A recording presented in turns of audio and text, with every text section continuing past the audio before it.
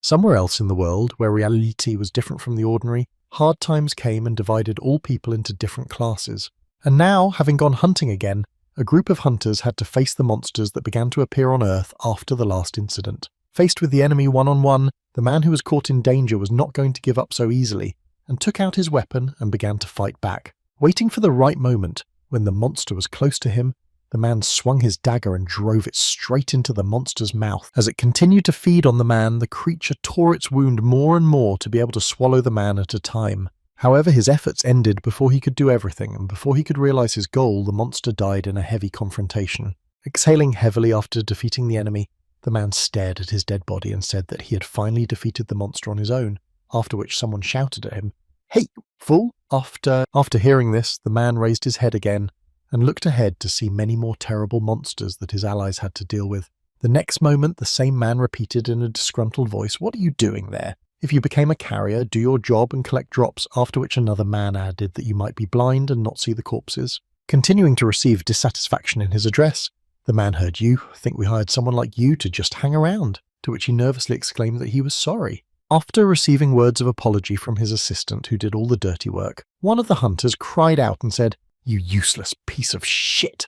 Once again, hearing how he was despised, the carrier sighed heavily and said, "Damn, the world has changed since the Abyss was discovered. The Abyss is a completely different dimension where monsters you can't even imagine in your head really exist." And so, after this strange anomaly called the Abyss was discovered, all people began to notice strange abilities that were awakening in them. And with their help, they were able to destroy and explore the Abyss, so the evaluation criteria were no longer based on personality or diligence, only the rank upon awakening mattered. And if you got a high rank, then a good life was guaranteed. Recalling what had happened recently, after which a hierarchy had emerged in society, the guy pulled the core out of one of the defeated monsters and thought, however. Looking at the item he received, the man added sadly, "This is not about me. I am only a carrier who is responsible for the baggage of the awakened and non-awakened, who did not even open the status window until he was 35. Continuing his thoughts, the guy added in his head that as long as I remain like this, I will not see a life similar to theirs, and then turning his head to the allies, he exclaimed, "I have collected all the trophies in this side." Before he could finish his speech, his sentence was suddenly cut short as he saw a horrific picture in front of him. All the hunters were destroyed. Feeling incredibly afraid after what he saw, the guy confusedly said that all the mares were gone before he could finish when he suddenly heard someone's voice saying that the last one was left. After hearing this, the man turned his head back to find out who had just spoken to him, and there he saw the very monster. This monster, which destroyed all the hunters in just one moment, was an SSS-ranked monster named Asmodeus. Not wanting to die so easily, the man immediately pulled out his dagger and pointed it at the monster, screaming and trying to harm it somehow. However, he failed to do so at the same moment. Asmodeus stretched his hand forward and used magic to tear off the man's limb where he was holding the weapon. Feeling severe pain, the porter immediately fell to the ground and tried to pinch his arm to stop the bleeding, screaming painfully. Continuing to roll on the ground, the man suddenly felt his body freeze and then exclaimed in confusion, looking at Asmodeus, "What is this?" The next moment, the giant monster directed its dense beam of mana toward the man's head to quickly finish him off. As soon as the enemy's attack reached his head, the porter noticed that a river of blood began to flow in front of his eyes, and then, with tears in his eyes, he said frighteningly that it was clear that I was going to die. As he continued to bleed, the man mentally added, "My parents died in a car accident at school, and I was constantly humiliated." Feeling only the despair that was increasingly filling his mind, he added in his mind,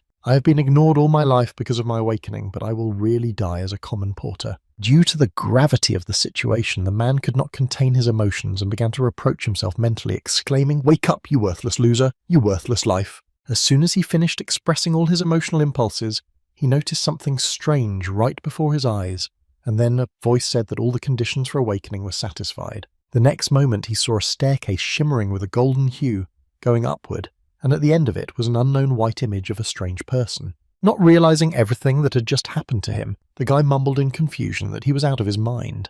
The next moment, in an attempt to figure out what had just happened to him, the man turned his head toward the monster in front of him and noticed that it was not moving. Trying to digest everything that was happening to him, he confusedly said in his head that Asmodeus, he had frozen. After expressing his thoughts, the man heard laughter, followed by the same voice that was getting louder and louder, saying, "You're worried now that Asmodeus has stopped." Immediately after hearing this, the man turned his head to the source of the voice and looking at the bright white image approaching him, he asked in confusion who you were.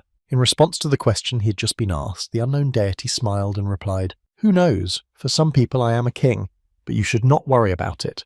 The next moment, the deity sat down next to the chair that appeared out of nowhere and rested his head on his hand and said, "From this moment on I give you power." Continuing to wonder what was happening to him, the man thought in surprise that the king was in power. What was he talking about? He was the same as Asmodeus. In response to the man's involuntary stream of thought, who continued to try to comprehend what was happening, he felt it was wrong to be so suspicious. As he began to demonstrate the full power of the deity, he added, "I was impressed by your will and diligence, and that is why I chose you." Continuing his words, the king added, "But you better think that such a miracle will never happen again." Hearing this, the man exclaimed in confusion that he had chosen me. Seeing the deity stretch out his hand in front of him to stop his flow of words, the man again asked what the hell was going on, to which the deity slyly smiled and replied, "Just wait patiently for the day when everything will fall into place." Starting to use his divine power, the king, who suddenly appeared in front of the man, disappearing in a bright white light, added, "Then we will meet again." As time continued to pass, a giant monster loomed over the man and was about to swallow him. Then the deity added my key. The next moment, the man saw a bright light in front of him and then someone's voice, and he thought that the voice was right after someone said, "Hey, this fool is sleeping, the crazy bastard. Now he's completely ignoring us, so we should wake him up in the morning." Immediately after these words, the boy felt someone slap his face, followed by a voice shouting and a blow. As soon as he regained consciousness after the sudden blow, which he did not expect, the boy heard that he had now regained consciousness. Continuing to hold his victim by the collar, one of the ruffians said arrogantly, "God only gets to you with fists," after which the guy was surprised to think that Baek-soo was the one. As he continued to think about the situation he was in, he thought about how the bullies from high school had ended up here, and then he heard Taehyun's boogeyman, "Why don't you answer me?" And then he added, "I was definitely in the abyss right now." While being beaten by the boys from the school, Taeheng was surprised to add in his head, "Wait a minute, the authorities." The next moment, turning his head to the side, the boy accidentally noticed his status window with the name Kim Tae-hyun, 19 years old, rank F, skill cabin. Immediately after realizing what he had just seen, the guy said in surprise the status window was 16 years ago, then it means. Finally realizing what had happened to him, the boy laughed out loud, causing the hooligans to freeze in place in confusion. Pushing back the guy who suddenly laughed, Ba-hun-soo exclaimed in surprise that he had gone crazy with this sod. Continuing to hear him laugh, ignoring all his words, the bully swung his fist and shouted, "Hey you rascal, you really want to get hit in the face like that?" But while he was shouting, Kim Tae-hyun had already started to act and struck first, throwing the robber back, and seeing that his friend had already been hit by another hooligan, Hek-soo exclaimed in fright. At that very moment, Kim Tae-hyun, still smiling after realizing everything that had happened to him recently, mentally mumbled that this meant that I was too. While preparing to fight back against the bullies who insulted him in high school, the boy continued to smile and woke up. At that very moment, after the confident confession, the pair of hooligans froze in place, not understanding what had happened to their victim. The next moment, the rest of the robbers who decided to show the guy where he belonged activated their skills and shouted out to Kim Tae-hyun, "You're crazy, you're nothing." But even they could not do anything to the guy who had just returned from the future with new abilities of an awakened person. In this way, Kim Tae-hyun was able to deal with two other bullies who had been insulting him throughout high school. At the moment of the fight with his rivals, Kim Tae-hyun thought, "For 35 years, I've been doing my best." Continuing his thoughts, the boy imagined his body and the channels of mana circulation in it, and then mentally added up the results of his general physical training. Continuing to recall everything he had learned in his past life, the boy added to the study of all the information about monsters and the abyss of knowledge about various skills in his head. Listing in his head all the things he had to study in order to at least somehow compensate for the lack of awakening, he mentally added even martial arts skills. The next moment, again focusing his attention on his opponents who were approaching him, Kim Tae-hyun added in his head, "That's why I can't lose to such weak idiots who don't even know what they are." Dodging the attacks of his opponents, who attacked him one by one, the guy neutralized them and added the most primitive basics in his head. After finishing the fight against 3 school bullies, the boy, warming up his fists, said he needed to resume his training. As soon as he said this, Baek Hak-soo came to his senses nearby and asked him in displeasure that he was awakened, saying, "You're a bastard." Kim Tae-hyun. Immediately after he said that, the guy activated his stone skin ability, which strengthened his body with the help of skin growths, and shouted, "Now you're going to die!" As soon as the threatening words were uttered, the man immediately tried to strike at his opponent, but he failed and was able to dodge with ease. When the first attack failed, the guy jumped into the air and tried to make a hammer blow with his hands in a lock. After avoiding the enemy's attack, Kim Tae-hyun waited for the right opportunity and tried to counterattack, but his attack failed miserably. As soon as he struck the enemy's face, all he felt was pain in his arm, and Baehae-soo's supercilious voice asking, "How are you doing?" The next moment, noticing that the enemy was about to strike back, Kim Tae-hyun quickly moved the redhead to his side and put up a block, thinking, "I only hurt myself trying to hurt him." Immediately after his thoughts, he felt an enemy attack hit him, throwing him back into the air. As a result of his opponent's punch, the guy landed in the wall and destroyed it with his body, sustaining many injuries. The next moment, as he began to approach his opponent, whom he had just defeated, Baehae-soo laughed ominously and said, "You probably didn't know your limits if you got into all this, so come to your senses, you idiot." Continuing to demonstrate his arrogance, the guy smilingly added, kneading his fists on his way to Kim Tae-hyun, "You inferior awakened fool." The next moment, having covered his entire body with stone armor and prepared to continue the battle, he added that now you will run away like you just did. As he continued to lie in the rubble of the wall he had just crashed into, Kim Tae-hyun heard or tried to fight with his awakened skills, then thought all awakened. Again starting his reflections on the world in which he now lives, the boy said in his head he was gaining skills and rank. From rank F, who are almost indistinguishable from ordinary people, to rank S, who are called monsters, the skills and physical abilities of the awakened increased exponentially. The next moment, looking at his status window again, the guy added, "But all I got was a skill that I don't know anything about and of the lowest quality." Continuing his thoughts about the injustice, the guy added in his head, "I had no chance against Baek-soo with his rank, but for some reason." As soon as Kim Tae-hyun started to get to his feet at the moment of the surge of incredible strength he felt, he confidently said, "I don't think I'm going to lose." At the same moment, noticing the frightening aura of magic around his opponent that he spontaneously released, Baek-soo exclaimed in confusion, "What the hell was that?" Continuing to be surprised at what he now sees in front of him as a school bully, he added, "Have you really awakened the weakling Kim Tae-hyun?" At the same time, looking at my hand after the sudden surge of power of Kim Tae-hyun's speech in my head, I feel like magic flowing through my veins. Having not received an answer to his questions, Baek-soo, who was simply ignored, angrily exclaimed, "I don't understand what's going on here." The next moment he was in the air and prepared to attack the guy again. He shouted, "But it will all end when you die." When the enemy approached him, Kim Tae-hyun stretched his arm out in front of him, and then his hunting skill was activated.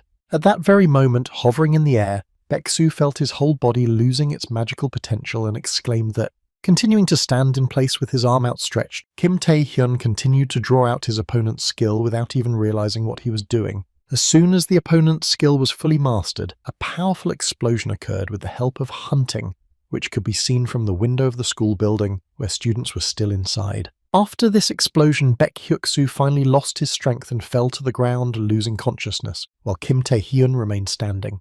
The next moment, his opponent fell unconscious to the ground, and Kim Tae-hyun just looked down at him with a tired look. Catching his breath after a tough fight, the guy received a system notification saying that the hunt was over.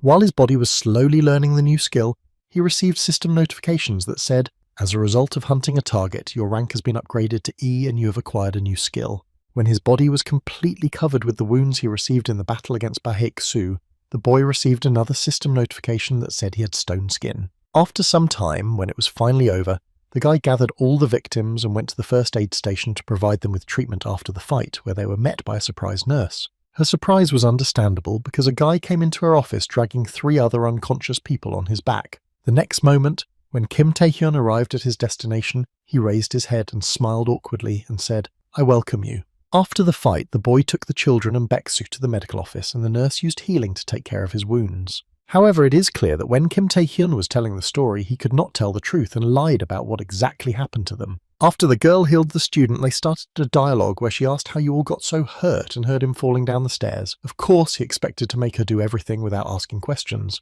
As soon as the questioning was over, the boy was finally able to leave the school building and head home thinking, "Now I'm fully recovered and it's great. I've awakened and taken revenge on Baek-soo." But as he continued on his way home, he still could not let his mind rest, thinking the problem was in. Feeling his body enveloped by that strange skill he had acquired, which he knew nothing about, the boy added the skill of hunting to his mind. The next moment he continued his thoughts, saying in his head, "I thought I would have to train for the rest of my life, but my rank rose after one single fight." Starting to think about the strangeness that had happened to him, he mentally added a skill that should have remained at F rank, but this power defeated C rank, and I was even able to appropriate the skill of the defeated opponent. As he continued to climb the stairs to his home, the boy thought, "Why did this king give me such power, and why did he send me back so many questions?" After a while, when he arrived at his destination, the guy stopped in his tracks and looked up at himself and thought, "There is something I have to do." Looking at his house where he had been living lately, Kim Tae-hyun confidently said in his head to learn more about this hunt.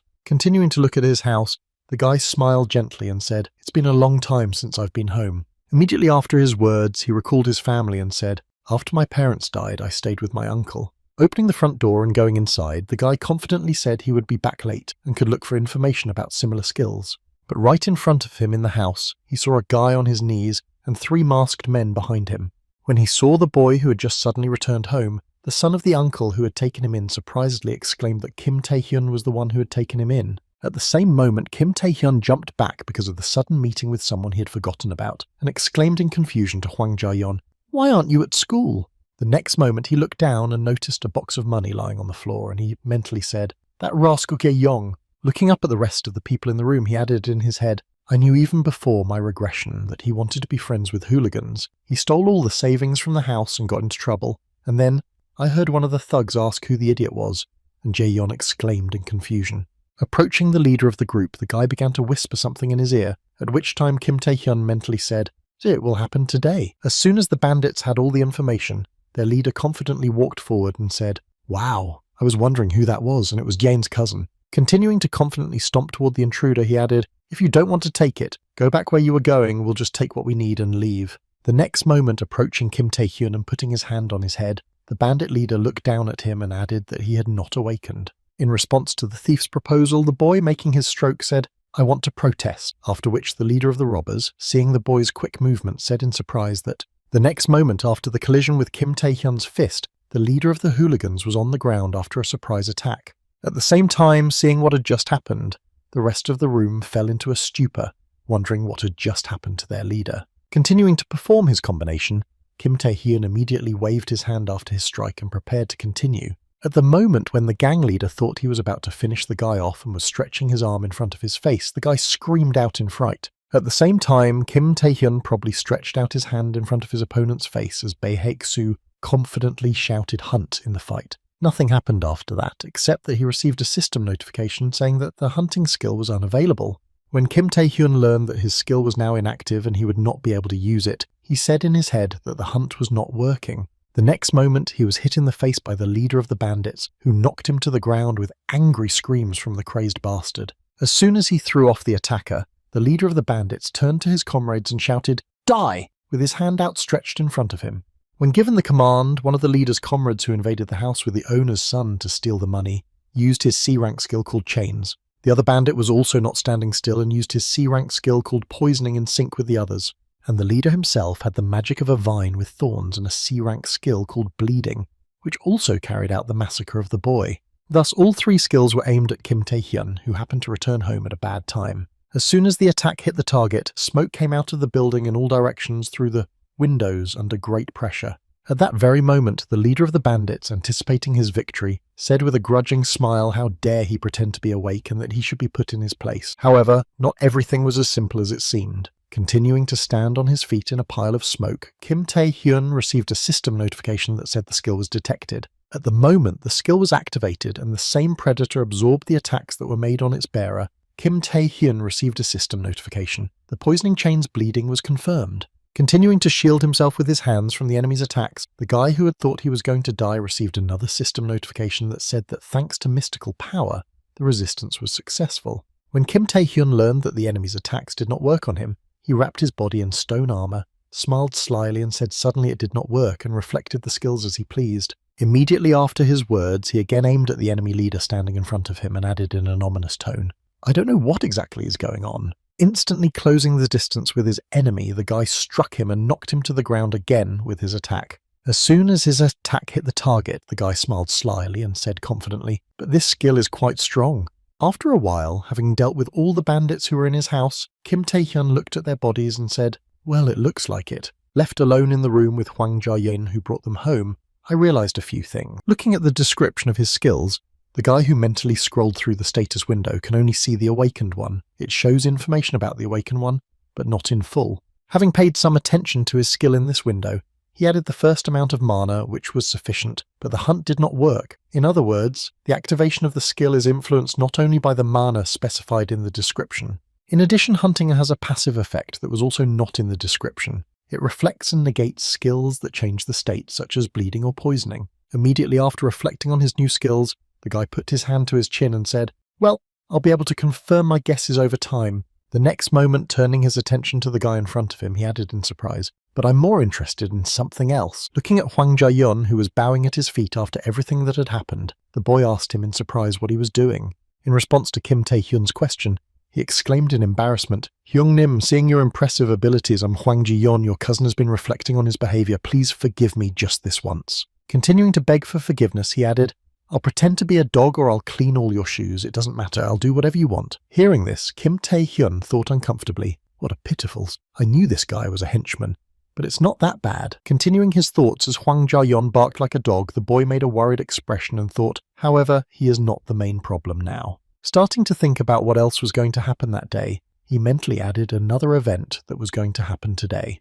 The next moment, deciding to stop this ridiculous joking, Kim Tae-hyun said, "I forgive you," to which he confusedly exclaimed that he did. In response to the boy's question, Kim Tae-hyun looked up and confidently said, "You're coming with me." And at the same time, someone arrived somewhere in a place that was closed to everyone and taped to prevent outsiders from entering. Right in front of this very place, they even put up a warning sign that said the area was a guarded zone and only officials were allowed to enter. So a certain number of officials had already gathered in that place, most likely, who had come to the forbidden place for urgent needs. Looking around the place to which they were called, someone asked in surprise if this was a gate breach, a phenomenon in which monsters appear from the abyss, and if left unchecked, a catastrophe would occur. Continuing to look at the site of the phenomenon, the man tried to give an answer and said, 10 years ago the gate opened suddenly from the last rift, so the monsters are circling around. In response to the man's remark, one of the girls replied that, judging by the monsters, if everything is left as it is, a catastrophe is inevitable.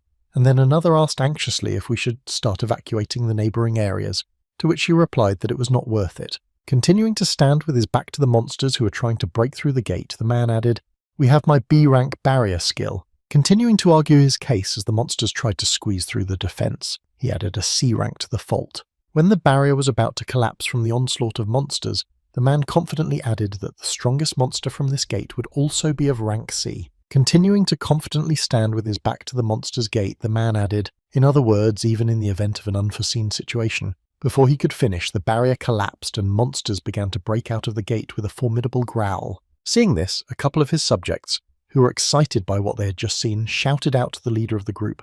Instantly reacting to the attack of the monsters that broke out of his protective barrier, and defeating several individuals at once with one swing of his leg, the man added, "There are enough ranked awakened ones for this job." At the same time, following Kim Tae-hyun, Hwang Ja-yeon said, "Everything should be fine then, sir." Continuing to follow the guy who was in a hurry to get to the place where the unpleasant situation was going to happen, he added, "You said the management team is already there, sir. Then that's good, yes, sir." To which the guy awkwardly replied, "Where did that come from, sir? Let's get on with it."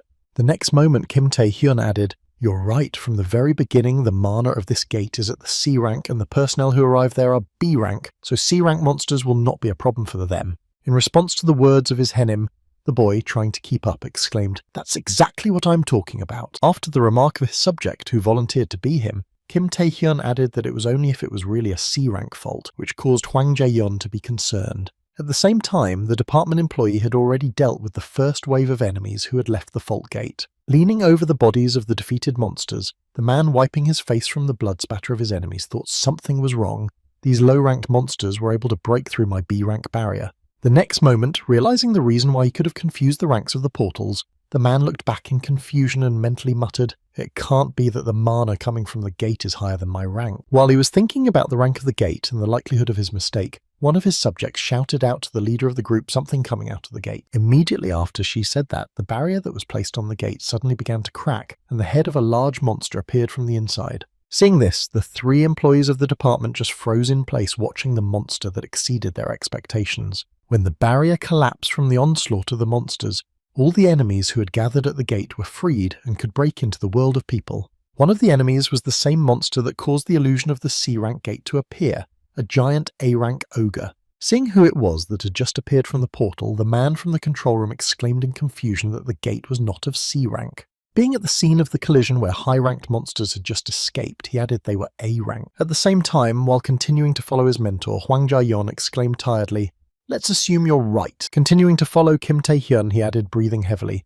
"But it's impossible. How did you even know about all this?" To which he mentally replied, I just went through all this before and then heard again despite the monsters, and the evacuation hadn't even started. After listening to all the exclamations of his partner, Kim Tae-hyun, continuing to walk forward, replied that it was all my intuition, to which Hwang Ja-yeon was surprised to hear that. Continuing to prove his point of view, the guy added, with absolute steadfastness, "My intuition told me so," to which he heard absolute nonsense in response. Continuing to try to get the truth out of Kim Tae-hyun, he added, "Don't tell me you're trying to play a trick on me," after which a couple of guys heard the screams of frightened people running toward them. Continuing to escape from the monsters that followed them, the frightened crowd shouted out the fault gate. Seeing that the situation Kim Tae-hyun told him was really happening, Hwang Ja-yeon felt overwhelmed with fear, and then his friend asked him, "Do you remember what you have to do, then start?" After receiving the order from his friend, the boy looked back and exclaimed in alarm, "Hen, what are you going to do now?" To which I replied in a surprised voice. Starting to cover his body with stone skin,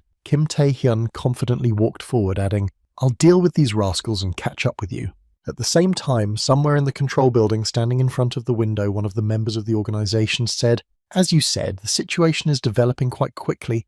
The gate that was supposed to be C-ranked turned out to be A-ranked, and it is impossible to send reinforcements because the rest are busy hunting in dungeons and exploring the abyss." Immediately after he said that, the man looked back and added anxiously, "The only possible solution now is an awakened A-rank." Continuing to insist, the man added, "All hope is now on you, help us solve this problem." Looking at the A-ranked awakened and Hengsu Blade of Madness guy in front of him, he added the An Hengsu Blade of Madness. After receiving a plea for help, the guy who was sent to clear the high-ranking gate, shedding tears, exclaimed, "Leave it to us, leave it to me, because I am the hero, I am the Blade of Madness, and Hengsu is coming." At the same time, somewhere near the gate, Kim Tae-hyun joined the battle and tried to hold back the enemies on his own, to the best of his ability. At the moment of his battle, using the hunting skill, the guy smiled slyly and said, "I thought so." After reviewing his characteristics in the status window, he mentally added, "The activation of hunting depends on the degree of fatigue. It does not activate when fatigue exceeds 70%. The next moment, creating a blue flame of mana in his hand, Kim Tae-hyun mentally said, "Most skills use mana, but that doesn't mean you have to worry about it only because of it." Continuing his thoughts, the boy added in his head that fatigue increases when using a skill or physical activity, and the higher the fatigue, the harder it is to use the skill and move the body. Continuing to fight the enemies that came his way, the guy added in his head, "Of course, it's a shame that there is so much to consider, but I found out that you can restore mana by absorbing destroyed monsters." The next moment, having received a system notification that said the target's life was stopped and there was no mana consumption, you successfully completed the hunt and restored mana, after which he smiled slyly and said, "That's great." After his joyful exclamation in his head, the guy received several more notifications that read, "Now your rank is D. Hunting rank has been increased from E to D. Stone skin rank has been increased from E to D." Continuing his thoughts about his own skills, the guy added in his head, "The more often I use hunting, the stronger I become and the faster I can become even S rank or even SS rank." Having started to attempt something that no one else had managed to achieve, the guy mentally added that he might even become the first SSS rank in the whole world. After finishing the battle with the monsters in the area, the guy said thoughtfully, "Well, I think I've dealt with everything, so I should go back to Hwanje." Before he could finish his thought, he suddenly heard a loud noise and shouting behind him. It was a ranked awakened fighting against a giant ogre and shouting, "Dirty monster, you will pay for the deaths of innocent people." Continuing his battle, the boy shed tears for the innocent victims of the people who had died because of the gate's appearance. The boy added, "The warrior of justice and Hengsu will punish you." In response to the boy's shouts, the monster was not going to give up so easily, and also swung its fist to crush An Hyun-soo. The latter, in turn, swung his sword and struck the enemy numerous times to avenge all the dead people. After all the machinations were completed, a powerful explosion was heard, which proved that the two fighters clashed with each other. At the same time, Kim Tae-hyun, who was not far from the site of the clash, simply froze in place in amazement at what had happened before his eyes. Looking at the aftermath of the collision, he thought he had easily finished off the A-ranked monster, and he was probably also the A-ranked awakened one who had solved the rift problem before my regression. As soon as the smoke cleared, Kim Tae-hyun saw the same awakened man holding the hilt of his sword trapped in the body of a monster and thought the Blade of Madness and Hyun's rumors did not lie about its power. At the end of the battle, the boy waved his finger near his neck and said, "The stupid monster died from a blow from my sword of justice," and Kim Tae-hyun's thoughts about stupidity also turned out to be true. Continuing his thoughts, looking at the guy who had just dealt with the A-rank monster, Kim Tae-hyun added in his head, "But why is An Hyun here?" Continuing to look at the man who had just finished off the monster, he mentally added, "Before I returned, I heard that he had had a bloody battle with a giant on the other side of town at that time, and Hensu folded his hands in front of him and prayed silently, then said, "Citizens, rest in peace."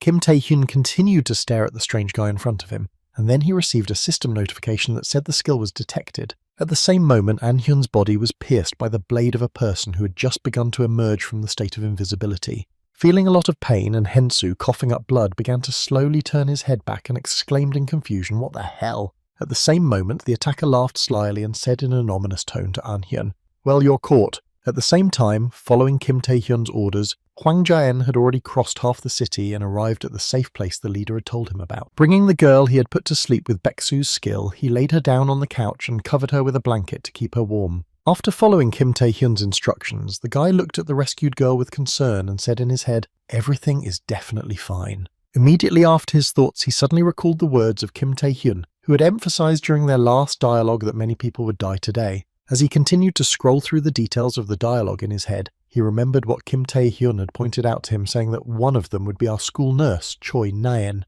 Recalling the events that happened to him in the past, the guy added that he was giving instructions to his subject that she would die because she would be focused on providing first aid and not evacuation. Continuing to instruct Hwang Ja-yeon, the boy added, "You can put people to sleep using the skill of putting them to sleep," and then heard Kim Tae-hyun respond in a confused voice. "Then put Choi Naen to sleep and take her to a safe place." After giving his subject the priorities task, Kim Tae-hyun looked back and added, "I'll take care of the rest." Recalling his conversation with his cousin, Hwang Ja-yeon continued to look at the sleeping nurse and wondered in his mind how Tae-hyun had found out about all this. The next moment, a brilliant thought suddenly entered his mind that could clarify all his questions, and he mentally said maybe. Continuing to think about how exactly Kim Tae-hyun was able to predict everything that was happening, Hwang Ja-hyun said in his head, "It doesn't make any sense, but I have no other explanation." The next moment, looking up, the boy confidently shouted in his head, "Tehen henni tehen hennim." Finally realizing how his cousin could know all this, Hwang Ja-yeon clenched his hand into a fist and said he had awakened with the ability to see the future, to which he heard no. Continuing his joyful exclamations of guessing his friend's skills, Hwang Ja-yeon exclaimed, "Seeing the future is so cool," and then heard the guy say no, and then the guy added in fright, "It's completely insane." At the same time, he was away from his cousin in connection with the execution of the assignment, and added that everything would go according to plan anyway. As soon as he said this, he was cut off by An-hyun-soo, who had dealt with all the monsters that had broken out of the gate in the past, and then he mentally added something that was definitely not going according to plan. At the same time, grabbing his wound that had just been inflicted on him, An-hyun-hyun shouted out hard, "Who are you? Reveal your identity!" In response to the hero's question, the attacker, removing his disguise skill, laughed ominously and said, "You're alive even after being pierced through. How amazing is that? After all, rank A is very different." Continuing to smile ominously, the B-ranked thief Han Sando, who possessed the B-rank skill of stealth, added, "But this will only make the hunt more fun." After everything that had just happened in front of him, Kim Tae-hyun looked at the man who had just attacked An-hyun and thought that the awakened ones who commit crimes are called thieves. One of these individuals is the thief Han Sando, a maniac who roamed around killing for his own pleasure during the gate breaking. Immediately after his thoughts, Kim Tae-hyun continued to look at the attacker and said in his head that he was sure they had not met before. Feeling that his plan had gone a little differently than he had planned, Kim Tae-hyun thought anxiously if the future had changed because of me. At the same time, unable to bear such insolence from a thief who decided to attack him at such a difficult time, and Hensu angrily exclaimed, "You are a thief then." Pulling out his holy sword of madness, which he created with the skill in Hensu, he rushed at the thief and exclaimed, "I will punish you with my own hands." Just as he was about to attack the thief, he felt a strange ground shaking that shook his stability on his feet while he was trying to take revenge. The situation was that the A-ranked monster that Hensu seemed to have killed revived again by regenerating its wound and rushed into battle. Realizing what the reason was, the giant ogre exclaimed in surprise as Hensu, who had just fallen off the monster's body and was getting to his feet, smiled ominously and added that what an incredible regeneration, which was expected of a ranked monster.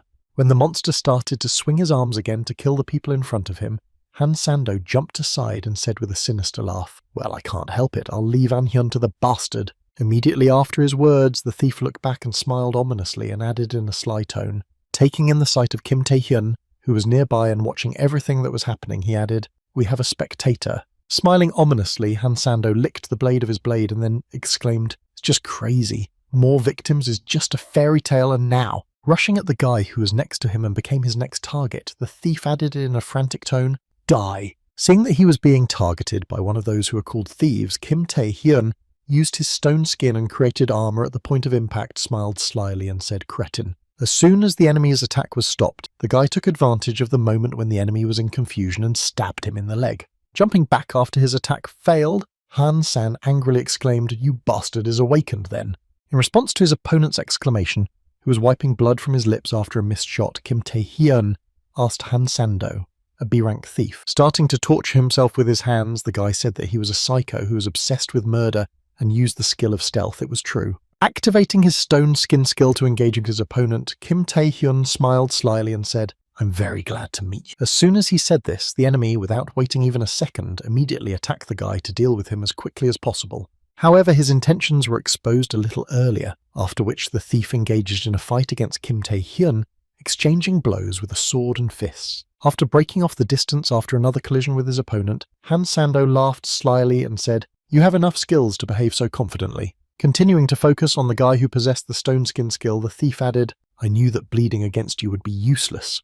Continuing his dialogue with the boy while Anhensu was fighting a large monster, the thief added, "I don't know how you got this on me, but you probably think you can win if my attacks are ineffective against you." Continuing his dialogue with the guy with whom they got into a fight, Han Sando added, "But you know, boy, you have to realize that the whole world will not dance to your tune." Immediately after he said that, the man activated his skill and disappeared from Kim Tae-hyun's sight, after which he was surprised to think that he was being secretive. Standing in a fighting stance and preparing to fight an opponent who hid his presence and became invisible, the boy added in his head that he was invisible. The next moment, continuing his thoughts, the guy mentally added, however, he must know that this will not change the fact that before he could complete his thought, he suddenly felt a thirst for blood and shouted out an attack. Abruptly looking back to the place where his opponent was probably located, Kim Tae-hyun launched an air attack and added it was still in vain. After the boy attacked the air, Han Sando appeared behind him and asked with an ominous smile, "Are you still so sure about this?" The next moment, taking advantage of the boy's distraction after he was caught off guard,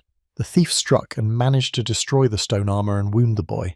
When he saw that his arm was really injured and blood was seeping out from under his armor, Kim Tae-hyun said in his head that it was blood. At the same moment, Han Sando continued to attack the guy he had gained the upper hand over and exclaimed, "Do you know how many scoundrels I have spat on?"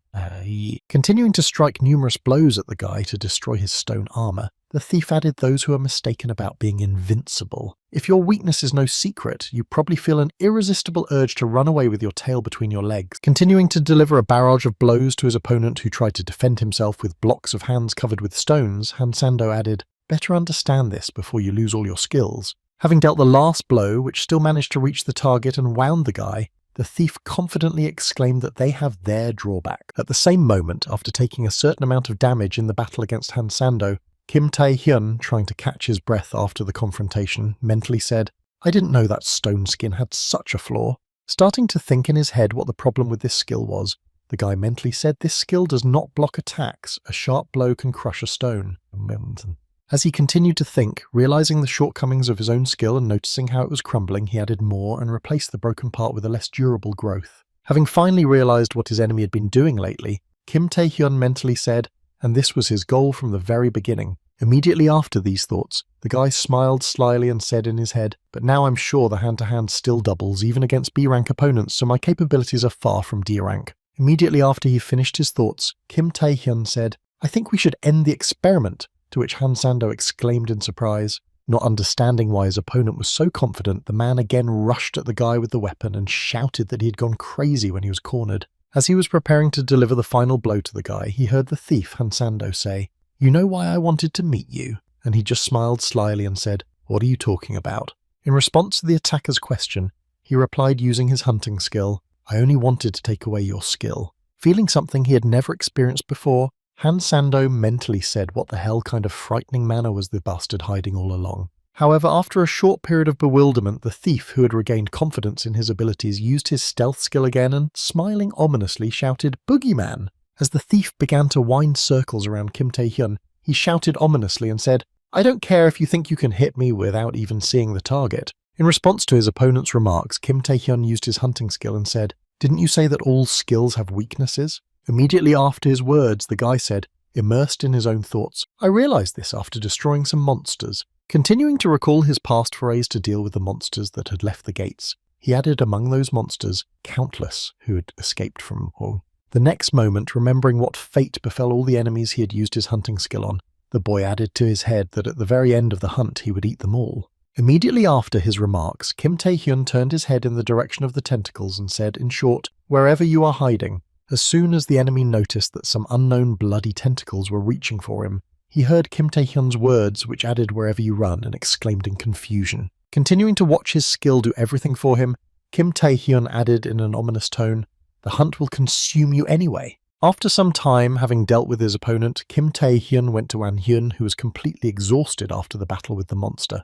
Continuing to lie on the ground without even being able to move, the guy angrily thought, "Damn, if it weren't for that damn thief who pierced me." Continuing to ponder over his terrible fate, the boy raised his head from the ground and looked in front of him, thinking, "I am a hero of justice, an invisible warrior. Even I and Hensu cannot escape death." He remained in this position while the giant ogre headed toward his motionless victim.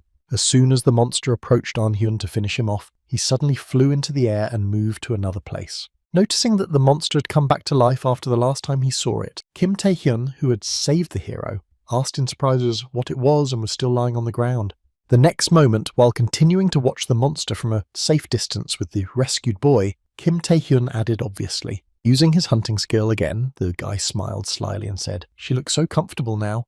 After a while, having dealt with the threatening monster, Mr. Kim Tae-hyun and his cousin returned home and knocked on the door, after which his uncle and aunt came running out to meet them. Seeing the frightened expressions on his parents' faces, Hwang Ja-yeon happily exclaimed, "Mom, Dad, I'm home!" And Kim Tae-hyun added, "Uncle, you're doing well." The next moment after the boys returned home, their aunt nervously said, "Oh my God, we thought the monsters had gotten you." To which Hwang Ja-yeon laughed and said, "It's okay, right, Hyung?" To which he replied, "Yes, but look at what happened here. The house is destroyed as if a gang of thieves had been there." Feeling some pressure on himself, Hwang Jae-yong, who had just been reminded of his prank, nervously exclaimed that it wasn't so bad, but I can't say for sure what Kim Tae-hyun said. Sometime after the recent events, Kim Tae-hyun turned on the latest news on his phone where the anchor reported urgent news. Broadcasting on a large screen behind him, the monster that caused this chaos. The presenter added that by order of the management, from this moment on, the danger of a gate breach has been completely removed.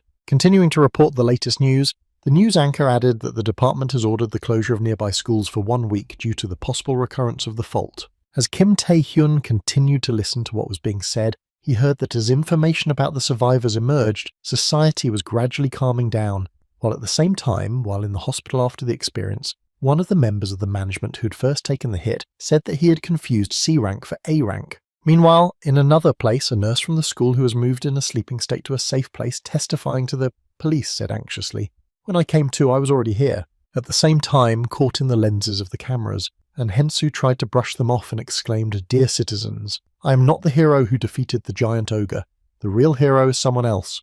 As Kim Tae-hyun continued to listen to the news on his smartphone, he heard that since the giant ogre's corpse had not yet been examined, and the identity of the thief was still unknown, people were concerned that the preventive measures taken would be insufficient. As soon as the news report was over, Kim Tae-hyun turned off his phone and said, "Fortunately, no one even mentioned me." Immediately after he said that and listened to the emergency news, the guy smiled happily and said, "Well, in that case, what the hell?" Being in front of this cave where the monsters were supposed to be, the guy added, "Let's go to the next level." Before entering the tunnel, Kim Tae-hyun mentally said, "Considering all possible scenarios with my current level, it is difficult to use 3 skills at once. Recklessly using my skills can greatly deplete mana, thereby increasing fatigue, which can be a fatal mistake." After thinking about the bad scenario, the boy added in his head the best way to avoid it. Thinking of the most effective way to achieve his goals and avoid bad outcomes, he mentally recited the potions they had created to restore health and mana. Heading inside the tunnel where he was going to level up, the boy thought, but the potions are quite expensive and he will have to hunt to earn them. As he continued to overcome the obstacles he encountered on his way through the tunnel, Kim Tae-hyun thought, but he needed to hold a permit. The next moment, Kim Tae-hyun remembered another restriction that existed in this world, and it was that using skills without permission is an illegal activity, after which Kim Tae-hyun mentally said, "So I have only one way out." Once in the place where the spider monsters lived, the guy confidently told me to go only through the unexplored dungeons. Once in the lair of the Spider Sisters, Kim Tae-hyun heard them say to him, "How dare a mortal come here? How dare he find us? Let's immobilize him and eat him." In response to all the suggestions and confused exclamations of the Spider Sisters, Kim Tae-hyun said, "There won't be enough to raise my rank, I'll have to absorb hundreds of them." When the Spider Sisters heard the words of the boy who had fallen into their lair, They angrily exclaimed, "How dare you, you weak, vile human being, not realizing the situation you're in!" The three of them began to create their joint attack, gathering together a lump of cobwebs, and the sisters exclaimed, "We're going to eat you alive." After unleashing her spiderweb attack on the boy, one of the sisters laughed ominously and exclaimed, "Booger," and that now you feel the ability to move leaves your body and you become paralyzed. In response to the sisters' questions, Kim Tae-hyun only smiled when he received a system notification that said that due to an unknown force, the resistance had been successfully increased. Immediately after the enemy attack was neutralized, Kim Tae-hyun smiled slyly and said, "As I assumed, you have quite useful skills." A few seconds later, frightened screams came from the Spider Sisters' lair, and then Kim Tae-hyun received a system notification that said you have successfully completed spitting and a new paralysis skill has been registered. At the same time, somewhere in the main building of the New South Korea Players Association, a certain gathering of important people was taking place. As soon as all the necessary people gathered at the table, the door was closed and a guard was posted in front of it. Being in front of the people he had invited to his association to discuss certain details, the leader felt a certain tension in front of him as the players looked at each other. Trying to find the right moment to start, the man felt all the tension in the room and thought about the two best players in the New South Korean Association. The New South Korea Players Association Deputy Human Resources Manager Go Taeyuk is the man who was watching the meeting between the two dignitaries and feeling their intense pressure. Players are the awakened who have official permission to use skills for various purposes, such as exploring the abyss, clearing dungeons, and so on. All of them are divided into groups of different representations, the strongest guilds of the New South Korea, 4 big guilds fighters, Guild Invincible. There is also a guild of creators who call themselves alchemists and mages who call their guild wizards. There is another guild that deals with information gathering and trading, and it is called the Vagabonds. The main registered organization that governs the players and includes 4 major guilds is the New South Korean Players Association. After scrolling through all the information about all the subjects that the other 4 major guilds subjugated, Go Taeyuk thought nervously and right in front of me. Leaning her head on her hand, the Vagabond Guildmaster and S-ranked player Yu Ah-yeon spoke to her long-lost leader. In response to the greeting of one of his subjects, the leader of the New South Korea S-ranked Players Association, Chijinwi, replied, "Thank you for coming, even though you are a busy lady." Continuing the conversation with the head of the Vagrant Guild who was in charge of information, the leader asked if you had found out anything, and Yu Ah-yeon replied that you had found out about the Thieves Guild. The Thieves Guild is a criminal organization that was formed by the most repulsive criminals. Even among criminals, the members of the guild wear gold rings with 3 skulls. After receiving the question from Chi Jinwoo, the girl held out the papers and said, "Here are the recent actions of the thieves and a list of the noticed participants." Handing over the papers with the information received from her subjects, the girl asked, "I'm sure you wouldn't have called me just to hand over the papers in person, so what happened?" In response to the girl's question, the man smiled slyly and said, "Well, you know exactly what it is." Continuing to review the reports received from the Vagrant Guild leader, the man added, "I want to hear your opinion on this," to which she asked what my opinion meant. Hearing Yu Ah-yeon's surprised voice, who did not understand what exactly he was talking about, Chi Jinwee added, "Miss Yu Ah-yeon, please tell me when you were tested for what?" And she answered in surprise at the age of 19 when it became possible. Immediately after their answer, finally realizing what the man was getting at, they added in surprise to the leader, "Don't tell me," to which he interrupted her with a sly smile and said, "As you wish." Continuing his thought, the man added, "You think a high school student can defeat a monster, but at the same time Kim Tae-hyun has already defeated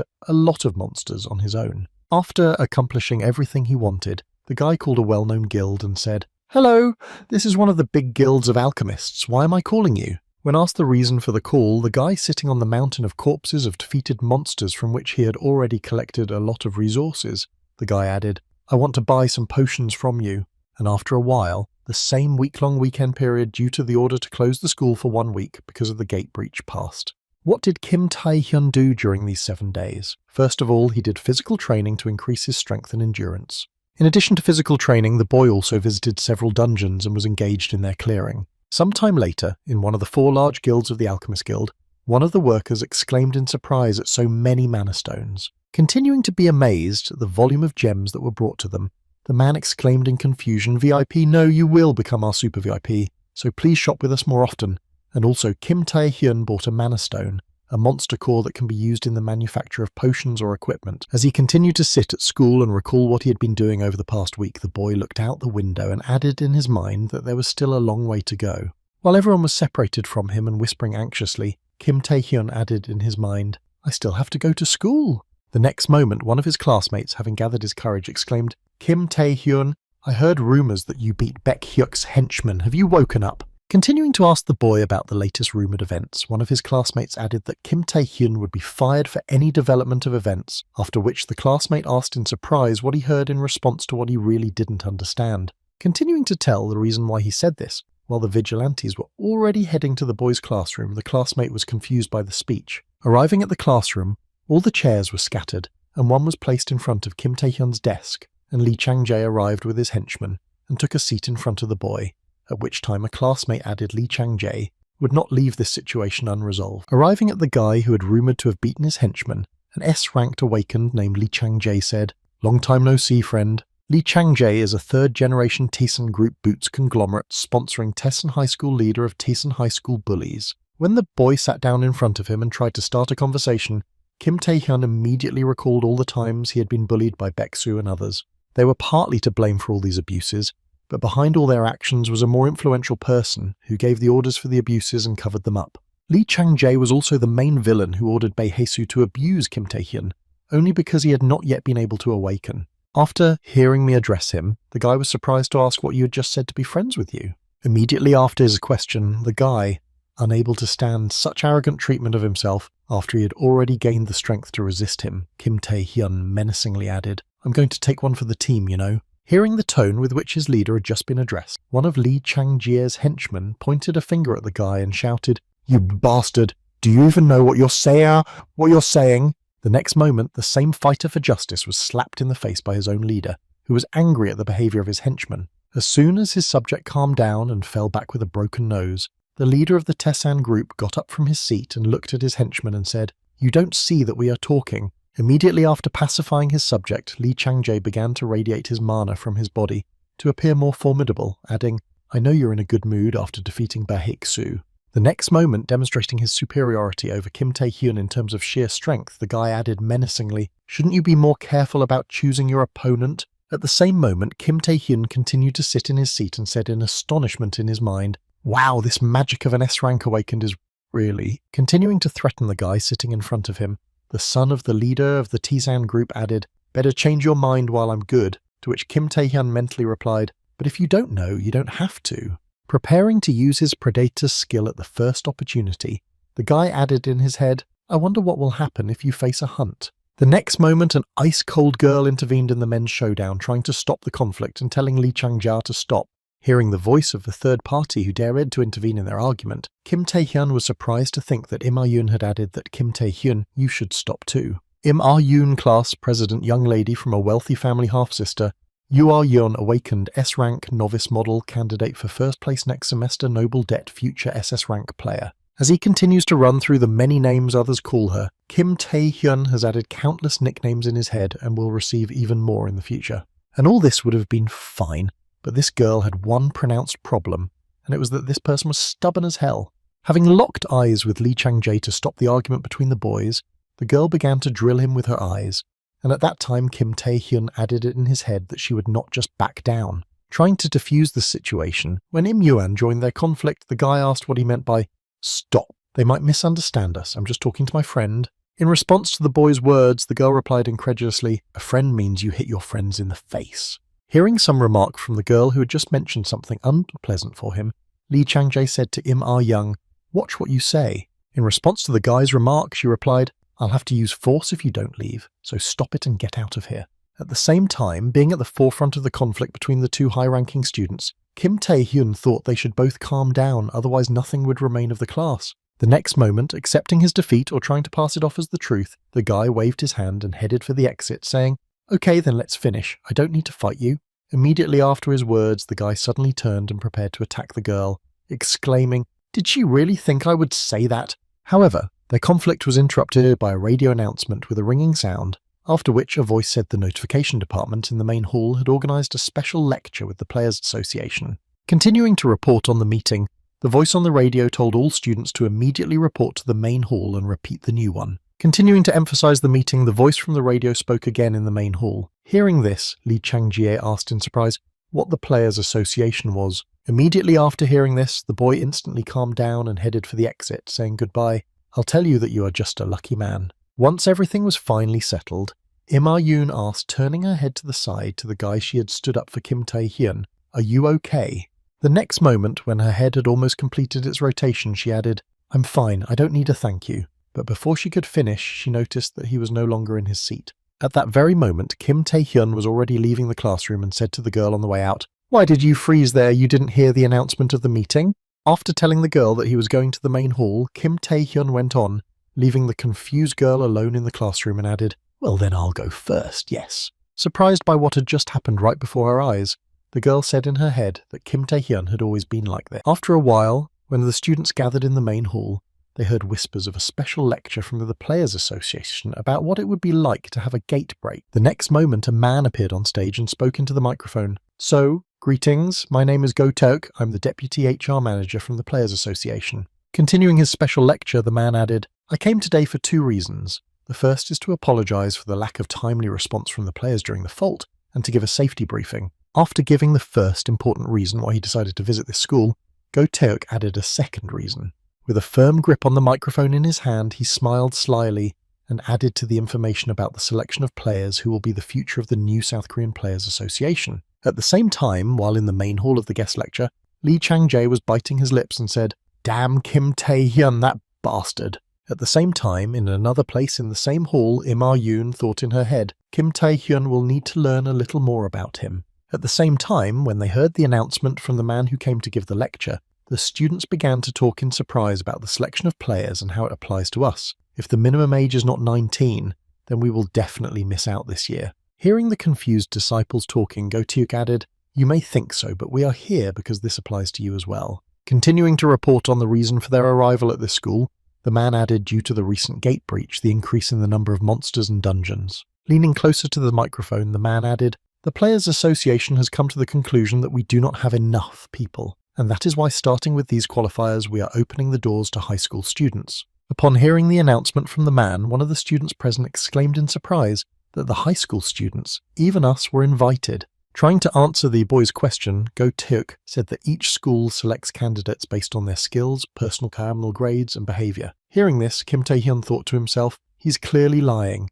Continuing to watch the speech of the man from the Players Association, he added his head to these qualifiers and will indeed allow high school students, but the selection of candidates has already begun. Continuing to focus his attention on the man speaking from the podium, Kim Tae-hyun added in his head using the Taeuk skill. Knowing a lot about the skills of this person, Kim Tae-hyun said in his head that his skills are the eye of the beholder.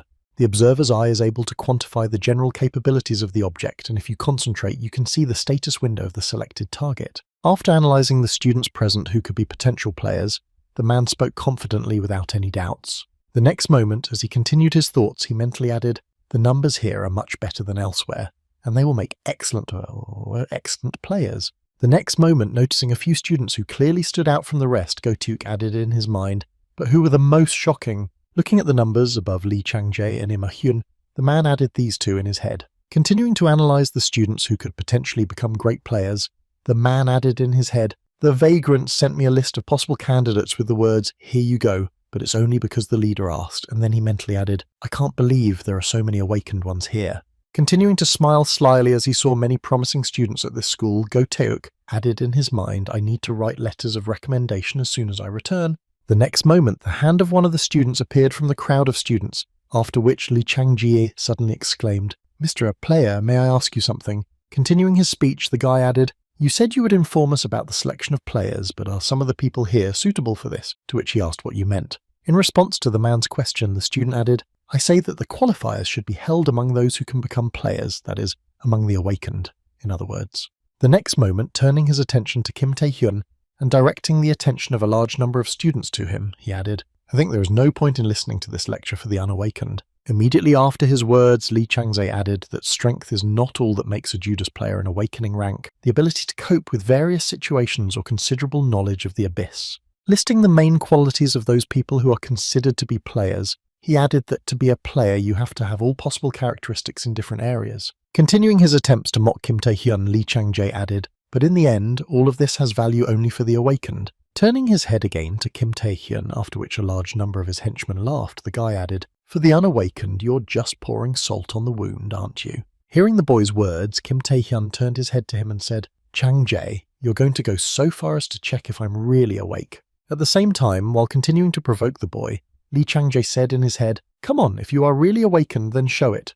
The next moment, unable to stand the mockery, Im Ah-young tried to intervene in their argument again and shouted out to Lee Chang-jae. Before she could say anything against the boy, she thought of the expected reaction, where Kim Tae-hyun said in a choked voice, "What are you doing? Didn't I ask you to do that?" Realizing that it was better for her not to interfere in this matter, the girl instantly tilted her head forward and thought, I don't care either. As soon as the girl quieted down, Lee Chang-jae added, "That's why I hope you'll let them go as soon as possible," to which Go-teok replied, "I understand your position, but students have the right to choose whether or not to stay in class." Hearing the words of the guest who came to give the lecture, Lee Chang-jae smiled again and said, "Kim Tae-hyun, this affects you in a certain way. You cannot be elected if you have not yet awakened." Continuing to provoke the guy to finally demonstrate his strength as an awakened guy, he added, "Or you don't care about the qualifiers." In response to his not-so-best friend's insults, Kim Tae-hyun just smiled slyly and thought, "He's trying to get me out of it, and without proof that I've awakened, I won't even be able to sign up for the qualifiers." Immediately after his thoughts, he looked up and noticed the same eye of the beholder above him, and added in his mind, "Don't need to prove anything to get a letter of recommendation." After these disputes arose between his students, Go-teok singled out 3 students to focus his attention on. Starting to analyze everything about one of them, the man thought Lee Chang-jae is an awakened S rank, but he's bullying the others, which is quite sad. The next moment, turning his gaze to the dark horse of the meeting, Go-teok added in his head, and that was Kim Tae-hyun. According to the student council, he is unawakened and has no rank. Deciding to analyze the guy's characteristics, he had in his head a miserable existence among the awakened, and then noticed that when using his skill, a system notification appeared that said the information was unavailable. The next moment, after deciding to act, Kim Tae-hyun suddenly said, "You were right, it was too rash." After deciding to leave the lecture, Kim Tae-hyun added that if a miserable unawakened person attends such a lecture, it will hurt his pride. As soon as he attracted enough attention, the boy demonstrated an obscene gesture to his nemesis and said, "Then I'm leaving." Continuing to demonstrate vivid malevolence, the guy added, "And you stay here and listen to this unrealistic lecture," Lee Chang-jae exclaimed. "This bastard." At the same time, plunged into a certain shock at what he saw, the man from the control room mentally said that my observer's eye did not work. Starting to think of quite strong people on whom he had calmly used his skill, Go-teok added in his head, "But even with the leader." The next moment, remembering the leader of the Vagrant Guild, he added in his mind, "And you are young, this had never happened." After finishing his recollections and focusing his attention back on the boy in front of him, the man wondered why. Sinking deeper and deeper into that feeling of shock, the man wondered in his head what made him different. Continuing to make attempts to analyze the guy's characteristics, he failed again and again, receiving a system notification that the information was unavailable. Before leaving the main hall, Kim Tae-hyun looked back at the man and just smiled, at which time Go-taeuk again received a notification that the information was unavailable. After a while, sitting in the library looking for the information he needed, Kim Tae-hyun said he would probably spend the rest of his life searching for clues about the king. Closing the book after he heard that someone had come to see him, the guy looked at the guests and added disappointedly, "I don't think I'm going to find anything." The next moment, as soon as Kim Tae-hyun finished his speech, one of the henchmen said, "You're looking for Chang-jae, follow us." In response to an order from one of the local gangsters' henchmen, Kim Tae-hyun began to look through another book and said, "What if I refuse?" In response to the boy's question, who continued to go about his business, the man added, "Your aunt runs a restaurant, doesn't she?" When he heard some information that Lee Chang-jae had decided to go too far, Kim Tae-hyun exclaimed that he heard Chang-jae wanted me to give you this. Continuing to provoke the boy and mock him, one of the henchmen said,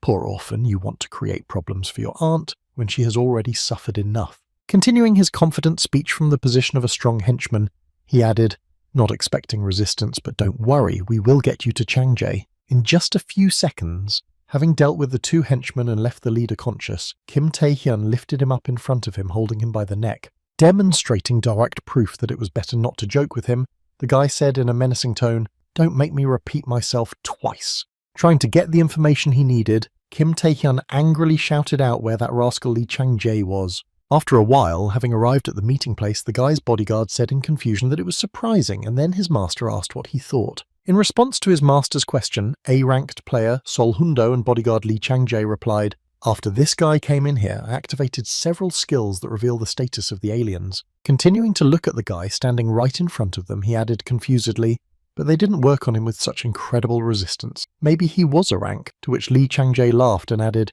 Just as I thought, you're awake." Immediately after his ominous laugh, the guy smiled slyly and said, "Well then maybe we'll just talk to our friend." The next moment, heading to meet Kim Tae-hyun, the guy said, "My words may seem rude, but I have no intention of harming you. In fact, I wanted to test you." Reaching out to the guy he had recently harassed, Lee Chang-jae added, "I'm going to start my own guild after I take over the Tessen group, but even a genius like me can't do everything alone." Continuing to exert some pressure to persuade Kim Tae-hyun to work for him, he added, "I hope you understand what I mean by that." Continuing to express his insidious thoughts, Lee Chang-jae added that talented people are not someone like that lazy Baek Hyuk, but real talent. Immediately after his words, he pointed a finger in the direction of Kim Tae-hyun, who was standing right in front of him, and added arrogantly, "Just like the current Kim Tae-hyun." Again, the guy extended his hand to him as a sign of a deal, smiled ominously and exclaimed, "So, Kim Tae-hyun, forget your old grievances and work for me." Starting to promise mountains of gold again to persuade the boy, Lee Chang-jae exclaimed, "Wealth and glory await you. I will pull your family out of the shit they are living in now." In response to all the suggestions of his opponent who made his demands in order to make him work for him, Kim Tae-hyun said, "You talk too much." As he began to cover his entire skin with stone armor, the guy added that to believe you is wealth and glory. As soon as his body was covered with stone skin to confront his opponent, Kim Tae-hyun added menacingly to Lee Chang-jae and said, "Fuck you." In response to the boy's refusal, Lee Chang-jae activated his fire skill and said in an ominous tone, "Oh, I almost forgot that the dog needs to be tamed." At that very moment, following his master's instructions, his subject Sol Hundo used his skill to create a room, a binding skill that covers the space with magic so that it is impossible to feel the mana coming from the outside. After completing the creation of the protective barrier, Sol Hundo rubbed his hands together and said, "Now no one from the outside will be able to find out about the young master's fight." Turning his gaze to the created room, where the battle has already begun to take place, the man added, "We can enjoy the show." In a close combat, Kim Tae-hyun delivered a direct blow and clashed fists with his opponent, resulting in an explosion. However, the C-rank stone skin was somewhat weaker than the S-rank Fireheart, so Chang-jie had a slight advantage on the battlefield and was already preparing to kick. As a result of the collision, Kim Tae-hyun was in a losing position and was again kicked by his opponent. At the same time, Lee Chang-jae, continuing to push Kim Tae-hyun, exclaimed arrogantly that he had finally realized his place.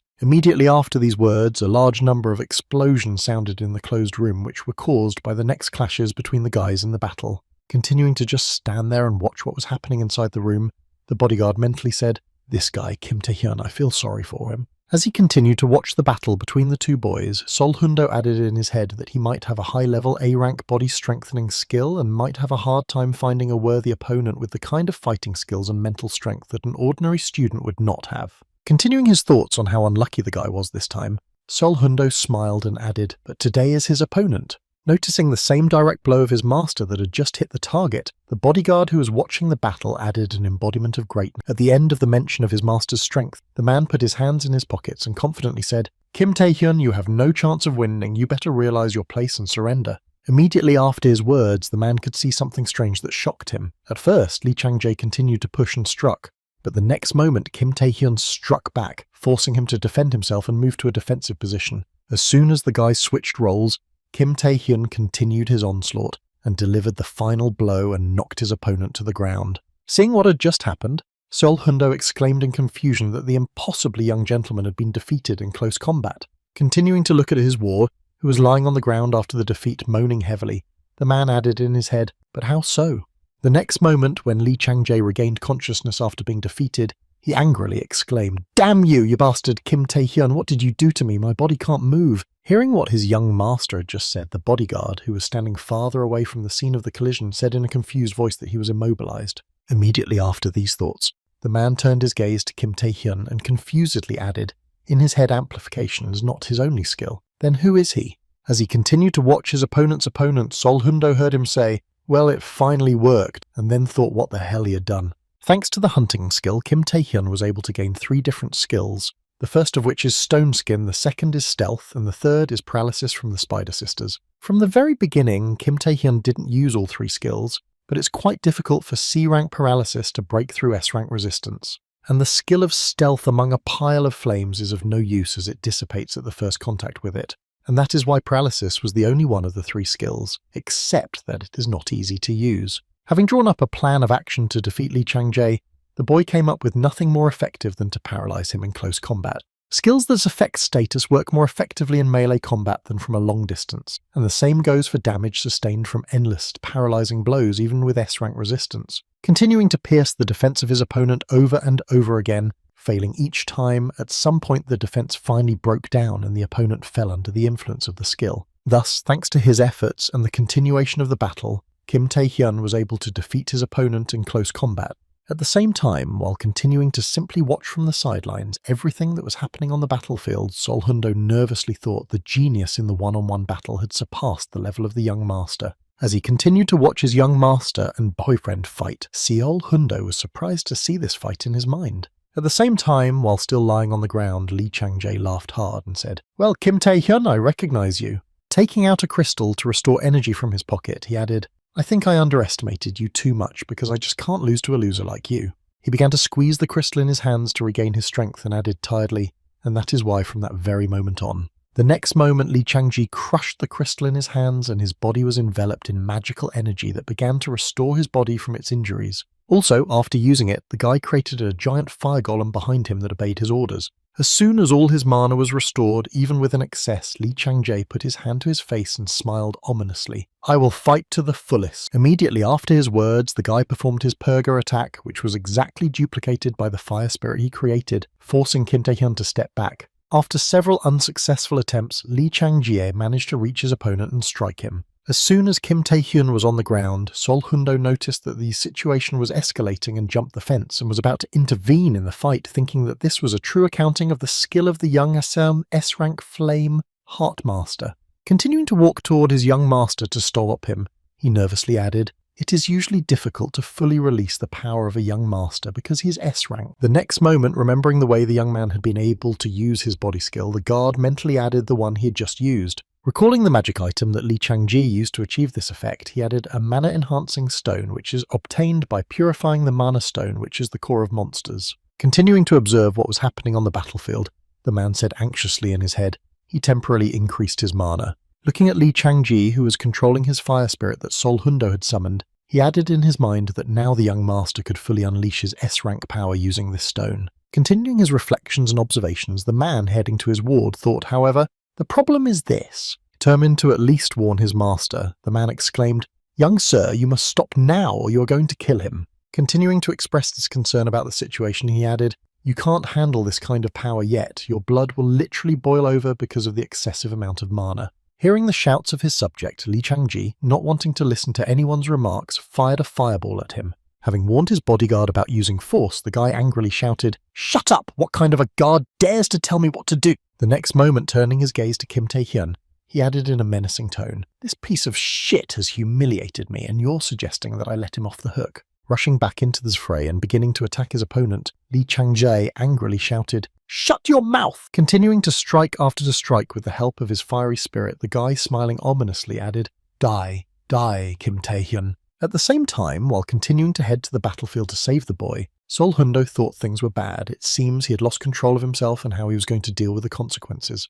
As the guard approached the smoking crater, he shouted anxiously to Kim Tae-hyun, "You're alive! Give up and run away from here." Stretching his hand into the crater where the boy was, Sol Hundo added, "I'll try to detain the young man, and you can do that in the meantime." In response to the man's proposal, Kim Tae-hyun only slapped him in the face instead of taking the outstretched hand of help. Immediately after he got to his feet and walked forward to his enemy, he asked him what was the point of running away. "What are you talking about when you started this fight?" Using fatigue potions, stamina potions, and mana potions in the process, the guy added 0 to the marketplace. I admit that S-rank is very different from now on. Having finally activated his hunting skill, Kim Tae-hyun prepared for a serious fight and said, "I won't hold back either." At the same time, somewhere in the main building of the Players Association, Go Teok arrived at the end of his lecture to report to the management. After receiving the report from his subject, Chae Jin-woo exclaimed in confusion that it was possible that 1,900 and 2,300 was possible. In response to his supervisor's question, Go Teok answered that Lee Chang-jae has 1,900 and Lim Ah-hen has 2,300. There is no doubt that these two are S-ranked opponent. Immediately after Go Teok's words, one of the subjects looking at the report exclaimed in surprise, "Even though they have S-rank, but I can't believe that they have already 1,900, without training," to which another added that this is enough to become a ranked player, in which case he can be on par with the Japanese saint. When he heard the question from his colleague, Go-tuk bowed his head down and said in his head that holy yes. Starting to recall the person in question, the man added in his head, one of the main players in Japan is a monster with a value exceeding 2,500 after being tested at the age of 18. Continuing his thoughts, the man added anxiously in his head that even this monster's value barely exceeded 2,500. Immediately after his thoughts, Go-tuk remembered Kim Tae-hyun, whose value of 5,096 units he saw at the very end and was frightened to think, what the fuck are you talking about, that guy? Trying to somehow calm his nerves after remembering that student, the man added in his head that it just seemed like a miscalculation or something. Going in search of the guy who was bothering him, the man confidently said in his head, I have to check it out for myself. At the same time, somewhere in a school on the battlefield, watching what was happening before his eyes, Sol Hundo exclaimed in confusion that this simply could not be. Kneeling in amazement, the man raised his head up and asked how this was possible. At the same time, trying to somehow resist the incredible force that was shackling his body, Lee Chang-jae exclaimed in confusion as to what was happening. Feeling that he simply had no control over his body and could not do anything at the moment, the guy added in confusion how this bastard was able to suppress my power. I am a descendant of the Tyson group. Continuing to be irritated by the situation at the moment, the guy shouted out, I'm a fucking S-rank! Continuing to express his dissatisfaction with being in a losing situation, Lee Chang-jae again exclaimed, I'm fucking Lee Chang-jae! In response to his opponent's furious shouts that he was going to steal his skills, Kim Tae-hyun said, I don't care whose descendant you are, what rank you have, what does it matter at all? Continuing to smile ominously right into the face of his opponent, the guy added, if you are in a battle. Immediately after his words, the guy used his hunting skill and launched the hunter's tentacles at Lee Chang-jae. A few seconds after the final collision, a powerful explosion occurred, destroying at least the gymnasium of the building.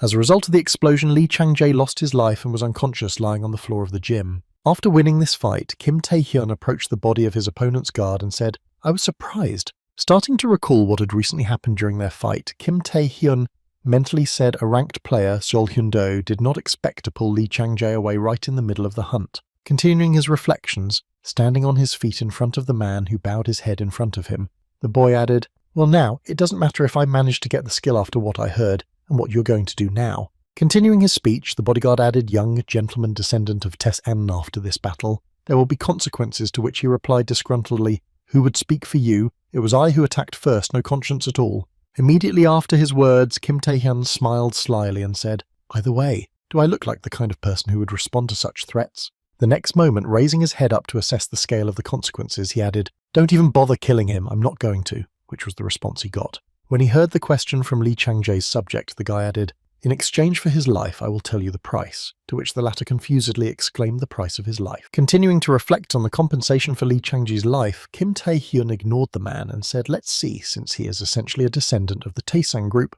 Putting a hand to his chin and smiling slyly, Kim Tae-hyun looked at Seol-hyun and said, you owe me at least 1,000,000,000 won, I agree. At the same time, school children who had already gathered near the site of the explosion met a nurse who was trying to avoid panic and chaos. Also in the crowd of confused people, Im Ah-yoon listened to everyone shouting back that there was an attack by a thief or monster, and she thought anxiously that it was not. Realizing what could be the cause of this incident, the girl was frightened and added in her head the magic and a strong flame of doubt whether it was Lee Chang-jae's power. Continuing her thoughts, she mentally added, but who was fighting him then? And then suddenly imagined in her mind a fight between Lee Chang-jae, who was waving his arms and shouting ominously, Bugaga Kim Tae-hyung, you're a loser, you were just a loser, and Kim Tae-hyung, who was sarcastically shouting, oh, save me, and then thought, not that. In Im Ah-yoon's mind, this was the relationship between the two, and then ignoring the teacher's words that the student should stay here anyway, she headed for the scene. Noticing that someone had just passed by her, the teacher shrieked in confusion, then looked back and saw who it was who had gone to the scene and exclaimed in confusion. Approaching the entrance and starting to kick the front door to get inside, she thought, I was wrong, I shouldn't have let them stay in the gym alone. Continuing to break through the flames, smoke and rubble of the building's ruins, the girl added anxiously in her head, it's all my fault, Kim Tae-hyun. On her way to the place where the explosion occurred to help the wounded guy, she added in her head, I pray you survive. However, everything did not happen as expected. When she arrived at the scene, she saw Lee Chang-jae lying unconscious on the floor. And not far from this motionless body stood Kim Tae-hyun, who did not seem to be affected by the situation even by external signs. While the girl began to spontaneously throw around confused questions, Kim Tae-hyun said, oh, you're just in time, I just thought I needed a witness. That is, I need help with carrying the body, take him to the first aid station or better yet, to the hospital. Hearing the request from her classmate, the girls went to Lee Chang-jae and confusedly exclaimed to Kim Tae-hyun what was going on here, to which he awkwardly replied, "How did he manage to faint? Maybe he fell down the stairs." Hearing the boy's excuse, Im Ah-yoon turned her gaze to the victim and mentally said from the stairs, after which Kim Tae-hyun added, "In general, he has nothing to do with me, so I'll leave him to you and don't tell him that you saw me well." Immediately after his words, heading for the entrance, the guy said, "Well then, I'm leaving," and the girl turned her head in his direction and exclaimed, "Wait, Kim Tae-hyun, explain everything properly." As soon as she said this, she saw that the guy was no longer in the gym. He had simply vanished into thin air, and she exclaimed in confusion. Trying to realize what had happened, the girl shouted his name again, but the guy was already on the edge of the city, away from the scene of the incident, and then breathed a sigh of relief. Continuing to look in the direction where the fight with his opponent took place, Kim Tae-hyun said, "Im Ah-yoon will somehow cope with Lee Chang-jae, and the Taesang group will also fulfill my conditions, so I think that's all." Immediately after opening his status window, he decided to review the description of the skill he had just learned, and said anyway. While reviewing his characteristics, the guy accidentally noticed the new characteristic he had received and was surprised to say, "Charm, isn't it, about the appearance of celebrities?" Realizing that he had taken away his opponent's hunting skill, Kim Tae-hyun said, "Don't tell me that hunting took away Lee Chang-jae's hunting skill. It's annoying." The next moment, moving his gaze to the list of skills he had, the guy mentally added, "I also got this heart of flame and the heart of a monarch." Looking at the characteristics of the skill he had gained during the hunt, he was surprised to see that it increased the characteristics of the group members. So Lee Chang-jae had such a skill. Kim Tae-hyun smiled slyly and spoke in a very nice way, pleased with the skill he had acquired. Starting to imagine in his head the owners of the skills he has, the guy mentally added skills that affect the entire group, rare regardless of rank, and if I am the one who uses several skills, I activate the Monarch's Heart, which allows me to combine any skill. I will become stronger. Rejoicing at what he had received after the fight with Lee Chang-jae, Kim Tae-hyun said, "It's just so damn beautiful." But before he could get far, a bunch of management vehicles caught up with him and surrounded him from all sides. The next moment, a familiar person came out of the cabin of one of the cars and said, "Finally, we found you, Kim Tae-hyun." Continuing to walk confidently toward the boy, accompanied by his bodyguards, Go-tuk added, "I have a lot of questions for you." Continuing to walk toward the confused boy, he added, "Let's start with this." And at that time, Kim Tae-hyun wondered how he'd gotten here. Looking at the man who was on his way to meet him and asked him a question about what you were doing earlier inside the gym. At the same time, somewhere in the Tesson family's house, a man holding a glass of alcohol in his hand asked, "So what do you think?" Continuing to ask his questions under the barking of dogs, the man added, "My only son and offspring are hospitalized, but that's not enough for him. He also demands 1,000,000,000 for my son's life and to settle this case quietly." After voicing his question, the man continued to sit on his throne, surrounded on both sides by dogs barking menacingly. At the same time, bowing his head down, Seol Hundo said guiltily in a trembling voice, "Please forgive me." Keeping his head down and dripping with sweat, the subject felt his whole body trembling with fear and added, "I have nothing to tell you." After thinking a bit about what he should do in this situation, the manager said, "Fulfill these conditions," and Seol Hundo said, "Stop right there," and he heard a boogaloo in response. Immediately after his words, the man snapped his fingers and added that the price we would pay would be followed by a corresponding reward. Hearing a signal from his superior, a couple of people came out of the next room and saw them, and Seol Hundo exclaimed in confusion. Realizing what was coming next, he exclaimed frightenedly, "He was just a boy. It would be too cruel." In response to his subject's alarmed exclamations, the man said, "Enough! I'm not going to listen to the dog barking." The person who started pulling the strings to take revenge on Kim Tae-hyun was S-ranked player Lee Chang-soo, president of the Taesang group. At the same time, while staying in one place while being caught up by Kim Tae-hyun, he heard himself asked again what you were doing in the gym. Trying to understand the reason for the arrival of the person from the management office at his location, Kim Tae-hyun wondered why Go-tuk was here. The next moment, as he began to go over in his head the two incidents that had happened to him in the same place, he mentally added the gym, whether he was talking about the explosion or the situation during the lecture. Trying to understand why the man had come to him with these questions, he added up in his head what he had heard. Continuing to look at the person in front of him, Kim Tae-hyun thought, given his position as deputy manager, the chance that he himself had come to deal with the explosion was rather low, but maybe he already knew that I had set it off. Continuing to brainstorm, the guy mentally added, "Then all that remains is to check it," and then asked the gym about the explosion. Hearing the question from the guy he was interested in, the management manager was surprised to hear that there was an explosion. The next moment, turning his head to the column of smoke that was visible even from here, he said, "You know, that fire is under control. Other people will take care of it." Immediately after these words, he turned his head back to the boy and added, "However, I still haven't received an answer to my question, and then Kim Tae-hyun thought he didn't know the cause of the explosion. Continuing to question the boy about the latest events, Go-tuk added, "What exactly you did in the gym on Kim Tae-hyun?" Just smiled slyly and thought that meant something. Deciding to take advantage of the situation, Kim Tae-hyun confidently looked at the member of the management and asked, "Don't you already know?" In response to the guy's question, Go-tuk asked him what he was talking about, and he replied, "I think you came to give me an invitation to the qualifiers for the games." After laughing nervously at the boy's question, Go-tuk asked the selectors why they were interested in him. In response to the man's question, who continued to pretend not to know, Kim Tae-hyun replied, "Well, if you need a reason." Having demonstrated his true strength, which now amounted to 5,214 points, Kim Tae-hyun said then, "Isn't that enough?" At the same moment, Go-tuk, who was in a state of shock when he saw that incredibly high figure again, thought it simply could not be. Continuing to marvel at what he now saw in front of him, the man added in his head, confused, he became even stronger. Observing Kim Tae-hyun's current increase, he mentally added that this number was not an accident or a skill error. Continuing to marvel at the overall strength of the guy standing in front of the representative of the department, Kim Tae-hyun added in his head, "Who are you?" Immediately after his thoughts, the man added, "But what happened to your clothes?" To which he replied awkwardly, "Oh, I'm this one." After a while, when Kim Tae-hyun returned home, he met his cousin and told him some of the latest information, to which he heard a surprised exclamation from the selected players. At the entrance to the boys' room, Hwang Ja-yeon was surprised to hear that Hyunim was going to participate in the qualifiers, and he calmly continued his training and replied, "Yeah, in a month." Continuing to be amazed at his cousin's achievements, Hwang Ja-yeon began to bow to him and said what one would expect from the King, God, General, Emperor, Generalissimus of the great Kim Tae-hyun-nam, to which he asked in surprise, "Are you mocking me?" After the dialogue with his cousin, Kim Tae-hyun returned his head to the dumbbell and mentally said Taesan Group took good care of the explosion representative, so Go Tae-hyuk didn't suspect anything. If the qualifiers are in a month, then I have to concentrate on training.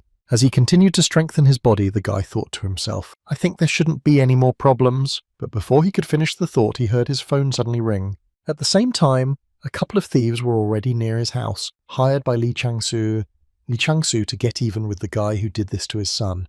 While one of the thieves continued to observe, the other one, neutralizing the guard, said, "I wonder why a player from the association is guarding the house of a high school student." Holding the man who was supposed to be responsible for Kim Tae-hyun's safety by the throat, one of the pair of thieves listened to him moan heavily, adding to the annoyance. In response to his friend's words, one of the thieves who arrived at the boy's house huffed and said that he might be one of the candidates for the qualifiers. Immediately after his words, a rank thief from a duo of hired killers, Black and White brothers, the older brother Black with stealth skills, those body enhancements said in the end, they're really worried about their future. Standing up to his full height and spreading his arms in front of him, the man added that they can call him whatever they want, because without combat experience they are useless. Immediately after his words, the elder brother, nicknamed Black, smiled ominously and exclaimed joyfully, "Then let's show who the real awakened ones are, my younger brother." When the man did not receive an answer to his words, he looked back and saw that his accomplice was already being roped and shouted out to his brother in confusion. Angry that they had been attacked during the mission,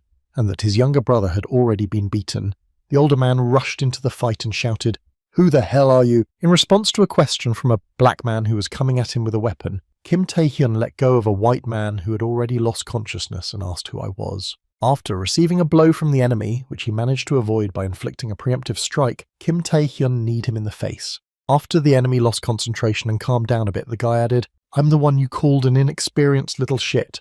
And now let's go back a few hours to when Sol Hundo shouted out the price that Kim Tae-hyun had just given him in exchange for Lee Chang-jae's life, and he was confused. Continuing to kneel in front of the guy who set the conditions, the man added frightenedly, "I can't make such decisions on my own, except for keeping quiet about what happened." When Kim Tae-hyun heard the man's remark, he waved his hand and said, "Do you really think I might not know that?" Continuing a business conversation with Sol Hundo, the guy added, "I'm not an arsehole who dumps all the work on minions just to influence a positive decision." Immediately afterwards, Kim Tae-hyun added a certain degree of warning so that he would not even think of being deceived, but he also added a warning in case of betrayal. Holding out his hand to the man, Kim Tae-hyun said, "Perhaps we can make a deal.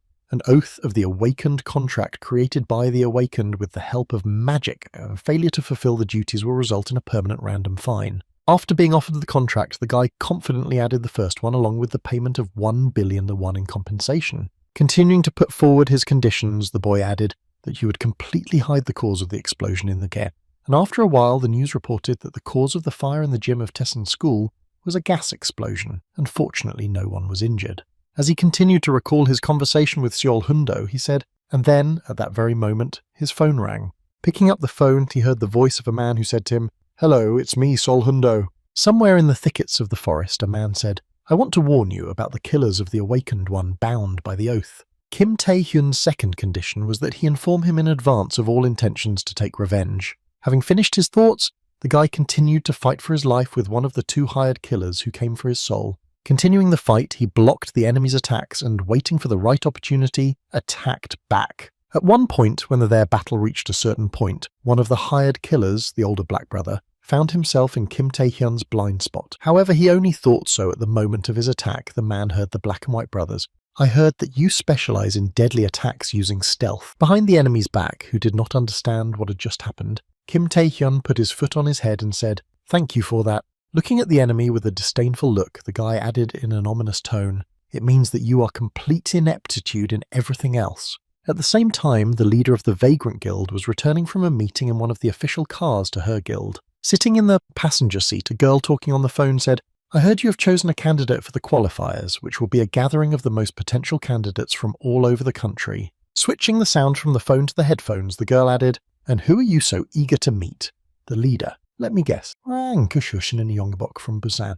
In response to Yuan Chi's question, Jin Woo, standing by the window, replied, "No, of course he's famous, but he's not the one I want to see." The man smiled happily during the talks with the girl and denied her guess and said, "Your younger sister." Hearing the proposal of who you would like to take as a candidate, Yuan said, "Oh, do you think the family will tolerate anything worse than this?" and was laughed at, followed by the man adding, "I'm just as cruel." As she continued to talk to the leader of the Vagabonds Guild, she heard Che Jin-wee ask who Gin Yongbok was expecting.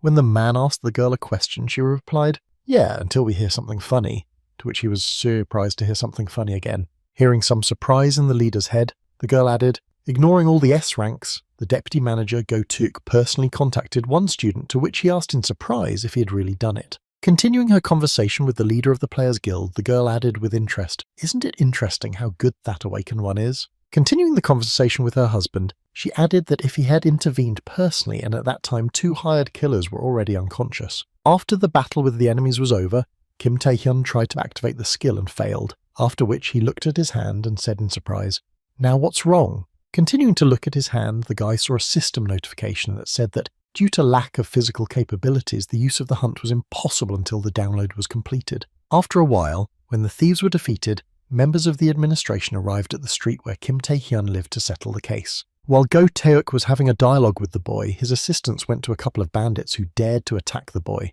Looking at the pair of bandits, one of the assistants said, "Those black and white scoundrels again, they not only dared to contact a member of the Players Association, but also tried to attack a high school student," to which the other replied, "Don't you think the thieves have gotten too wild lately?" At the same time, being behind the assistants of the Players Association, Go Tuk turned his head to the target of the attack and said, "Kim Tae-hyun, thanks for telling me. Do you have any idea who might be behind this?" In response to the man's question, the guy looked up, then thoughtfully hummed, and looked away, saying, "I'm not sure." After receiving an unclear answer, Go Tae-hyuk said that perhaps the list of participants had been leaked to the network, and that the rest of them should beef up their security. And when Kim Tae-hyun heard this, he thought, "If I involve the Taesang group, I will not only be unable to properly understand everything, but I will also put myself at risk." Immediately after his thoughts, he looked down at his hand and mentally said, "Besides, they're not the biggest problem." When Kim Tae-hyun tried to activate his hunting skill again, he received the same system notification that said that due to lack of physical ability, the use of hunting was not possible until the reboot was completed, after which he thought he was out. After the dialogue with Go-tuk ended, Kim Tae-hyun went home and thought, "I won't be able to use hunting until my physical abilities are sufficient. Lord, what is wrong with this skill?" Continuing to walk home with his head down, the guy began to recall the monsters he had defeated and thought, "Then I just have to increase my characteristics for this." Starting to think about how he could improve his physical characteristics, the guy thought that to fight monsters, to increase his rank, he needs hunting and I don't have it, and to fight the awakened I need hunting, which I can't use. Realizing that his traditional methods, which he had been using until recently, were not effective, the guy said, "Damn it, I guess I just don't have any other option." After a while, having collected his thoughts and come up with a logical solution to the problem he faced, the guy headed to the training center in the area. As soon as he was inside, he was immediately met by a joyful girl who, holding out a registration form, said, "Hello, I am your guide to the best training center in New South Korea, Blackhead. My name is Yura." Smiling happily to attract new visitors, the girl pressed her presence on the guys and added, "I can help you." Continuing to follow his cousin, Hwang Ja-eun nervously exclaimed, "Blackhead, to sign up, you need to meet the criteria and also have money. And you chose this place," to which Kim Tae-hyun confidently replied, "Well, why else would you come here at that very moment?" Yura was surprised to think that the children. Trying not to offend the visitors, the girl shrugged and said awkwardly, "Hey kids, this is not the training center you're used to." To which Kim Tae-hyun, holding out his SVIP card to her, said, "Please sign us both up." Continuing to hold the golden card he had received from the Alchemist Guild at eye level, Kim Tae-hyun waited for the girl to change her mind and fulfill his request. As soon as Yura picked up Kim's card, Taehyung asked if it should be enough to check it out, so Taehyung signed a super VIP contract with the Alchemist Guild at the same moment and began to look at the card she had handed him. The girl thought that it was a card of one of the 4 Alchemist Guilds. The next moment, turning her gaze to the boy standing in front of her, she mentally added, "How does this boy know he is a student of some high-ranking player? Or don't tell me he's the owner of this card." Feeling very tense and realizing the difficulty of the choice, the girl mentally added, "But if I agree and something goes wrong, it will be a problem what to do." The next moment, a drugged man appeared behind the confused girl, laughed loudly, and said that Yura was in a difficult situation. As soon as everyone turned their attention to him, the man continued to pose and said, "Boogaloo people, money alone is not enough to sign up with us." An iron strong man exclaimed in confusion. As soon as the man approached them, Hwang Ja-yeon exclaimed in confusion that Iron Strongman was a super cool name. What should we do now? And at the same time, he was disappointed. Looking at the man who continued to pose, Kim Tae-hyun thought, what kind of name is that? Is he crazy? Continuing to introduce himself, the man said to you, "Iron Strongman, cultivator of beginners." Hearing this, the rest of the participants of the training center who were on the sidelines looking back at Iron were talking to Iron Strongman. Poor guys. Continuing to pose and show off his muscles, Iron Strongman said, "Bugaga, you've seen how everyone is shaking at my name alone. If you back off now, then yes, I will forgive you." To which Kim Tae-hyun replied, "What is this old man talking about?" Hearing what Kim Tae-hyun had just said, Hwang Ja-yeon raised his hands in fright, but did not say a word so as not to escalate the situation, while Yura just continued to watch the situation anxiously. Also, unable to simply let the guy's words pass him by, Iron Strongman continued to demonstrate his muscles and said that you dared to call me weak. In response to the man's question, Kim Tae-hyun smiled slyly and said, "Well, if you don't believe it, then we can bet that the loser will have to pay for a year's subscription." Hearing the offer from Kim Tae-hyun, who decided to compete with him and the price of the bet, Iron Strongman confidently exclaimed, "You don't know your place at all, but then you're in the wrong place." Moving on to the competition simulator where they were to compete, Iron Strongman added, "Prove it to me." In order to move into the digital space to start the competition, the 2 candidates took their seats in the simulation chairs and connected to the system. At the same time, an image was displayed on the screen where all the fans could watch the progress of the competition. At the same moment, when he saw on the main screen where the 2 contestants had moved, Hwang Ja-yeon exclaimed in confusion what the abyss was. In response to the boys' question, Yura nervously replied to the recruiter's virtual reality program without taking his eyes off the broadcast, to which the recruiter replied in surprise. The Summoner is a virtual world that recreates the environment of the abyss for competitions that took place for various reasons. The main task in this competition was to destroy as many B-rank monsters as possible in the shortest possible time while holding a lot of weight on your back, which is the most popular way to establish a hierarchy within the training center.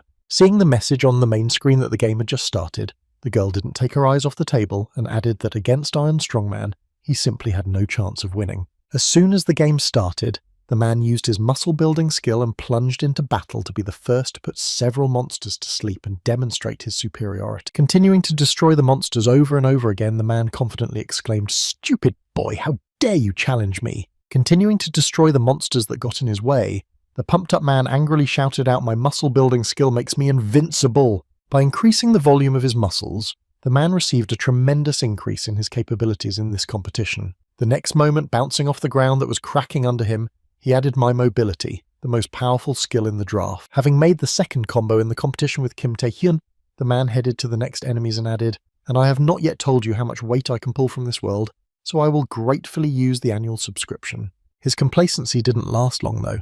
A few seconds after the game started, Kim Tae-hyun finally took up the cause himself and defeated a dozen enemies in a split second. Continuing to move forward, he did not hesitate for a second, going further and further, destroying all the enemies he encountered on his way. In this way, he quickly took the advantage in this competition to his side, leaving behind only pieces of defeated monsters and the arrogant Iron Strongman. Without stopping for a second, Kim Tae-hyun has already defeated a considerable number of enemies, while the man just stood there shocked by what was happening. After a certain period of time, Kim Tae-hyun reached the mark of 999 combos, making a powerful explosion around him that took away the last monsters. After winning the competition, the boy breathed out a sigh of relief and said to the amazed man, "Of course, I didn't plan to stay here for more than a month, but I did." Continuing to comment on his victory and the completed competition, he added that it was definitely a cool workout considering the work with the maximum weight at the same time, being among the fans. Hwang Ja-eun was trying to contain his surprise, holding a sign with the inscription, "I believed in you." After a quick victory over the hitherto unbeaten man, Kim Tae-hyun approaching him said, "So you say you're Iron Strongman, so it wasn't so bad." Carrying a considerable amount of extra weight during the competition, Kim Tae-hyun said, "Now pay up and get out of here." After some time, when the qualifiers were about to begin, a female voice was heard on the speakers above the arena, saying, "How are you feeling today? Marks the 30th day since the information about the changes to the rules for selecting players was published." Heading in a helicopter to the venue of the event, the girl added that the day everyone had been waiting for had finally arrived. Seeing a helicopter arriving at the main selection arena above them, the surprised participants heard the exam for the player's license. Continuing to report and comment on everything that is happening, the girl added that the Players Association has changed the rules of the qualifiers to allow minors to participate in them, and now people of all ages have come from all over the country to the association's examination centre. Continuing to comment on this event, the reporter added, "Awakened, we are looking forward to the invincible melee fighter Iron Fist, a rank Hong Yonguk. Even S-ranked ones are not looking at his outstanding combat sense druid A-rank Lee Gilson."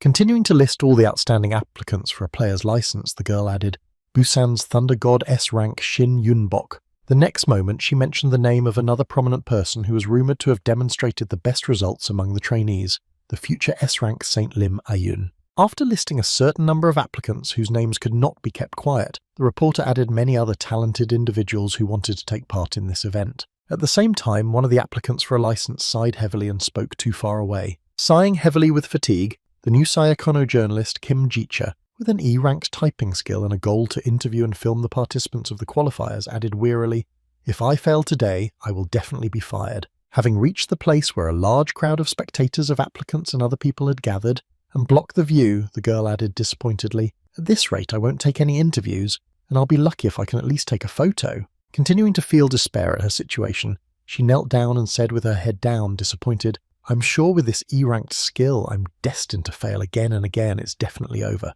The next moment she suddenly heard a man's voice that had just sounded behind her saying, "What the hell is going on and why are there so many people here?" Continuing to express his dissatisfaction with the situation, he added, "How will you order the participants of the qualifiers to get to the arena?" Hearing this, the girl who had almost resigned herself to her fate thought that he was a participant. Continuing on his way to the arena to catch the qualifiers, Kim Tae-hyun passed by the hopeful journalist and said, "Oh shit." Smiling happily at the moment of going to an interesting event where he will see a lot of interesting things, the participant of the qualifiers Kim Tae-hyun S rank added how annoying it is. The next moment, Kim Ji-cha reached out to a guy who had just walked past her and said tiredly, "Let me interview you." After the interview, Kim Tae-hyun immediately headed to the main arena where the qualifiers were about to begin. Seeing another candidate who had just arrived at the arena, the organizer called out to the participant Kim Tae-hyun, who was starting in 1 minute, to which he replied, "I'm almost late because of that interview." Immediately after expressing his disappointment about the time wasted, which could have played a bad joke on him, the guy smiled slyly and said, "Even so, even if it did."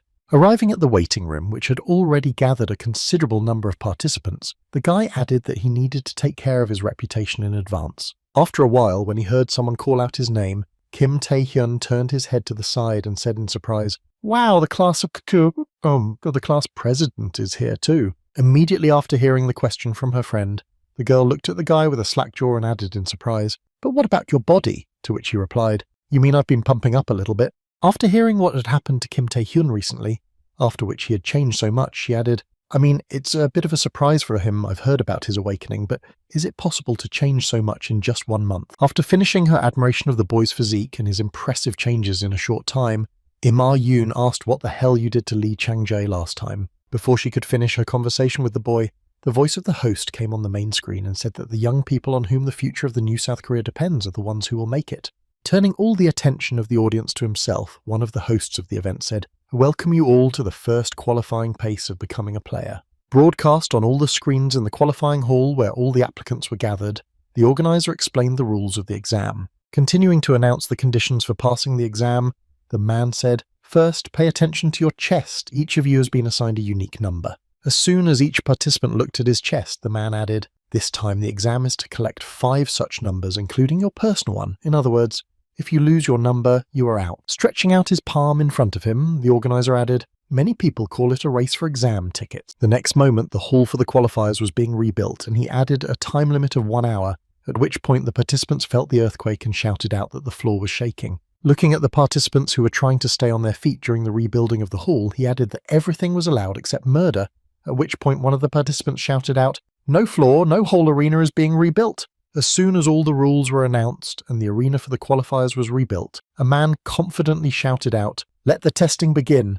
As soon as the command to start the qualifiers was given, a large number of participants took one of the issued candidates as their first target and shouted out to Imayun, ranked S, to deal with her before she does it to us. However, all of the attackers failed instantly.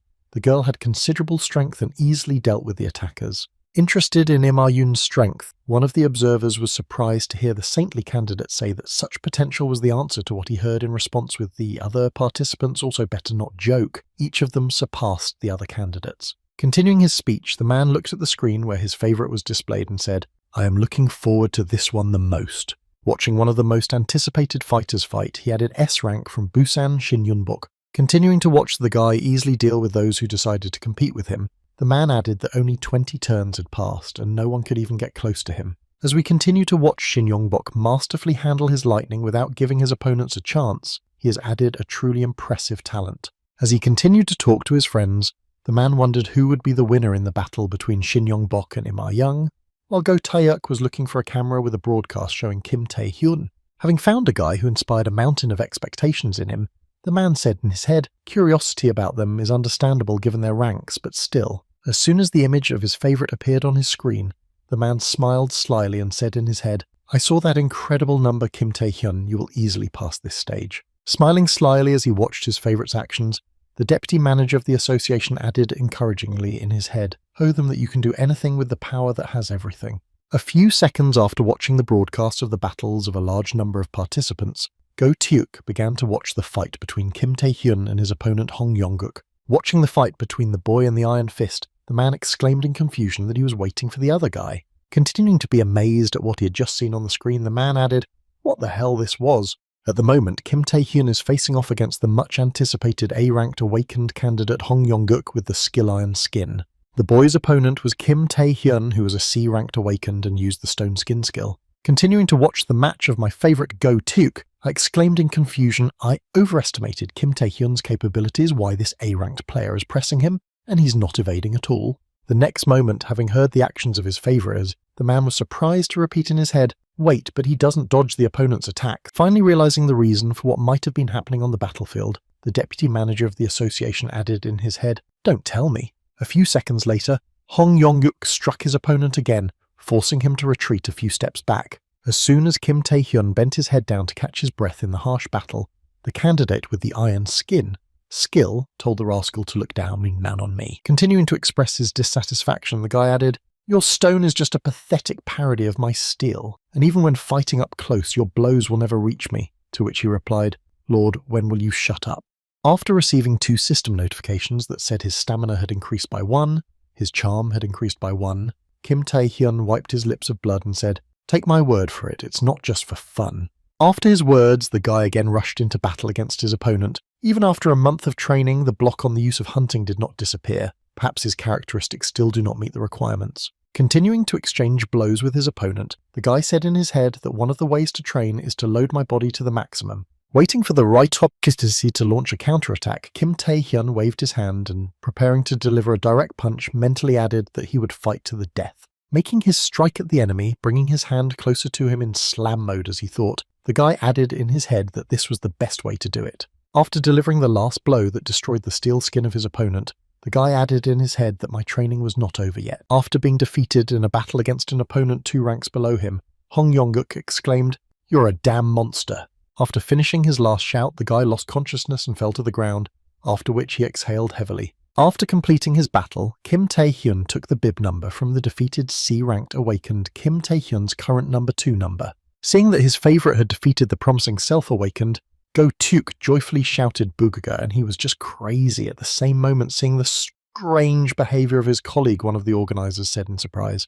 The deputy manager Go was very excited too, which the other added, I bet that this test was very exciting for him. After expressing his admiration, the man clenched his hand into a fist and thought happily, I can't believe he's training right during the massive task of Kim Tae-hyun's survival from your recklessness. I have goosebumps. Continuing to observe the state of his favourite, the man added in his head, but now it can become a problem.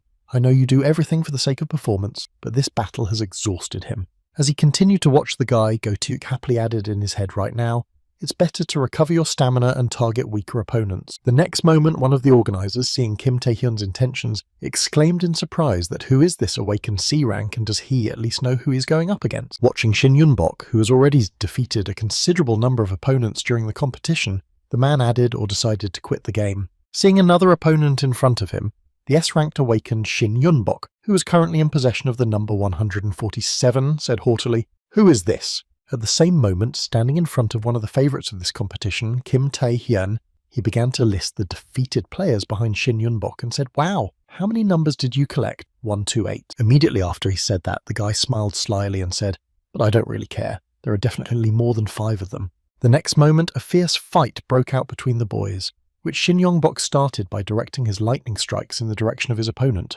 When choosing the place to hit, the guy pointed his hand to the spot and lightning fell from above in that direction. At the same time, Kim Tae-hyun continued to dodge his opponent's attacks, closing the distance, and now he was close to his opponent and was about to strike with his foot. As soon as he reached his target, he felt a barrier that prevented his attack from passing through. At the same time, Shin Yun-bok said, damn, he's pretty fast. Having avoided his opponent's attack with the help of lightning that enveloped his body, the guy added, I can't even see your attacks. The next moment, there was a powerful explosion caused by the collision, and as a result, Kim Tae-hyun bounced back, stopping on a vertical surface. Catching his breath during a tough battle, the guy he didn't expect Kim Tae-hyun mentally said to Shin Yun-bok, the S-rank thunder god from Puman. As he continued to watch his opponent prepare to strike again, he thought to himself, who knew it would be so difficult? Dodging the enemy's attacks and analysing his fighting style, Kim Tae-hyun mentally said he not only covers himself with powerful discharges, blocking all attacks. The next moment he turned his gaze to the places where the enemy's attacks had hit and the craters that remained afterwards, but he was strong enough to actively attack both on the ski and long range. Continuing to catch his breath in the moments of no danger, the guy mentally added, given that hunting is not available to me now, how the hell am I supposed to through his defense? At the same time, the opponent smiled slyly and said in a provocative tone, well, why don't you come over here? You want me to do it this way? Immediately after he said that, Shin Yong-bok jumped, and within seconds was in front of his opponent, ready to strike. However, his attack was not successful, as Kim Tae-hyun managed to dodge and Shin Yong-bok only destroyed the wall as a result of the attack. After the failed attack, Shin Yong-bok tried to attack his opponent again, and following him, laughed ominously and shouted where to. The next moment, after catching up with Kim Tae-hyun on one of the cubes that the qualifying room was divided into, Shin Yong-bok struck and added a runaway punch. As a result of the hit, Kim Tae-hyun felt hundreds of discharges from Shin Yong-bok's skill running through his body. Continuing to push his opponent, Shin Yun-bok laughed ominously and exclaimed, if you didn't want to fight, then there's no point in running away. Continuing to be attacked by the enemy, Kim Tae-hyun at some point wrapped his body in stone armor and tried to counterattack. At the moment of the attack, Shin Yong-bok easily destroyed Kim Tae-hyun's stone fist and then spoke a foolish thing. After the destruction of the stone fist, Shin Yun-bok used his skill to create a powerful light source that blinded almost the entire arena. Taking advantage of this chance, the boy jumped up and prepared to deliver his next blow. After using his skill and seeing that his opponent could still move, Shin Yun-bok laughed and exclaimed, you were able to survive, and you're just something. Feeling strong resistance during his battle with the enemy, Kim Tae-hyun thought to himself, what a great thing that you were here too. After using his skill and seeing that his opponent could still move, Shin Yun-bok laughed and exclaimed, you were able to survive, and you're just something. Feeling strong resistance during his battle with the enemy, Kim Tae-hyun thought to himself, what a great thing that you were here too. As he began to recall the exact timing of the exam and the actions of his opponent, Kim Tae-hyun mentally added all the while watching others run away. Suddenly imagining the class president in his head, the boy added, I thought the only one who could entertain me at these sectionals would be Im Ah-yoon. The next moment, turning his gaze back to his opponent, the guy said in his head, but it turns out you were also a funny little toy. The next moment, the guy launched an attack on his opponent that caught him by surprise and surprisingly managed to reach him and even hurt him. Shin Yongbok felt his jaw snap, and he exclaimed in confusion, feeling a strange sensation of pain that he hadn't felt in a long time. Not understanding how Kim Tae-hyun's attacks reached him, the guy continued to suffer injuries and wondered in his head what was going on here. As Kim Tae-hyun again launched another projectile at his opponent, Shin Yongbok added in his head, confused, he couldn't get to me. The next moment, another piece of debris thrown at him by Kim Tae-hyun reached its target and injured Shin Yongbok, knocking him back. Continuing to attack his opponent, Kim Tae-hyun mentally said stone skin certainly doesn't compare to the fury of the thunder. God, and even perfect use of the skill doesn't allow you to break through to him. Just one more time would be like being hit by lightning. Immediately after turning his gaze to the cubes flying in space that made up the arena, he added that the platform for the qualifiers was different. Shifting his attention from side to side to find more fragments of the cubes, the boy mentally added that first of all, it was made of a material that could withstand the force of the awakened. So unlike stone skin, even after a collision, the fragment would not crumble. Finding the right size fragment, Kim Tae-hyun grabbed it and headed to attack Shin Yongbok, adding in his head that if he used it as a weapon, he could somehow find a gap in the Thunder God's defense. Preparing for his next attack on the enemy, Kim Tae-hyun just smiled slyly and said Shin Yongbok in his head. At the same moment, spitting out blood during his exclamation, the overconfident Shin Yongbok shouted out, "You fucking bastard!" Having dealt the last blow to his opponent, Kim Tae-hyun defeated him by putting him out of action and mentally adding that he would not be able to resist me. After the collision of the wreckage that Kim Tae-hyun used for his final blow, observers could see the cube on which the battle took place begin to collapse. Immediately after learning about the outcome of the battle, the organizers and the rest of the audience exclaimed in surprise that the S-ranked awakened lost to the C-ranked Kim Tae-hyun. Seeing the violent reaction of his colleagues to the defeat of their favorite, Go Taeuk smiled slyly and put his hand to his chin and thought only he could make all these people nervous. At the same time, standing over Shin Yongbok, whom he had just defeated, Kim Tae-hyun took away 3 numbers from him, which he lacked to advance to the next stage. Having received what he had come for, the guy smiled happily and said that the task was completed. Now all that was left was to wait for the completion. Before he could fully enjoy his victory, he felt the danger approaching him and jumped back to dodge an ice spear that immediately appeared from the ground. Looking at the attack he had just been attacked with, Kim Tae-hyun, retreating back from his defeated opponent, said in surprise that the ice was breaking. The next moment, the cube he was standing on began to slowly envelop him in magic ice, and as a result, the battlefield narrowed to a single cube covered by an ice barrier. As soon as the ice barrier was created, Kim Tae-hyun saw Im Ah-yoon appear in front of him and slowly approach. When he saw who had just decided to attack him by surprise and created a barrier, removing the possibility of simply running away, Kim Tae-hyun was surprised to think that it was Im Ah-yoon. Not understanding the reason for her actions, Kim Tae-hyun looked at his friend who suddenly attacked him and thought about what she was doing here and how much she had seen. The next moment, all his thoughts were interrupted when the girl said, "I believe that with great power comes great responsibility." By continuing to make her big speeches to the guy she sneakily attacked after a hard battle, Im Ah-yoon added power without responsibility to pure evil. Continuing to lecture the boy, she added, "Kim Tae-hyun, you are strong. I would never have thought that you would be able to defeat Shin Yongbok," to which he replied in surprise, "Why would he suddenly?" Immediately after her words, she stretched out her hand in front of her and added menacingly, preparing to start a new battle, "I'm sure you defeated Lee Chang-jae in the same way." Trying to somehow dodge the snowy bombardment of Im Ah-yoon's skills, Kim Tae-hyun, fleeing from the target area, shouted that it was not snow but dam bombs. Continuing to try to somehow avoid the girl's attack, Kim Tae-hyun exclaimed that in this case secrecy is simply useless. After hitting a guy in the head with her foot when he was distracted, the girl exclaimed, "I believed in you in the gym." Continuing to attack the tired guy while he was at a disadvantage, she added that you are different from the likes of Lee Chang-jae. Continuing to rebuke her friend, whom she mercilessly attacked, Im Ah-young added that she would not act for personal gain. As she was preparing to strike the guy again to throw him out of the competition, Im Ah-yoon exclaimed, "But after seeing what I saw, I realized that in the end it was all your fault, whether it was Lee Chang-jae or Baek Hye-soo." Continuing to attack the guy who was barely standing up, she added that using skills without a license is illegal, and that the two were hospitalized. Continuing to attack Kim Tae-hyun with her icy attacks, the girl added in a stern tone, "But after all you've done, I won't report you, however." After finishing the game with one goal, after expressing all her arguments, the girl looked at the guy who was trying to get to his feet and added the exit from the qualifiers. Continuing to build her arguments, the girl said in a stern tone of voice, "You are not worthy of becoming a player." Hearing all the allegations that came from the mouth of the girl who suddenly attacked him, Kim Tae-hyun said, "Who the hell are you to say such things?" The next moment, gathering his remaining strength, the guy began to get to his feet even after all he had been through. Kim Tae-hyun added, "You couldn't even stop Lee Chang-jae's tyranny with strength, responsibility and dignity."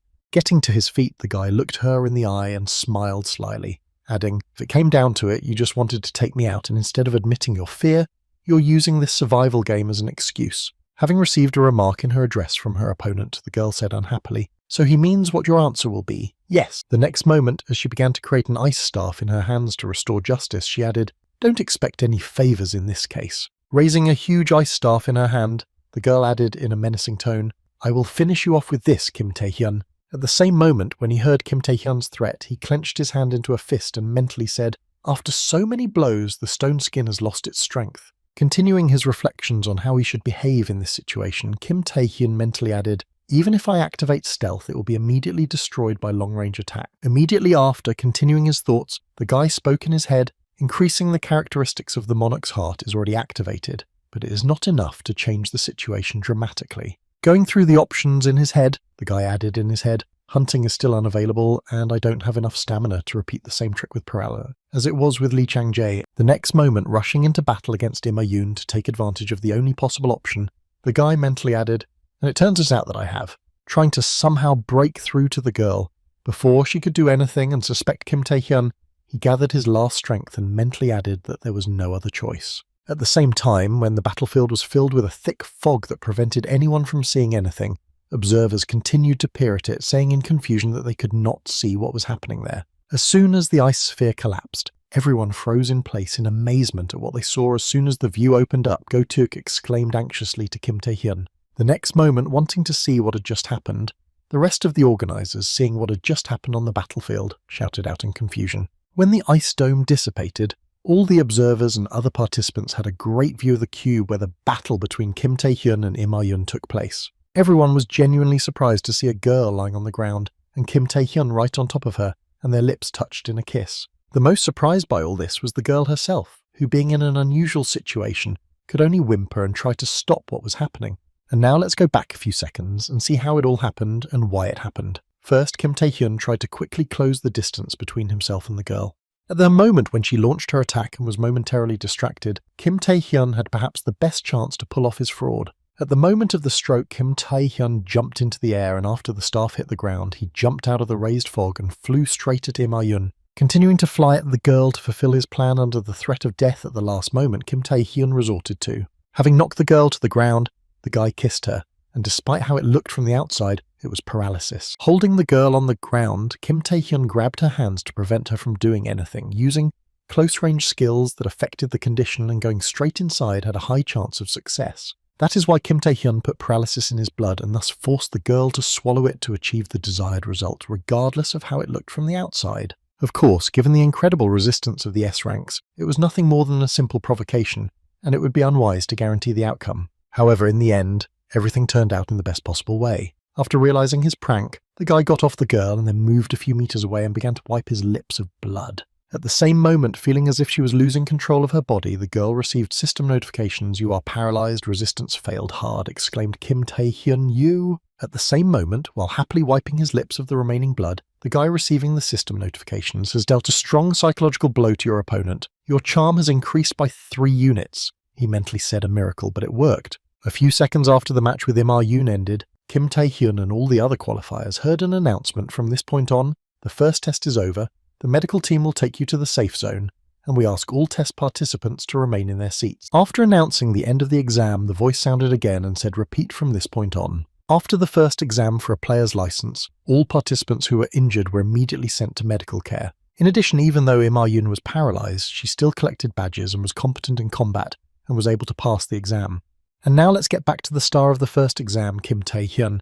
Even though he was able to collect only 7 badges, he still defeated Shin Yong-bok and Im Ah-young. She drew too much attention to the guy, and now each of the participants could not perceive him as before. All the attention was always focused on him. When Kim Tae-hyun left the ward after visiting the doctor, he was heading to the waiting room when he heard behind him the person who defeated Shin Yong-bok and Im Ah-young. "I heard that he was a C rank. Is it true? What tricks does he use?" Pleased that now a lot of attention was focused on him, Kim Tae-hyun raised his hand in front of him and moved it without feeling pain and said in surprise, "The healing skills are just incredible in that state. I couldn't even walk, maybe I can get one later." As soon as he said this, he suddenly heard a familiar voice shouting his name, followed by Shin Yong-bok, and then a slippery bastard. Reacting to the attack on him on neutral territory, Kim Tae-hyun immediately covered his body with stone armor and shouted out Shin Yong-bok in confusion. At the same time, continuing to push his opponent with considerable force and preparing to take revenge for his past humiliation, Shin Yong-bok added, "You won't be able to pull that trick now." As soon as a fight broke out between the boys, other participants standing nearby exclaimed in surprise, "Look, there's a fight, it's Shin Yong-bok, he wants to take revenge." Having understood the situation before their eyes, the crowd of onlookers began to cheer and wave their hands. "We're just going to get rid of him, fry him Shin Yong-bok." Hearing shouts from outside spectators who began to support him, the guy turned his head to the other participants and pointed his hand at them and shouted, "Hey, you don't decide anything here." Shin Yong-bok fired a discharge at the bystanders to calm them down and angrily shouted at them to shut up immediately. Immediately after the bystanders were removed, Shin Yong-bok exclaimed to Kim Tae-hyun,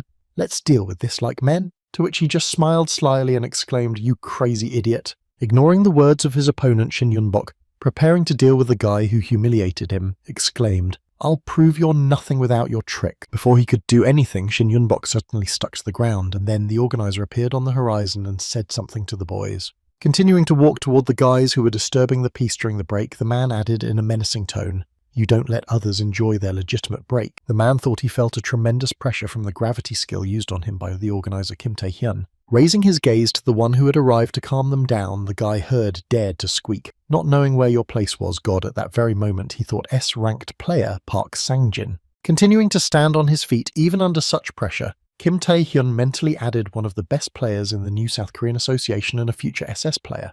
After applying his skill, Park Sang-jin saw that there was a participant in front of him who was still on his feet and was surprised to see someone else standing. Immediately after he said that, he increased his gravitational pressure to bring the guy down to the ground, who was not giving up but was still holding on. Feeling that if he relaxed for a moment he would be pinned to the ground, Kim Tae-hyun mentally said, "Damn, I've heard that the skill level of S-rank awakened and S-rank players is different, but not that much." Seeing that the guy was still standing even after the reinforcement, Park Sang-jin said, "Look at that, even veterans can take it, but let's see if you can." The next moment someone's disgruntled voice was heard near the man shouting at the player, "Park Sang-jin, what are you doing?" Walking toward the man, who was using his skill on the preliminaries, one of the doctors exclaimed, "What the hell are you doing to these kids who just left the doctors? Or are you going to kill them all before the next test starts?" Hearing the remarks from the medical staff, Park Sang-jin awkwardly asked what was wrong with him. He just scared him, and the doctor shouted out a lie. "It was to test their skills. You do this to every qualifier, my God." Continuing to reprimand the man for his actions, one of the doctors added that if you repeat this again, the leader will be the one to blame. And at that time the man's attention was on Kim Tae-hyun.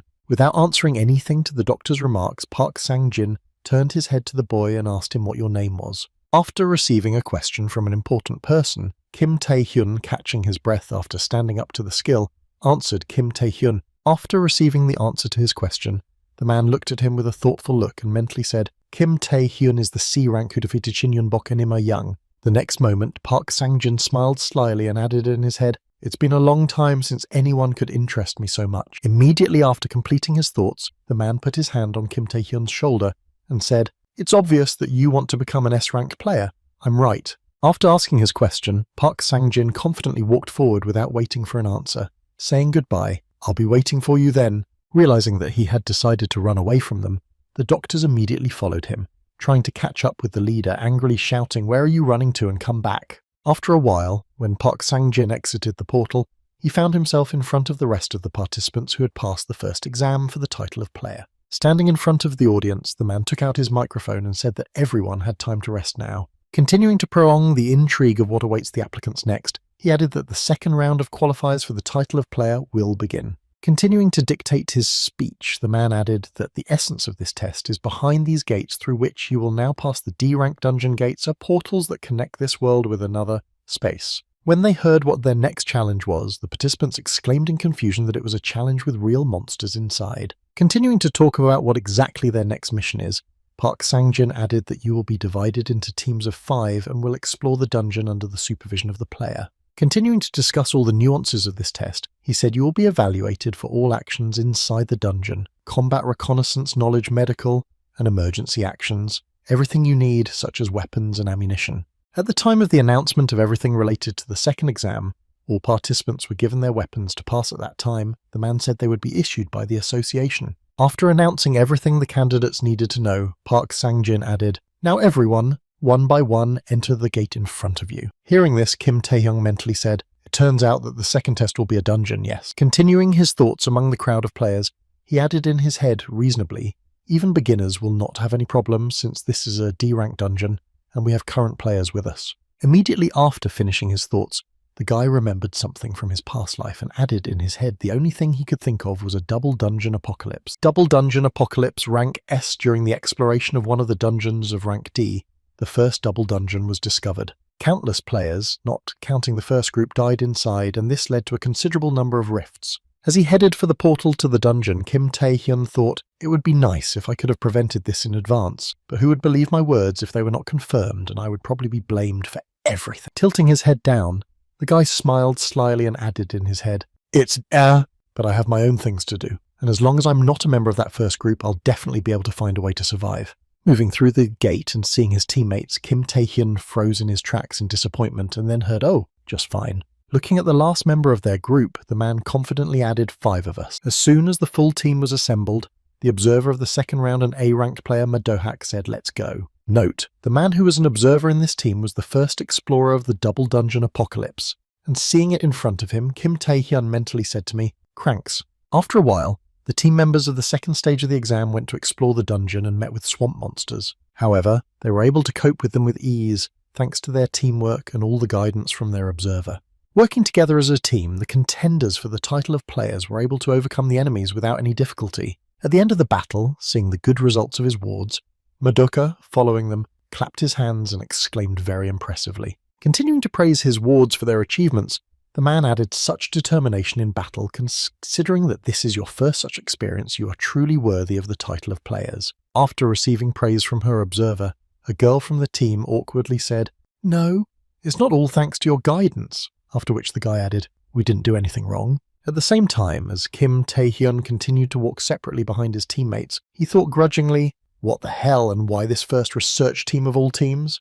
The next moment, turning his gaze to the man who had been watching their team, Kim Tae-hyun added no doubt that the ring on Madohak's hand was a unique item belonging to the first explorer of the double dungeon. Continuing to make sure over and over again that he was on the first team, Kim Tae-hyun mentally added a Sage Ring. The Sage Ring is a unique rank that increases strength, stamina, speed, and mana tenfold. Continuing to watch his teammates who did not even know about the danger that could await them, Kim Tae-hyun mentally added a double dungeon apocalypse of exactly S rank, and if I get there, it is not a fact that the current me will be able to survive it. Continuing to grit his teeth with worry and reflection, the guy added in his head, "No matter how, I just have to get them away from the apocalypse." After some time of wandering through the dungeon, the first group arrived at a crossroads, after which the observer said that the paths diverge here. After hearing a message from the A-ranked player, one of the participants anxiously exclaimed, "What should we do, Mr. Player?" to which he thoughtfully replied that this often happens when exploring dungeons. Continuing his thoughts, the man raised his hand and said, "Well, first of all, we have to organize a vote to decide." Before he could finish speaking, Kim Tae-hyun rushed right past him and headed in a random direction, after which the man shouted out, "Candidate Kim Tae-hyun." Trying to somehow stop the guy, the man added, "Such rash actions are dangerous, go back now." However, the boy ignored his orders with all his might, shouting back, "It's okay, we'll turn this way," after hearing what Madohak said, and why it was you who should choose the path. Continuing to walk in his own chosen direction, Kim Tae-hyun continued to walk forward thinking, "Fuck you and not voting, I will make you go a completely different way," and then shouted out to what he heard in the wake of candidate Kim Tae-hyun. Continuing to walk as far as the eye could see to the man's disgruntled shouts, the guy kept shouting after me, thinking I would rather die than let you. Continuing to choose an arbitrary path to avoid the worst-case scenario, the guy continued to walk on and, in his mind, added that he would stumble upon the apocalypse. Continuing on to avoid the worst possible outcome of the events that had happened in his past life, Kim Tae-hyun joyfully exclaimed, "And now here." But despite everything he tried so hard to avoid, it happened, and at a certain point in his journey, the guy turned a corner and saw the entrance to the apocalypse in front of him. Seeing before him what he had so insistently wanted to avoid, Kim Tae-hyun heard someone's voice behind him saying that it was the same gate, but we were inside a dungeon. How is that possible? At the same time, the guy looked at what he had just accidentally discovered Kim Tae-hyun and said a double dungeon apocalypse in his head. Standing in front of the gate to the place he wanted to avoid with all his might, the boy added in his head in disappointment, "Uncle, I wandered in vain to end up like this." At the same moment, one of his team members went inside the dungeon and said, "Let's go see what's going on." Before he could get inside, Kim Tae-hyun grabbed him by the arm and pushed him back, after which he shouted at him to stop shouting and was told to stop shouting. Trying to somehow dissuade his comrades from entering the gate, he added anxiously, "At first glance, you can see that this gate is no different from the one through which we entered, which is too suspicious, no matter how you slice it." Continuing to dissuade his comrades from their rash plan, the guy added that before doing anything, they should report it. "Oh, so right, Mr. Player Mardohak?" In response to his client's question, the man thoughtfully replied, "Well, to tell you the truth, this is the first time I've ever seen anything like this, and if we follow the rules, we have to wait for further instructions." Hearing the words of the warden, Kim Tae-hyun breathed out with relief, expecting that everything had already been decided, but the warden suddenly said, "However." Deciding not to follow the instructions this time, and raising his finger up, the man smiled slyly and added, "This time we'll do it our way." When he heard the proposal from the man, Kim Tae-hyun exclaimed in concern, to which the man only sighed and said, "I understand what you're trying to tell, candidate Kim Tae-hyun." Approaching the gates of the apocalypse, the man added, "But if you don't take into account their appearance, the amount of mana inside the gates is not dangerous, except for the fact that we are in a D-rank dungeon. If something happens, I am an A-rank player next to you." Continuing to express his confidence in his decisions, he added that regardless of who prepared this gate, it came out of nowhere. Such research will definitely give you extra points. Hearing the observer's remarks, Kim Tae-hyun anxiously exclaimed to player Mardohak, "You've gone completely crazy with the rules of the Abyss," to which he only loudly dreamed and asked what the rules were. The next moment, pointing a finger in Kim Tae-hyun's direction, he added, "Do I have to listen to this from a member who can't even act as a team?" Hearing the observer's remark, the other teammates began to shout out, just like the stung man himself, "You should know your place, even if you have some skills. I can't believe you're arguing with an active player. Aren't you too carried away?" Having received a considerable number of remarks that were addressed to him, Kim Tae-hyun only growled angrily and then thought, "These idiots." The next moment, echoing the words of his supervisor and taking his side, Mardohak took advantage of the majority decision and spoke with determination. When he saw that he was about to enter the gate, Kim Tae-hyun stretched out his hand in front of him and shouted anxiously, "Stop, Mardohak, think again." Ignoring all of Kim Tae-hyun's attempts to stop him, the man used the gate, after which it activated, produced a bright light and carried everyone inside. The next moment, when he found himself inside and saw what was in front of them, the observer exclaimed in confusion. Also looking around, one of the team members said confusedly, "And this dungeon is definitely D rank," to which the girl added anxiously that something was definitely wrong here. After a while, when this group of students who were taking the second stage of the exams had finished looking around, they saw a statue of a knight in front of them. Continuing to look around, one of his wards asked the player, "Mardohak, what the hell is going on here?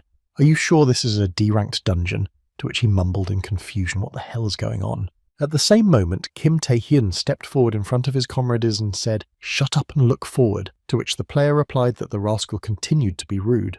Ignoring the reproaches from the man who had not heeded his advice, Kim Tae-hyun looked ahead and said they were approaching. After the words were spoken by the guy in front of them, the rest of the group could also see the enemies slowly approaching them. Seeing who was heading in their direction, one of the team members exclaimed in confusion that it was the A-ranked Knights of Death. Feeling a certain fear of the enemies heading in their direction, one of the group members said where they were from. Realizing that things were bad, the warden in charge of the group's security spoke to everyone in anxiety.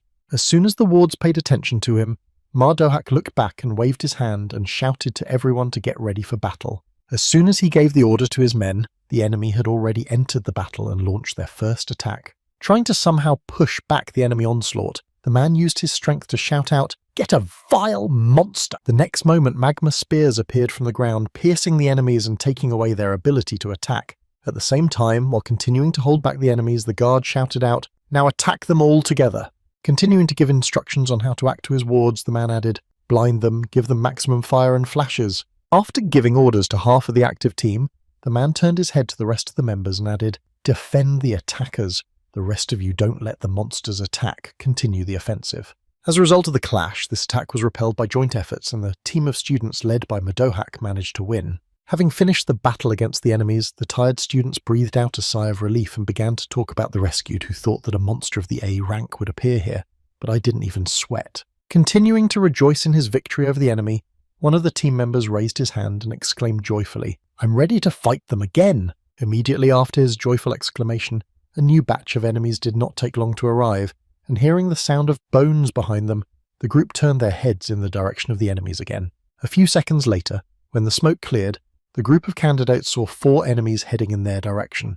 With every passing sec, the enemies were coming closer and closer, clanking their armor and driving the students into greater fear. Continuing to observe the threat that was heading towards them again, the guy who had just talked about the continuation of the battle abruptly fell silent. At the same time, while others were worried about the approach of new enemies, Kim Tae-hyun was checking the motionless bodies of the already defeated. As he continued to examine the bodies of his defeated enemies, he thought in his head that something was definitely wrong. At the same time, looking at the number of enemies that were coming at them this time, Ma Do-hak mentally said, "Damn, every time we win, then the number only grows." Immediately after his thoughts, the overseer turned his gaze to his subjects and added in his mind, and to the same effect. Assessing the physical capabilities of his team members, who had also been through a lot, he added mentally, "They are all on the verge of dying at this rate." The next moment, Kim Tae-hyun emerged from the pile of defeated monsters and said to the player Ma Do-hak, "Something strange is happening here." Hearing the remark from the guy who had just checked the bodies of the defeated monsters,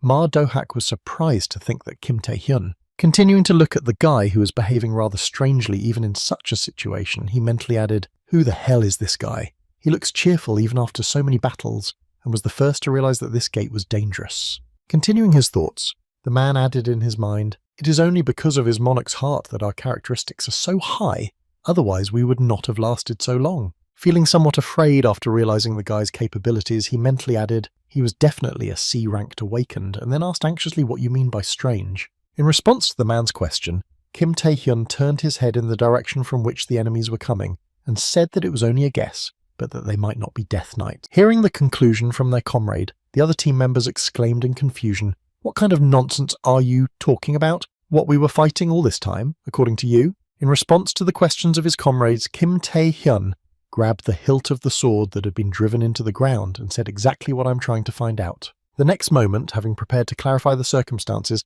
the guy used his stone skin skill. As soon as he got his weapon in his hands, the guy immediately rushed into battle against the enemies, who also took off in response to his actions. At the time of the clash, all the enemies attacked the place where Kim Tae-hyun was at the time of their rapprochement. At that very moment, Kim Tae-hyun was already above the enemies, having jumped over them at the last moment and at the same time avoided their attack. Noticing that the enemy was not neutralized, the illusions of the Death Knights immediately rushed to protect the statue that created the illusions. Having avoided the danger that awaited him at the beginning, Kim Tae-hyun continued to approach the main statue behind the monsters, without slowing down. When he reached her, the boy took off his head with one swing of his sword, and then the space around him began to crack. Also, as a result of the destruction of the main statue, all the knights who followed him froze into place and also began to slowly disintegrate. As soon as the illusory space of the room where the endless battles were taking place began to dissipate, one of the team members exclaimed in confusion that it was an illusion. In response to the questions of his comrades, Kim Tae-hyun, on his way back, answered an illusionary trap to be precise. Continuing to approach the members of his team, the guy added, "You see an imaginary place with fictional enemies using it to disable everyone who enters the gate." After hearing the explanation of what had just happened to them, one of the team members exclaimed in displeasure and said, "This can't be true. You mean we fought with all our might because of some illusion?" And then the girl added, confused, "Is there something worse to come?" Immediately after the experiences of his wards, the warden asked Kim Tae-hyun anxiously, "How did you know about this trap? You weren't supposed to meet the Knights of Doom yet, so how the hell did you know?" Having received a remark from his supervisor, Kim Tae-hyun interrupted him in mid-sentence and said, "Well, maybe I don't know that much about them." The next moment, turning his head to the man, the boy added in a stern tone, "But they are definitely not that weak." After explaining the situation in which they found themselves, the guy waved his hand and called everyone to him and said, "Let's move on before that place becomes our mass grave." After hearing the suggestion from their friend, all the members of the group went on to find a place that could lead them out of the dungeon. After a while, as the journey continued, the gloom finally dissipated, but it still didn't get any better. Continuing on to find a way out, the team members noticed that after the apocalypse, the dungeon space had changed. Also, the wounds they received in the battle with the fake knights only got worse, so the team could not just wait for help to arrive. As he continued to follow his guard, who was lighting the way, Kim Tae-hyun realized that the only way out of this dungeon was to find a gate. After some time of traveling together, when they found themselves in a certain place, Ma Do-hak looked up and said, "We have found it!" Standing in front of the giant door they encountered, the man added, "They were right behind it." Upon hearing that they had arrived at their destination, One of the team members asked in surprise what the door was, and then another added, "Isn't it dangerous?" To which Madohak replied, "Maybe, but..." Continuing to look at the door they found, the man hesitated and said, "If we don't go in, we will definitely die." The next moment, the man gathered his strength and decided to open the door of the cat in front of them to see what was inside. At the moment the gate was opened, Madohak saw the Knight of Destruction sitting inside the room. When one of the team members saw who was waiting for them, he exclaimed that it was the Knight of Death, and the other laughed nervously and added, "Hey, he's just one of us." Their joy did not last long, however. As soon as the knight got to his feet, he was immediately followed by 10 knights. As they continued to open the room door more and more, all the team members felt their jaws dropping more and more. When the doors were fully opened, torches began to light around the room, and people could see countless enemies. Seeing that the enemies were placed even on the ledges in the walls, the candidates for players, feeling a shiver in their bodies, exclaimed in confusion that the Knights of Death were responsible for this. The next moment, the monster leader had his say, and he revived after the door opened and laughed, saying that weak humans could have walked all this way. Continuing to mock those who invaded his territory, the King of the Knights smiled ominously and said, "So be it." Continuing to sit on his throne, the boss of the Doublegate Apocalypse, head of the S-rank Knights of Doom, added, "Let the battle begin." After receiving the order from their leader, all the knights who had been standing still began to move, and in a few seconds one of them pointed his sword at the people. Watching what was happening in the monster-crowded room, one of the examinees screamed out in fright what was happening. What did they want from us? And Kim Tae-hyun replied that it looked like a one-on-one duel. After receiving an answer to his question, the same guy scaredly exclaimed that he would duel, but I couldn't, I had no mana left. After listening to the complaints of his comrades who were not at all happy about the circumstances, Kim Tae-hyun exclaimed, "Stay calm, our goal is to somehow avoid the battle, and that is to get involved in it." Ignoring the words of their friend, the three boys had no better idea than to run away to avoid the battle. Continuing to run away from the dangerous place with all their might, one of them exclaimed, "I'd rather go back to the place where we started. I don't want to die, I haven't lived yet." At that very moment, seeing the cowards who decided to save their lives by running away, one of the Knights of Destruction tightly gripped his sword in his hands and swung. The next moment, with a quick swing of its weapon, the monster sliced through the space and fired a slashing blow in the direction of the fugitives. When Ma-Dok-hak and Kim Tae-hyun saw the danger approaching in their direction, they managed to evade it, but the same cannot be said for the fugitives, who were cut in half. Seeing that 3 of their comrades had just died right in front of them, Kim Tae-hyun turned his head to him and shouted anxiously, "Player Madohak, I'll distract them and buy some time." Continuing his heroic speeches, the guy added, "And you in the meantime find a way to get out," only to finish when he saw a fist coming toward him. After being hit on the head by his guard who wanted to protect them, the boy flew back with the girl he was carrying. The next moment, Kim Tae-hyun, who had regained consciousness, got to his feet and exclaimed in confusion, "Madohak, what are you doing?" In response to the young man's remark, the warden angrily shouted, "Be quiet, you are only awakened, so know your place and don't snap." The next moment, having created a wall between himself and the candidate for the role of player to separate them, the supervisor added, "I wanted to become an S-ranked player." Continuing his sincere stories to explain his motives, he added that no matter what I did, no matter how I developed my skills, I was not getting closer to the goal, but only getting further and further away. As I continued to listen to the story with amazement on Kim Tae-hyun's face, I realized that this was my chance. If I could do this, I could be one step closer to my goal. Continuing to tell his story, the man, feeling the heavy burden of his decision, added, "This is what my choice led to." After laughing nervously while telling his tragic story, the man saw that the Knight of Death was already rushing toward him. Preparing to fight back, the man confidently exclaimed, "But Kim Tae-hyun, you are different, and I am very sad to say it, but you have great potential." Continuing to watch as every second added another enemy to the total number of enemies heading towards him, he added, "So run, take the survivors, and get as far away from here as possible." Preparing to take the hit to save the wards, the man added, "As your senior, it is my duty." Having created a magic circle in his hands to delay the enemies so that his wards could escape to safety, Madohak added to stop them. After listening to all the confident speeches from his supervisor and hearing the sounds of battle outside the wall, the boy shouted out to Madohak in confusion. The next moment, Kim Tae-hyun turned his head back to where one of his comrades was lying, but she showed no signs of life. Continuing to look at the motionless body of the girl he tried to save, Kim Tae-hyun added, "But there are survivors already." Before he could finish his thought, an explosion sounded right behind him, and the wall separating him and Madohak was destroyed. When he heard a noise behind him, the guy quickly looked back, shielding his eyes from the dust flying in his direction. The next moment, he saw a terrible picture. Many Knights of Death were standing in front of him, and one of them was standing over Ma Do-hak's body with a sword plunged into his body. Looking at the man, Kim Tae-hyun realized that he had already passed away, and all his speeches had quickly deflated. Looking around him, he also saw that all his other comrades had already lost their lives, after which one of the knights pointed his sword at the boy and said, "I challenge you to a duel." Looking at the Knight of Destruction who drew his sword in his direction, Kim Tae-hyun accidentally noticed a glint and looked down and saw the ring of the warden. Looking at the object lying on the ground, the boy mentally said, "I remember Ma Do-hak and this ring." Without hesitation, Kim Tae-hyun immediately sat down on the ground and took the ring and started running away to buy himself some time. While the knight had already started the duel, Kim Tae-hyun looked at the item and thought, "This is my only chance to get out alive." Realizing that he simply had no other options for survival, the guy put the ring on his finger and mentally begged. As soon as the process of dressing was completed, he shouted encouragingly in his head, "Please wake up."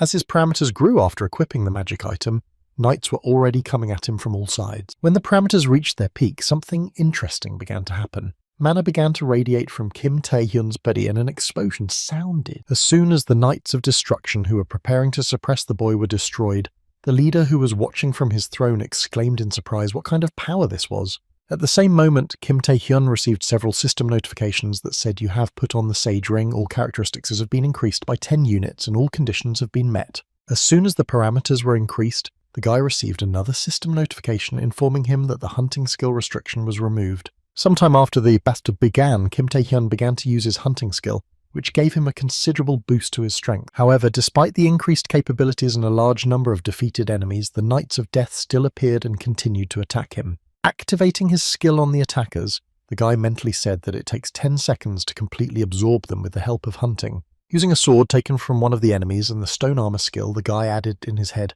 "I can't rely on the hunting skill alone."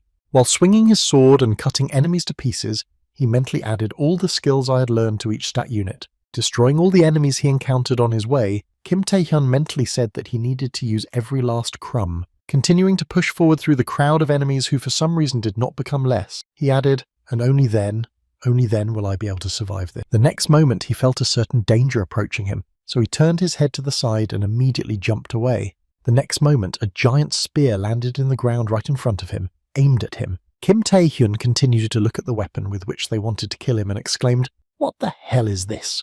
At the same moment, the leader of the Knights of Perdition rose from his throne and fired this spear at Kim Tae-hyun. Realizing that his business was bad and that he would now have to fight their leader, Kim Tae-hyun exclaimed in confusion. The next moment, another weapon began to fly directly at him from the ceiling, controlled by the leader of the Knights of Perdition through telepathy. When he saw that he was in danger, Kim Tae-hyun immediately got to his feet and ran away to avoid death. At the moment of escape, the guy targeted the leader of the Knights of Perdition, directing his hunting skill at him. At the moment when Kim Tae-hyun's skill was about to reach its goal, the King of the Knights of Doom called his spear, and it dispelled the boy's attack. As soon as the King of the Knights of Death repelled Kim Tae-hyun's attack, an explosion occurred, and the blast wave threw the guy back.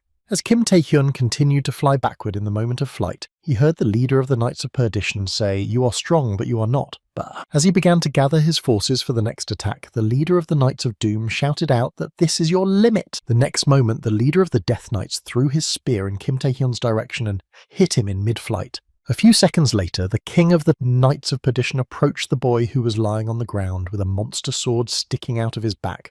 Putting his foot on Kim Tae-hyun's head, the leader of the Knights of Perdition looked at him with a supercilious look and muttered, "Answer my question." Continuing to put his foot on Kim Tae-hyun's head, the leader of the Knights of Perdition asked, "Tell me who gave you this power." At the same moment, while exposed to the enemy's skill, Kim Tae-hyun received a system notification of a mysterious force resisting the roar of the Night King's resistance was partially successful. As Kim Tae-hyun continued to lie on the ground, he received messages over and over again, reporting that a mysterious force was resisting the roar of the King's Knights, and that the resistance was partially successful. Continuing to put pressure on the boy, the King of the Knights of Perdition said, "I knew it. Unlike the others, you understand our language." Continuing to put pressure on the boy, trying to get information out of him, the leader of the Knights of Perdition added, "Tell me what your power is." Sometime after the torture and an attempt to extract information, Kim Tae-hyun lost consciousness and saw Asmodeus in front of him. As Kim Tae-hyun continued to look around, he saw his comrades lying in a pool of blood not far from him. As he continued to look at his fallen comrades, the guy mentally said nothing has changed about what hunting is. Continuing his thoughts, Kim Tae-hyun bowed his head down and said in his head, "Why I? as a human being can understand monsters. At the same time, while the boy was thinking, he was saying that if everything else was excluded, I was given only strength and a chance, but nothing changed. The king of the Knights of Death was approaching him.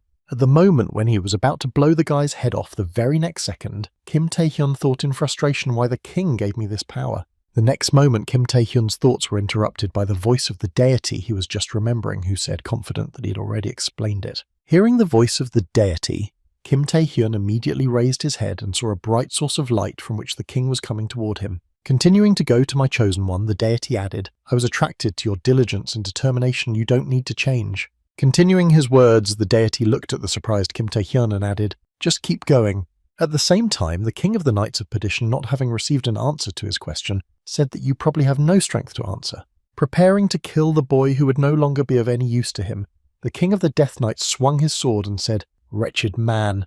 When he finished with the guy who was no longer able to tell him the information he needed, he added that it was your end.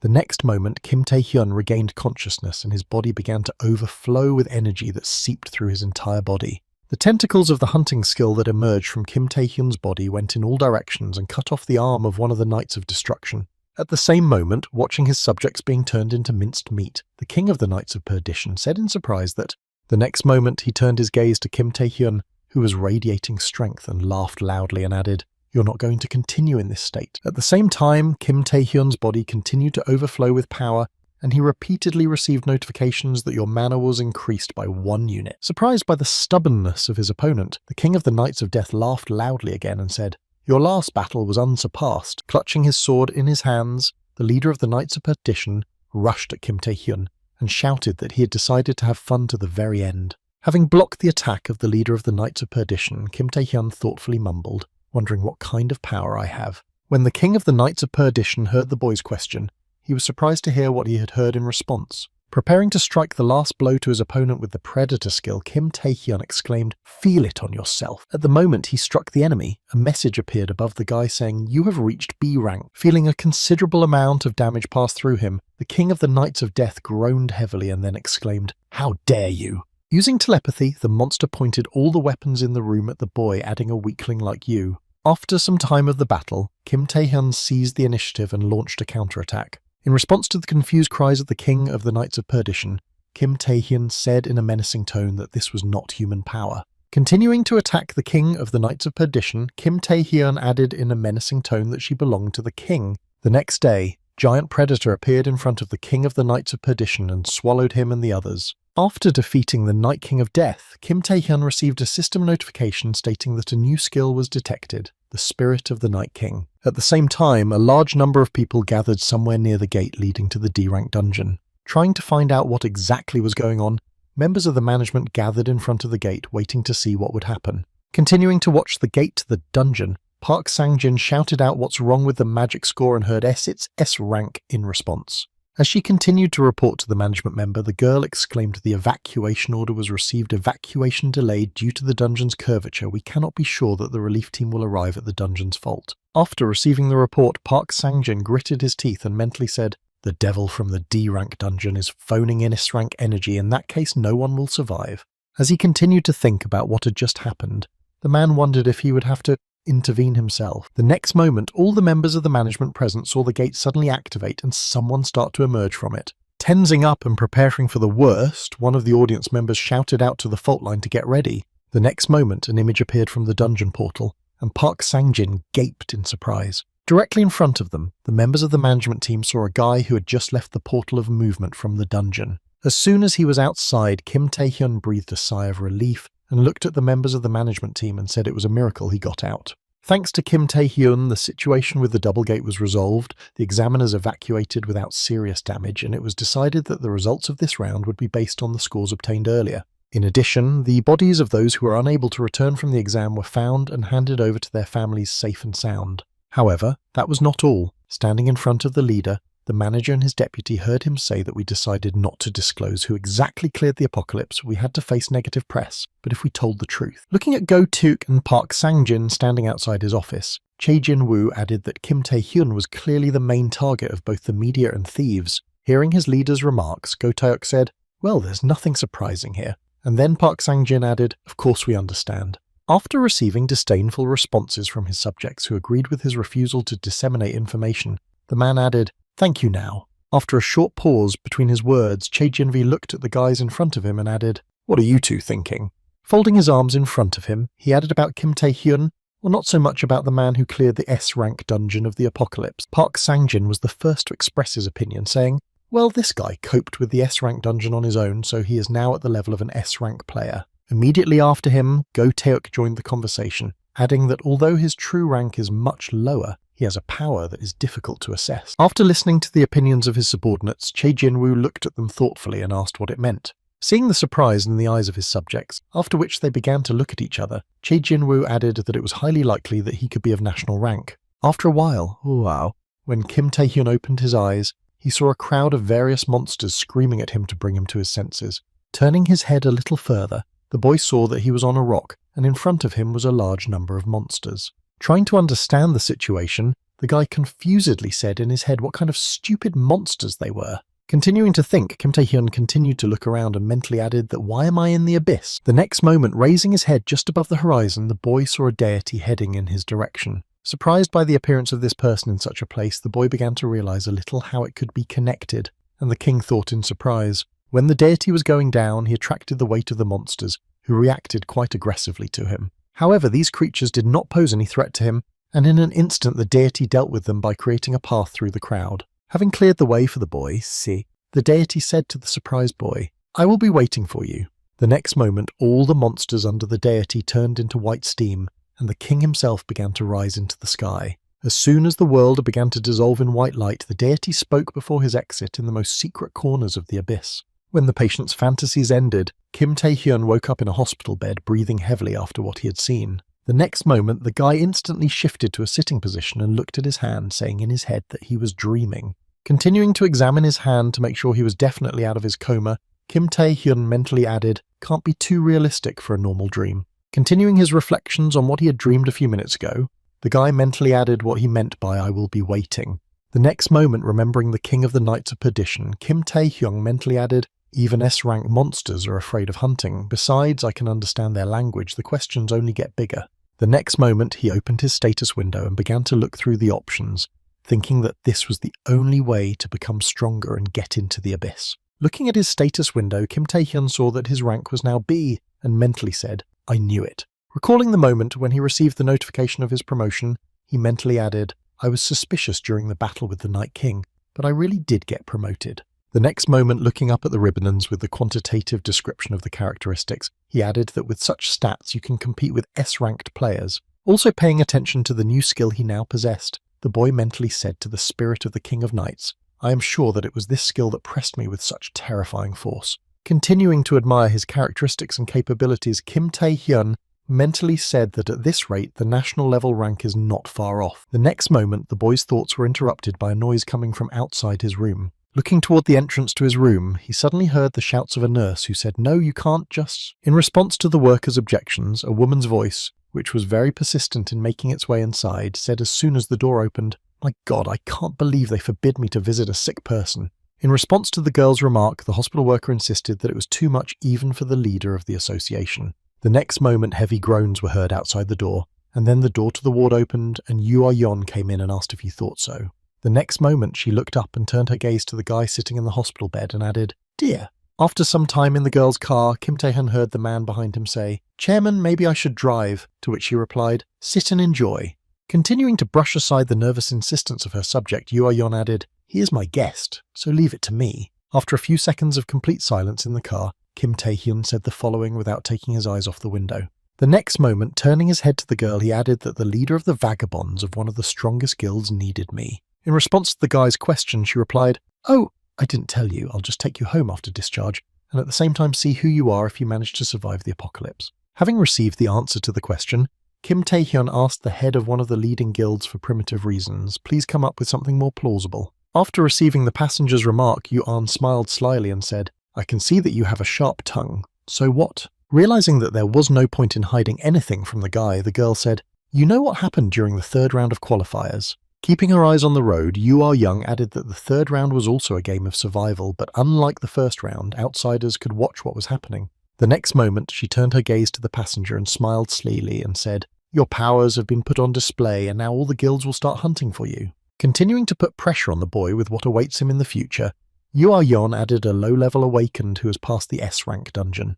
The next moment, the girl stretched out her hand to the guy and added, "That's why before you refuse, listen to my offer of money, Glory." Looking at the boy with a confident look, the girl, trying to recruit him, added, "Kim Tae-hyun, I will give you anything you want because of that." Continuing to express her offer to cooperate with a promising guy, she added, "Join the Variants." After listening to her proposal to the very end, at Hyun's request, the guy confidently said, "I'm not interested." A few seconds after Kim Tae-hyun's refusal, he left the car and said, "Thank you for letting me go from here. I'll take it from here." When he was about to leave, a girl caught up with him on the stairs and exclaimed in confusion what the hell was going on. Continuing her recruitment attempts, the girl added, "You didn't hear what I said.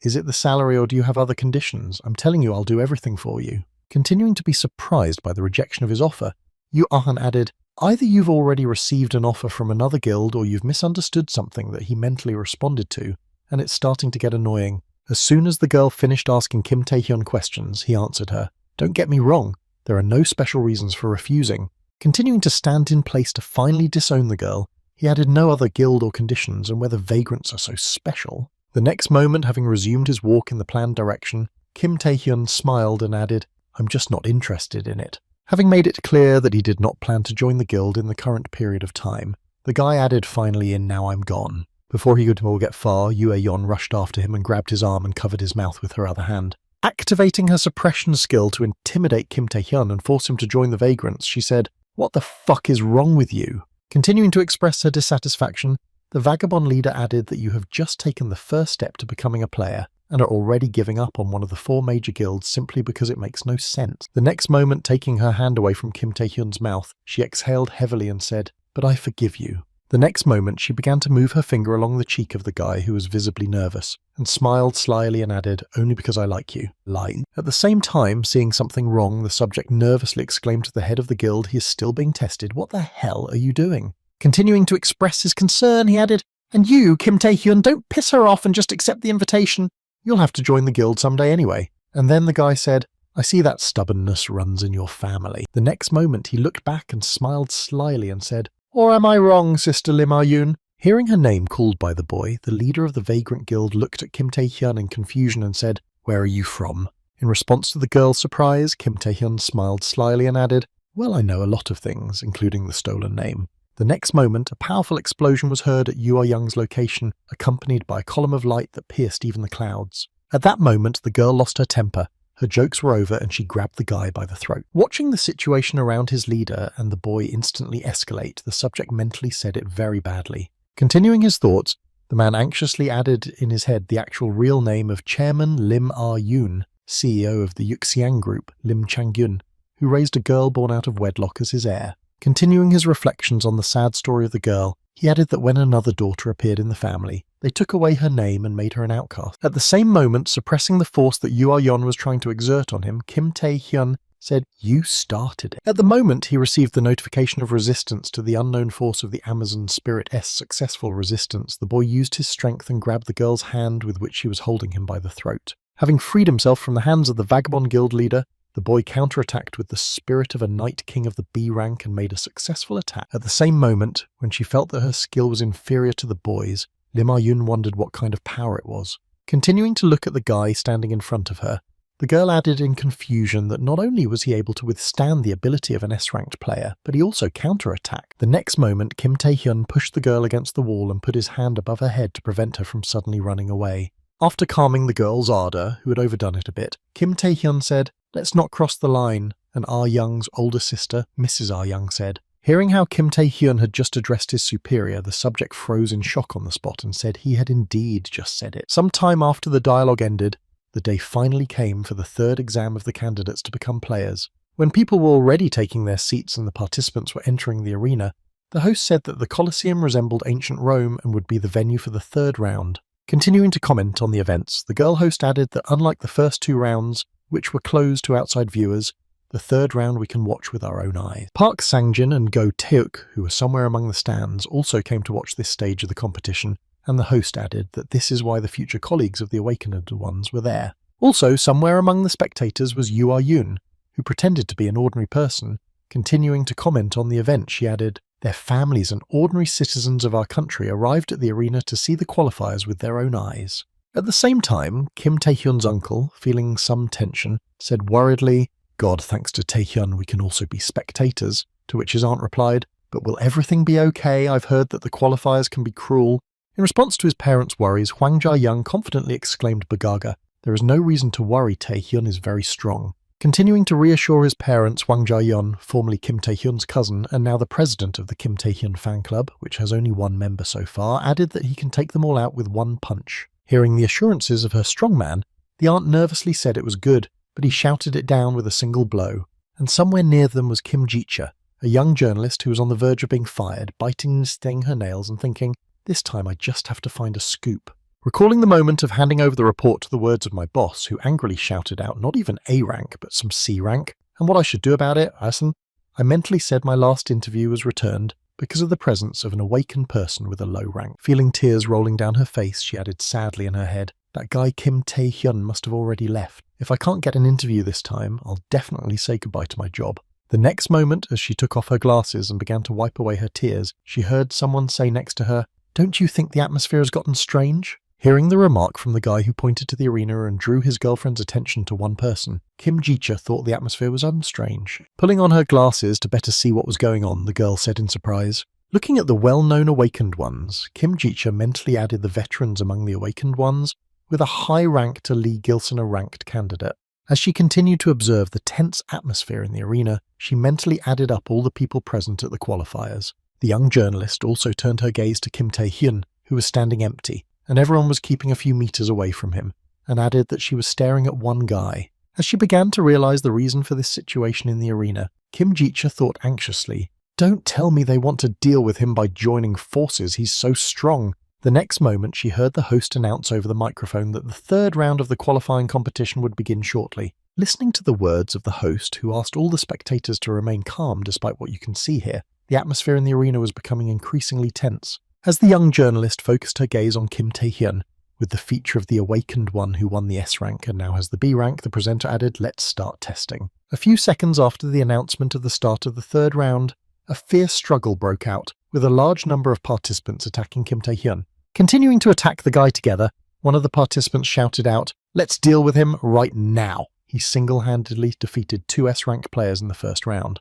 Continuing to put pressure on one player with a large group, the guy added that if we didn't knock him out now, he would take us all out. The next moment, Kim Tae-hyun flew out of the pile of combined spells aimed at one person. Seeing that the opponent had just broken through their joint attack, the attackers shouted in confusion what it was. A few seconds later, Kim Tae-hyun went through each of the opponents who had grouped against him and took each of them out. As soon as one problem was fixed, the guy landed on the ground and heard the floor start to crack under his feet. The next moment, vines broke through and came at him, immobilizing his body in a split second. When he saw that he was attacked again, Kim Tae-hyun began to look for the person who did it and said, "Wow, who do we have here?" In response to his question, the attacker only laughed out loud and exclaimed, "You may have defeated 2 S ranks, but your recklessness will cost you your life." Continuing to use his strength to defeat a promising candidate, he added the winner of this round of the IA state, the ranked genius Lee Gilson. But his level was limited to just one word. Kim Tae-hyun easily broke free of his opponent's grip and then literally trampled Hilsan into the ground. After defeating his opponent who dared to attack him and make such loud speeches, Kim Tae-hyun shut his bad mouth. Seeing that Kim Tae-hyun had just defeated Lee Gil-san with ease, the rest of the players shouted out in fear, "He's a damn monster, attack him from all sides. Don't stop, if we keep going like this, he'll get tired." Before they could finish, Kim Tae-hyun's next skill instantly began to work on them, and he used the Spirit of the Night King. As soon as the skill was activated, the entire arena was covered with a powerful oppressive aura, against which almost all the candidates present had no chance. Feeling the aura pressing on them, the players simply fell to the ground and lost consciousness with heavy groans. The audience was also able to feel the same aura of the King of Knights, but it acted more loyally on them because of the greater distance to the epicenter. In this way, Kim Tae-hyun, with his hand outstretched in front of him, continued to press with his aura of a Night King until all the candidates were exhausted. At the same time, somewhere in the stands, the leader of the Vagrant Guild, pretending to be an ordinary spectator, shouted out a psycho. Surprised by his open demonstration of strength, the girl added anxiously that he had used it in the very center. After a certain time of prolonged exposure to the aura of oppression, a considerable number of participants could not continue the exam. When the exam was almost over, Kim Tae-hyun said, looking in the direction of the last opponent, "Well, I guess that's probably where we'll end." Kim Tae-hyun continued to wait until the last candidate who had not yet lost his strength approached him, and then he spoke. Immediately after he said that, Im Ah-yoon emerged from a pile of smoke and dust still on her feet and eager for revenge for the last Azza. Holding her hand, the girl continued her journey to the last opponent who still remained in the arena, breathing heavily. When Kim Tae-hyun saw that the girl had finally appeared in front of him, he asked what Im Ah-yoon was planning to do. Immediately afterward, the guy smiled slyly and said, "Or maybe you want to refresh your memories of the first round." Hearing the boy's question, Im Ah-yoon used her skill again and created an ice dome, after which she angrily shouted at Kim Tae-hyun, who replied, "Well, this time." Pulling out her weapon again, she pointed a giant hammer at Kim Tae-hyun and shouted, "Take care of yourself." Having prepared for the battle and about to attack the boy, Im Ah-yoon angrily exclaimed that this would not happen again. In response to the girl's self-confident exclamations, he just smiled slyly and said, "Come on, what are you talking about?" After some time in this battle, the girl fell to the ground again, unconscious and exhausted, while Kim Tae-hyun remained standing. At the end of the battle, the last challenger, Im Ah-yoon, was defeated and the ice sphere dissipated, after which everyone could see the winner. Exhaling heavily after the last battle for the title of the best, Kim Tae-hyun said, "I didn't expect anything less from you." Continuing to hold his right hand in front of him in combat readiness, the guy added, "You are still the most difficult opponent, Ah-yoon." When the presenter saw that only one contestant remained in the arena, she immediately announced that the third round was over and the winner of these qualifying competitions was. Continuing to announce the winner, she added candidate number 920, Kim Tae-hyun. At the end of the exam, moving to the chairman's office, the boy was handed a dagger statuette and a certificate with the words, "Here is your award for first place in the qualifiers." After handing over the award to the candidate Chi Jin-wei, I added congratulations on becoming an S-ranked player while sitting at the same table as the winner. Continuing the dialogue with the candidate, the man added, "By the way, I didn't think you would complete the third round on your own. Although given the apocalypse would sweep, it was to be expected." In response to a question from the chairman of the Players Association, Kim Tae-hyun said, "Well, I was just lucky." Continuing to develop the topic, the man suddenly turned to recruiting the boy and said, "How would you like to join the new South Korean Players Association?" Continuing his recruitment, Chae Jin-vi saw the surprise on the boy's face and asked if he would like to work for the association. After receiving a pretty strong offer, the guy looked down at the awards and thought, frankly, a lot has changed. The next moment, the image of an ice queen appeared in his mind, and he mentally added, not to mention that a loser like me had become an S-ranked player, and even won first place at the qualifiers. Continuing to recall the outstanding candidates he defeated in this exam, Kim Tae-hyun mentally added that he received a personal invitation not only from the leader of a large guild, also mentioning the leader of the Vagrant Guild, the boy added it in his head, but also from Jae Jin-woo himself, the strongest of the new South Korean association. As he continued to think, he turned his gaze to the man who had suddenly made him this offer. The next moment, looking down, Kim Tae-hyun added, "Just when I thought I had time to understand everything, you get hit on the head." Immediately after his thoughts, the boy reached for the cup of hot tea that had just been brought to him and mentally said, "No." Having completed my thoughts and picked up a cup of tea from the table, Kim Tae-hyun promised me that I would prefer to decline the offer. When he was refused, Chae Jin-woo suddenly jumped up from his seat and shouted out to him, to which he replied that I had no such reason. Continuing to sip his tea over and over again, the guy added,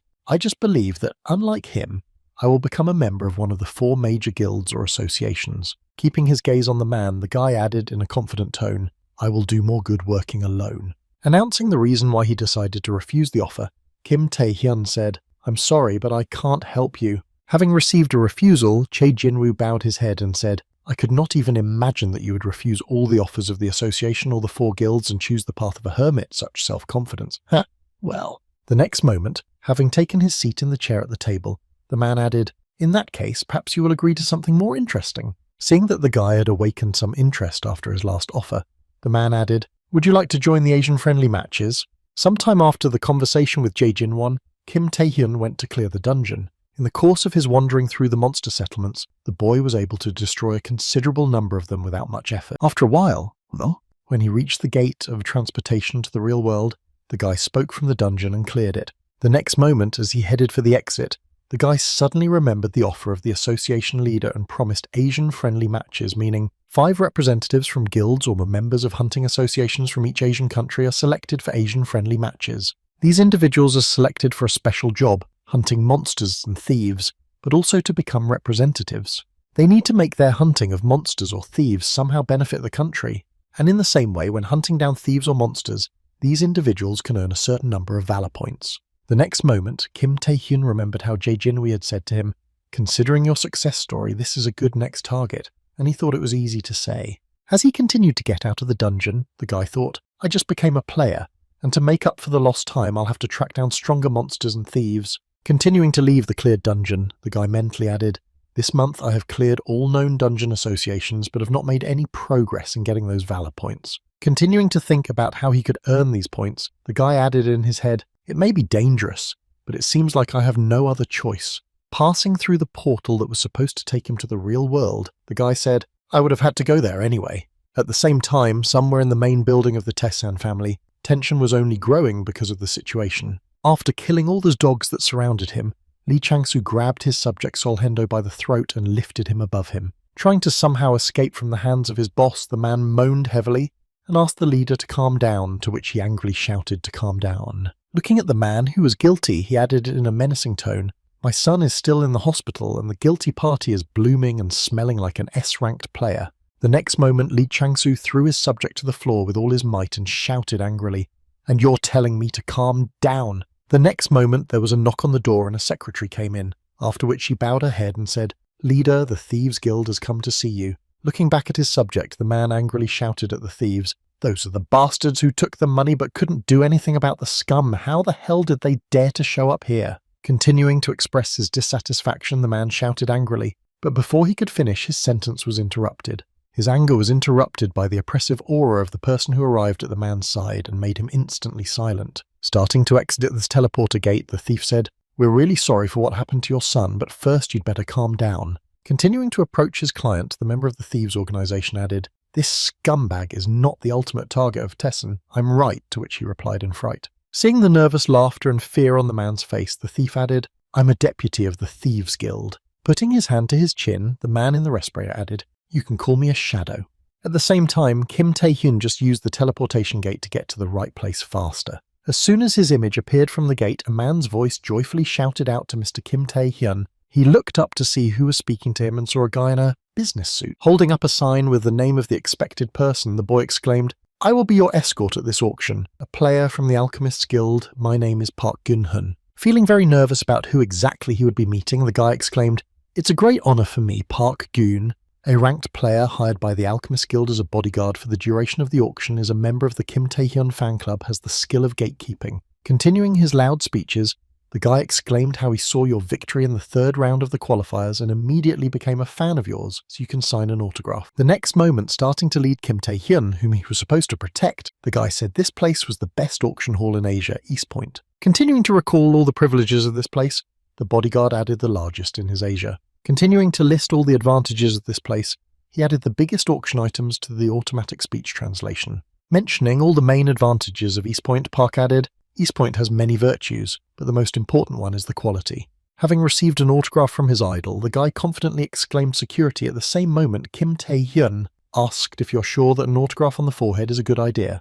Continuing his story and ignoring Kim Tae-hyun's question, Park Gun-eun added that bodyguards like me play a role in the auction. Speaking about the advantages of doing his job, he added that the constant changes in the warp point reduces the possibility of uninvited penetration to almost zero. Warp point is the value of the coordinates required to use the gate, and all the way Kim Tae-hyun had to listen to his guide's stories. Continuing to follow the cheerful guy who was saying that this was probably the main reason for the lack of serious protection in recent decades, Kim Tae-hyun thought he was right. Security here is really top-notch. The next moment, recalling some events from the past, the guy added in his head, "But that's until the S-rank terrorists come to visit." After a while, once inside the auction house, another lot was put up for sale, after which the presenter shouted into the microphone, "Ladies and gentlemen, you asked for it, and here it is." Demonstrating the precious item for all to see, the girl added the most long-awaited slot, the Phoenix Elixir. Watching everything from the second floor, Kim Tae-hyun heard that after drinking it, your stamina and mana will increase by 20 units. Continuing to watch the auction, the boy mentally said, "Now I just have to wait for a terrorist attack. My opponents will be S-rank thieves and then I will get points of valor." As he continued to watch the active bidding at the auction for the precious item, he mentally added, "The only problem is that I don't have any information about them." Starting to recall his past life, the guy mentally added, "Before I returned, the news reported serious damage to East Point and the main terrorist was Narendra Nehru. Continuing his thoughts, the boy mentally added, but who then dealt with the terrorist attack and then turned his head to the right and shouted out Mr.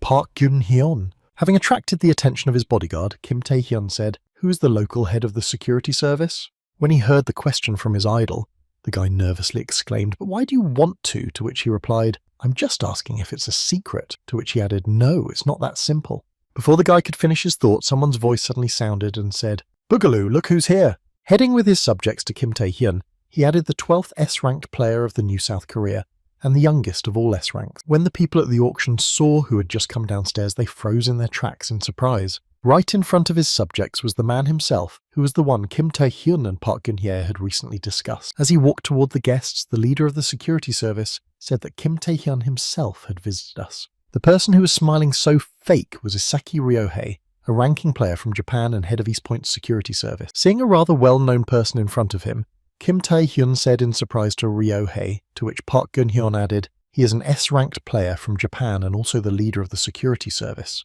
The next moment, turning his head toward Kim Tae-hyun, Park Geun-hye whispered in a warning, "Be careful." Recalling the stories that go around about Isaki Ryohei, he added that for the sake of profit, he stabbed his own comrades and players call him the Devil. The next moment, as he approached Kim Tae-hyun, the man extended his hand and said, smiling slyly, "I heard that the South Korean Association sent a young genius here, but I did not expect to meet you in person." When Kim Tae-hyun saw the man's hand outstretched to him, he was surprised to hear that he was a lefty. However, there was no reason to refuse, so the boy extended his hand in return, and as soon as their hands connected, the man began to squeeze the boy's palm tightly. Starting to smile ominously, the man exclaimed, "Who knew you'd fall for it? And you're definitely the S-ranked player, huh?" Feeling the intense pressure Isaki Ryohei is putting on him, Kim Tae-hyun mentally says to the bastard. The next moment, he heard the dull sounds of blows and heavy moans from the guests, who were clutching their throats and saying, "I can't breathe." Continuing to look at the people who were suffocating in front of him, the guy mentally added, "Hell, if I attack, civilians will be targeted." The next moment, the man dispelled his oppressive aura and laughed out loud, saying, "I'm kidding, but it's probably too much for a kid who just got his S rank." Immediately after he said that, the man leaned into Kim Tae-hyun's ear and said, "You may be an S rank, but you can't even compare to me." Continuing his threats after the sudden attack and demonstration of superiority, Isaki Ryohei added, "I don't know what you're doing here, but sit quietly and don't move." After the demonstration of his superior strength was over, the man said ominously, "Now you're a shithead." The next moment, as he headed for the exit of the auction hall after greeting the guy, he waved and shouted to everyone to have a good auction. As Kim Tae-hyun began to knead his hand after a firm handshake, Park Geun-hye said nervously to Mr. Tae-hyun. Ignoring the words of his bodyguard, the boy mentally said, "Isaki Ryohei, this is going to be much harder than I thought." At the same time, a squad of guards was stationed somewhere on the lower floors of the main building of the auction house to keep order. While patrolling the territory, the defenders came across the offenders, and one of them said in surprise, "Who the hell are these people? Where could they have come from?" Hearing the question from his men, the squad leader reached for his weapon and said, "What difference does it make to us? The Warp Gate control office is located on the other side, and their presence means that this group is our target to worry about." Starting to pull out his katana from his sheath, the man confidently added, "You all are back up as a ranked player. I'll deal with them myself," to which he heard back yes. After a while, all members of the prevention team were destroyed by the terrorists' tame monster, which dealt with all of them. Having finished removing the problem that had stood in their way, Narendra Nehru S., a rank thief of unknown origin, folded his hands in front of him and spoke in a magnificent way. At the same time, approaching his leader, one of the thieves said to Mr. Narendra Nehru that there had been some changes in the auction house. Continuing to report on the changes that have taken place, the man added, "If specifically Kim Tae-hyun, the new S-rank player of the New South Korea, arrived, what should we do?" After hearing the report from his subject, the leader of the gang of thieves spoke menacingly to a lowlife like him, "As long as I am Narendra Nehru, I am here." Continuing to express his dissatisfaction with his subordinates' concern over the appearance of the new character, the grandfather added that no one will escape God's revelation. A few seconds later, a massive explosion rocked the main building of the auction house, shaking the entire island. At the same time, an auction was being held inside the building, and no one even suspected the attack until that very moment. The first explosion hit the main hall where the auction was taking place, and thus disrupted the bidding for the goods on the auction lot, destroying them. A few seconds later, a massive explosion rocked the main building of the auction house, shaking the entire island. Feeling the same strong jolt that could not be ignored, as well as the sound of an explosion, Park Geun-hye nervously exclaimed to Mr. Kim Tae-hyun, Approaching the guest to whom he was assigned as a bodyguard, the guy anxiously added, "You are the target, we need to leave this place immediately." At the same moment, Kim Tae-hyun, surprised by the scale of what was happening, said, "It's impossible. I knew there would be a terrorist attack, but is it possible that an entire building was mined?" As he continued to watch different parts of the building blow up in a chaotic manner, he wondered how they had gotten in when they had planted all those bombs. The next moment, turning his head to the side, the guy nervously added in his head, "Stop, no, is the most important thing right now." Before he could finish his thoughts, he saw one of the guests heading straight for them and shouting terrorists in fright. At the same time, having taken several people hostage, one of the thieves fired a burst of gunfire into the air and shouted to lay down your weapons and take all the money and valuables to the ground now. Holding the weapon up and continuing to intimidate civilians, the robber added that if they tried to resist, I would shoot them directly in the head. Before he could finish his words, the enemy flew off his shoulders at that very moment, and Kim Tae-hyun helped him to do so. At the same time, observing the actions of his ward, whom he was supposed to protect, Park Geun-hyun exclaimed with concern to Mr. Kim Tae-hyun. In response to the shouts of his bodyguard, Kim Tae-hyun, who went to destroy the other thieves, shouted out to Mr. Park Geun-hyun, "Notify the association of what is happening and request reinforcements and a me." The next moment, the guy froze in place and instantly turned to face him, holding a dagger in his hands, and added, "I will catch those responsible for all this." At the same time, a team of transporters was moving items from the auction to a safe place and ran into the terrorists, after which one of the workers shouted out that the lot had already been sold at the auction. Trying to protect the goods they were moving to a safe place, the guy added that they definitely did not belong to you. In response to the loud shouts of the auction house employees, the leader of this group of terrorists ordered them to finish them off. Immediately after the order was given, a fierce fight broke out, in which a lot of blood was shed by the attackers and the employees. The group of thieves, having fulfilled their leader's order, dealt with the guards who were transporting the items. As soon as the access valves to the comrades was opened, the leader of one of the terrorist groups reached out for the goods they had come for. Picking up the Phoenix elixir, which was their main target, one of the terrorists smiled slyly and exclaimed, "I finally found it." The next moment, the man picked up a bottle of Phoenix elixir, which had a unique rank, and after drinking, permanently increased stamina and mana by 20 units. Feeling the temptation that was consuming him, the man said mentally, "Now I realize why Mr. Narendra Nehru was looking from him, even putting our lives on the line. Just looking at him, I feel tremendous power." The next moment, swallowing hard at the feeling of temptation, the terrorist added in his head, "What if I drink it too?" Before he could fulfill his wet desires, the wall suddenly collapsed near him. The next moment after the sudden collapse of the wall, the man saw that one of his subjects was lying right above him, having already lost her soul. At the same time, the other surviving subjects anxiously shouted out to Mr. Dyke, "The enemy is there." Continuing to report on the situation before their eyes, one of the terrorists added, "But I don't see him anywhere." Trying to see the enemy, two more terrorists said goodbye to their lives, having suffered irreparable damage. Realizing exactly how the enemy was attacking his subjects, Dain nervously said in his head, "This skill is stout." While the man was thinking, Kim Tae-hyun was not idle and attacked his opponent, after which he heard a rat. The next moment, Dyke used his chaining and detecting skills to grab the guy and grabbed him. When Kim Tae-hyun was captured and chained, the terrorist exclaimed, "You idiot, thought you could handle it with just one stealth." The next moment, having prepared himself to deal with his opponent, the man exclaimed, "Well now, say goodbye to your life." In response to his opponent's loud shout, Kim Tae-hyun, breaking free of his chains, used a skill that can detect an opponent's location under cover. After breaking the chains that bound him and prevented him from acting, Kim Tae-hyun smiled ominously and added, "He'll be a worthy replacement for my hunt." And at the same time, somewhere in another dimension, Narendra Nehru gathered a large number of hostages and tied them up to prevent them from escaping. However, the hostages had nowhere to run to, as there was a large number of monsters right in front of them, watching their every move. The whole procedure took place in the gate control room, with hostages inside the room and monsters in cages on the wall ledges.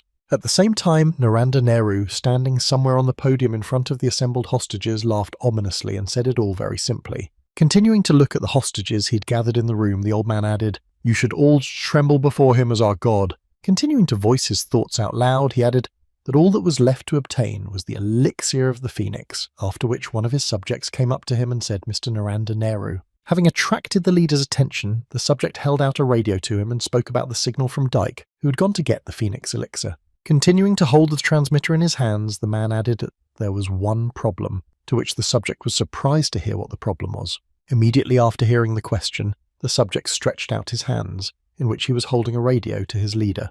The next moment, someone's voice came out of the radio, handed to the leader, and said, "You are Narendra Nehru." Hearing someone's unknown voice, which did not belong to any of his subjects, my grandfather asked who you were, and I answered in a sly tone. At that very moment, looking at the defeated terrorist sitting unconscious next to him, Kim Tae-hyun said how to tell you. Continuing his radio dialogue with the terrorist leader, the guy confidently added, I have what you need. Continuing to provoke Narendra Nehru, Kim Tae-hyun smiled ominously and added, if you want to take it back, come here immediately. Continuing to provoke the man, Kim Tae-hyun said, the damn terrorist heard Narendra Nehru just address him and angrily exclaimed, you vile puppy. As soon as the conversation with the terrorist leader was over, Kim Tae-hyun looked around once again and then began drinking the Phoenix potion. After drinking every last drop, the guy received a notification that said your stamina is up and your mana is up. After drinking the miracle drink, Kim Tae-hyun looked at the empty bottle and said, unique rank elixir, this is truly another level. After so many dungeon clearing, my stats weren't even going to rise. And then after this, they did. Kim Tae-hyun added that he was happy that his skills had improved, but now he didn't have to worry about the Phoenix elixir falling into the hands of these terrorists. And then he heard footsteps approaching him. The person who was heading to the place where the terrorists appeared was the leader of the security service, Isaki Ryohei, together with his men. Upon arriving at the scene, he saw only the bodies of terrorists and guards scattered along the corridor and boxes of items scattered about. After assessing the situation and the situation in front of them, one of the subjects said, there is no one here. The next moment, another subject who had also made a superficial assessment said, but the signal definitely came from here.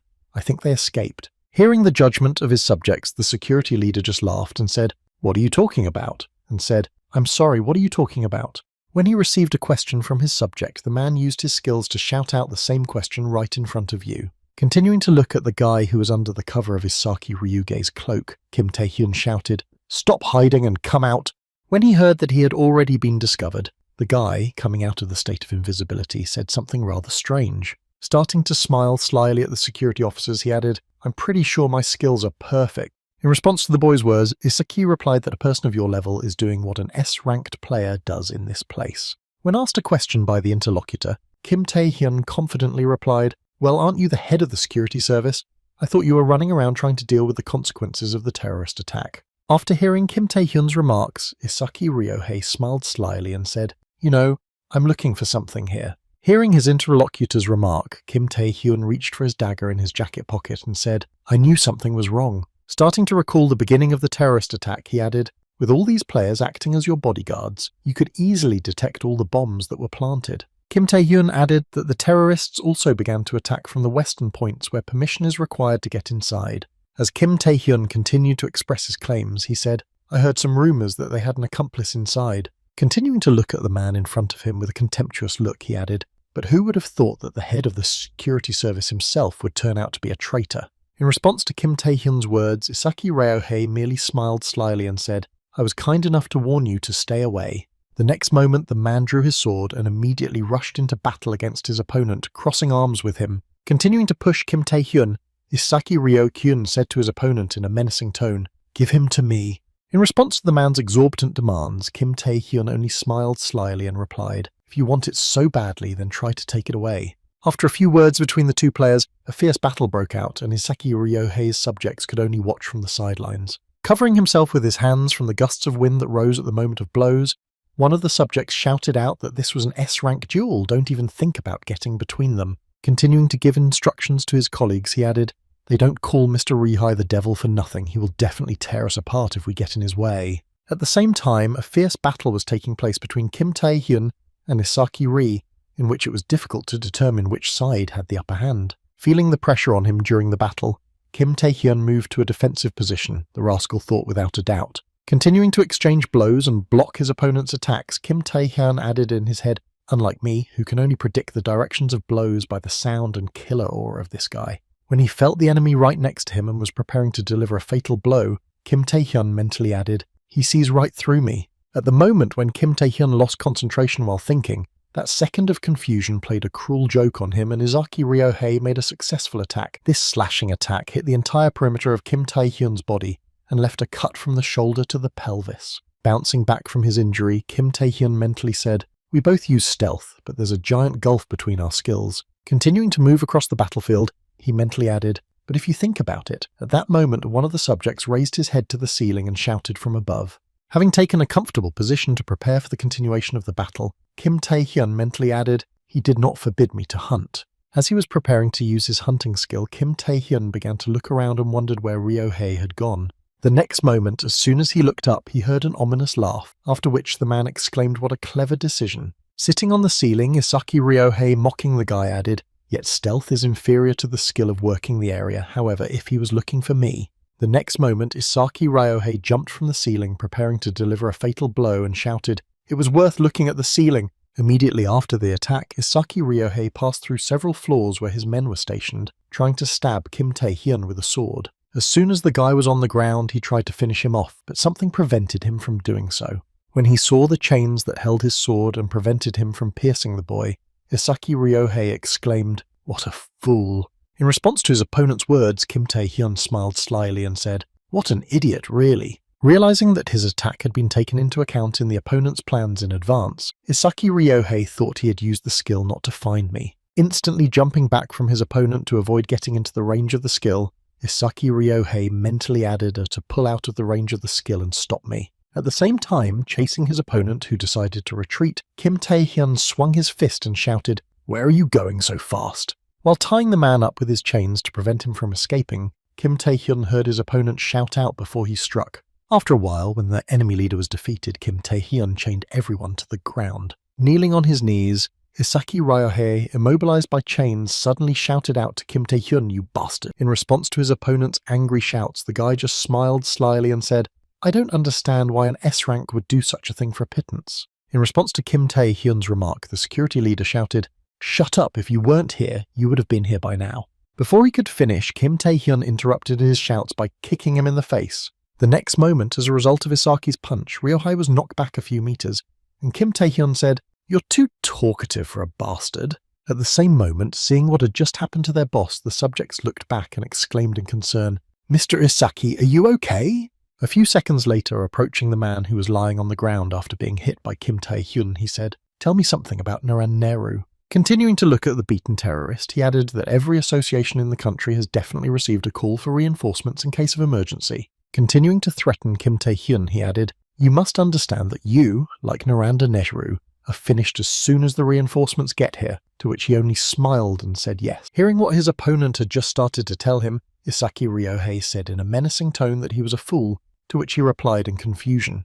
At the same time, somewhere in the headquarters of the New South Korean Players Association, some analysis of the situation and problem-solving were already taking place. Suddenly, another worried person ran into the headquarters room where important decisions were being made. When he found himself in front of the commanders and generals, the worried man suddenly called out for reinforcements. This person was the master of one of the four great guilds, the S-ranked alchemist guild Sasangik, who shouted out what happened to the reinforcements for East Point. Continuing to be nervous, the man added, "Not only are our items up for auction, but many VIPs of the New South Korea Association are involved in this at this rate of thieves." Trying to somehow resolve the situation, Chijinvi said, "First, calm down, we organized reserve forces as soon as we heard the news." Imagining in his head who exactly was in this squad, he added a group of elite players led by the player Park Sang-jin. Hearing who exactly the reinforcements were, Sangik exclaimed in concern, "Then why haven't they left yet if you need men and weapons? Our guild may not have time to finish before he was passed and told it was no problem."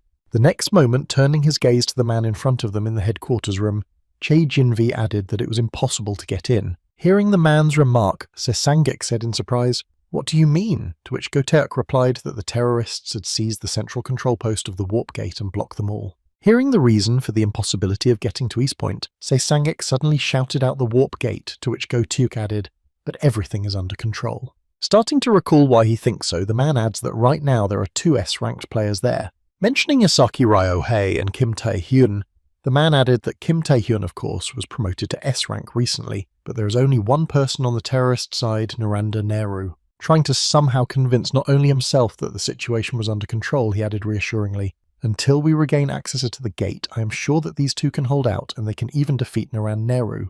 As soon as he had finished his self-confident speech, the leader of the Vagrant Guild came into the office and said that this would have been possible if the opponent had been a regular S-rank. As soon as the door opened and a woman's voice sounded, the audience immediately turned their attention to Yu Ah-yoon.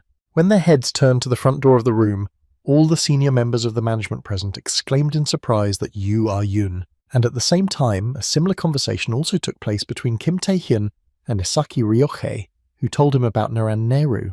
Isaki Ryohei smiled slyly into the face of the boy standing in front of him and said, "Do you know a technique called a contract with the devil?" When asked a question by his opponent, Kim Tae-hyun was surprised to ask about the contract with the devil, to which he replied that it was the worst of Neru's techniques. Starting to recall the numerous monsters he had already summoned, Isak Reikai added that depending on the amount and quality of the sacrifice, he could summon monsters of a certain rank. Hearing what Isaki Ryohei was telling him, Kim Tae-hyun, realizing why the terrorists needed the hostages, nervously exclaimed, "Don't tell me what you mean by victims." When asked by his opponent, Isaki Ryohei smiled ominously and said, "What else could the victim be? Of course this." At the same time, continuing her story at the headquarters of the department, Yoo Ah-yoon told people, hearing his comrade Go Taeuk's story, Naranda Neru said in fright, holding several hundred people hostage, and then So Isangik added, not to mention that he is a notorious terrorist with special skills even among S ranks. Having realized all the problems of the situation in East Point, the man added that if someone like him sacrifices 100 people and the prize monster, this cannot happen. At that very moment, continuing his story about Naran Neru's teachings, Isaki Ryohei said with an ominous smile that this would be a disaster. Upon learning of the intentions of the terrorists who seized the East Point auction house, Kim Tae-hyun smiled hysterically and said, "You're crazy." Continuing his dialogue with the boy, Isaki Ryohei smiled ominously and said, "Kim Tae-hyun, you may have managed to defeat me, but you will never defeat Naran Neru." Seeing some anxiety in the boy's eyes, Isaki Ryohei exclaimed, "Go ahead and choose to beg for your life and watch these innocent hostages being sacrificed." Continuing to laugh crazily, the man added, "Or get ready for a battle in which the chosen one will win and die like a dog." Kim Tae-hyun was angry at the plan the terrorists had prepared in the building, and did not restrain himself and hit Isaki Ryokyun several times in the face. At the same time, it was already evening outside, and the sunlight was illuminating the building quite well, with smoke still coming out of it. At the same time, somewhere in the room with the warp gate, Naranda Nehru continued to watch the victims to summon the monster and wait for more news. After some time, his subject approached the man and said, "Mr. Naranda Nehru, it seems that Isaki Ryohei has lost." Continuing to report on the situation during the operation, the subject added that the location of Kim Tae-hyun, who defeated Fi, is unknown, as well as the Phoenix Potion, so what should we do? In response to his subject's question, Naranda Nehru only laughed and said that he had no chance of winning a one-on-one battle and needed to wait for reinforcements from the association. The next moment, using his power of telepathy, the man stretched out his hand in front of him and confidently said, "No." Taking a girl from his crowd of hostages and holding her up in front of him, he added, "If he doesn't show up, we'll just smoke him out." Continuing to express his idea of how they could get Kim Tae-hyun, the old man added, "Let's start a festival in honor of our god." The next moment, the room where the hostages were being held suddenly went dark, and one of them said something about the light. At the same time, one of the terrorists began to look around and nervously exclaimed, "But the bomb exploded a long time ago. Why is it only now?" And then another added, "Damn it, I can't see anything." At that very moment, Naranda Nehru, feeling relieved to manipulate his power, mentally said, "The victims I was holding disappeared in an instant." The next moment after his thoughts, the old man could feel the enemy right behind him, preparing to strike without being noticed. Continuing his onslaught at the moment of surprise, Kim Tae-hyun used his hunting skill and chains to constrain his opponent's actions. As soon as his chains were secured to Naran Neru's limbs, Kim Tae-hyun continued to close the distance and shouted, "I've caught him!" However, when Naran Neru's headdress was damaged, snakes appeared from there and broke the chains that were aimed at him. After Naranda Nehru escaped the guy's attack, he moved to the hostages and said, "I can't believe he was hiding monsters on his head." Continuing to look toward the enemy who was heading toward him to meet the rabbit flames that engulfed the room, Kim Tae-hyun added who the stranger was.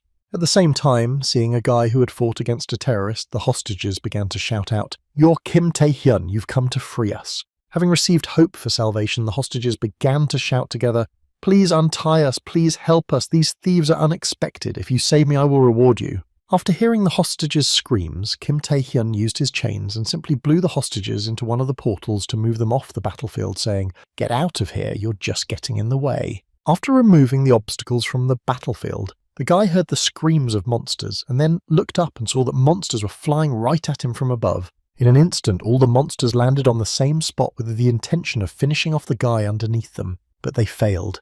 And at the last moment, Kim Tae-hyun broke through a gap in the monsters' formation and shredded them to pieces. However, that was not all. Having dealt with the first invasion of the monster, the guy, even before he had time to come to his senses, noticed that the next group was already heading for him. Moving to a defensive position, the guy exclaimed in surprise, trying to somehow avoid critical damage. At the moment of the collision between the monster and the boy, Naranda Naru, who was watching from a distance from the battlefield, laughed ominously and said something stupid. Watching the battle between the boy and the monsters, my grandfather added that it was not worth comparing the monsters created by my devil's touch skill with all the others. Continuing to control my puppets in the form of monsters creating pressure on the Naranda Naru guy, added thanks to the skill they are under my absolute control. Continuing to direct his puppets at the boy by controlling their movements, Naranda Naru added that by using magic they had become more durable than their brothers. At the moment when Kim Tae-hyun missed the punch, even after putting the block, the monster still made a powerful physics attack, sealing the guy into the wall, after which the grandfather added much stronger ones. Continuing to harass the guy who was at a disadvantage, the terrorist, who was seriously injured, added to his victory by defeating Riekai. Smiling ominously at the moment of driving the boy into a dead end, Naranda Naru added, "Do not think that you can cope with God's will."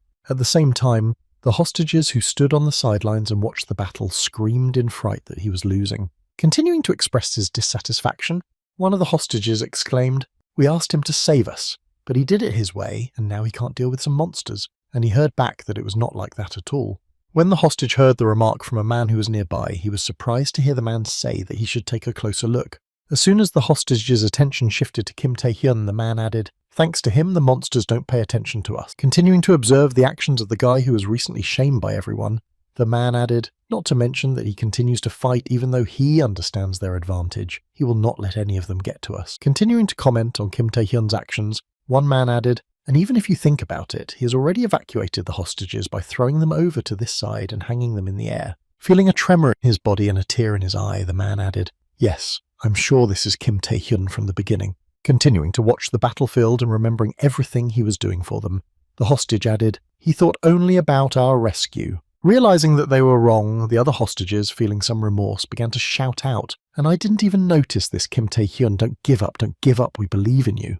And at the same time, the boy tried his best to resist the monsters who came against him, restraining the enemies with chains.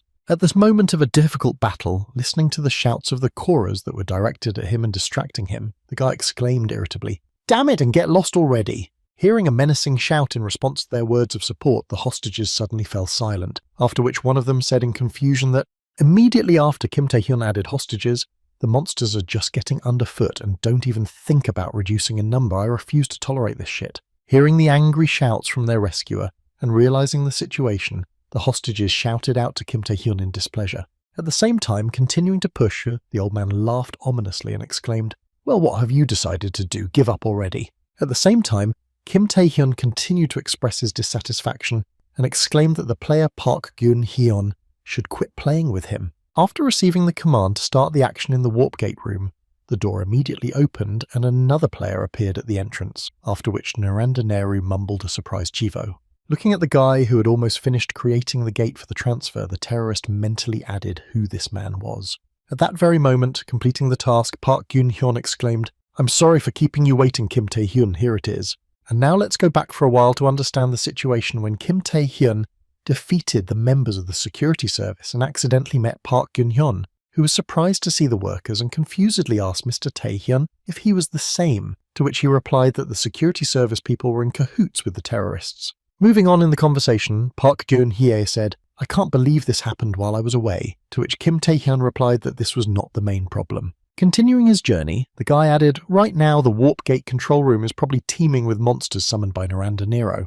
Moving on, Kim Tae-hyun continued to discuss the plan of action, saying the battle with the thieves should not be too much of a problem. The next moment, remembering the main problem that could prevent him from carrying out his plan properly, the guy added, "However, the monsters will not sit still after what they have seen, and the hostages may become the first victims." Hearing the remark from his idol, Park Gyun-hye nervously exclaimed, "Then what do we need to do?" Kim Tae-hyun interrupted him and added, "That's why I need your skill." Continuing the dialogue with his friend, Kim Tae-hyun said to control the gate, and hearing what he needed from him, Park Gyun-un exclaimed in surprise that it was mine. Feeling a bit worried, the guy suddenly exclaimed, "Of course I want to help, but as far as I know, it's impossible to connect with the point that connects us to the association right now." In response to his friend Kim Tae-hyun's remark, he confidently told me that I didn't care about it because I was going. Continuing to tell his plan, the guy continued to shock his friend and added to send the monsters away. At that very moment, looking at the guy standing in front of him, Naranda Nehru exclaimed in confusion, "What the hell was that?" Continuing to be surprised by the actions of his opponent's friend, the terrorist added what the hell was going on here. At that very moment, standing at the entrance and looking at the number of monsters he had to carry, Park Geun-hye mentally said, "When I first heard of the plan, I thought it was completely absurd." The next moment, seeing that, according to Kim Tae-hyun's well-thought-out scenario, everything turned out exactly as he had described the body, the guard mentally added, but who knew that it would really work? While all the monsters were removed from the battlefield thanks to his skills, Park Geun-hye mentally said, "Now only thieves and Naranda Neru remain." Continuing his thoughts, he mentally added that now victory would definitely be for the Nazis. Before he could complete his thought, he suddenly heard Kim Tae-hyun shout his name. Turning his head to his comrade who was trying to get his attention, the bodyguard heard, "You did your part. Take the hostages and run away now," to which he exclaimed in confusion, "But why?" Trying to somehow convey to the boy that he could also be useful in the battle, Park Geun-hye exclaimed, "What are you talking about? I'll stay with you and you." Before he could complete his thought, Kim Tae-hyun interrupted him and promised that he would not have an S-rank opponent just like me starting from this moment. At the moment when Naranda Neru jumped down to the battlefield to deal with Kim Tae-hyun himself, he added, "I will not be able to protect anyone."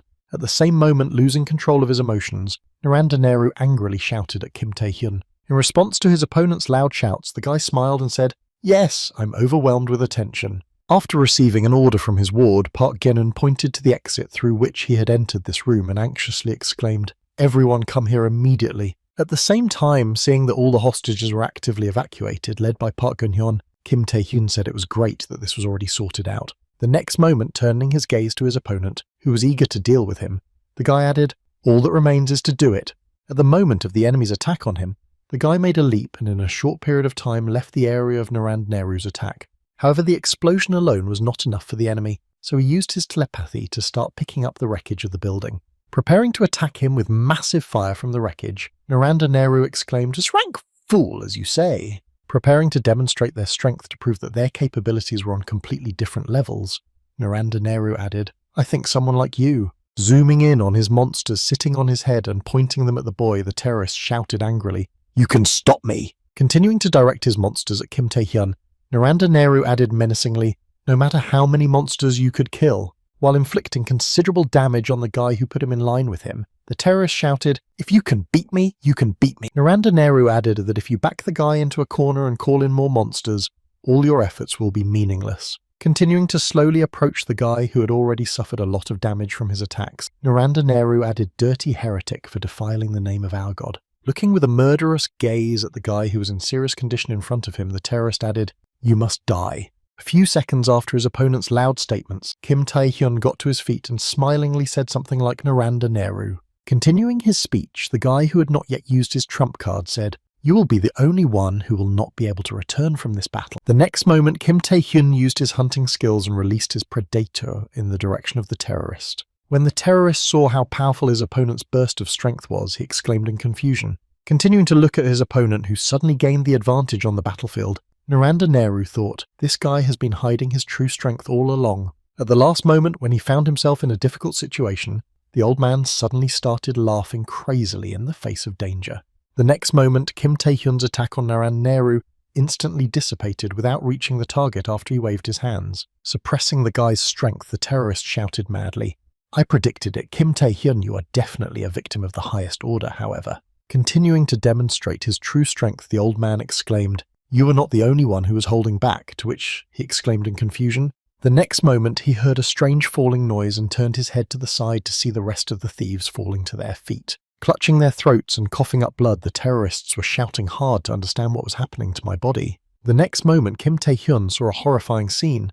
The bodies of Naranda Neru's subjects began to dissipate, turning into smoke. When he saw something strange with his own eyes that he clearly did not expect, the guy became visibly nervous and exclaimed in confusion. At that very moment, a vessel with blood appeared over Naranja Nera, from where it poured into the body of his grandfather, and he spoke in an ominous tone of sacrifice to the Almighty. Having begun to summon a monster who was to be as strong as Kim Tae-hyun, Naranda Neru added that God's punishment was to be brought upon these pagans. The next moment, a giant monster appeared in front of Kim Tae-hyun, consisting only of a skeleton, with no flesh on it. The next moment, Kim Tae-hyun saw an S-ranked monster called a bone dragon in front of him. At the same time, hostages were being evacuated to a safe place somewhere in the auction house. Having freed the people who had been taken hostage earlier, by Naranda Neru, Pak Jenon, walking with them to safety, spoke to many more terrorists in the building. While they were crossing one of the corridors, they accidentally ran into a group of terrorists, and one of the attackers said something they had forgotten and then fled from the top floor. When he heard the probable reason why they met these people here, the leader of the terrorist group said, "Well, they won't be able to escape anyway, so if we finish them off, they won't be able to escape." Before he could finish speaking, his body began to disintegrate into pieces and turn into dust scattering in the air. At the same time, the terrorists screamed out in fright that something was wrong with my body. After the danger had passed, Park Geun-hye and other auction participants felt a powerful earthquake, after which a man exclaimed what the hell was going on. And at the same time, somewhere on the street, Kim Tae-hyun was fighting with Naran-nera in full swing. Sitting astride his bone dragon, the terrorist exclaimed, "The dragon is always the strongest of all." At the same time, trying to somehow avoid the enemy's attack, Kim Tae-hyun used the skill he had taken from Dike and tried to avoid the attack. The guy caught the chain on a neighbouring building and quickly yanked it off and moved closer to the building to take a stable position. At the moment when he found himself on a solid surface and was able to stand on his feet, Kim Tae-hyun said where this monster came from. However, Naran-nera was not going to retreat so easily. With the help of the dragon, he rammed the building and threw the boy out of the building again. Continuing to pursue the boy even in flight, Naran-nera, following the boy, shouted out to Kim Tae-hyun to die. At a certain point, when the battle dragged on and the guy got tired of being a punching bag, he shouted out this, getting ready to use the hunt. Attacking his enemy and the bone dragon on which he was circling in anger, he added a bunch of bones. The next moment, a powerful explosion occurred, causing considerable damage to one of the auction buildings. After the dragon's roar collided with Kim Tae-hyun's strength, a powerful explosion sounded, and the man followed the guy who was thrown back by the shockwave. Looking at his opponent, who was still in a viable condition, Naran-nera said something striking. Continuing to watch the man he was fighting, Naran-nera said, "I didn't expect you to survive this attack." At the same time, Kim Tae-hyun clung to the building with chains and hung on it with one hand down. Breathing heavily and holding on to the building after his experience, the guy thought, "Damn, he's pretty strong." Continuing to hang on the destroyed building, the guy mentally added, "I can't believe I barely blocked the blow even though I used full hunting. It's amazing that we are of the same rank." Continuing his thoughts, Kim Tae-hyun looked up at Naran-nera and thought, however, after using such force on Naran-nera, things are definitely not good. Focusing on his opponent's condition, the guy added in his head that he would soon reach his limit. Continuing to look at his opponent, Kim Tae-hyun added in his head, "If I hold out a little longer, I can grab a chance when..." Before he could complete his thoughts, he suddenly heard an ominous laugh, after which Naran-nera said, "You vile pain, right now I can see all your thoughts." Smiling slyly as he read the guy like an open book, Naran-nera added, "If the blow to the forehead didn't work, you thought you could stall for time." Continuing to look at the guy, whose expression instantly changed to fear, he added, "I won't say that the tactic is bad, but it is." As he prepared to strike again, the man shouted angrily, "You should have realized by now that your tricks won't work on me." The next moment, Naran-nera simply changed his target and decided to attack not Kim Tae-hyun, but the hostages whom Park Geun-hye was taking to safety. Seeing that the terrorist flew past him, simply ignoring the boy and heading for another building, Kim Tae-hyun exclaimed that, at the same time, Park Geun-hye, who was walking down the corridor with the hostages in another building, saw a dragon rushing toward them. The next moment, Naran-nera pointed his beast at the building and clawed at the windows, causing considerable damage to the building. At the same time, in the main building of the New South Korea Association, one of the employees shouted out an emergency call to the gate guards of the connection steadily. Calling the warp gate to East Point, she added the destination East Point and the connection was established. The next moment, after receiving feedback from the squads, the girl exclaimed in surprise, "But only our new South Korean player Park Sang-jin is on the line. Even for you, entering this gate can be dangerous." In response to the operator's girlfriend's remark, the leader of the group that was supposed to go to the rescue said something stupid. Continuing his confident speech, Park Sang-jin then spoke about the threat this guy faced. The moment he finished speaking to the cameraman, Park Sang-jin shouted to his men, "Let's go to East Point right away." Continuing to push his inspirational speeches, he added in a stern tone, "Let's destroy these terrorists together." Going to the portal to help the victims of the terrorist attack, Park Sang-jin added, "Let's protect our comrades." At the same time, something unexpected happened at the site of the attack when Naran-nera decided to attack the hostages. Gathering his last strength, Kim Tae-hyun moved to the site of the attack and, using his hunting skill, avoided critical harm to people. Naran-nera continued to push on, directing the roar of his dragon toward Kim Tae-hyun. Continuing to attack the boy, the terrorist laughed ominously and shouted, "Bagaga, that's what you chose." Continuing to mock the guy who confronted him, Naran-nera exclaimed in an ominous tone that the mountains were then reduced to nothing here and now. At the same time, being behind the back of his ward, whom he was supposed to protect, Park Geun-hye exclaimed anxiously, Looking at the guy who was saving them from death, he added, "Don't worry about us. It will be useless if you die." Continuing his exclamations, Park Geun-hyun added, "So please, I beg you." Hearing the words of his friend, Kim Tae-hyun mentally said, "He's right." Trying to somehow hold back the onslaught from his opponent, Kim Tae-hyun mentally added, "Given that I can't face the Bone Dragon one-on-one now, the only way to win is to wait until Naranda Neri reaches his limit." But despite all the guy's thoughts, the terrorist was just getting into full swing and his strength was only growing. Trying to stand on his feet to the last, Kim Tae-hyun said in his head, "But not yet." Continuing to stand on his feet, realizing that he could not lose, the guy said in his head, "I can't give up now." Continuing to hold back the enemy's onslaught, Kim Tae-hyun said in his head, "Think, Kim Tae-hyun, think how you can protect others." The next moment, the guy plunged into some strange space, and there was only darkness around him, from which someone's voice came and said, "I can't do this anymore." Surprised by what had just happened to him, Kim Tae-hyun immediately turned around and looked at Park Geun-hye. As he continued to look at his friend behind him, he heard the voice in his head. The next moment, Kim Tae-hyun began receiving system notifications informing him that his hunting skill rank had been adjusted. Observing what was happening to his body, the guy received new notifications that said, "Hunting rank has been increased to A. Your strength has reached the limit. Your body is no longer able to withstand the power of hunting." Wondering what was happening to his body and skills, the guy shouted out in confusion and then received another notification that said he was on an S-rank hunt. At the same time, Naranda Neri was watching everything that was happening with Kim Tae-hyun and said the same thing in surprise. Continuing to be overwhelmed by the strange energy that enveloped his entire body, Kim Tae-hyun received a notification that said it was impossible to turn off the hunt. As he began to think about what was happening to him, Kim Tae-hyun mentally thought that the devil's hunt was in full swing. The next moment, recalling the image of the deity who had chosen him, he mentally added, "The king has given me all his strength." The next moment, feeling his body begin to collapse under the influence of the gigantic force that overwhelmed his body, the guy mentally said, "This is a joke. This is how I will die such a useless death." Also feeling how his legs began to collapse, the guy added mentally, after all that I had achieved with so much effort, "I don't care what happens, I can't die like this." But despite all his words, Kim Tae-hyun fell off his feet and fell to the ground, after which a pool of blood formed under him. At the same time, seeing that his opponent was already out of strength, Naranda Neri wondered if he had activated his skill to its fullest potential. Trying to somehow protect himself from the influx of energy coming from the boy's body, the terrorist added, "But what a crazy amount of energy." Continuing to look at the guy who was lying unconscious in front of him, he mentally added that this was even more incomprehensible. Looking at the unconscious boy who was lying on the ground bleeding to death, Naranda Neri added in his mind that he could not withstand the power of his own skill and had already lost it, so why the hell was the skill still active? Clenching his teeth in anger, Naranda Neri exclaimed angrily, "How dare a lowly pagan!" As he was preparing to deliver the last blow that would destroy the boy, he angrily exclaimed, "Look at yourself if you are going to resist God to the very end." As he began to approach the boy to finish him off, Naranda Neri exclaimed, "Then I will destroy you with my own hands." A few seconds after he tried to approach, the old man saw that his dragon had just had a limb torn off and said, "What the hell is going on?"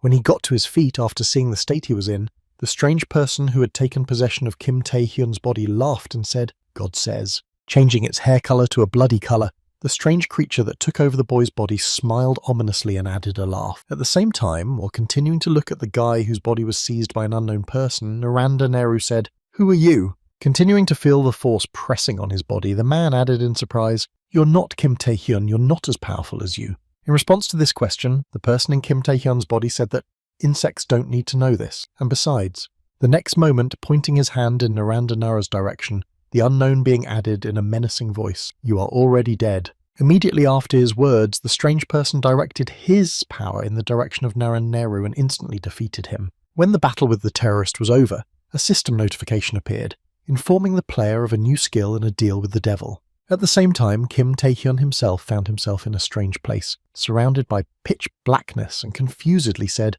"Where am I? I just fought with Naranda Nara." As soon as he said this, chains flew in his direction, gripping his body and restricting his movements. The next moment, the chains pulled the guy with them and launched him into a lump of stone, destroying the space of total darkness. Feeling the pain after the collision, Kim Tae-hyun mentally thought he had just been stone-faced and paralyzed. Not understanding where he was and what the hell was going on here with his skills, he mentally added what the hell was going on. The next moment, the aura of the King of Knights began to press down on Kim Tae-hyun, pushing him deeper and deeper into the ground. Not understanding what exactly was happening to him, the guy confusedly said in his head, "Why my skills were needed." Immediately after his thoughts, the guy pinned to the ground heard the same voice that had spoken to him earlier, saying, "My skills are good." Continuing the dialogue with the bearer of his skill, an unknown voice added, "Why did they become yours?" And Kim Tae-hyun asked in surprise. Starting to appear from the portal created by the hunting skill, the predator added in a menacing tone, "You absorbed this power." As soon as the monster fully showed its face to the wearer, he immediately added, "Now feel it on your own skin." Some time after the experience, Kim Tae-hyun suddenly woke up because he had fallen out of bed and began to breathe heavily. The next moment, looking down at his hands, which were dripping with cold sweat, the boy was frightened and thought it was a dream. Also surprised after seeing that his lost limb was in place, he mentally added, "I had a whole hunt broke my right arm, but now it is normal." The next moment, Park Sang-jin came into the victim's room after the heavy attack and suddenly exclaimed, "Oh, you're awake!" Seeing who Kim Tae-hyun was standing in front of him, the player Park Sang-jin was surprised to hear the words in his head, and at that moment the man savouring a bun held one out to the boy and asked if he wanted one. After a while, after putting all the goodies on the table, Park Sang-jin said, "The Association and the Alchemists prepared this place especially for you, so they want to repay you for helping with the terrorist attack."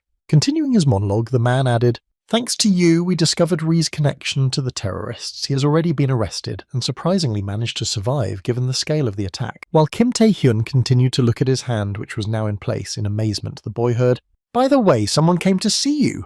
Starting to recall the visitors who came to the boy while he was sleeping, Park Sang-jin added that from his parents to the leader of the association, all the tears were cried. After telling the usual information, the man shoved a Takaki ball into his mouth and said, "The first examination revealed no health problems.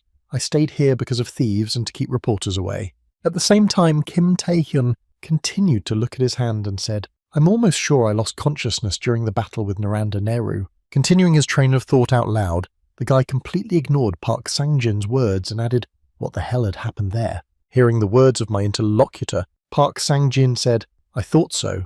And hearing the remark of the member of the association, Kim Tae-hyun, I was surprised to hear what you were talking about. When he received a response to his remark, Park Sang-jin leaned over the table and said, "I wanted to ask you the same question." The next moment, Park Sang-jin began to recall the testimony of Park Gyun-hye, who at that moment standing behind Kim Tae-hyun was confused and thought that Naranda Nehru had been killed with one blow and then some. Continuing to look at the guy who was right in front of him, the guard worriedly added in his head who he was, as if he was Tae-hyun but not Tae-hyun at all. Having made the best decision to find out the truth, the man did not hesitate to exclaim, "Hey, what have you done with Tae-hyun?" Hearing that he was being addressed, Kim Tae-hyun's dark face suddenly turned to Park Gyun and his aura spread to him. Feeling truly afraid, Park Gyun-hye suddenly became quiet and froze in place, breathing heavily and feeling his whole body begin to tremble. The next moment, the person used his force on the guard's body, and he instantly lost consciousness and fell to the ground. After the next use of its power, the individual felt that Kim Tae-hyun's body could not withstand further use of this power and said with a disgruntled cicatricial tone, "I'm on the verge of it, then I have no choice." Slowly leaving the body of its host, the individual smiled slyly and said, "I'll go now." Leaving the body of Kim Tae-hyun, an unknown individual who won the battle against Naranda Nehru, added to the end of the day, after which Kim Tae-hyun fell unconscious to the ground. A few seconds later, Park Sang-jin, who had just arrived at East Point with reinforcements, ran up to the boy and shouted out to Tae-hyun to wake up. While the man was trying to revive the boy, other members of his squad checked the rest of the people and reported any survivors. Continuing the inspection, one of the group members said they were all unconscious, and there was no threat to their lives, after which the man added that there was still no information about the whereabouts of Naranda Nehru or other terrorists. After receiving a report from his subjects about the current situation, Park Sang-jin exclaimed, Damn Kim Tae-hyun!" Trying to bring the guy to his senses to find out what had happened here, he suddenly exclaimed what the hell had happened here. Having finished recalling the events of arriving at East Point, Park Sang-jin said, "I asked the survivors what happened there." Recalling the moment when he took a statement from Park Geun-hye, the man added, "Everyone remembers how you tried to stop Naranda Nehru, but no one could describe the whole situation." Recalling the look of the people he asked about the events at East Point and the fearful eyes, he added that it was as if someone had worked on their memories. The next moment, the man grabbed the back of his chair and, standing up, pushed it away from him, saying, "Well, it must be the work of terrorists." After finishing the conversation with one of the victims of the terrorist attack, Park Sang-jin headed for the exit, waving and saying, Get well." Continuing to walk to the exit without looking back, the man added, "If I manage to find out anything, I will definitely contact you." As soon as the door to his room closed, Kim Tae-hyun looked toward the entrance and said in his mind that he thought it was impossible that Naranda Nehru had done this. Continuing to recall the moment of his battle with Naranda Nehru, the guy added in his head, "I don't know why I'm not injured, but I'm 100% sure that the hunt took my arm." The next moment, looking at his characteristic window where the new deal with the devil skill appeared, he mentally added that Naranda Nehru was most likely also a victim of the hunt. Continuing to look at his new skill, the guy was surprised to think that I could open the gate. Isn't this a monster summoning skill, and it also takes 200 mana units, and I only have 180 before he could finish thinking, when Park Sang-jin returned to his room and shouted out to Kim Tae-hyung. The man, who was deep in thought, noticed that a visitor had come to see him. When he heard the message from his bodyguard, who was on the lookout, Kim Tae-hyun was surprised to hear that. As soon as he approached the man, he heard someone else enter the room, and the next moment he saw Im Ah-yoon in front of him. As soon as the visitor arrived at the victim's room, the man suddenly said, "That's it. I'm going to go now." As soon as the door to the ward closed, Im Ah-yoon's rank awakened, and Player Rank handed the boy a basket of fruit and said, "I came to visit you." When she arrived at the boy's table, she poked the basket and the goodies Park Sang-jin had brought, crushing them and scattering them all over the ward, and then said, "I heard you were hurt, but you look fine." To which he replied, "Yeah, the doctor said I'm fine." The next moment, taking an apple out of her basket, Ima-yu added, "I also heard that you saved a lot of people during the terrorist attack." When he heard the girl mention the recent incident at East Point, Kim Tae-hyun was surprised to hear her say that she was sure. Starting to slowly squeeze the fruit in her hand, the girl added even 2 S-ranked ones in displeasure. Not understanding what this conversation between him and the girl was all about, Kim Tae-hyun said anxiously, "Well, it is what it is." The next moment, crushing an apple in her hands, the girl exclaimed angrily, "Don't act so confident, I'll catch you before you even have time to blink." Covered in pieces of the crushed apple that Im Ah-yoon had crushed in her hands, the boy asked why you came to see me at all. After receiving a question from the patient, the girl looked away and said, "I'm checking on you." Hearing Kim Tae-hyun's answer, he thought he might call the police. Kim Tae-hyun continued to be irritated in the presence of Im Ah-yoon, clenching her hand tightly into a fist.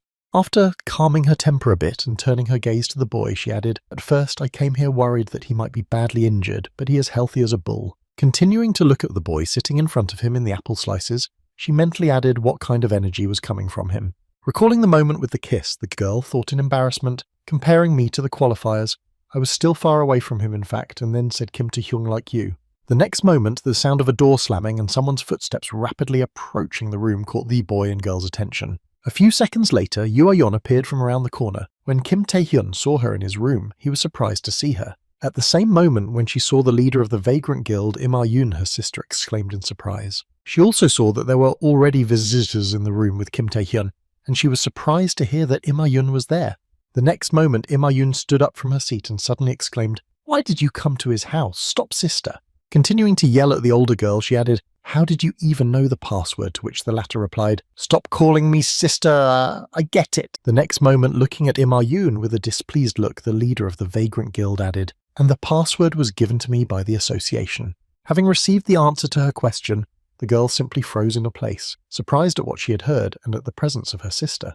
The next moment, Yoo Ah-young suddenly moved over to the injured Kim Tae-hyun, who was sitting on a chair, and grabbed him and held him close. Under the girl's confused cries, the leader of the Vagrant Guild continued to press the injured boy to her, holding his hand. Feeling overwhelmed with shame, the girl rushed to her sister and exclaimed, "What are you doing?" And she smiled and replied that she was doing what she said. The next moment, moving her right hand from the guy's body to her lips, she added 2 S-ranked players live in the same house. What does it look like to you? Trying to somehow stop the actions of her sister, Im Ah-yoon, who completely blushed with shame, exclaimed that it was illegal. He was still a minor. The next moment, Kim Tae-hyun himself broke free of the girl's grasp and told Ms. Yoo Ah-yeon to stop joking around. Continuing to watch the girl and preparing himself for the possibility of this happening again, the guy added, "Why did you come this time?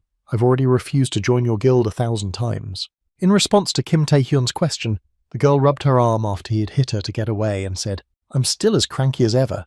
I just came to check on you, that's all." Continuing to talk to the guy, she added that this time she even brought him a gift, to which he replied in surprise that it was a gift. As soon as the boy was curious about what he had heard, the leader of the association added, "You're going to shave for the Asian-friendly games."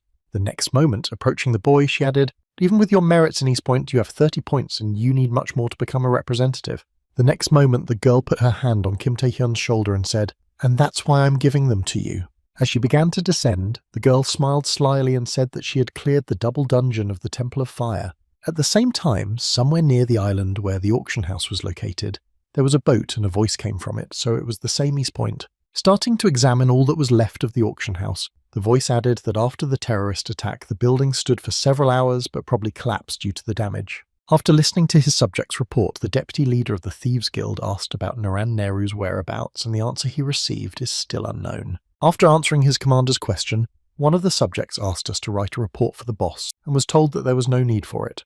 Continuing to look at the ruins after the terrorist attack, the Shadow said, "We got what we came for, and we just paid for that guy's services." The next moment, turning his gaze to the subject standing behind him, the deputy added only one thing remained. Before he could speak, he was interrupted by the voice of the ship's commander, who approached them and shouted, "Thieves, you are surrounded!" Standing on the bow of the ship, the captain of the ship added through the loudspeaker that only authorized players have access to these waters. Continuing to threaten the thieves, whom they found not far from the recent incident, the man added to lay down your weapons and surrender. The next moment, before he knew it, the captain of the ship and his entire crew were underwater. Having lost access to oxygen and continuing to descend lower and lower to the bottom, he said in a confused voice, "What?"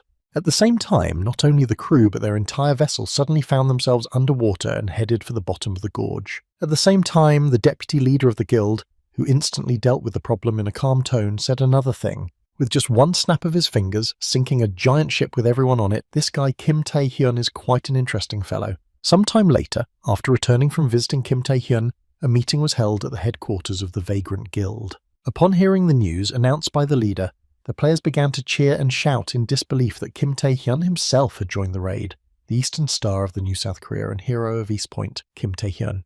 Listening to the joyful shouts of her subjects, Yoo Ah-yeon stood with the boy on the podium and said, "I hope you understand."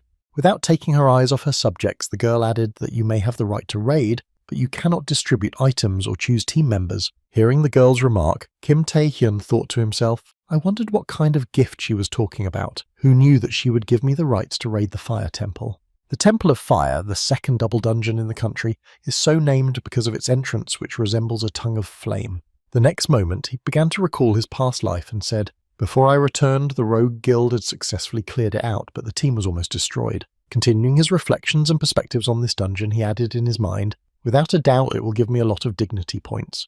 The next moment, recalling his injury during the terrorist attack, the guy mentally added, "Perhaps because of the same problem with my right arm, my strength and endurance have increased significantly, so it would be intriguing to test them in practice." The next moment, turning his gaze to the girl who was his ally in this raid, the guy mentally spoke, but together with the S-ranked player Yoo Ah-yeon. Immediately after Kim Tae-hyun, he turned his gaze to the subjects of the girl from the Vagabond Guild and added that many people. Having received a considerable charge of motivation before the raid, Kim Tae-hyun mentally added even a double dungeon.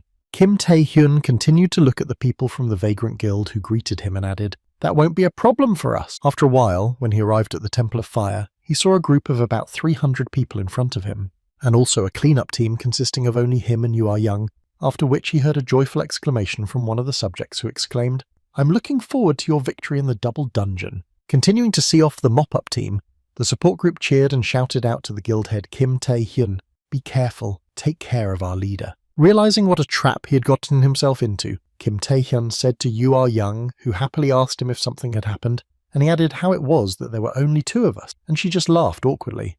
The next moment, as soon as Kim Tae-hyun turned his gaze to her, the girl smiled slyly and said, "We have a date, darling." And when he heard that, the guy thought, damn it all. After some time of regret and realization of where he was going, the cleanup team headed for the gates of the double dungeon. Once inside and feeling the strange atmosphere, the girl was surprised to say that the energy here is very different from ordinary dungeons. Continuing to look around and explore the area, the girl added that all double dungeons are like. Approaching the pit that led downward, Kim Tae-hyun replied that the apocalypse from the inside was the same. After receiving the answer to her question, Yoo Ah-yeon sat down near the crab hole and said, "Well, how do we get down?"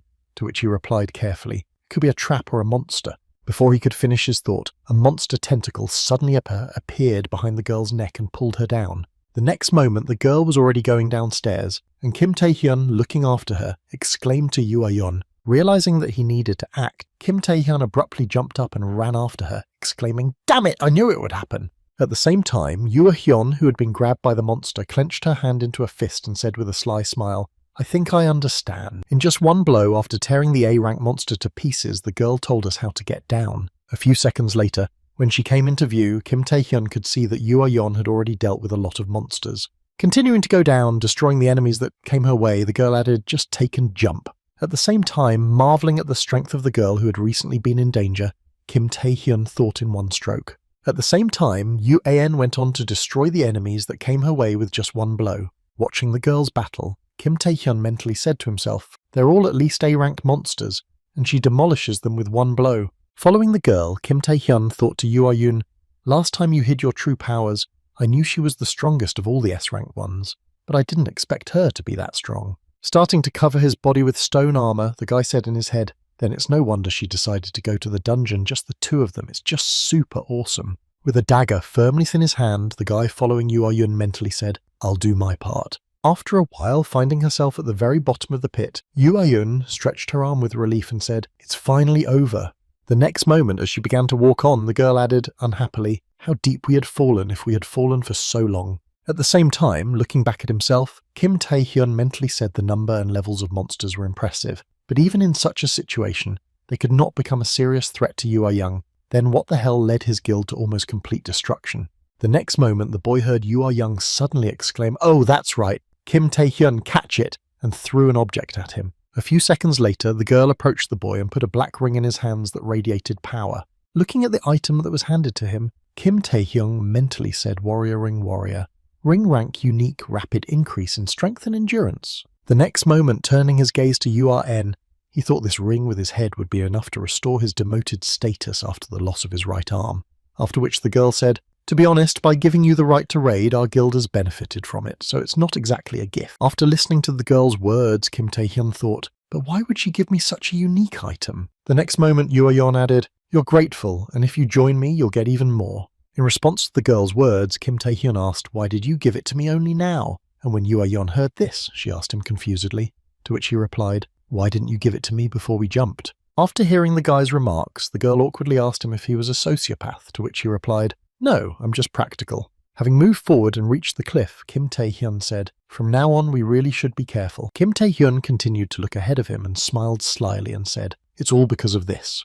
Looking at the strange place they found, the boy added that they had invaded the domain of the boss of this dungeon. The next moment, looking at what was in the center of the room, the boy was surprised to see an egg. Continuing to look at the object in the center of the room, he mentally added an egg, meaning he's not quite sure what's inside, but taking out this dagger and preparing for further developments, Kim Tae-hyun said, "Tooth and nail, right in front of us now is the boss of the double dungeon." The next moment, turning his head to the girl, he told Yoo-young to get better information first. Not seeing the girl who had just been standing next to him, Kim Tae-hyun exclaimed in surprise that it was you. At the same time, the girl had already jumped off the cliff and headed for the egg in front of her. The next moment, the girl struck the egg and destroyed it with just one blow, followed by an explosion. Seeing his friend's rash actions, Kim Tae-hyun exclaimed, "Why the hell is she so reckless?" When he came downstairs to the girl and saw the girl's face, the boy anxiously exclaimed, "Yoo-an, are you okay?" When she heard her friend's voice approaching her from behind, she looked back and said, "I'm okay." The next moment, turning her body in the direction of her friend, Yoo-yeon smiled happily and said the egg was broken into pieces.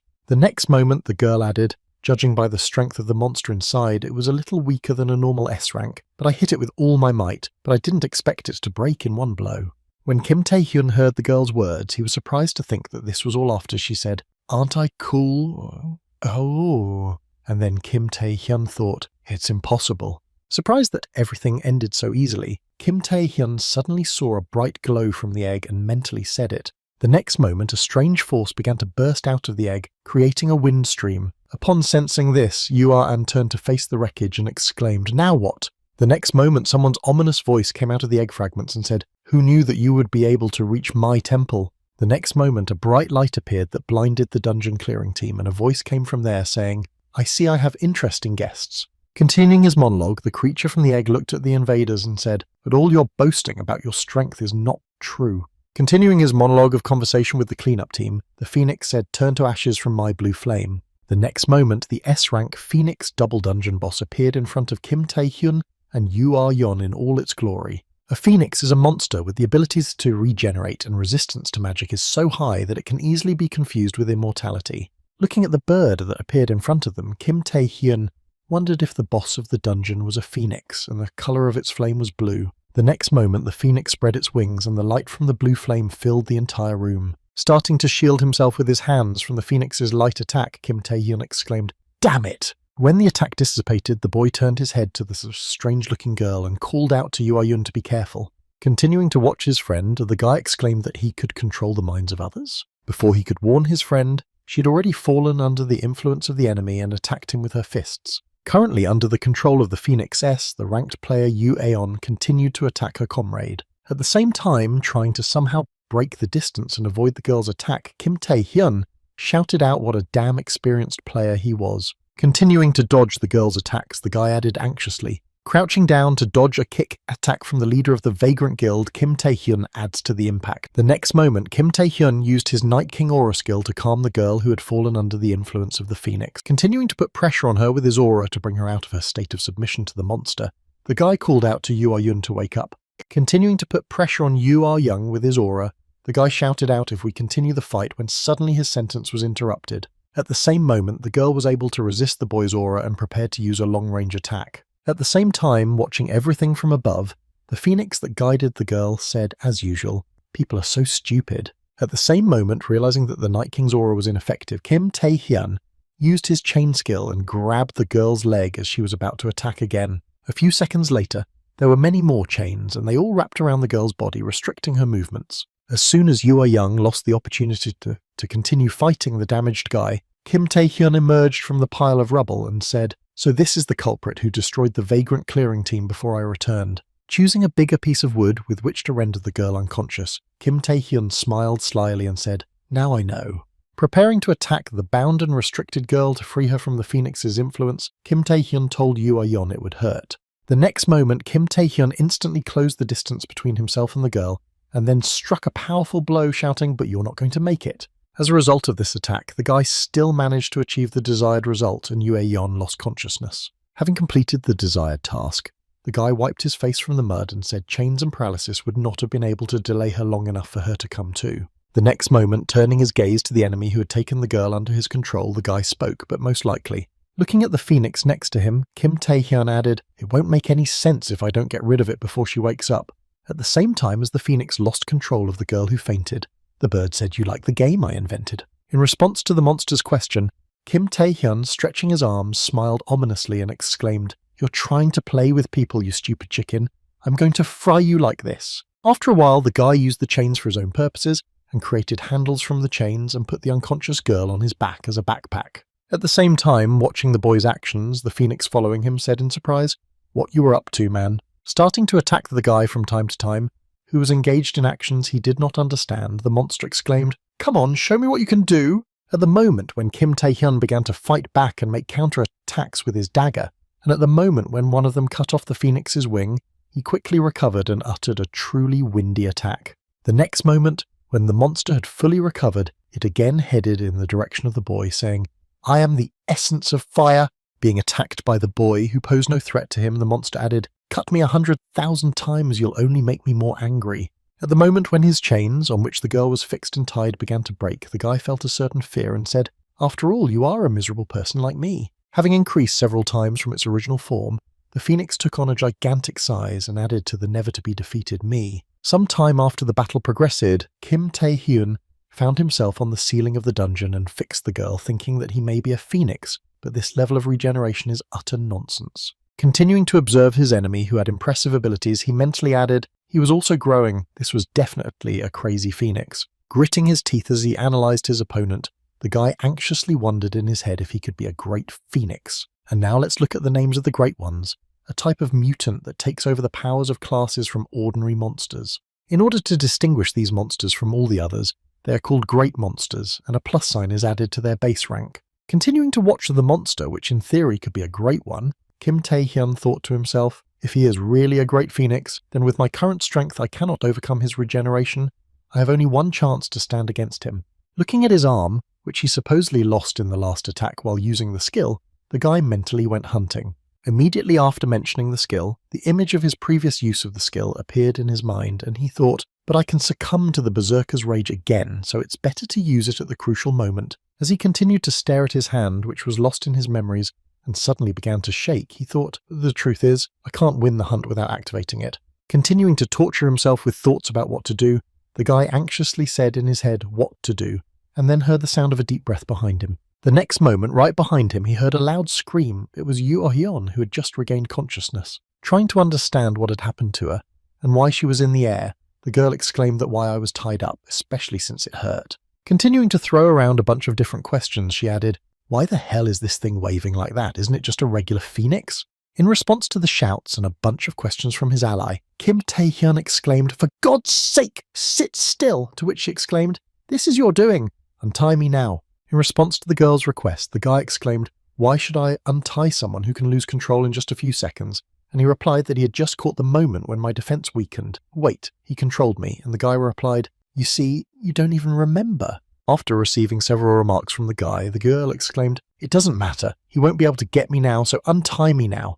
As soon as the girl exclaimed this, a phoenix spotted them and said, "How dare you be distracted when I am standing in front of you?" Preparing to strike again to finish off the invaders of his sanctuary, the monster added, "Know your worthless place." The next moment, Kim Tae-hyun freed the girl from the chains and debuffs, after which they made a joint attack and the guy shouted this time, "Keep your sanity at all costs." Hearing her friend's remark, the girl said, "God, you are so suspicious, I won't get caught." At that very moment, having received a good whipping from the dungeon clearing team, the big phoenix angrily exclaimed, "How dare you!" The monster grew in size again and used the phoenix flame attack to shout out insignificant cockroaches. "Having surrounded your opponents with a sea of flames," the great phoenix exclaimed in a formidable tone, "and you have not yet realized that it is all in vain." Deciding that it was time to act, Kim Tae-hyun suddenly exclaimed, "Leave it to me," and then used the monarch's heart skill. As soon as the girl felt her characteristics instantly increase by several degrees, she immediately interrupted him without saying no this time. Having used all her strength to confront the enemy, the girl smiled slyly and added, "I'll deal with him myself."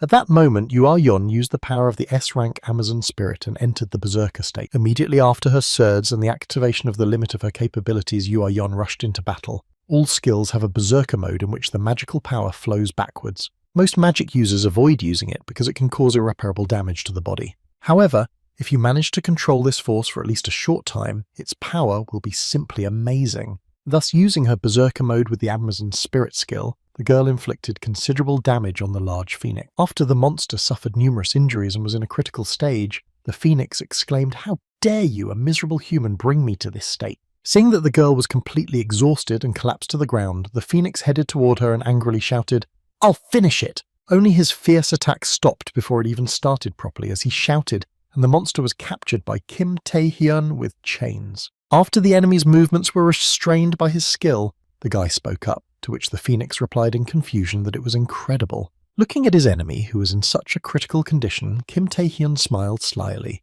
and said the way to defeat regeneration is to use more destructive force. Do not underestimate people. Picking up the unconscious girl he was aiming at, the guy added that even though it would be a blow to his ego, he had to take the last hit. At the same time, other members of the Vagrant Guild continued to stand at the gate of the dungeon entrance, waiting for the clearing team to return. Looking at the time of their absence, one of them said something about them being late, to which the other replied that everything was fine, and then the third said there shouldn't be any problems, because there were 2 S-ranks in the gate. Immediately after this guy's words, the first one noticed that the only problem may be in our guild head. As soon as she enters the battle, all her reasoning goes to hell, and then thought, can this be called no problem? After briefly analysing the situation in the dungeon, the boys noticed some movement from the dungeon gate. Seeing that Kim Tae-hyun was carrying Yoo Hyun in her arms, the guys immediately rushed to meet her, anxiously shouting, "Are you okay, guild leader? She's injured!" At the same moment, when he saw them being met at the exit, the guy confidently said with the girl in his arms, "The fiery temple has been cleared."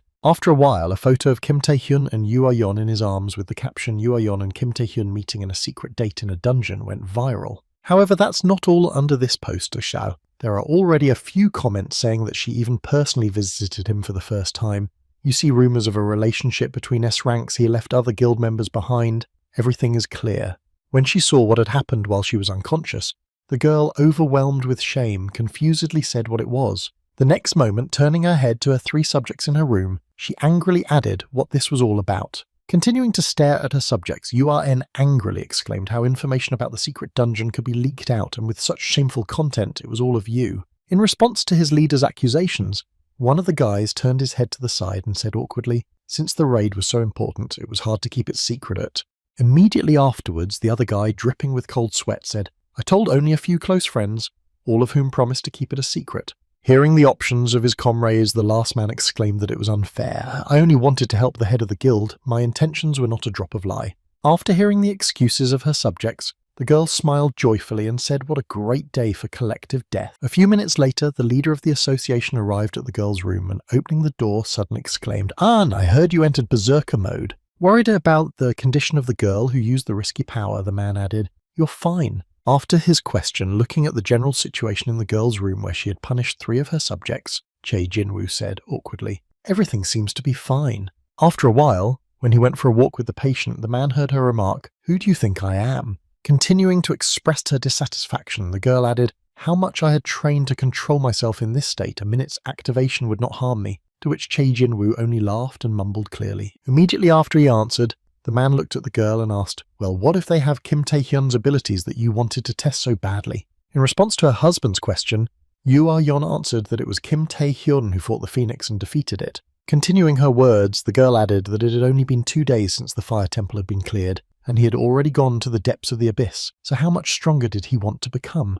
Immediately after his question, the man clenched his hand into a fist and said with anticipation, "It's definitely an impressive growth rate, but isn't it good for the new South Korea?" In response to the words of the association's leader, the girl replied that this is why it remains incomprehensible to me. Starting to mention certain people with a fairly high level of skills, she added that everyone has a desire to grow, but once they reach a certain level, people usually stop and enjoy what they have gained. After scrolling through the images of skillful people in her head, she added that Kim Tae-hyun doesn't even seem to be thinking of stopping. Continuing to mention a guy who has incredible motivation to become omnipotent, she added that he does his best to keep moving up. After listening to the Vagabond Guild leader's reflections, Jae Jinwoo suddenly heard her ask why Kim Tae-hyun was so eager to become stronger.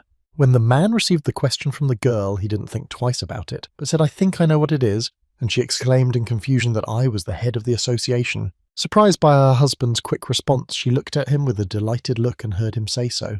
With the girl's full attention focused on him, the man stretched out his hand in front of him and clenched it into a fist, shouting patriotism. Continuing to express his conjecture, Che Jinwoo confidently added that in an era when monsters are everywhere and evil awakened for the prosperity of our country, Kim Tae-hyun is driven by a burning desire to overcome all difficulties. Interrupting her husband halfway through his impassioned speech, Yuan said, "With all due respect, you are wrong," to which he exclaimed in surprise. Meanwhile, somewhere in the depths of the abyss, a guest from the world of humans showed up at the vampire palace. After killing all those who tried to restrain the yogi from attacking the man with a weapon, the man who passed the test knelt down before the vampire lord. Bowing his head, the man kissed the hand of the vampire lord as a greeting to show his respect. After the ritual of power transfer, the vampire lord spoke to his guest. "We are now bound by a contract." Having gained a human subject, the Grand Duke of the Abyss and Lord of the Vampires Ig Moon continued to smile slyly. After receiving the powers of vampires, the man who arrived at the depths of the abyss bowed his head and said, "Thank you, my Lord of Blood." Hearing the thanks from his guest, the Great Duke of Vampires laughed and said a big thank you. "Well, how is it to get the power of our clan?" In response to his lord's question, the man took off his hood and said, "I have had many rivals who could match me in strength, but I have not." Taking off his hood and showing his personality, Zhang Limping, a national-level player from China, said, "Now I will be the strongest." And at the same time, 2 guards from the association stood somewhere near the portal gate, guarding everyone to the ground. After passing through the facade, Kim Tae-hyun found himself in a place under a pit where the association's base was located near the entrance. Looking around him, the guy breathed in a full group and felt nostalgic and said, "Well, I'm back." The next moment, seeing a new character near him, the man who was at the base said, "Welcome to the Abyss," the player Kim Tae-hyun. Putting his hand to his chest and bowing, the man added, "Allow me to introduce myself as an A-ranked player from the World Association of Players in charge of the 22nd District." The next moment, raising his head and looking at Kim Tae-hyun, Paul Becker, the A-ranked player managing the 22nd Abyssal District of the World Player Association member, added to the deep part of the abyss, Paul Becker. Going with the boy to his control area, the man said, "According to the records, this is the first time you're visiting the deep part of the abyss," to which Kim Tae-hyun replied, "Well, you can say that." When Paul Becker heard that this was the first time the guy had come here, he said, "In that case, you should hire players who could become guides or mercenaries." Continuing to talk about this area, the man added that the World Association of Players establishes so-called game zone safe areas in each developed area of the abyss to help in research, but in the deep part. Mentioning some of the features of this region of the abyss, he added that even in the game zones, it is so dangerous that you never know where and when monsters can attack you. Continuing to head toward his neighborhood in the abyss, the man added, "That's why, let you be an S-class player. It would be wise to hire players," to which Kim Tae-hyun replied, "There was no need for that hearing." The remark from the guy, Paul Becker exclaimed in surprise that, continuing to prove his point about the lack of need for a guide, Kim Tae-hyun said in any case, after which a crack sounded near him. The next moment, right behind the boy, a monster appeared from the ground, clearly determined not to make friends. Seeing the danger behind the guy, Paul Becker, player Kim Tae-hyun screamed out in fright, cautiously behind the monster. The next moment, the man saw with his own eyes how easily Kim Tae-hyun dealt with the monster that appeared behind him. Demonstrating his strength and lack of need for guides, Kim Tae-hyun smiled and said, "I'm just going for a walk." After continuing his journey and dealing with a certain number of monsters, Kim Tae-hyun exclaimed with relief and said, "Something Becker is not visible. It seems I have gone so far that there is not a single living soul nearby." Immediately after recalling the double dungeon sweep, he mentally added, after absorbing the Great Phoenix in the Fire Temple, I obtained a contract with the demon, and after taking the cores from the defeated monsters, the guy mentally added, my mana increased to 200 units, but still, recalling the changed description of the skill in which the contract with the demon bee allows you to open the gate that leads to the abyss, I mentally added why the skill changed. Also mentioning certain limitations, he added that it's not just summoning monsters like Narandaneru, but creating gates from each other clearly indicates the number of possible uses of the skill has become a one-time use. Continuing to look at the resulting cores of the defeated monsters, the boy mentally added, this is also the effect of absorption. Continuing to look at the mana crystals in his hands, the boy said in his head, well, one strong monster is enough for me. Crushing the monster cores in his hand, he added, instead of carrying dozens with him, after which he received a notification that you had activated the mana boost stone. The next moment another notification appeared, informing me that the amount of mana was temporarily increased. Mana boost stone is an item created from a processed magic stone that temporarily increases mana. Having increased his mana by a certain amount, the guy used his skill and received a notification that the contract with the demon had activated the creation of the gate. As soon as the gate to the abyss appeared in front of him, the guy stepped forward, smiled slyly, and said, let's see what kind of creature I got. Upon entering the gate, the boy found himself standing in front of a giant castle that inspired fear and amazement with its size. Wondering where the gate had moved him, the guy mumbled in surprise that the lock had been broken. As he started to climb the stairs, he was surprised to find that he had never heard of such places in the abyss. Continuing to walk forward and look around, the guy muttered in surprise in his head, although I used the mana boost stone to maximize the power of the skill, where did I go wrong? Unsuspecting at the moment when several vampire representatives had already appeared behind him, the guy thoughtfully said that he would have to find out for himself. The next moment, sensing someone's presence next to him, the guy quickly pulled out his weapon and struck a blow from the front, causing an explosion. After his action, someone's voice was heard somewhere in the pile of rubble and debris saying, oh my god, I'm afraid of it. A few seconds later, as the dust cleared, the guy saw 3 vampires in front of him, one of whom said to point such a dangerous thing at me. Continuing to express her admiration for Kim Tae-hyun, who had arrived at their palace, one of the vampires added, such a rare animal. I hope we have fun. We have fun now. Continuing the phrase of her friend, another vampire girl said, oh, we have a guest. And then the third added, it's a human being. All of the creatures that attacked Kim Tae-hyun were succubi of S rank, and the boy was surprised to find out who the opponents were. Succubi are monsters that suck the life force and energy out of men through illusions and brainwashing. After assessing the strength of his enemies, Kim Tae-hyun was surprised to hear in his head that succubi usually have a maximum rank of B. Continuing his thoughts, the guy added in his head that it was really necessary to conclude a contract with them, after which the monsters said, poor man, you must be lost so appetizing. Ignoring all the words of the succubi that appeared in front of him, Kim Tae-hyun, who was full of motivation, prepared to attack and mentally said, if I got here because of them, I'm going to get here because of them. Having rushed at the 3 succubus girls, the guy prepared to realize his plan and said in his head that he needed to knock them out. Dodging the boy's attack and breaking the distance between them, one of the succubi said boogaloo, so energetic. Applying her subjugation magic to control the mind, the girl said, however, I like it better when it's harder to fulfill an assignment. As soon as the succubus's magic surrounded Kim Tae-hyun and influenced him, the girl confidently walked toward him and joyfully exclaimed bugega, and that was that. At the moment when the guy froze in place and put his head down to pretend that he was under the influence, at the same time the succubus was approaching him, no man could speak. Having lost her vigilance during the battle, the girl approaching the boy tried to resist our influence, but at the last moment she paid for her recklessness. Having been punched in the face by a guy who was supposed to be under the influence of her spell, the succubus fell to the ground and screamed painfully. Seeing that the boy was able to resist their influence and even attack his friend, the other succubi exclaimed in confusion.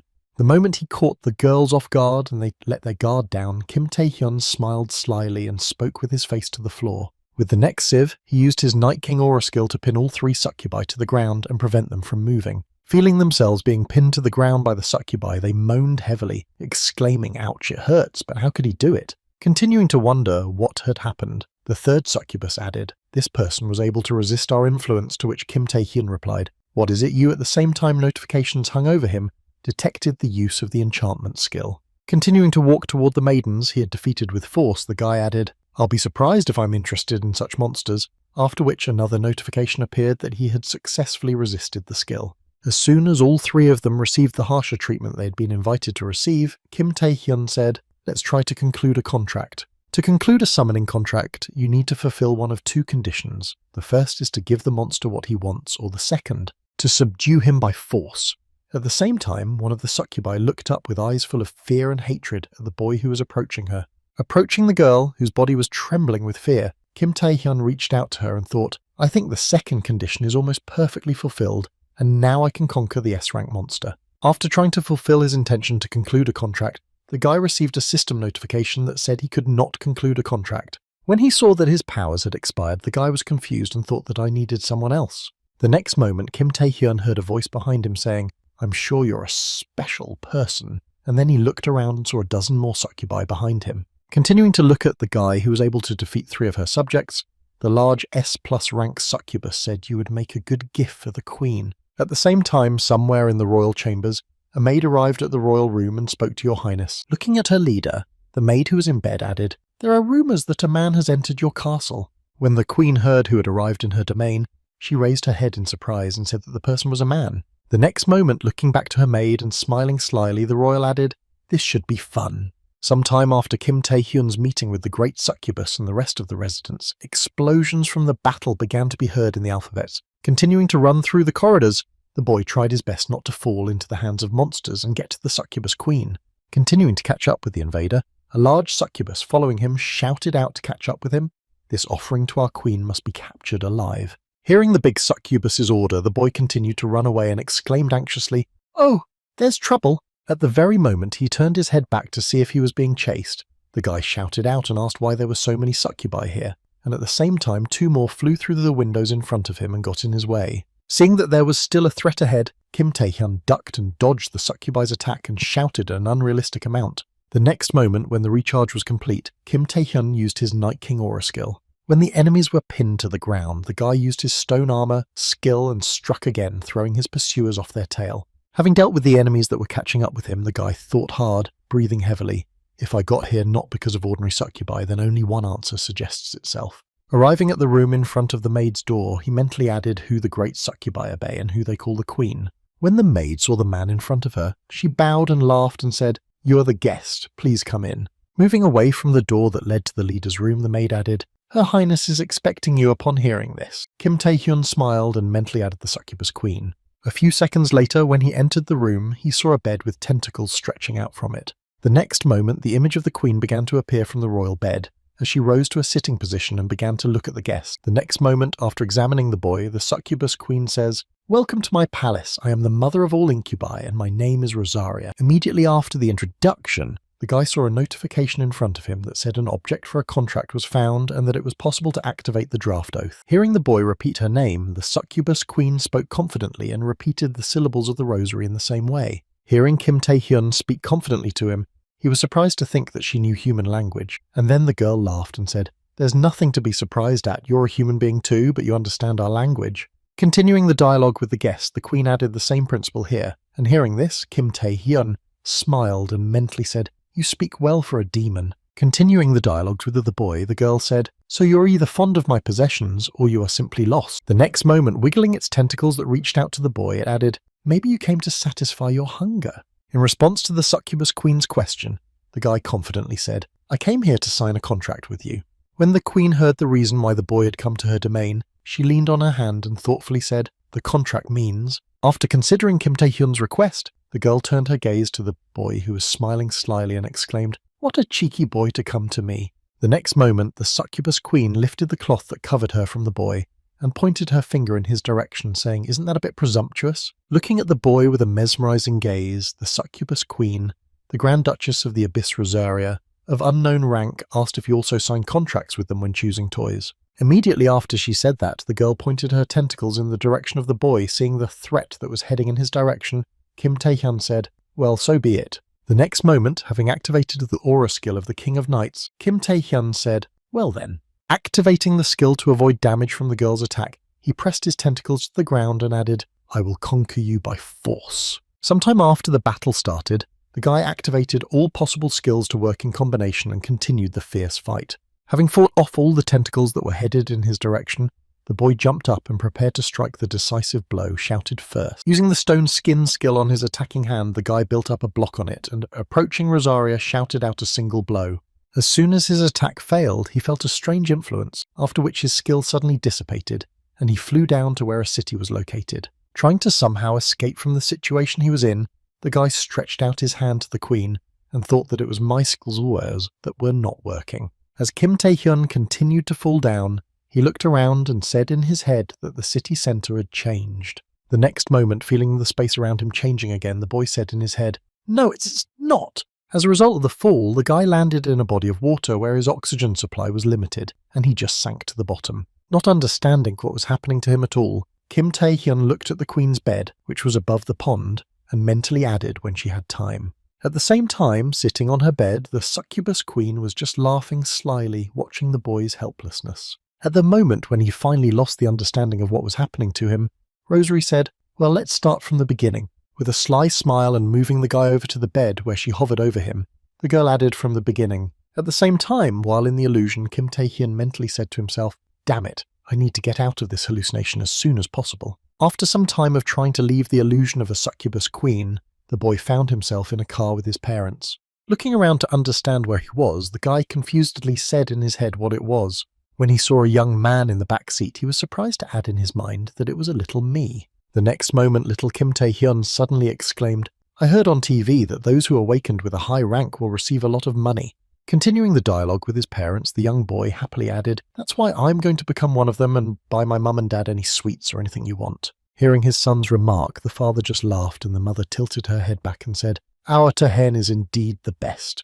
Continuing the dialogue with her son, the girl added, "But son, it's much more important for mum and dad that you just be healthy and happy." After hearing his mother's assurance, the boy said disappointedly, "Of course, what a bore." Hearing this, Kim Tae-hyun thought awkwardly, "That's how my parents always said it." As he continued to watch his family's joyful relationship, the boy mentally added, "Getting a high rank or ever feeding our poor family was my happiness in the first place for them." The next moment, the situation changed dramatically. He saw a burning car with his lifeless parents in the front seats. Immediately afterward, the boy heard a woman's frightened voice near him saying, "God, how can this be?" Standing next to the wrecked car and holding his baby in her arms, the aunt added, "I left our Taehyun alone," after which the uncle who was standing next to him called out to Mr. Kim in concern. Looking at his family, the boy who was sitting in the burning car shouted out to his aunt and uncle in concern. The next moment after this scene, Kim Tae-hyun heard someone behind him suddenly laugh and shout out in a menacing voice, "Stupid, unawakened bastard!"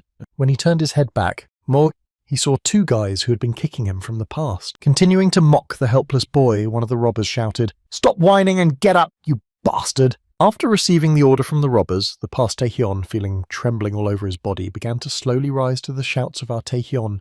"You are a strong boy. Watching this." The guy who looked at his past thought, "What is this?" The next fragment in his memory was the moment when he got a job as a carrier with a team to clear the abyss, and then mentally recited my memories. Looking at his past self, who was already many years old, and who was carrying a heavy bag, breathing heavily, he heard someone shouting out to the unawakened, about to fall into the abyss. Looking at how he had been mocked in the past, shouting, "Know your place," the boogeyman Kim Tae-hyun thought, "I was unawakened and without strength I could not resist the daily hardships." As he continued to watch his past, the boy thought about the scene before him, but it was even harder to realize after that his aunt's voice was heard exclaiming, "What the hell are you talking about, Tae-hyun?" Looking at myself in adulthood, bowing my head in front of my relatives, the boy heard what I had done wrong to you, and then my uncle added something wrong with where you were going. Continuing to be angry with her nephew, the aunt added, "I told you money is not a problem. Don't worry about us," to which Kim Tae-hyun replied, "Listen to Uncle Auntie." Interrupting the words of the guardians and riveting their attention to him,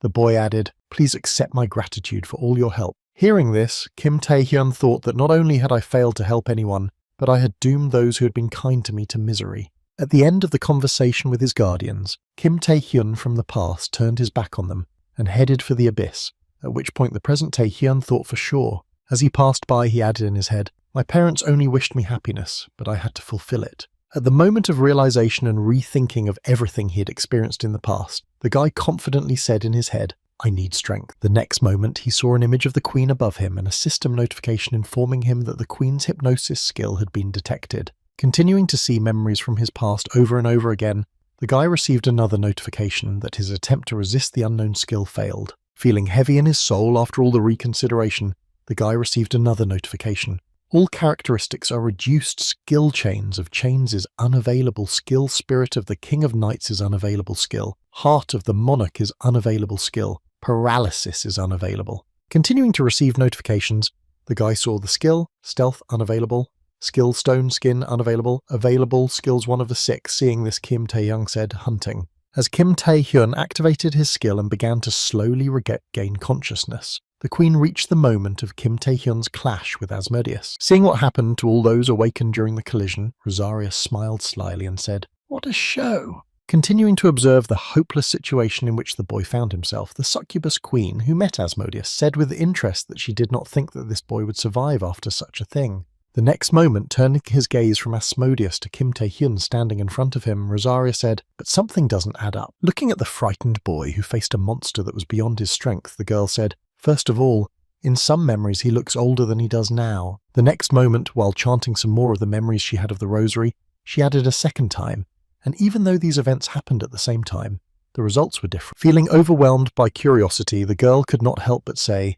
"Well, let's find out what skeletons you're hiding in your closet." Using her skill and destroying the current memory to move on, the succubus queen said, "Let's dig even deeper." After skipping a few more memories, she reached the moment of truth and saw a familiar image in front of her, and exclaimed the same thing in confusion. Looking at the face that descended to Kim Tae-hyun from the sky in the bright white light of the rosary, the king added in confusion, "As soon as the girl got to the truth, her skill immediately dissipated, and she heard a voice behind her saying, 'You're spying on other people's memories.'" Drawing the girl's attention to him and putting a dagger to her neck, the guy said, "I don't think this hobby is right for a queen." At that moment, the boy, having dispelled the girl's skill and caught her by surprise, put a knife to the throat of the succubus queen while she was defenseless. Being in a better position, the guy breathed heavily and said, "I'll repeat once again, Rosary, sign a contract with me." Hearing the guy's demand, who decided to threaten her, the girl replied with the same response, "I was able to get out of my illusion, but my brain did not grow." The next moment, she turned her gaze to the guy and added,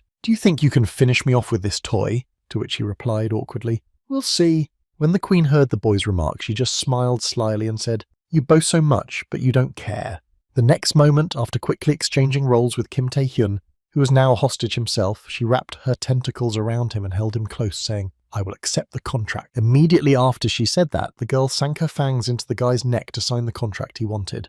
At that very moment, Kim Tae-hyun, who had not expected such a development, suddenly moaned loudly in pain. At the moment when the queen tasted his blood, the guy received a notification of the contract conditions fulfilled. The oath of the summoning bonded skill contract with the demon changed to the queen's husband skill rank change.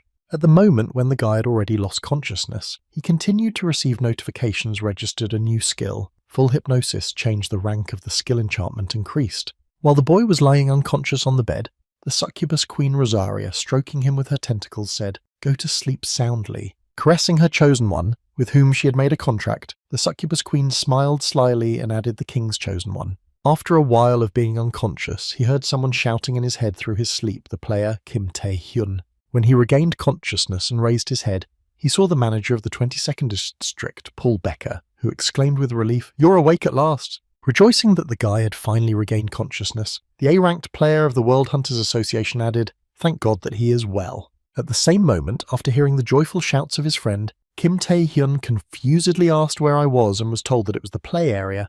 "I found you when I was patrolling the neighborhood." Hearing where he was now, Kim Tae-hyun rose to a sitting position and began to wipe his eyes and heard something happen, and then thought, "Did Rosary move me here?" The next moment, when he opened his status window, he saw 2 new skills, Queen's Husband and Full Hypnosis, as well as 1 new charm setting. Seeing this, the guy said in my head, "I knew that I was not dreaming. The contract with the demon changed to the queen's husband, and I was completely hypnotized, told. Imagining the queen in his mind, he added, if I pray the rosary, I will even be able to withstand the national forces I will face in the Asian friendlies. Continuing to rejoice in the new skills he had acquired, the guy mentally added that the hypnosis skill he had learned from Rosaria had unlimited potential for application. The next moment, recalling the impulsive decision of the succubus queen, the boy wondered in his head why she had changed her mind. Recalling the very seconds before he lost consciousness, when de Rosaria laughed and said sleep tight, he thought about what she meant at that moment. The next moment, recalling the last words of the girl he remembered, which were the king's chosen one, the boy was confused to think that she knew the king. The next moment, the guy's thoughts were interrupted by Paul Becker, who was standing near the guy who had just regained consciousness, and asked the player, Kim Tae-hyun. Looking at the guy who inexplicably fainted at the gate, he added, what you will do now, maybe you should hire a player guide at least now. In response to his friend's suggestion, Kim Tae-hyun just smiled happily and said, thank you for your concern, but it's okay, I've already done everything I planned to do. Without hesitation, the guy, having done everything he needed to do in the abyss, headed for the portal and added, I'll go home. At the same time, seeing the leader of the Vagrant Guild in front of him, one of the subjects who met her said, I congratulate you on your discharge, head of the guild. Clapping his hands to greet his leader, the man added, how are you feeling today? Everything is fine. One of those who met the girl and made congratulatory speeches was the deputy head of the Vagrant Guild, A-rank player Jong Han-soo. In response to her subject's question, the girl putting on her jacket said something so beautiful that she was ready to kick some ass. Only she said it as the deputy chairman said, by the way, I have some news that might interest you, and she answered what it was about. In response to a question from his leader, the man said that Kim Tae-hyun had returned from the depths of the abyss, to which the woman asked in surprise what had happened. Continuing to express her surprise, the girl added, wait, isn't it too early? Although it would be too much even for Kim Tae-hyun to explore the depths alone. When the deputy chairman heard Yu's remark, he smiled and said, this place is called an S-class grave, but the problem is not in its return. Continuing to tell his story, he added that the problem was who decided to meet with Kim Tae-hyun. After hearing a message from Jong Han-soo, the girl was surprised to ask what and who it was. After receiving a question from his leader, the man looked her in the eye and said, the head of one of the 4 great guilds is invincible. After a while, Kim Tae-hyun met with the leader of the Invincible Guild. At the same time, Jong Han-soo was added by player Kwon Kang-hak. Seeing in front of him the same famous guy about whom all the gossip has been going on lately, the leader of the Invincibles said, you are Kim Tae-hyun. Without waiting for an answer to his question, the head of the Invincible Guild and S-class player Kwon Kang-hak said, well, Mahahabush. Immediately after his question, the man went to Kim Tae-hyun to measure his strength with him, and at that time the boy thought Kwon Kang-hak was confused. Kwon Kang-hyuk, head of one of the 4 major guilds, is known as the strongest tank in the New South Korea, and has spent dozens of hours fighting monsters. Recalling the achievements of the one who was now coming to him with a request for battle, Kim Tae-hyun mentally added, and also single-handedly destroyed hundreds of monsters and performed many feats. But this was not what he became famous for. At the very moment of reflection, the man stretched out his hand in front of him and said then, passionate about getting a great player to join his guild, the man added, come with me, his fame he got by forced recruitment into the guild by battle. Before he could accomplish his task, he was suddenly slapped by a girl behind him who exclaimed, where are you going? And he confusedly exclaimed, why? When he came to his senses after his fighting mood, he looked at the girl who brought him back to life and shouted out, Secretary Kim. Starting to reprimand her leader, Kwon Kang-hyuk's secretary, B-rank player Kim Hye-young, angrily exclaimed that she wanted to hear complaints from the Human Rights Commission again. At the same time, Kim Tae-hyun, who had already prepared to defend himself, heard the girl scolding her leader, exclaiming, do you realize that because of this you may be banned from entering the abyss altogether, and I will have to defend you again? After giving her leader a lesson in proper manners, the girl exclaimed to Kim Tae-hyun, hello, my name is Kim Hye-young. I am the secretary of the Invincibles. Continuing the dialogue with the guy, she added, you've probably heard about the inhumane way we recruit members to our guild, but we're here to extend an official invitation. And Kwon Kang-hyuk nervously exclaimed, what kind of inhumane way are you talking about? Ignoring the words of her leader, the secretary added that if you want to join, we won't need to arrange duels, to which Kim Tae-hyun replied, judging by your logic, if you refuse, you will simply force me to join the guild. In response to the guy's question, the secretary hesitantly replied, you're right, but I think it's not the worst offer for you. Continuing her campaign for admission, the girl added, as far as I know, the player Kim Tae-hyun. Continuing to look at the guy standing in front of her, Kim Hye-young added that she was going to take part in Asian-friendly matches.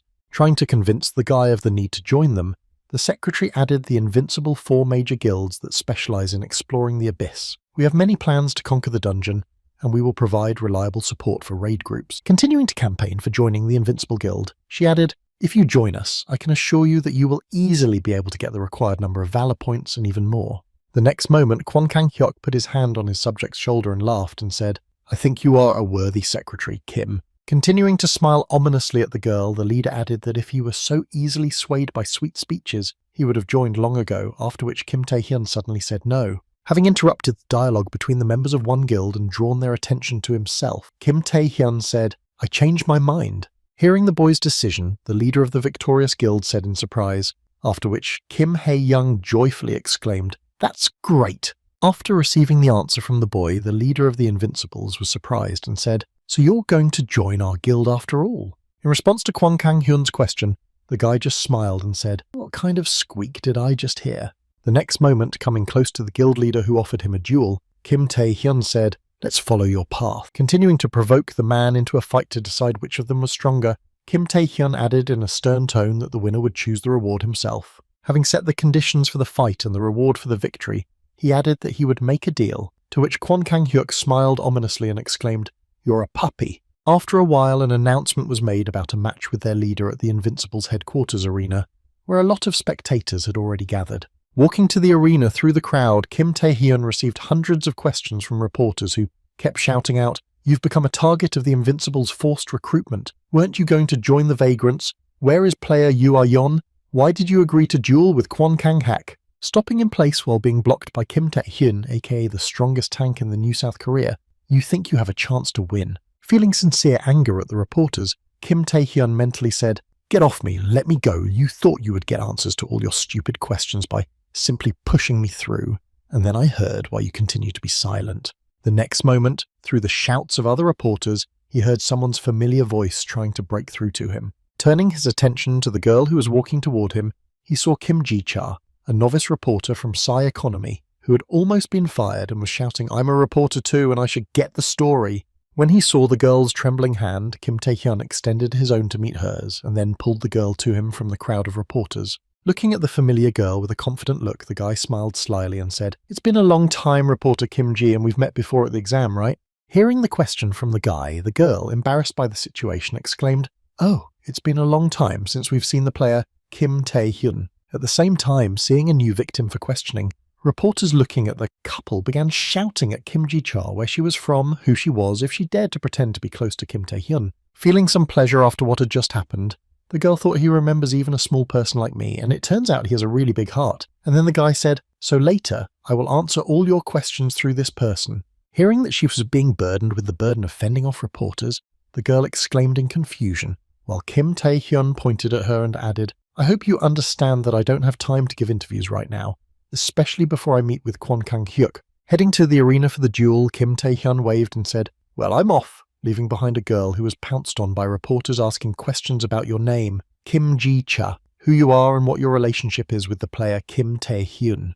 While all the reporters were focused on the poor Kim Ji-cha, the guy was able to get to the arena where the recruitment fight was to take place. Seeing his opponent in front of him, Kwon Kang-hyuk laughed and said, You finally showed up and I thought you were scared and ran away with your tail between your legs. In response to the man's provocation, Kim Tae-hyun put his finger near his neck and said, Who's Kiwood Moo? We came to fight or what? After the two players exchanged pleasantries, the commentator's voice was heard, calling out the long-awaited match of the day. Holding the microphone in his hands, the commentator of the online broadcasts, B-rank player Choi Hye-seol, added that to win you only need to bring your opponent to his knees. Continuing to comment on the fight, the guy exclaimed, Oh no, not that one! Kwon Kang-hyuk exclaimed to his opponent, Come on, show me what you can do! Interrupted to correct a mistake, the commentator added a match for humane hiring begins, after which Kim Tae-hyun shouted, Ha-go! The next moment, using his Night King aura skill to force his opponent to his knees, Kim Tae-hyun shouted out, Watch carefully! Directing his power at Kwon Kang-hyuk, the boy mentally said,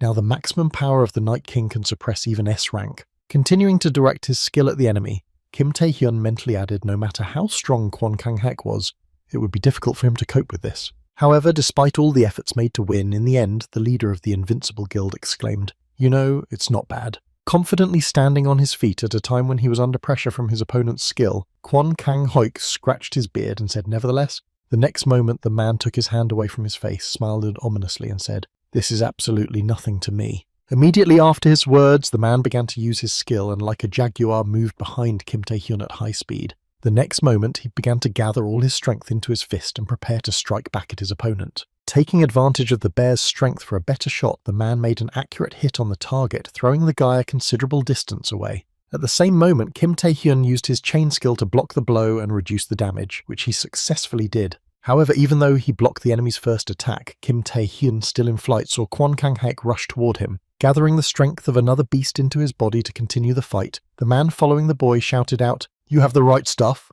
As he began to gather the strength of a bull in his body to ram the boy, he exclaimed, "Don't show off too much." Catching up with the guy and ramming his head into him, which managed to destroy his chains, Kwon Kang-hyuk did not stop me. In response to all the shouts of his opponent, Kim Tae-hyun continued the exciting fight and shouted like a real psycho. After saying that, Kwon Kang-hyuk took off his jacket and jumped up, gathered the strength of an elephant in his body, and then went to ram from the skew. Having failed in his last attack, the leader of the Invincible Guild stopped his series of blows and said, "I see you're good at dodging." Continuing to watch the guy, who was obviously not in the best shape, he added, "But you really thought you were going to beat me?" To which Kim Tae-hyun laughed and said the guild head.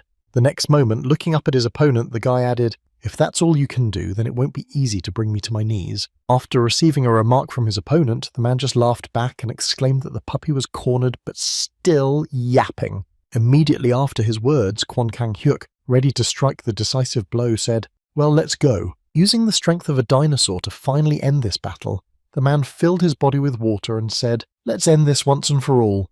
At the same moment, one of the spectators in the stands saw what the leader of the Invincible Guild had used and exclaimed, "Wow, that's the final attack of the guild head, Kwon Kang-hyuk." Continuing to watch the events unfold in the arena, the spectator laughed and added that no matter how promising the player Kim Tae-hyun was, the head of the guild was on a completely different level. At the same time, Yoo Ah-yeon, who was in the stands eating popcorn, said that she was glad she decided to come, and the deputy replied that now was not the time for such talk. Turning his head to his leader, Jung Han-soo added that if he loses, Kim Tae-hyun will become a member of the Invincibles, to which Yoo Ah-yeon replied, "Well, that's right." After hearing his leader's answer, the deputy head of the guild remarked and still had to stop the fight.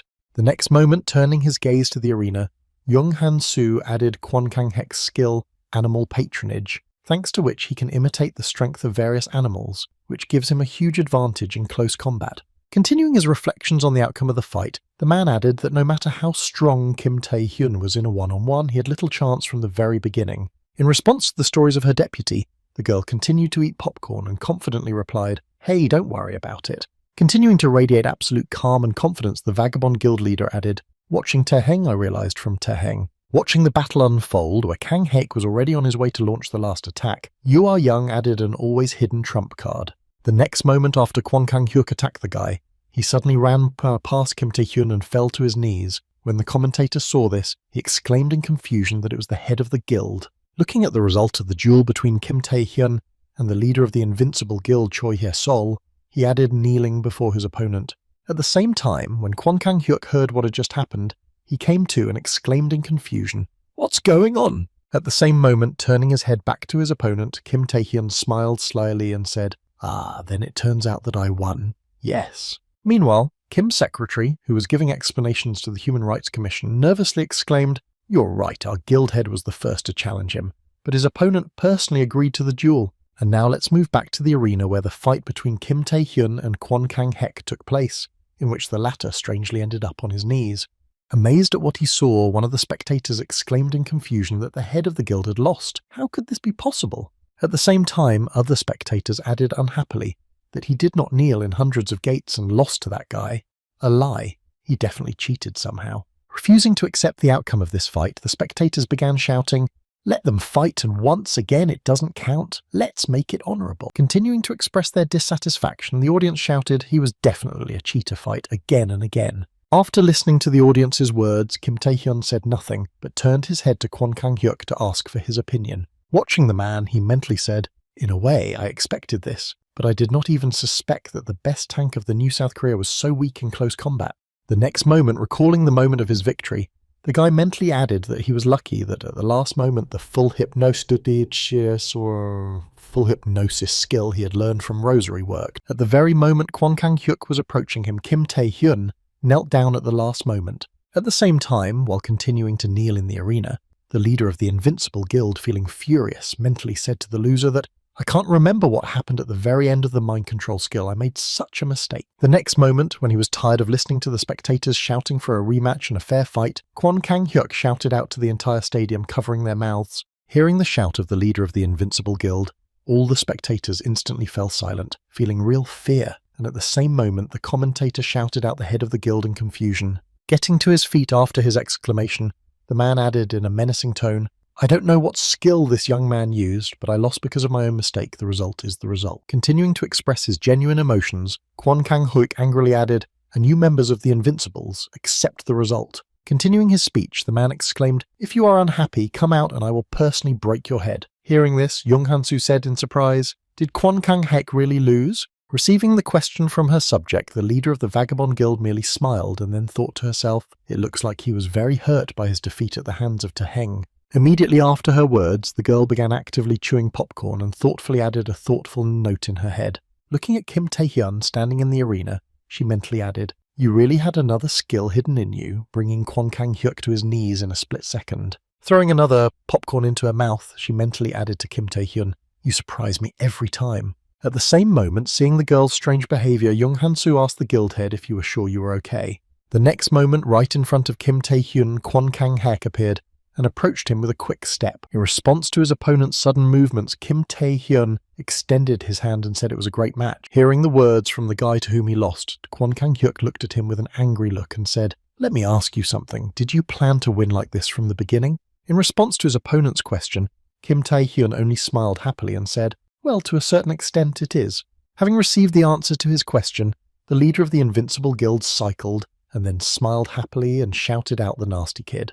The next moment, extending his hand in return and shaking the guy's hand, he added, "Okay, we have a deal. You want money or a unique item? Say it." Hearing the offer from the man, Kim Tae-hyun shook his hand and replied, "It sounds good, but I need something material." Not receiving an answer to his question, the man asked in surprise what exactly you wanted to get. In response to her husband's question, Kim Tae-hyun shocked him by answering the Minotaur's labyrinth. Continuing to shake hands with Kwon Kang-hyuk, the boy added, "I want to join the group that will go to explore it." At the same time, standing in the office of the association's leader, Go-Tuk asked about the Minotaur's labyrinth, to which Chae Jin-woo replied that it was a dungeon at the entrance to the abyss. Continuing his story, the man added that, as is typical of a labyrinth, it is full of traps and confusing passages, and one cannot go there without an awakened one with the skill of detection. Continuing to talk about this labyrinth, Chae Jin-woo mentioned the volunteers who had already been there, and added that although it is located at the very entrance to the abyss, many guilds and S-rank players have tried to pass it but failed. The next moment, the leader of the association added that only the Osunmi Guild had the right to challenge him,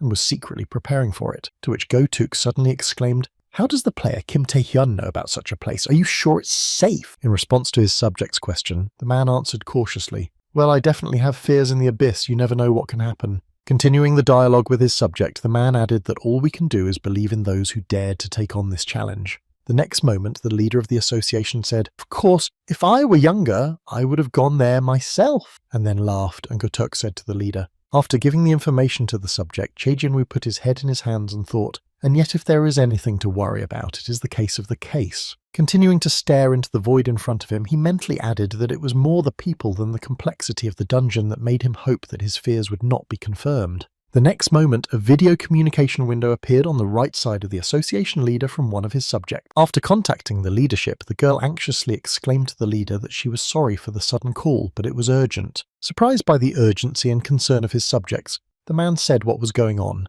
and the answer was a message from the Japanese Players Association. Hearing part of the message, Chae Jin-woo said that it meant that, if we are talking about East Point, everything has long been over, to which the girl replied that the point is this. When she reported the information to the leader, she added that she had sent an invitation to the player Kim Tae-hyun, and hearing this, her image immediately appeared in the man's mind. At the same time, a considerable number of players had already gathered somewhere in the underground control room of the association's big gate. While listing the forces that had gathered to raid the dungeon, the secretary said 1, 2, 3, 4, 5. Continuing to list each of the participants in the raid by name, Kim Hye-young added 56 to 57. Bringing the list to an end, the girl turned her gaze to the rest of the participants and added 98, 99. Finishing counting the participants in the raid on the Minotaur maze, she stopped the roll call at Kim Tae-hyun and shouted out 100. After checking the attendance of the participants, the secretary called out that the 100 people in the group were all present to go through the Minotaur maze. The next moment, having completed all her work, the girl became quiet and turned her head to the leader to give him the floor. When Kwon Kang-hyuk heard that everything was completed and all the participants of the raid were present, he smiled slyly and said a wonderful speech. Giving the orders to start moving, the man led the group to the portal and said, "Let's see what these monsters are capable of." After a while, once inside the maze, the players encountered monsters, and during the battle they heard shouts of "First deal with these, Doctor! Help here!" Inside the maze of the Minotaur had to confront the monsters.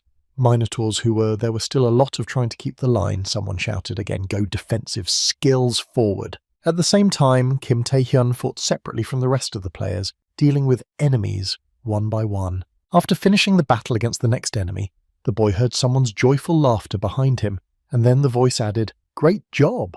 When he turned his head back, he saw Kwon Kang-hyuk walking toward him with a severed Minotaur head in his hand.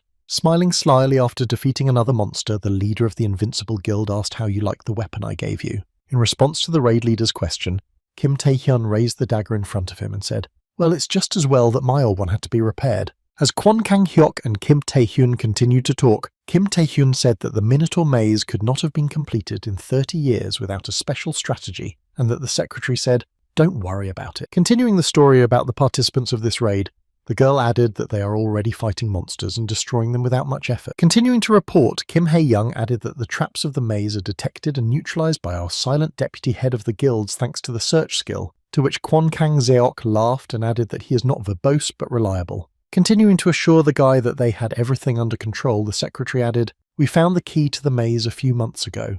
When Kim Tae-hyun heard the girl's words about the key to the Minotaur's maze, he was surprised to ask for it. Joining the conversation of his comrades, the leader of the Invincible Guild said in the depths of the abyss, "We found the corpse of a monster similar to the one in the maze." Recalling the appearance of the monster he found, he added that the giant Minotaur had a tattoo with the same pattern as on the walls of the labyrinth. Continuing to recall the same hunt for the monster, he added, "But as soon as you touched its body, everything turned to dust except for one horn." Hearing this, Kim Tae-hyun said thoughtfully, and before he could finish, the man interrupted him and added, "If this monster is really from the maze, then we can use the tracking skill to find out the path he took." Continuing his thoughts on further actions, the leader of the Invincible Guild added a way deeper into the maze. After some time, having dealt with all the enemies they met at the beginning of the maze, the raid participants followed the deputy who showed the way. After passing a certain part of the maze, the man stopped at a ladder and said that now they needed to go up.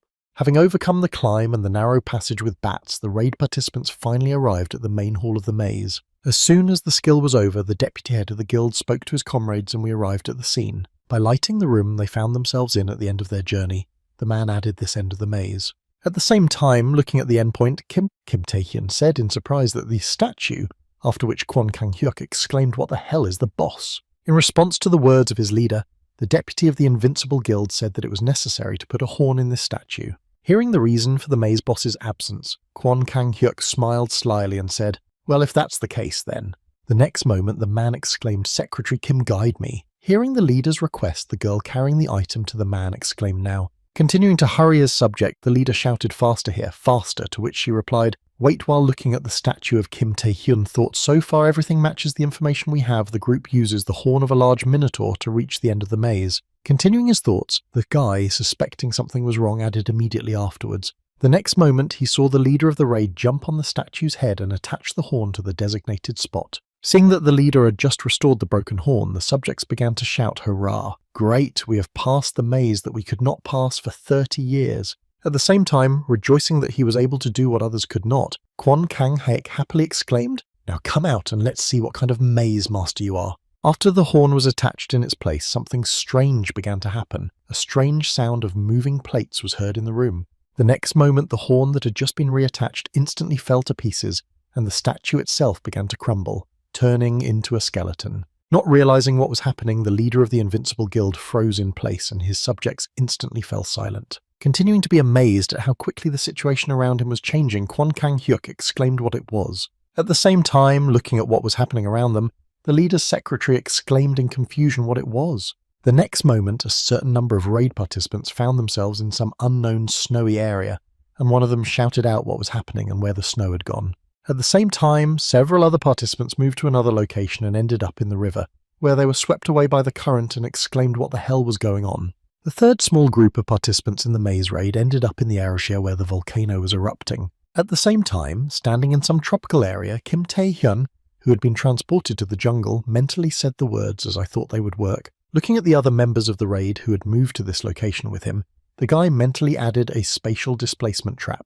At the same time, finding themselves in an unknown area with Kim Tae-hyun, the other participants exclaimed in confusion. Meanwhile, somewhere in the Thieves' Guild, the deputy leader of the guild was looking through a book describing the Minotaur's dungeon and said that's it. Continuing his dialogue with the subject, the shadow added that Kim Tae-hyun had joined the group of labyrinth explorers, to which the subject anxiously exclaimed, "I'm sorry it happened so suddenly." Continuing to express his concern, the subject added, "What should we do if you order us to stop the operation immediately?" In response to his subject's proposal, the deputy leader of the Thieves' Guild said no, and that was even for the best. Recalling his subjects who had to fulfill his order, the man added as many as 5 S-rank thieves to the group of infiltrators, and if you count the A-rank ones, there are about 20 of them. The next moment, recalling a couple of targets whose souls they had been sent to, the shadow added Kwon Kang-hyuk Kim Tae-hyun, no matter how powerful they are, everything has its limit. The next moment, closing the book he was reading, the man added, wondering how they would cope with the thieves while throwing all their energy into the maze. Immediately after his words, the deputy leader of the Thieves' Guild put one foot on top of the other and put his hands on top of his head, adding, "Isn't this interesting?" At the same time, somewhere in a tropical area, one of the members of Kim Tae-hyun's group said uncertainly, "Let me introduce myself first." Putting her hands to her chest, the girl said anxiously, "I'm Miranda, a B-rank player from the guild knot." As the girl continued to introduce herself, Kim Tae-hyun quickly ran up to her and shouted, "You're lying." The next moment, kicking the girl who was pretending to be someone she wasn't, the guy shouted out, "You lying thief!" At the same time, one of the players who was on the team with Kim Tae-hyun mentally said to the youngest player of the S-rank, Kim Tae-hyun. Continuing his thoughts about his friend, the guy added, "I always wondered what kind of person he was." Recalling some moments with his leader, the guy added that maybe he is a noble hero like our guild leader, who is always on the front line like our reliable shield. The next moment, he remembered the head of the association and mentally added that he was ready to sacrifice himself to save the citizens of East Point. Player B ranked Park Sung-hoo from the Invincible Magic Ball Guild mentally added the skill anyway, unlike someone like me. Recalling his previous thoughts about the guy's personality, he added that he was definitely an incredible person who deserved respect. Only all these thoughts and good dreams were destroyed the moment he hit a girl from his team right in front of him. Turning his gaze from Kim Tae-hyun to Miranda, whom he had just knocked out, Park Sung-hoo said in confusion. Feeling very surprised and concerned by his friend's actions, the man exclaimed, "You're crazy, you're doing this." In response to his friend's exclamation, Kim Tae-hyun gestured with a like and said with a smile, "Don't worry about it, she's a thief." The next moment, pointing his weapon at his friend and firing, the boy shouted out who the thief was. After shooting several times at Kim Tae-hyun to take revenge on him for daring to hit a girl, he added a crazy person. Having dodged 3 shots fired at him, Kim Tae-hyun said in a confident tone of voice, "Yes, it's true." Continuing to shoot at the guy without taking his words seriously, Wak Seong-hoo exclaimed, "Damn it!" and then thought, "Kim Tae-hyun, I didn't expect you to say such nonsense in such a crisis situation." Starting to recall warm moments with the girl over a long period of time, he mentally added, "Miranda is our dear partner with whom we have been destroying monsters and exploring the abyss for a long time, and you claim she is a thief." Starting to gnash his teeth with the anger that was building up in his head, the guy angrily exclaimed that this could not be. The next moment, running up to the girl who was lying on the ground, the guy tried to pick her up and shouted, "Miranda, wake up, we need to get away from this psycho as soon as possible." As he continued to wrap his arms around the girl's head, Park Sung-hoo exclaimed, "I will protect you no matter what it takes." As soon as he shouted this, the next moment he felt his face meet a strong female fist that did a good deal of damage. As a result of this blow, the girl sent the boy flying and threw him several meters away. The next moment, she got to her feet and shouted angrily, "You dared to touch me, you dirty pig." When he saw the girl's actions against Park Sung-hoo, Kim Tae-hyun smiled and said, "I told you she was a thief." The next moment, turning his head back to where 2 more enemies were already heading for him, he added, "I'm right." Immediately afterwards, the attackers struck at the guy. At least they thought so, making a powerful explosion at the point of impact with their skills. Only after the dust from the attack cleared, the 2 A-rank thieves froze in place in surprise. At the sight of their joint attack, there was a large crater, but Kim Tae-hyun, whom they were targeting, was not there. Having understood the enemy's attacks, the guy slowly began to approach them behind their backs, saying that he did not expect that 3 of them were playing for the wrong team. The next moment, covering his body with stone armor and picking up a dagger, the guy added that he didn't think he needed to memorize the small bipods. Hearing the words of her opponent, Milena licked her lips, trying to lick the blood off them, and said all this rather strangely. As she began to approach her comrades, she added the Invincibles, with whom I'd worked for several years without even suspecting anything. Approaching her friends, the girl began to stretch her neck and said, "What could have given us away?" In response to the thief's question, Kim Tae-hyun smiled and said, "Don't worry, your game was great." After telling me about his wonderful acting skills, he added that I was just from the future, and when she heard the reason, she laughed and added, "The arsehole is also mocking me."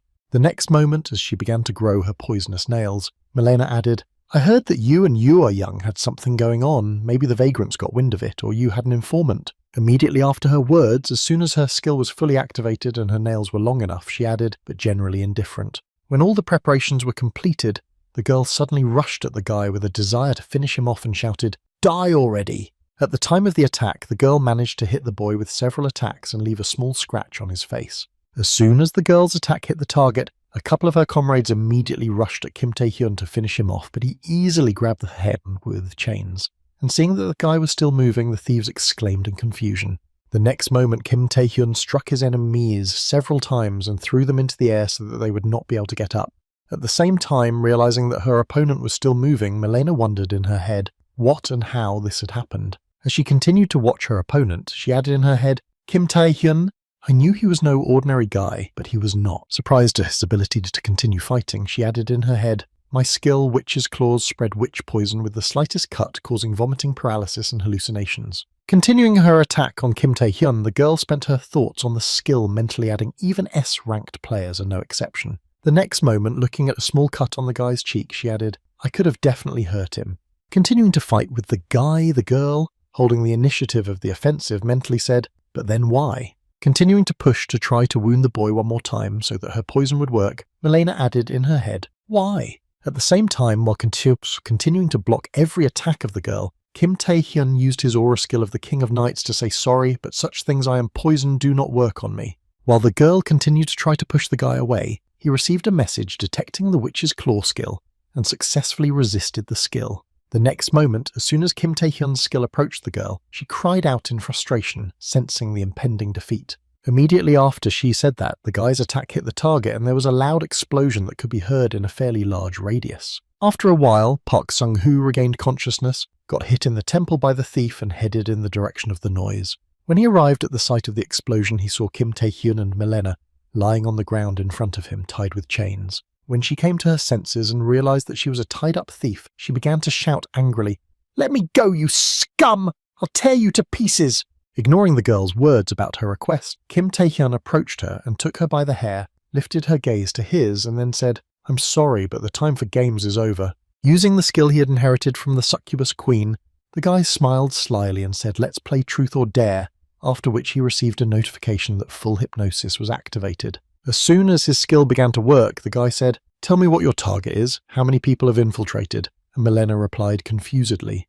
The next moment, as soon as the skill worked on the girl and I spoke, I told a total of 20 people, including 5 S ranks. Our goal was to disrupt the maze. Continuing to tell everything the boyfriend asked her, Milena added, and also finished off the leader of the Invincible Guild, Kwon Kang-hyuk. After receiving the information from the thief, Kim Tae-hyun unleashed his hypnosis skill, after which she lost consciousness, and he chained her to the ground so that she could not escape. After completing all the security measures, Kim Tae-hyun got to his feet and mentally said, 5 S-rank thieves, I'm sure there were only 3 before I returned. Also recalling another moment in which everything went a little differently than before, the guy mentally added, just like during the gate breakthrough, the future has changed a little and it's all because of me. The next moment, he looked back at his friend who was standing behind him and said, "Okay, now I know their goal, it's time to join Kwon Kang-hyuk," and Park Sung-hoo exclaimed in confusion. After a while, going in search of the guild leader, Park Sung-hoo looked down and thought who would have thought that Miranda would actually turn out to be a thief, or that the player Kim Tae-hyun knew about all this from the very beginning. Continuing his thoughts, the guy added anxiously, but if that's the case, then why did he not have time to complete his thought when Kim Tae-hyun interrupted him, saying that it was actually quite easy to get out of here? Continuing to confidently move forward, the guy added that even though it seems that we are now in a completely different space, it is still part of the maze and that is why.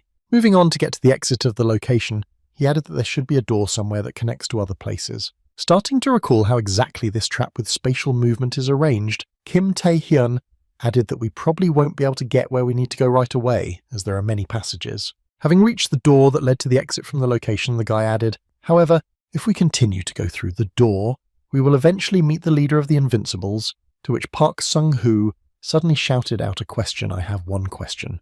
Drawing the attention of the guy in front of him, the Invincible Guild member added, why you didn't report it earlier.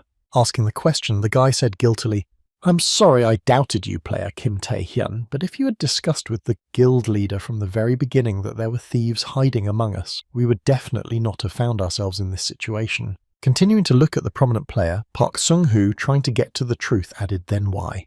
In response to his question, Kim Tae-hyun replied, yes, I told him about it, which shocked him. Surprised by the answer, Park Sung-hoo exclaimed in confusion what he meant, to which Kim Tae-hyun replied that it was up to you to believe or not. Continuing to stand in the doorway, Kim Tae-hyun is in a dialogue with his friend, and player Kwon Kang-haek adds that he knows everything. At the same time, the guild's deputy, who also turned out to be a traitor, attacked his leader with a dagger, leaving a deep wound in his body. However, that was not all. In addition to the deputy head of the guild, other members of his group who moved to another location with him were also criminals. Seeing that he was surrounded from all sides, Kwon Kang-hyuk groaned and said, what the hell are you doing to make a joke? The next moment, turning his gaze to the man in front of him, he added, am I wrong, deputy head of the guild? To which the man raised the bloody knife above him and said, you're joking, right? At the same moment, seeing the danger to its leader, Kim's secretary, who was nearby, immediately rushed to the rescue, calling out to the head of the guild. Not even knowing the reason for the strange behavior of her guild members, the girl exclaimed in confusion, why you all? At the same time, one of the thieves was preparing to make an attempt on the screaming girl, but the leader managed to save her by covering the secretary with his back. When she saw that Kwon Kang-hyuk had been hurt again because of her, the girl screamed at the head of the guild and he exclaimed, damn, it hurts. When she felt him leaning on her because of the injury in her rescue, she exclaimed in confusion, you're okay, you're okay. At the same time, while the man seemed to be exhausted, 3A-ranked thieves had already set their sights on him in order to finish him off and accomplish their task.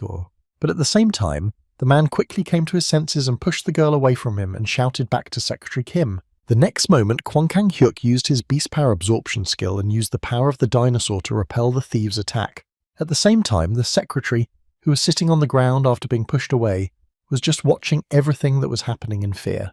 Deciding that she could not leave it like that, the girl tried to get to her feet and exclaimed to the player, Kwon Kang-haek, you don't need to protect me, I will fight as well. In response to his assistant's suggestion, the man exclaimed, stay where you are, these guys will be too much for you. Not wanting to accept her leader's objections, the girl exclaimed, but we will both die that way, that's why I also. Before she could finish, the deputy head of the guild interrupted her and said she was speaking in a matter-of-fact manner. Heading towards his opponent after unleashing his true power, the guild's deputy head added, Kwon Kang-hyuk, in such a situation you don't have time to care about others. Continuing to walk towards the leader of the Invincible Guild, the substitute waved his flashlight on a chain and spreading the flame, adding to the effort we had been making so far. Immediately after his words, the man manifested his true power of flame control and created a giant burning skull behind him. After demonstrating his true abilities, the man smiled slyly and said, everyone here has at least an A rank in the 4Ss. Standing in front of his former guild leader, the replacement added in a menacing tone, we are the elite thieves of the guild who have gathered to finish you off. In response to his deputy's speech, Kwon Kang-hyuk activated his skill and said, you've prepared well, and I thought I had a good sense of people. In response to the Invincible Guild leader's remarks, the deputy only laughed and said, don't blame yourself too much, Kwon Kang-hyuk. Clenching his hand into a fist and smiling slyly, the thief added, our guild has been preparing for several years, and there was no way an idiot like you would have guessed. Hearing what the traitor had just told him, Kwon Kang-hyuk smiled and said, oh shit. And then it turns out that Kim Tae-hyun was right. Having taken a fighting stance and prepared to fight the thief, the guild leader added, this bastard warned me that you were all traitors and even planned to kill me. Continuing his speech, Kwon Kang-haek added, offended, damn, I thought he was talking nonsense. But it turned out to be true. Hearing the leader's words, the deputy thought that Kim Tae-hyun knew about our plan. Immediately after considering that their plan was known to third parties, the thief added in his head, no, wait. The next moment he turned his gaze to the man and added, why didn't you do anything about it even after learning about it? And he said, well, this. Standing in a proud pose and holding his arms folded in front of him, the man confidently added, how can a real man doubt his comrades? Continuing to make his speeches, Kwon Kang-hyuk confidently exclaimed that the head of the guild could not suspect his associates of Bugeg and that the substitute confusedly replied what V for. Surprised by the logic of his leader, the deputy exclaimed, "Of course I knew he was stupid, but not that stupid, and we worked for such an idiot for so many years," after which one of the thieves exclaimed, "You're a degenerate." The next moment, Kim Hae-young joined the conversation and angrily exclaimed, "You didn't even check this information and made such a mess. Yes, I can't take it anymore." At the same moment, the deputy head of the guild swung a giant burning skull on a chain and hit the spot where Kwon Kang-hyuk had just jumped from, taking the secretary with him. Having made the first strike on his target, the man smiled madly and exclaimed, "Good job, Kwon Ka-haek. Only thanks to your stupidity did our plan succeed." The next moment after his words, he made another swing, pointing a giant skull at the leader and added, "Now you can die in peace." Hearing the remarks from his former subject, Kwon Kang-hae used his power to say, "Well, this one and that one are both bad." Having stopped his opponent's attack on him with a catching hand, he added irritably, "I will not hesitate." The next moment he pulled the skull toward him, causing the substitute who was holding the chain at the other end to fly at him. And then, having knocked out his opponent, the leader exclaimed, "I didn't say I would let them finish me off." Using his skill of patronizing beasts, the man took the form of an ancient dragon and exclaimed, "You may be even dumber than me." At the same time, somewhere in the jungle location, Park Sung-hoo asked what was the reason why the guild head knew everything but did nothing to avoid it, to which Kim Tae-hyun replied, "If you don't believe me, ask him yourself." Immediately after his words, Kim Tae-hyun plunged into memories where he was walking down the corridor with the leader and suddenly shouted out to the player Kwon Kang-haek. After telling him all the information about the assassination attempt on his life by the Thieves Guild and the traitors in the ranks of the guild members, Kim Tae-hyun added, "It means you are ready to lose knowing all this." After receiving a comment from a friend from his trip to the Minotaur Maze, Kwon Kang-haek suddenly froze in place and mumbled this. The next moment, returning his gaze to the suddenly nervous boy, he added, "You don't think you've seen my full strength, do you?" With a sly smile, the leader of the Invincible Guild added, with his head turned 180 degrees, "Don't worry, I told you I believe you." Continuing his dialogue, he added, but did not say that he would allow me to win at the same time at the place where he was attacked by enemies. Kwon Kang-hyuk, using the form of a dragon, was able to deal with all the thieves in the location. After a while, he finally reached the right room, where the guild leader and his secretary Park Sung-hoo saw what was happening and exclaimed in surprise. After the words of his comrade Kim Tae-hyun leaving the door to move between spaces added in surprise, "I can't believe it." Right in front of them was a location covered with flower petals, with the defeated thieves and Kwon Kang-hyuk, whose wounds had just been bandaged by Kim Hae-young. At the same time, when the secretary saw her friends at the door, the player Kim Tae-hyun exclaimed, after which the leader added that you had just arrived. As the guys were approaching the Sair's comrades, the guild leader asked, "Well, did you see the others?" To which Kim Tae-hyun replied, "I saw some of them while passing through the space, but I didn't see them." Recalling moments with guild members who were in not the best of situations crying out for help, he heard Park Sung-hoo shouting to him, "You're not going to wave them," but he just kept walking and said, "Given the situation, I just walked by." After listening to the story of his friend who never left his comrades in their time of need, Kwon Kang-hyun said awkwardly, "Of course." After explaining the situation and listening to opinions on the matter, Kim Tae-hyun asked, "So what are you going to do now?" In response to his friend's question, the guild leader got to his feet and confidently said, "There's nothing to do here.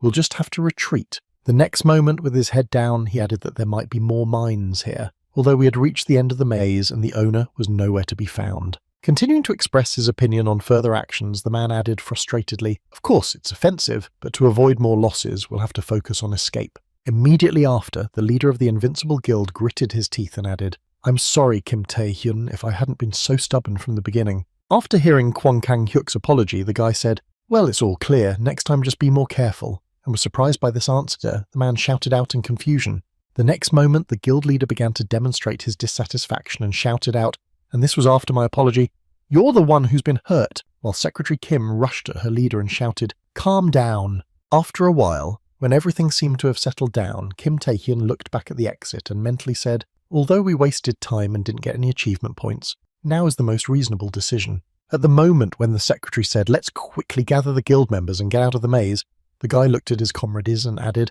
"We have disclosed information about the mines to successfully complete the maze, but Kwon Kang-hyuk encountered many more mines than before he returned and was seriously injured." Continuing to walk on, the guy looked up and added that this time he would have to retreat, after which he heard someone behind him say, "Oh, by the way, Looking at Park Sung-hoo, Secretary Kim asked if there were no monsters or traps in the other spaces. Hearing the girl's question, Kim Tae-hyun was surprised to think that while Park Sung-hoo replied, "I've passed several spaces, but fortunately I didn't see anything. It looks like we can get out of here without any problems." At the same time, hearing his friend's words, Kim Tae-hyun thought, "Why didn't we see traps and monsters?" Continuing his thoughts, Kim Tae-hyun mentally added that usually when you cross a new space, it is full of traps and monsters, but the places we passed through were very ordinary and hardly dangerous for players. The next moment, realizing certain inconsistencies in the maze, the boy mentally added, "Then why, if there are no monsters and traps? How did Kwon Kang-hyuk meet the owner of the maze before returning?" The next moment, a group of 4 people heard the sounds of a spatial portal opening near them and exclaimed in surprise.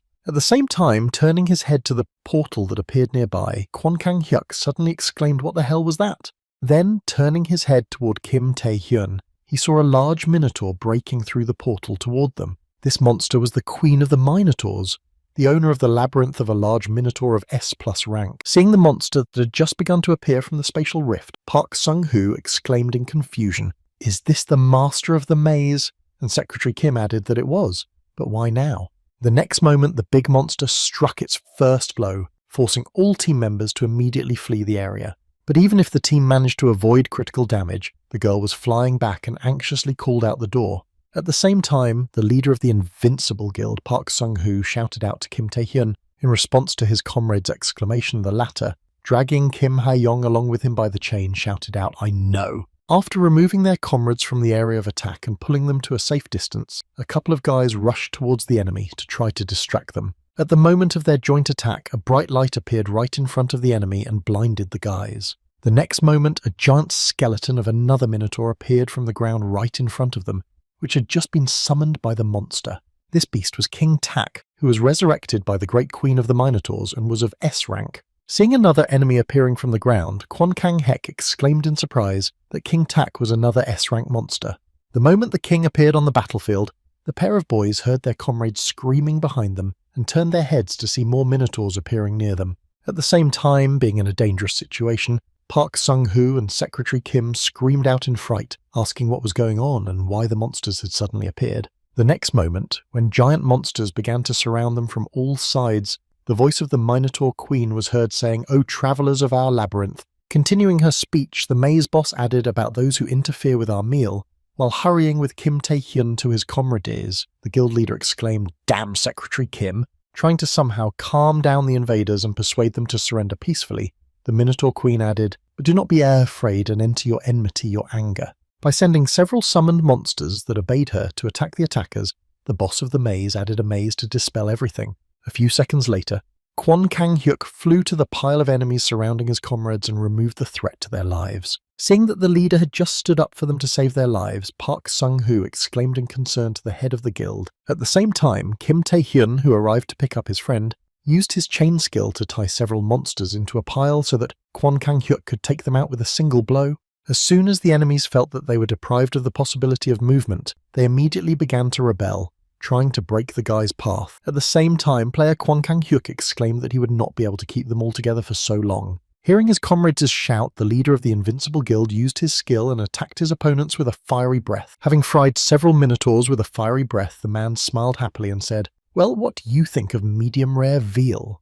Before he could finish his joyful exclamations, he suddenly stopped watching the enemies and exclaimed in surprise, what the hell was going on? Even after this attack, the enemies still managed to continue the fight despite their injuries and rushed at the guys to deal with them. Still amazed at what he saw, Kwon Kang-hyuk looked at the wounded minotaurs that continued to charge at them and exclaimed, "What the hell?" Realizing that the enemies were completely indifferent to massive flame attacks, Kwon Kang-hyuk again resorted to the old folk method of hand-to-hand combat, continuing to attack the enemies over and over again, who then regenerated. The man mentally said, "Damn it, they don't care about the ability to regenerate." After defeating another monster that he managed to beat to the point of losing his breath, Kwon Kang-hyuk aimed at the queen and thought that until the leader was defeated, the rest would not perish either. The next moment he turned his gaze to his comrades who were too weak to fight the minotaurs and added, "I can easily hit it, but it's not that easy to fight it while protecting the secretary and Sung-hoo." Immediately after turning his gaze to the guy who had also fought the monsters, he added in his mind, "But you can't expect we're there from the sea either,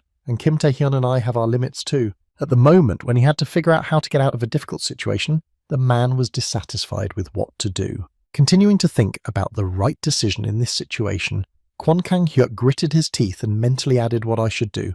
The next moment he recalled a dialogue with the leader of the Players Association, who holding stapled papers said, "Choose a player, Kwon Kang-hyuk." Reviewing the information obtained from the recent report, Chae Jin-woo added that even considering that it was you, if you force someone to join the guild through a duel, the association will be forced to impose sanctions. Continuing the dialogue with the leader of the Invincible Guild, Chae Jin-woo added that if you want to accept someone as a friend, you need to know not only their abilities but also what kind of person they are and what they heard in response. Unlike some people, I am not one of those who live constantly doubting everything. After hearing a comment from his subordinate, the association leader remarked that it was like you, but sometimes you should doubt it. The next moment, the leader of the association began to recall his past, adding that over the years I had seen a lot of things, and that one small mistake could lead to the loss of everything. Recalling the moment of confrontation with the top of the Thieves Guild, Chae Jin-woo added that sometimes you had to sacrifice something precious to save something more.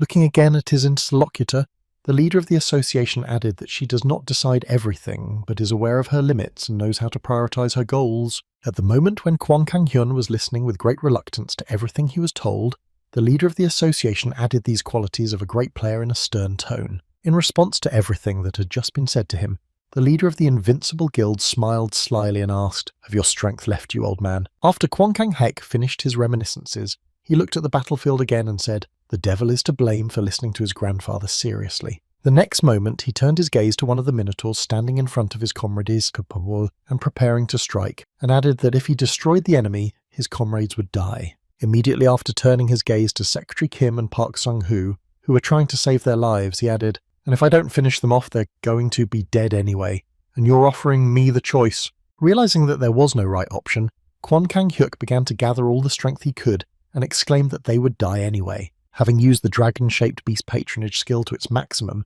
the Invincible Guild leader added, "You think I'm just going to stand there and watch?" The next moment, the man rushed into the fight, knocking out the enemy with a single blow and causing a lot of noise. Seeing the actions of his friend Kim Tae-hyun, player Kwon Kang-hyuk exclaimed, to which he heard laughter in response and shouted, "Kim Tae-hyun, what do you think?" Continuing to look at his comrade who was helping him deal with the enemies, the guild leader exclaimed that I was too greedy to protect my comrades and to grind these creatures into powder. Immediately after his words, he confidently shouted to hell with this choice, to which Kim Tae-hyun smiled and said, "I don't quite understand what you're talking about." Continuing to look at his comrade, who was incredibly motivated to continue the battle with the monsters, he added, "But we still have the opportunity to defeat the Minotaur King." Hearing the words of his comrade, the leader of the Invincible Guild made a powerful breakthrough, destroying several monsters that surrounded them. Having freed himself from the onslaught of enemies, the man, smiling joyfully, exclaimed to Kim Tae-hyun, to which he replied more yes than no. At the same time, seeing the actions of her opponents, the Minotaur Queen laughed and said, "You dared to do that, what a pity." The next moment, pulling out her staff in front of her, the boss of the Minotaur maze added, "Whatever choice you snore, whatever decision you made." By sending a considerable number of her subjects in the direction of the invaders, she added that in the end everything would be in vain. Immediately after she said that, a large number of Minotaur monsters attacked Kwon Kang-hyuk and Kim Tae-hyun. Seeing the decisions made by the Monster Queen, Kwon Kang-hyuk used his fire breath again, but the Queen closed her shield and exclaimed, "It's useless no matter how much you destroy my power." Only all this was done for a greater purpose, clearing the way for the leader, when Kim Tae-hyun suddenly appeared from the flames in front of the Queen. As he approached the enemy, the guy immediately used his Aura of the Night King skill to suppress the resistance of the Minotaur maze boss. At the same time as the Queen was weakened, Kwon Kang-hyuk, preparing to carry out the plan, exclaimed Kim Tae-hyun to chase. During a fierce battle with the enemy, the leader of the Invincible Guild heard some assumptions of his comrade, and exclaimed, "What are you talking about?" In response to the man's question, he said it was just a guess, but just as these spaces are connected by a door, the rift where the Minotaur King is probably connected to another place. Continuing to fight, Kim Tae-hyun added that the monsters simply come to life and recover, thanks to the king who arrived in this dimension. Continuing to destroy the monsters one by one with his friend, the guy added that if there is no king in this space, they will disappear by themselves. In response to the boy's suggestion, Kwon Kang-hyuk smiled and asked, "If you're wrong, we'll all die like this." When he received the question from his friend Kim Tae-hyun, he smiled slyly and asked if the situation would change. At the same time, Secretary Kim Ha-young and Park Sung-hoo found themselves in a pretty lousy situation, surrounded by beaten monsters who were slowly recovering. At the same time, the aura skill of the Night King, Kim Tae-hyun, continued to resist the Minotaur Queen. However, these efforts did not last long, and after a while the queen overpowered the skeleton and struck it. Seeing that there was a good chance for an attack, Kwon Kang-sek intervened in the fight between the Minotaur Queen and the spirit of the skeleton knight. As a result of his intervention, he was able to separate the pair of enemies, but the situation was not without consequences. The explosion which occurred when the forces of the three sides clashed was followed by a powerful explosion that threw everyone who was hit by the blast wave. The next moment, opening his eyes and seeing his friend Kim Tae-hyun, Kwon Kang-hyuk exclaimed in fright. In response to the exclamation of his comrade who saw the consequences of his battle, the man ignored his lost limb and exclaimed, "Kim Tae-hyun, don't be distracted." Immediately after his words, the leader of the Invincible Guild shouted out to the enemy, who was advancing on them again. At the same time, the boys froze into place, waiting for the first action from the Minotaur Queen, who was approaching them from the darkness. Only a few seconds passed, and then the same giant image of a monster appeared out of the darkness, heading toward them. Seeing this, the players did not hesitate to act simultaneously, using their attacks to defeat the monster. However, as a result of a collision with the enemy, he blocked the attack and stood on his feet, unlike them. After conducting their combined attack, Kim Tae-hyun and Kwon Kang-hyuk flew backwards when confronted by the Minotaur Queen's weapons. When the maze boss saw that she had won the fight, she said with a grudging smile, "What impudent kid." Turning her gaze to the leader of the Invincible Guild, the Minotaur Queen had the courage to use my own power against me.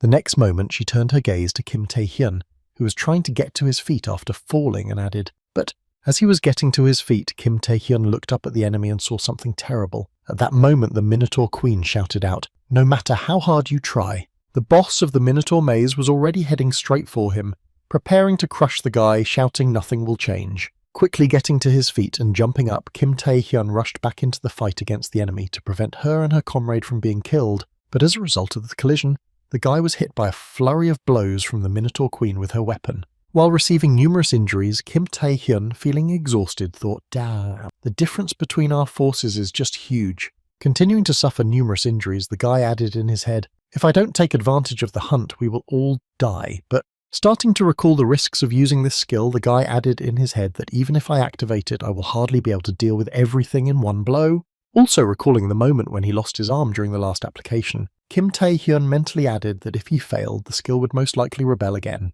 Recalling the expression on the man's face as he watched everything that was happening to him, Kim Tae-hyun added in his head, "Can't even imagine what it will lead to. I continue to think about the correctness of what he's doing, but I don't see any other options." The next moment, Kim Tae-hyun recalled a conversation with Yu Ah-yeon, who, lying in a hospital bed, said the only way out was to use it. Hearing the girl's words, the guy was surprised to ask her what to use them for, and she replied, "I don't know why you're suddenly asking about ways to use skills, but their description in the system window is rather scanty." The next moment, starting to get up from the bed, Yuan added, "In fact, unlike what is written in the status, the form of the skill can change greatly depending on how it is used, and by adjusting the strength you can change the mana consumption." Demonstrating one of the ways to use the skill on her arm, the girl said, "I myself use only the fighting spirit of the Amazons, and I can strengthen my body by using it." The next moment, transferring her skill to her fingertip, Bayan added or created a powerful magical projectile. Immediately after demonstrating her skills, the girl remarked, "In fact, you sometimes combine skills as well."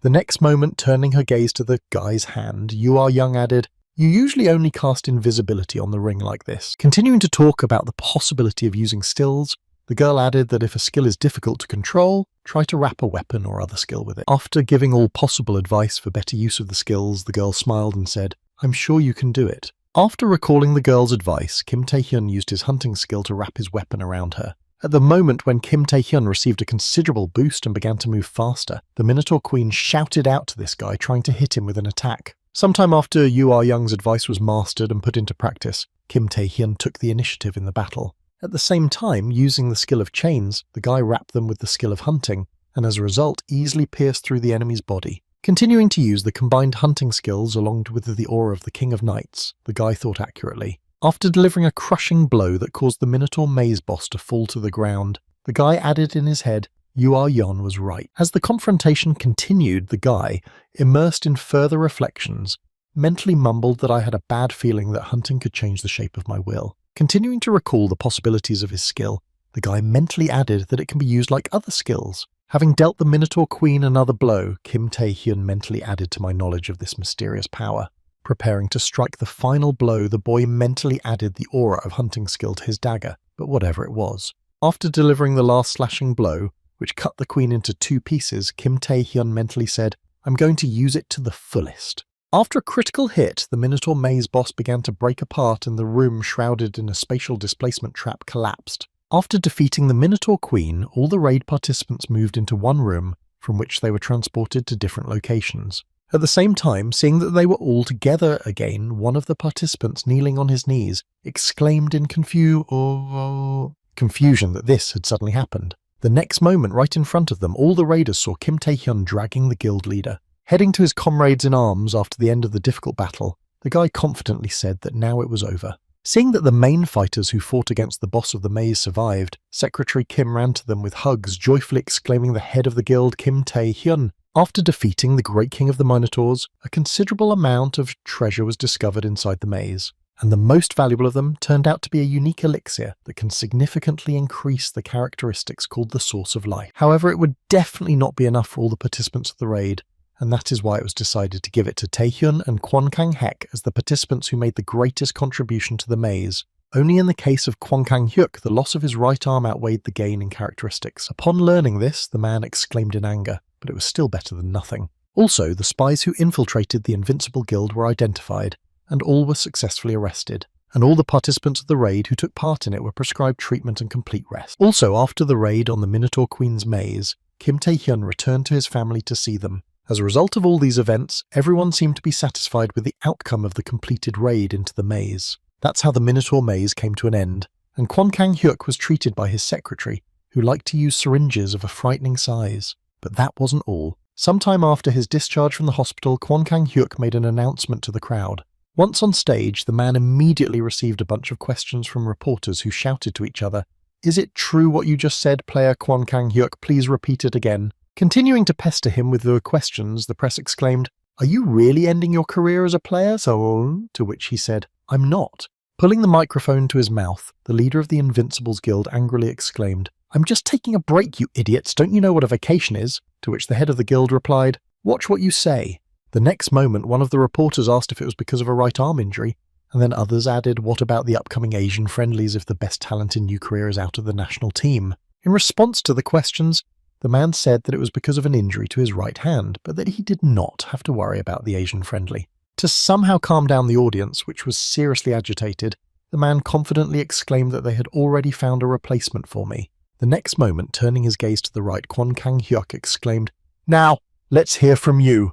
As soon as the guy got up on stage and was near the leader of the Invincible Guild, Kwon Kang-hyuk, Kim Tae-hyun added, "After hearing who exactly is the replacement of the best tank of the new South Korea, the audience was surprised to hear that Kim Tae-hyun is the same newcomer, and he can participate in the maze, but after passing this maze, Kim Tae-hyun took 5th place on merit." Continuing his judgment, one of the reporters added that he is more than worthy of being in the national team, and there are rumours that after receiving a source of income, he has reached the national level. Hearing the words of the man standing next to her, the girl exclaimed in confusion, "This can't be true. Do you at least understand what this means?" Starting to mention other representatives, the reporter added that even among S-rank players, X is considered a monster. This level was created because X cannot even be compared to regular S-ranks. Looking at the man next to her, the girl added anxiously, no matter how talented Kim Tae-hyun was, could he really reach such a level? The next moment, interrupting all the talks of the audience, Kim Tae-hyun said, "I am Kim Tae-hyun and I will represent the new South Korea in the Asian friendly."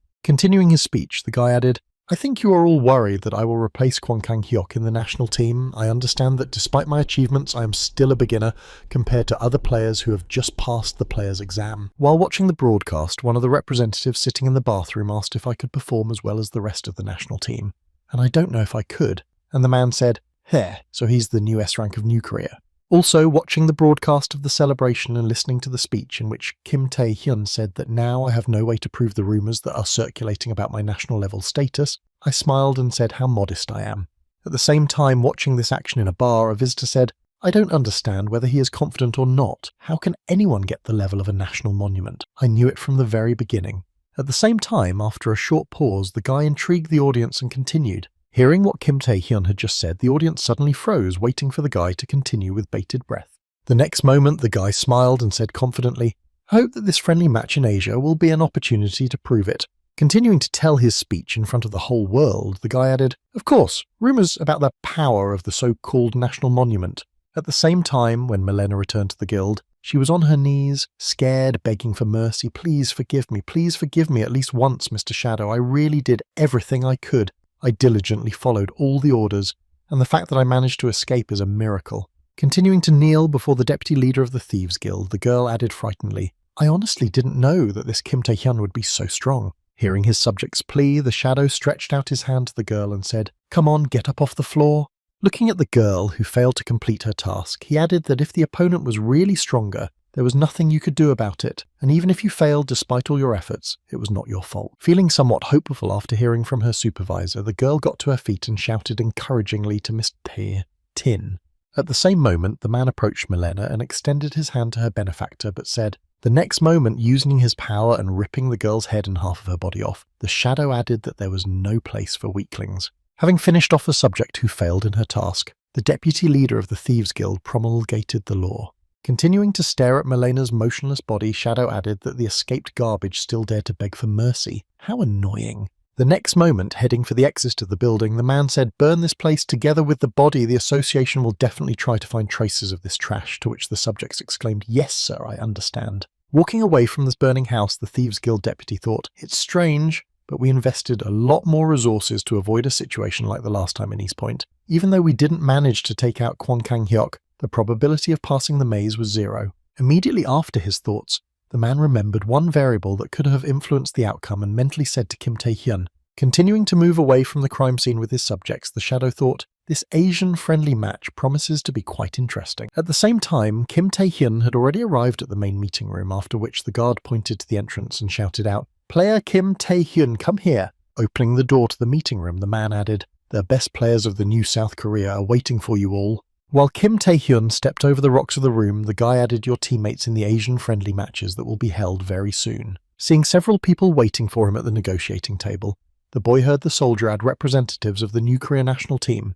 When I saw the last member of the team, Jang Jin-soo S rank and 7th place, I said I had heard but did not think he was so young. In response to his comrade Seo Han-gil's remarks, S rank and 8th place on merit, he said this does not violate human rights. The next moment, Kwak Si-yan, S rank and 4th ranked head of the Mage Guild, joined the conversation and said that age does not affect the development of abilities. After that, laughing, Park Sung-jin S rank, current 2nd place on merit, former 2nd, said, I knew he would get here one day, but I didn't think it would be so soon.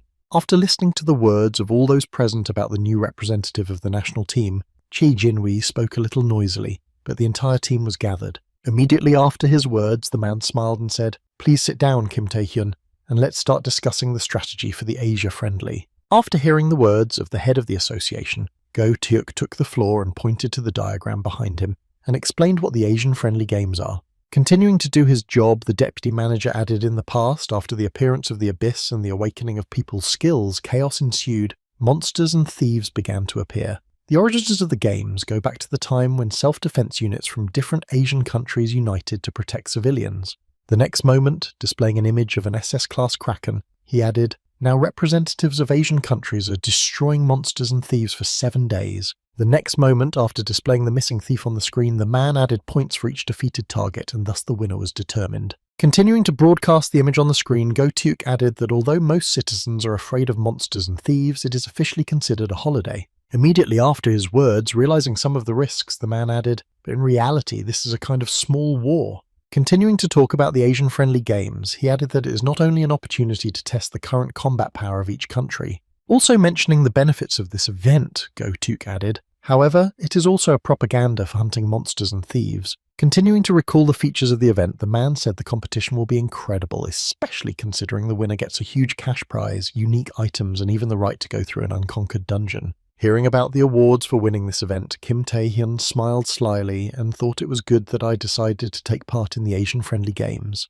The next moment, remembering the girl with whom he had a contract, the boy mentally said, The succubus Queen Rosaria, whom I met in the depths of the abyss, knows for sure that the king exists. Continuing his thoughts, the guy mentally said, However, her strength is a big question, and it's hard to imagine that she'll give out all the information as if she were in the mood to demand something, or even to just continue the conversation. You need to become even stronger. Continuing to smile slyly, Kim Tae-hyun added in his head that this is why the opportunity to face national-level fighters and get rewarded makes Asian-friendly games so important. The next moment, after Kim Tae-hyun's remarks, Go Taeuk added, However, in this sense, our team in the New South Korea has one problem. Recalling the missing players, the deputy manager added that the first place is not yet occupied, and Kwon Kang-hyuk, who became the second in points after passing the maze, and other strong players such as Yoo Ah-yoon are not participating for personal reasons, which is why our combat power is not what it used to be. Continuing to express the problems they faced, Go Tyuk added that measures should be taken, after which one of the audience members raised his hand. Having attracted the attention of Park Sang-jin, he said that the problem with combat power has already been solved and that there are rumours that the boy, that is, the player Kim Tae-hyun, is recognised as a national-level fighter. Hearing this, all those present instantly turned their attention to the newcomer, who turned out to be very strong. The next moment, everyone at the conference discussing strategy in the Asian-friendly games unanimously shouted out the national level. Continuing to pile on the questions, the players exclaimed that it really couldn't be at that age, to which Kim Tae-hyun awkwardly replied that it was just a rumour. Kim Tae-hyun continued to justify himself and added that there was no evidence, and you know that we cannot build our strategy based on this alone. Hearing the guy's words, everyone could see the disappointment, after which Seo Han-gil said in disappointment, "I see." Hearing the disappointment in his comrades' voices, Kim Tae-hyun thought for now, after which Seo Han-gil said, "Then we need to come up with another plan," and he heard in response that you want to find someone new.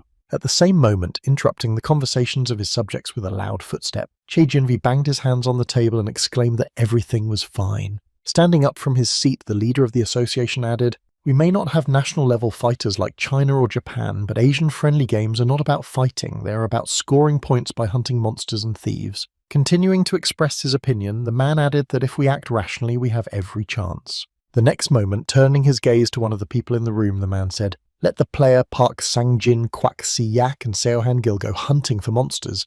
They have the most experience in this kind of thing." Hearing the order from the leader of the New South Korean Players Association, the subjects agreed with the leader's opinion and exclaimed so. The next moment, he turned his gaze to the other players and added, "Jang Jin-soo." Jin-soo, who had more experience in battles against humans, would help Kim Tae-hyun hunt down the squeezed thieves, to which they exclaimed that they understood. Having distributed the responsibilities among the participants, the man clenched his fists and said, "So, next week's Asian Friendship Games, I'm counting on all of you." A week later, the long-awaited day came. Gathered together in one place, spectators and participants heard the opening ceremony of the Asian-friendly games held at the stadium of the Asian branch of the World Association of Players. Continuing to announce the participants of this event, the commentator added that teams from different countries, including the Philippines, Vietnam and Singapore, gathered to participate in friendly games. Continuing to announce the start of the event, the commentator added among them the most impressive-looking teams of Japan and China, in which national-level players Nakada Shinji,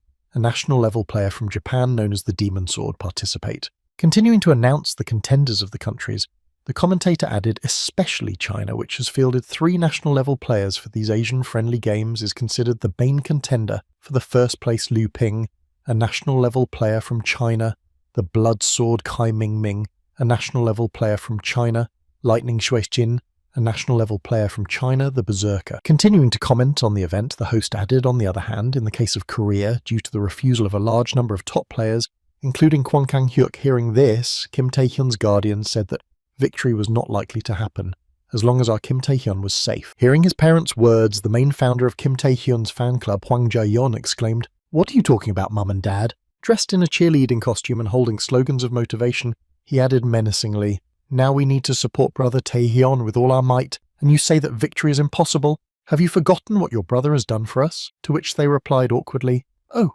yes." Continuing to reprimand his parents, the boy pointed to the apartment and exclaimed, "This house was bought for us by my brother with the money he earned." The next moment, remembering the money for personal spending, he added, "And my brother sends me a bonus after every dungeon passage." Continuing to float in his wet thoughts, Hwang Ja-young promised that the more successful brother Tae-hyun is, the more I can get, let's support him quickly. Hearing this, his father said unhappily, "Although he is my son, he is so useless and disgusting," after which his aunt added that he was getting worse, "Maybe we should call a shaman." The next moment the boy came back to reality and exclaimed, "Unlike Mum and Dad, I believe in my brother. Brother, show these foreigners what you can do." And he said, "I wish you would try." At the same time, approaching the rather promising guy, the girl asked if you were Kim Tae-hyun, the youngest S-Class player in New Korea. Continuing to approach the guy from behind, the girl added, "Thank you for your help in the incident," to which he looked back and sighed awkwardly.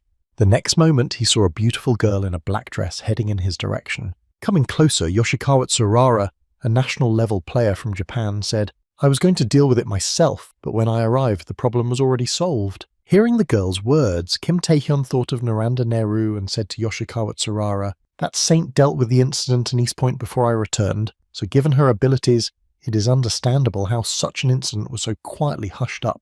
Continuing the dialogue with Kim Tae-hyun, she added, "I wanted to thank you personally and invited you." Immediately after she said that, the girl, Yoshikawa Tsurara, looked him straight in the eye and asked why he had rejected my invitation. And now let's go back a week to the same meeting of the Asian Friendly Games participants at the time when the meeting had already ended. After the discussions were over, all the participants almost left the room, saying that the meeting was over. Maybe we should have a drink, to which I heard no, and Kim Tae-hyun was the last to leave his seat. Seeing that he had not yet left the meeting room, the leader of the Players' Association said to M. Tae-heng, "Stay a minute." Stopping in his seat, the guy listened to the words of the leader of the association and asked in surprise what the invitation was. In response to the boy's question, Che Jin-wei looked at him and said, "The saint personally asked me to meet you." Continuing the dialogue with the guy, he added, "I don't know what she has in mind for the holidays. She is one of the few people in the world who has the skill of super regeneration. Maybe she can help treat the arm of the player Kwon Kang-hyuk." Continuing to hint at accepting the invitation, Che Jin-woo added, "I think it would be nice to meet her before the games start. What do you think?" In response to the offer from the leader of the Players' Association, Kim Tae-hyun, I immediately replied firmly, "I refuse." After hearing the boy's refusal, Go Tae-hyuk exclaimed, "But why did Kim Tae-hyun's player Kwon Kang-haek get injured defending you?" And hearing the cries of his subject, Jae Jin-woo stretched out his hand and said to Tae-hyuk, "Calm down." The next moment, folding his hands in front of him and resting his head on them, the man added, "Let's first listen to the reason why Tae-hyun." In response to a question from the leader of the Players' Association, the guy put his hands down and clenched them into fists and said, "I can't tell you in detail now, but I can't tell you anything else." Continuing to look at the man, who wanted to know the reason for his sharp and confident refusal, he said the reason is very simple. And now let's go back to the very moment of the beginning of the Asian Friendly Games, when a guy walked by and asked a question and said, "I know about the vile essence behind the name of the holiday." Continuing to move confidently forward to his goal, the guy explained the reason for the refusal and added in the end, "That's all." After informing her of the reason for the refusal, he continued forward without even looking back at the girl. At the end of the dialogue, the demon sword asked, "What do you think?" To which the saint smiled slyly and answered interestingly. As I had assumed, he had rejected my offer for a reason. Continuing to stare at the boy's trail, Yoshikawa Tsurara added, "It looks like he knows about me." Hearing this, the man exclaimed, "I'm coming right now." Stopping her husband, who suddenly broke into a laugh, she added, "No, it's not about that at all." Also watching in the wake of Kim Tae-hyun's holiday, added, "Other fools pay attention only to the growth rate of this guy, but the most amazing thing is the actions of this guy." Continuing to watch the guy she was so interested in, Yoshikawa Tsurara added to his awareness. Continuing the dialogue with her friend, the girl added that without information, it is impossible to perform so many incredible deeds based on abilities alone, and I am especially interested in how he knows about me. Drawing a finger to her face and slyly licking her lips, the saint said yes, and I want to get it as soon as possible. After some time of preparation, the commentator's voice was heard announcing that the long-awaited moment had arrived, and we were announcing the start of the Asian Games. Standing above the arena on a flying platform, the official host of the Asian Games, Singaporean A-ranked player Alex Go, shouted out to start the countdown. Starting the countdown, Alex Guo began shouting out 8 as the festivities began to get underway before the demon sword finally began, after which the host added 7. At the same time, while conducting a dialogue with his comrade, the berserker said, "Maybe for a warm-up, we can finish off a couple right here," after which 6 rang out. Then Kai Ming said, "Watch your language, this is an official event." At the same time, Park Sang-ji turned to his comrades and shouted out to everyone who remembered our plan, after which 5-4 sounded. Continuing to announce the plan of action, the man shouted out, "I, Kwak Si-yang and Seo Han-gil will take care of the monsters." The next moment, Alex Go shouted out 3, while Park Sang-ji added, and Sang Jin-soo helped Kim Tae-hyun, and then 2. Not seeing another member of his team, the man shouted out where Kim Tae-hyun had gone, to which his comrades only giggled in confusion, and then the host shouted out one more. As soon as the countdown was over, Alex Guo shouted out, "Let's get started on the hot day Asian Friendly Games."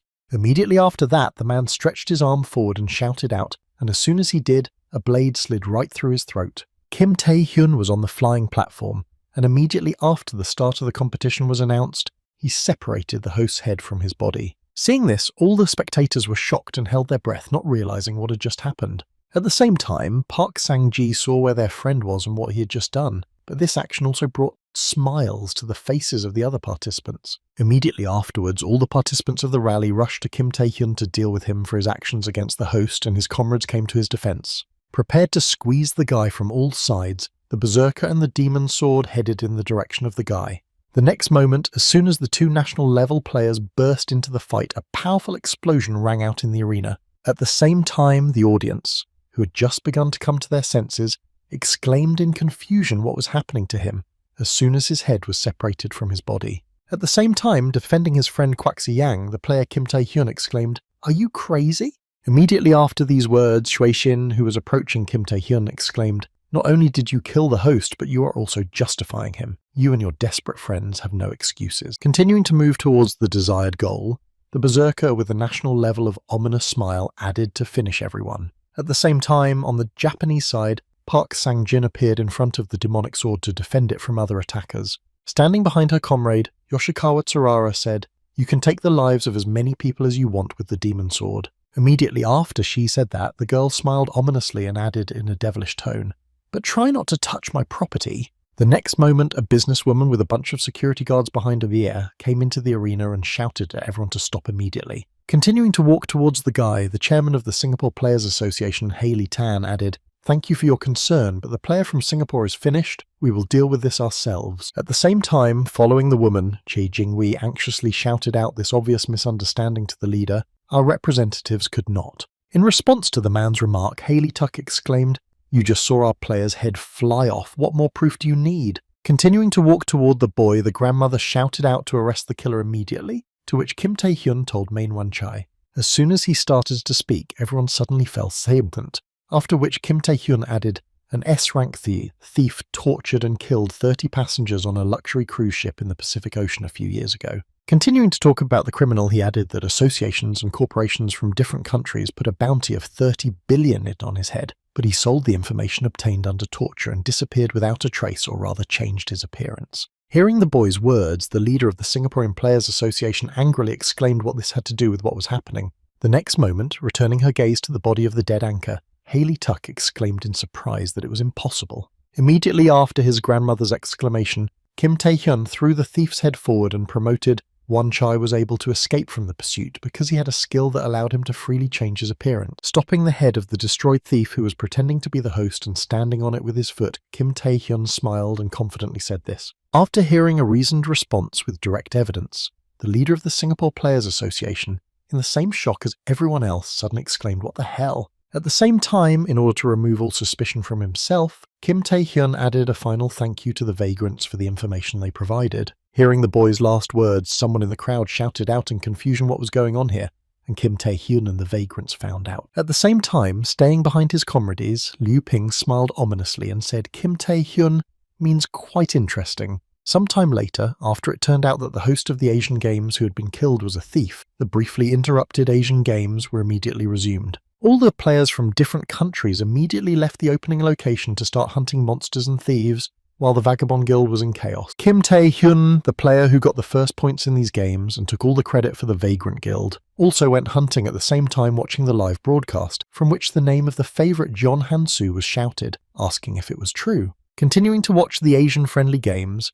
the man asked if the head of the guild knew about Wan-chai's whereabouts, to which he angrily replied that it could not be. "You are a fool." After receiving an answer from his leader, Jong Han-soo asked why the player Kim Tae-hyun lied, to which the girl replied offended, "I don't know about that."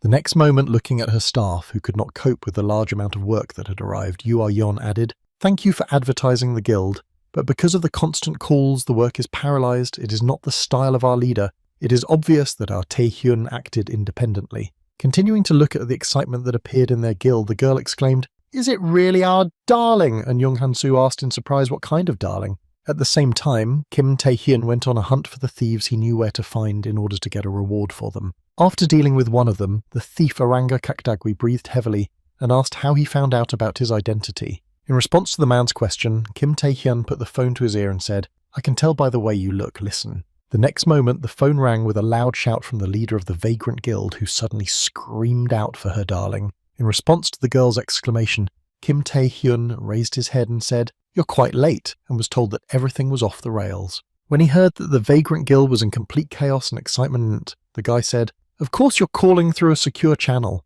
In response to the boyfriend's question, Yoo Hyun smiled and replied, "That's exactly how you wanted me to call you." When he heard the girl's words, Kim Tae-hyun said, "Yes, because you can't connect to a closed channel from my phone," to which he heard that he wanted to talk to me so badly, to which he replied, "In any case, I have 2 requests, and then I heard what I want to know." After receiving the question from the girl, Kim Tae-hyun said the first one was to investigate something and the second was information about the thieves. When she heard Yoo Ah-yeon's request, she was surprised to hear the information about the investigation. Turning her gaze to the side, the girl added anxiously, "I've already passed all the information about the thieves through the association." In response to the girl's remark, Kim Tae-hyun, walking on after cleaning up the thief, said, "You know that no matter how many of these small bipods you catch, you can't get first place in the games. You need a bigger fish to qualify for higher places." Hearing this, the girl said, "You don't."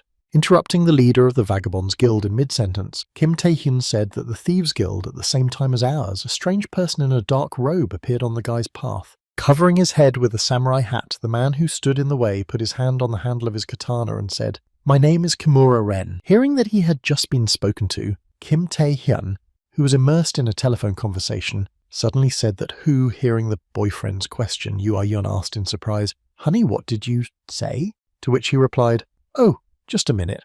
The next moment, as he focused his attention on his opponent, he heard the man suddenly exclaim in anger, "I have come to punish the scoundrel who has desecrated the name of the saint." Hearing the reason why the Japanese S-rank player Hoken Kimura Ren came from him, Kim Tae-hyun immediately remembered the girl and said in surprise, "What did I do there?" After hearing the boy's question, Hoken Kimura Ren, a participant in the Asian-friendly games from Japan and an S-class player, took a fighting stance and prepared to attack. This man was also one of the ardent followers of the saints, which was the reason for his sudden desire for revenge. If we compare it to a demonic sword, the sword of Nakata Shinji, a national player of the highest level, is elegant and laconic. That Kimura Ren sword is a real hero sword. It is focused on tearing apart and destroying the opponent. However, as always, everything has its flaws, no matter how powerful the sword of the man who decided to attack Kim Tae-hyun. If his attacks cannot reach the target, then he simply does not make any sense. And this is what was happening at the time of his attacks on the boy. Continuing to dodge the man's attacks, Kim Tae-hyun continued to talk on the phone with the girl, exclaiming in surprise that it was not working, but why? At the same time, angry at his skills, Kimura Ren exclaimed, "Damn it," and then mentally added, "I can't get it." Gritting his teeth in anger as he attacked Kim Tae-hyun, the Japanese player mentally wondered how the bastard could dodge. At the same time, walking down the corridor, Yoo Ah-yeon exclaimed, "Of course it won't work. You really decided to target the Thieves Guild. You don't know why the association doesn't touch the main cartel." Continuing to express her concern, the girl added that as soon as you approach them, they immediately cut off all communication and disappear, even if they do not share the information until they are absolutely sure that they will be caught. Continuing the dialogue on the phone, the girl added that if you interfere, things could get serious, and Kim Tae-hyun, continuing to dodge the opponent's attacks, said yes, that's a good theory. The next moment, when he was tired of playing with Hoken Kimura Ren, the boy launched him into the air with a single blow and stopped these hopeless katana swings that were bothering him. After removing the annoying man who was preventing him from talking quietly on the phone, Kim Tae-hyun smiled slyly and said, "I'll definitely make it." Hearing the confident words of the guy who had just said that he would be able to, Yoo Ah-young exclaimed in confusion, to which he replied, "I can't go into details, but I can definitely catch them." The next moment, when Kimura Ren landed on the ground after a fast flight, the guy added, "Please trust me." Continuing the dialogues with the girl, Kim Tae-hyun confidently added, "The results of my actions speak for themselves, because they do," to which she replied, "Well, you are." After a bit of struggle, the girl finally relented and said, "Hell, but since there is very little information about the thieves, I will give you information about another place," to which he replied in surprise that it was different. In response to the boy's surprise, the leader of the Vagabonds Guild replied with the information about the 3 elders. The 3 elders are influential figures who control not only the shadow world but also politics, as well as the 3 leaders of the main cartel that rule Asia. Continuing the dialogue through a closed channel, Yu added, "We found out the whereabouts of one of their leaders. Miyazaki Kenji, of course. Even if we catch him, he is unlikely to give out information easily, and if something goes wrong, you can only make enemies during friendly games." Continuing to talk about the risks, the girl added what you would do, to which Kim Tae-hyun just smiled slyly and thought, 3 elders are not as dangerous as a guild of thieves, but they will get a lot of points. Immediately after his thoughts, the guy confidently said, "Well then, let's start with them." After receiving the answer to the start of the hunt from the 3 elders, URN exhaled heavily and said, "Okay, I will try to find out about your request." Hearing the girl's words, Kim Tae-hyun said thank you, and she added, maybe you can invite me to a restaurant as a thank you, to which he replied after the friendly games were over, and at that time Kimura Ren was already slowly getting to his feet. With a tremor in his body, the man rose to his feet and shouted, "You rascal!" And at that time Kim Tae-hyun had just finished a phone conversation and turned his head to the man and said, "Ha!" In response to the boy's surprise, the man angrily exclaimed, "You're going to ignore me like that?" To which the boy replied, "I didn't ignore you." The next moment, activating all his strength, Kimura Ren exclaimed, "If you don't fight seriously, I'll blow up this whole district with you." To which Kim Tae-hyun replied, "I didn't ignore you." Continuing to express his dissatisfaction with the boyfriend's attitude toward him, Kimura Ren exclaimed, "First of all, I will shake your senses of sight, hearing, smell, and taste." Applying his skill, the man shouted out control of the 5 senses, while continuing to stand in place. Kim Tae-hyun spoke in frustration, I tried so hard to avoid the battle." When Kimura Ren was approaching the boy, he said that he didn't know that fighting between participants was forbidden or something.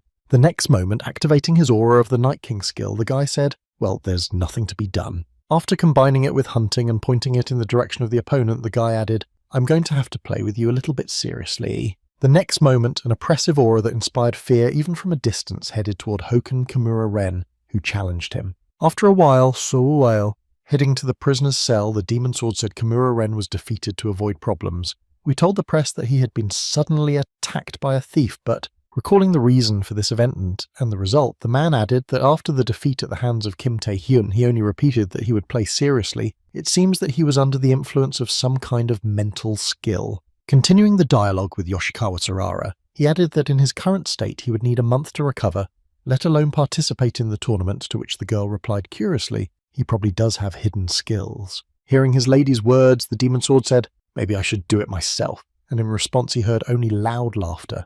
The next moment, elbowing the guy in the chest, she said, "Stop joking around. If we lose you, what will happen to the points?" To which he replied, "Oh, right." After a while, having reached the desired cell, the girl pointed to the door and said, "Don't worry, Kimura Ren will lose to this guy. It was predictable. Anyway, the new bait is ready." The next moment, a knock was heard in the closed cell as the door began to unlock and then creaked open. Immediately after the door was unlocked, Yoshikawa Tsurara and a demon sword entered. In the cell in front of him, prisoner Isaki Ryoke hung from the wall in the shape of a cross. When he heard that someone had come to his cell, the man raised his head and saw the visitors, and Yoshikawa Tsurara said, hearing that the man remembered her, the girl smiled slyly and said, "Isaki Ryohei, it's your time to work for me." Meanwhile, somewhere in the nameless abyss where some Asian game players went to get points for hunting monsters, one such player in the friendly games was Ligaya, an S-ranked player from the Philippines who was fighting against the enemy. When she encountered a representative from China who was targeting her and her ally,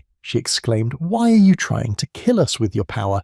You could have won first place without such mean tricks." Continuing to look at the national level player from China, known for his incredible strength, nicknamed the Berserker, who was approaching them, Shixin exclaimed. In response to his opponent's question, the man smiled slyly and scratched his ear, saying, "I don't play with cowards like you for fun, it's just that our crazy association leader asked me to." Hearing the reason why the hunt for players from other countries in the Asian-friendly games was opened, Ligaya exclaimed in confusion. The next moment after hearing this, the girl thought to herself that the head of the Chinese Players Association had personally ordered the murder of participants from other countries. It can't be that they want to start a war. Immediately after completing her thoughts, the girl, holding her weapon in front of her, shouted to her ally to run, to which she confusedly replied that she would, but before she could finish, Ligaya shouted again, "Run and tell everyone about it." Giving an order to her teammate, the girl was preparing to take on a tough fight against a national-level player, and shouted out, "As long as I hold back this monster."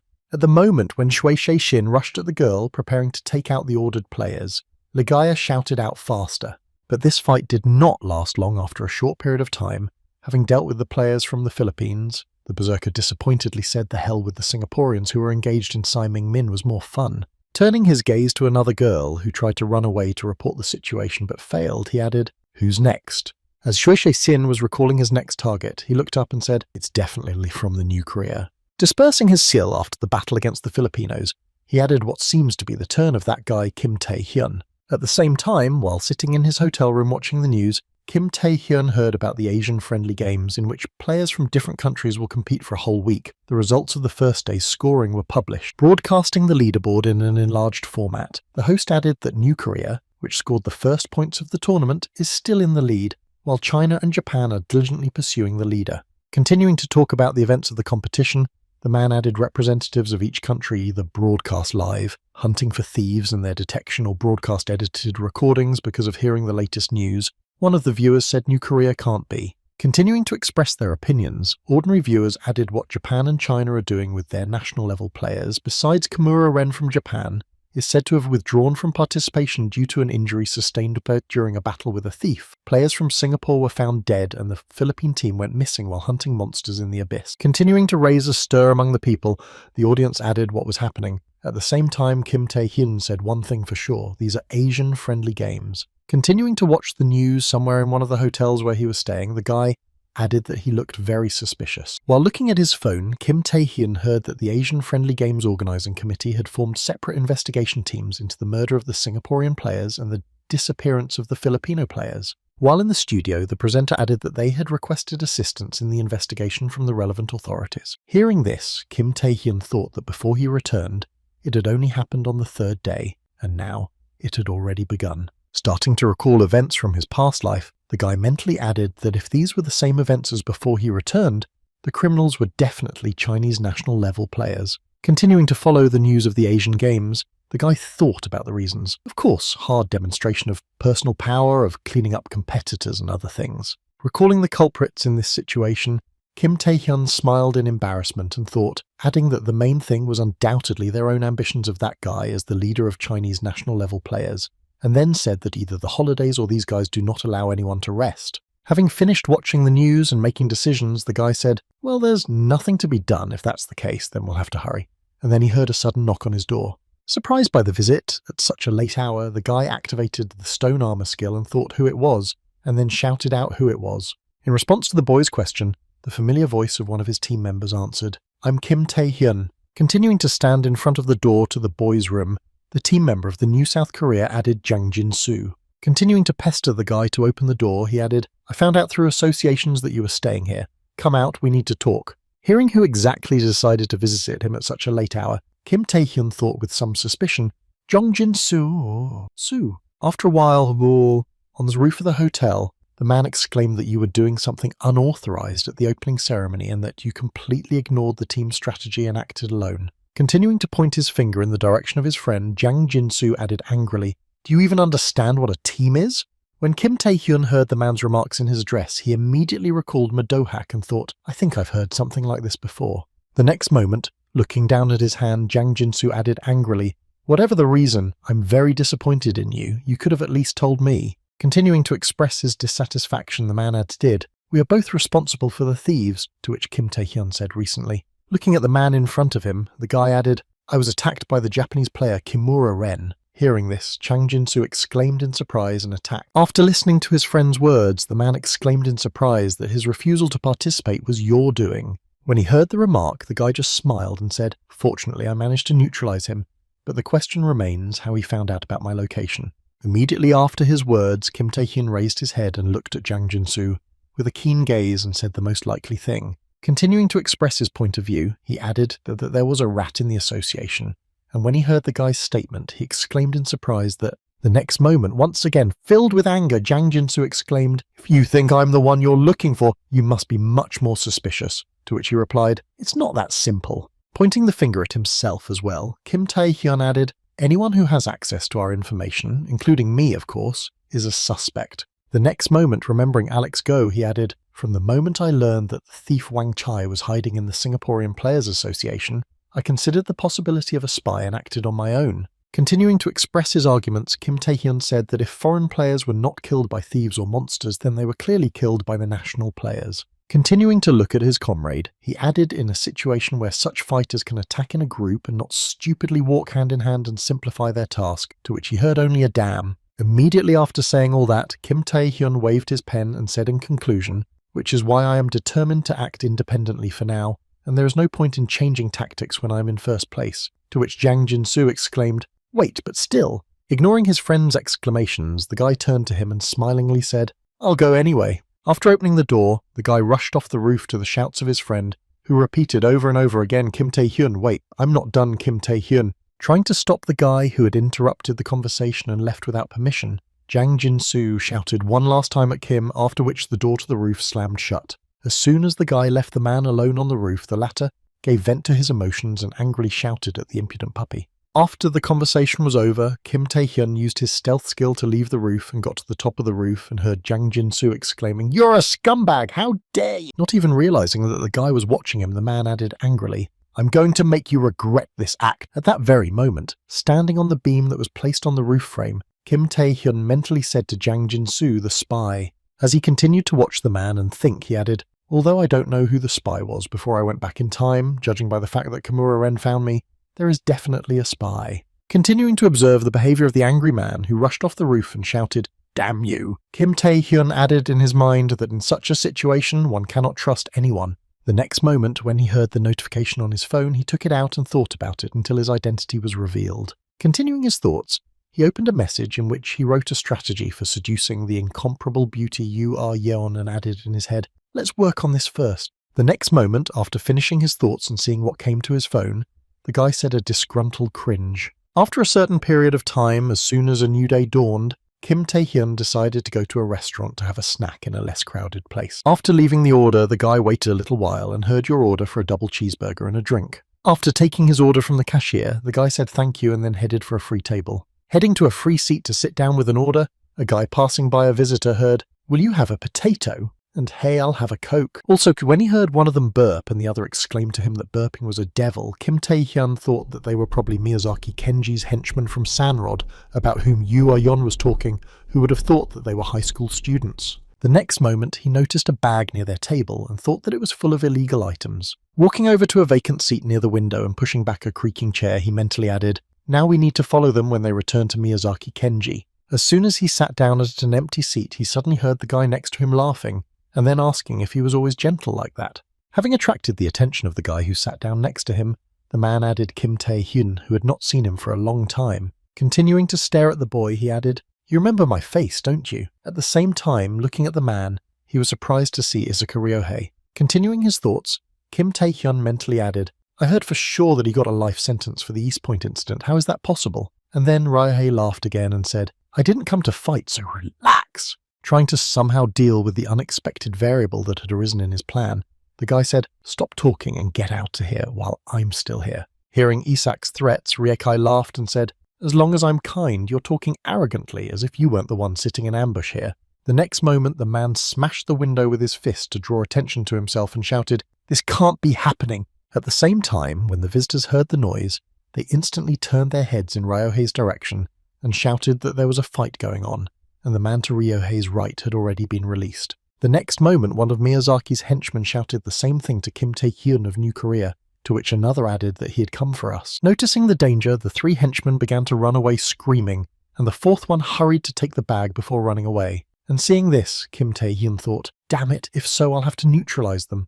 At the same moment, Isakaru Ryohei laughed again and said, "I see you don't mind a fight, even though you said otherwise." Immediately after his words, the man used his bloodlust aura to neutralize all the fugitives who tried to get away from the restaurant. Seeing that his targets had just lost consciousness thanks to Isaki Ryohei's power, Kim Tae-hyun mentally said that he had only used his bloodlust. The next moment, he turned his gaze to the man and added, "He's stronger than he was in East Point." And then he heard, "You're here hunting their boss, Miyazaki Kenji, and the rest of them are hunting Sanroda, right?" Immediately after his question, the man took off his hat and said, "Then give me a little time, and I assure you, you will not regret it." As soon as he said this, Kim Tae-hyun used his shackle chaining skill and tied the man's hands. Taking the man hostage so that he would not say anything rash, Kim Tae-hyun said, "Well, if you are so sure, then I'll give you 1 minute." The next moment, with a sinister smile, the guy added, "If you start talking nonsense, you'll have to pay for the disruption of my operation." After hearing threats from Isak's boyfriend, Ryohei used his power to speak, which brings back some unpleasant memories, but if you think I'm the same as I was before, I'm not. The next moment, when he felt the chains begin to squeeze him even tighter despite his use of force, he thought in confusion that this is how powerful Kim Tae-hyun is, how strong you have become. At the same moment, the guy stretched out his hand with 5 fingers in front of him and spoke for 50 seconds. Realizing that he was no match for Osaka, Ryohei nervously exclaimed, "Okay, I'll get right to the point. Even you can't catch Sanroda alone. Those you follow are just bait. If you follow them, you'll either achieve nothing or fall into a trap." Having not received any useful information, Kim Tae-hyun bent 2 fingers and emphasized 30 seconds in a menacing tone. Hearing this and feeling the pain that pierced his body, the man exclaimed, "But that's not the case. I've been dealing with thieves for a long time, and I can lead you not only to Miyazaki Kenji, whom you are hunting. Continuing to give out all the information under the pressure of Kim Tae-hyun's power, he added that he had also reached Sanrod himself, after which he laughed nervously and added that it was a fairly good deal. When he heard Isaka Ryohei say 10 to him, he exclaimed in fright, "Wait, isn't your target Sanroku? What else do you want, you cruel bastard?" Continuing the conversation with Kim Tae-hyun, the man exclaimed in fright, "Besides, you said a minute, which is actually 5 seconds," after which the guy bent his last finger. Immediately afterwards, he used his hunting skill to pierce the man's entire body, causing him immense pain. After listening to Ri's pleas for mercy and mocking him, Kim Tae-hyun stopped the abuse and made a rather tempting offer. The next moment, the guy added, "But something is not right here. Why would someone who could easily slit my throat suddenly decide to help me?" And he raised his head from the ground and exclaimed in confusion. At the same moment, using the influence of the succubus queen and the skill of absolute hypnosis, Kim Tae-hyun told him to tell us what your real plan is. Continuing to cast a spell on the boy under the influence of the rosary, which appeared ominously behind him, he added, "And who is behind you?" After a certain period of time, a demonic sword suddenly appeared somewhere in the hangar where a large number of thieves had gathered. Seeing the danger to their lives, the thieves tried to save their lives by running to the exit, scared and shouting, "Save me!" But nothing could protect them from a national-level player who came after them and instantly finished them all off. After the battle with the thieves is over, Yoshikawa Tsurara arrives at the hangar to talk to her friend. Seeing the good result after the hunt, the girl folded her arms, smiled slyly and said, "Yes, all the thieves in one fell swoop, and indeed the skills are worthy of the title of a noble sword." In response to the girl's words, Nakada Shinji asked if she was sure that everything would be fine, and the girl only gave a surprised gasp, after which the man said, "Isaki Ryohei." Continuing his conversation with the Demon Sword Saint, he added that he had already lost to Kim Tae-hyun once, and this guy was rumoured to have recently reached the level of a national monument. In response to her friend's question, the girl folded her hands in front of her and said that no matter how strong Ryohei became thanks to Kim Tae-hyun's sacred revelation, he would not be defeated. Continuing her words, the girl added that instead of giving him the power, wouldn't it be better to make it a condition to bring Kim Tae-hyun to the Holy Virgin, so that he would take the risk of the Awakened One's oath? Hearing Yoshikawa Tsurara's remarks, the Demon Sword said, "That's why it's better for me to do it myself," to which she thoughtfully replied, "You don't have to worry about that." Continuing to talk to Wisbem, the girl added that it didn't matter whether he won or lost, and Nakada Shinji exclaimed in surprise. In response to the man's question, the saint confidently spoke according to my data. Kim Tae-hyun now aimed at Sanroda. Hearing this, the Demon Sword confusedly exclaimed that Sanroda, after which she added, "I had already informed him about it." Continuing the dialogue with Nakada Shinji, Isaka Ryohei, who is closely connected with the thieves, including the head of Sanrod Miyazaki Kenji, added to the festivities, it was immediately clear that he could not defeat Kim Tae-hyun alone, so he would most likely plan to lure and deal with him together with Miyazaki Kenji.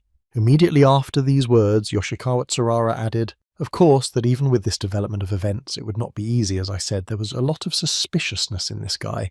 After which the Demon Sword asked, "But then why?" In response to the man's question, the girl smiled slyly and said, "That's why we need the information." Continuing to look at her friend, Yoshikawa Tsurara added the values of character abilities, starting with his fighting style. Continuing to mention Kim Tae-hyun and everything she needed to know about her own goal, the girl smiled crazily and added even his secret. The next moment, Shinji extended her hand to Nakada, adding to the celebration of whatever the outcome of this fight was for Isaki Ryohei. Immediately after reaching her hand to the man's face, the girl added that it was enough for us to simply extract information from his corpse correctly. Continuing to talk about her plan of action regarding Isaki Ryohei, the saint added that in any case, this guy had no choice. At the same time, Miyazaki Kenji was already waiting for his friend to bring the boy and his subjects to an abandoned building. Waiting for the guests at the fire with his subjects, the head of Sanrod, Miyazaki Kenji, said unhappily, "The devil is late." After a certain period of time, Isaki Ryohei saw a man who for some reason came alone, Miyazaki Kenji, and said, continuing to look at his associate who was supposed to bring the boy, he added, "By the way, where is that scumbag from New Korea? Didn't you promise to bring him here?" In response to the man's question, Isaki Ryohei said in a cold, monotone voice that this world follows the laws of the jungle. Hearing some strange words from the man's mouth, Miyazaki Kenji exclaimed that the strong rule over the weak, and that our world is very unfair. Isaki Ryohei, continuing his speech after what he had said and seeing some fear in the man's eyes, added Miyazaki Kenji, "I will give you some advice." Feeling tremors all over his body, the man, who was covered in bandages, smiled frightenedly and shook with fear and said, "If you want to live, do as I see." Hearing the last words from his henchman, the leader of the bandits suddenly got up from his seat and shouted in confusion, "You son of a bitch!" At which point the roof of the building broke and Kim Tae-hyun began to descend. Immediately in the flight, the guy used the Night King's aura skill without wasting a second and got ready for action. His next action was to strike the leader, whom he pushed into the ground with all his might with just one blow. As soon as the enemies were neutralized and chained to the ground, Kim Tae-hyun said, "Of course, to survive, you have to listen to the strongest, so say no." The next moment, the boy smiled happily and said who Miyazaki Kenji was. After receiving a question from the attacker, the man got up from the ground, leaning on his sword, and angrily exclaimed, "You puppy! You thought if you succeeded in a surprise attack you could get away with it?" To which the man replied, "Yeah, that's what it is." The next moment, Miyazaki Kenji, using his power which enveloped his entire body, angrily added, "You can consider yourself dead." The next moment, a powerful shot rang out at the spot where the man was standing, knocking Isaki Ryohei off his feet. At the same time, the man on the floor, gritting his teeth and watching everything that was happening, mentally said Kim Tae-hyun. "And now let's go back a few hours to the restaurant." And after learning all the necessary information, the guy said, "You had an interesting plan."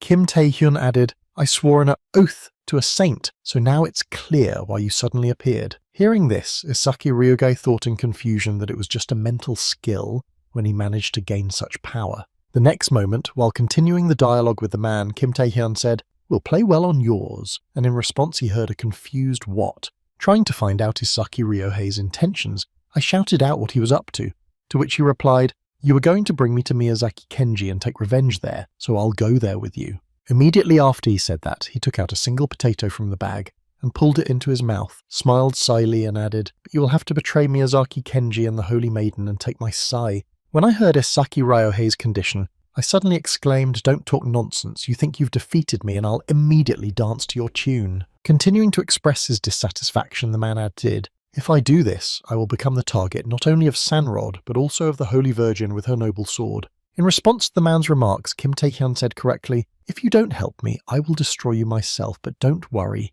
Continuing his words, the guy added, "After what happened at East Point, I don't care if you're alive or not, but I'll give you a chance," and he nervously shouted out a chant. Then getting up from his seat and throwing the potato out of his hands, Kim Tae-hyun said, "During the friendly games, do your best to help me, and when it's over, spend the rest of your life apologizing to the victims." Kim Tae-hyun continued to look at the man in front of him with a superior gaze, and added, "Then I will protect you from the Holy Virgin and Sanrod." Having received the offer from Isak, Ryohei just laughed out loud and then exclaimed, "Do you realize what you're saying? We're talking about national-level forces and a cartel of thieves." Continuing to express his uncertainty, Isaki Ryohei exclaimed, "Do you really think you can defeat these monsters?" In response to his interlocutor's embarrassed exclamations, Kim Tae-hyun confidently said, "I don't see any problem with that." Recalling his conversation with the boy, the man returned to reality where he was just fighting against Miyazaki Kenji, in which he successfully lost. Looking at the guy who was holding one of the leaders of the thieves at arm's length, Isaki was frightened and thought he was a fool, and then Kim Tae-hyun said to the enemy,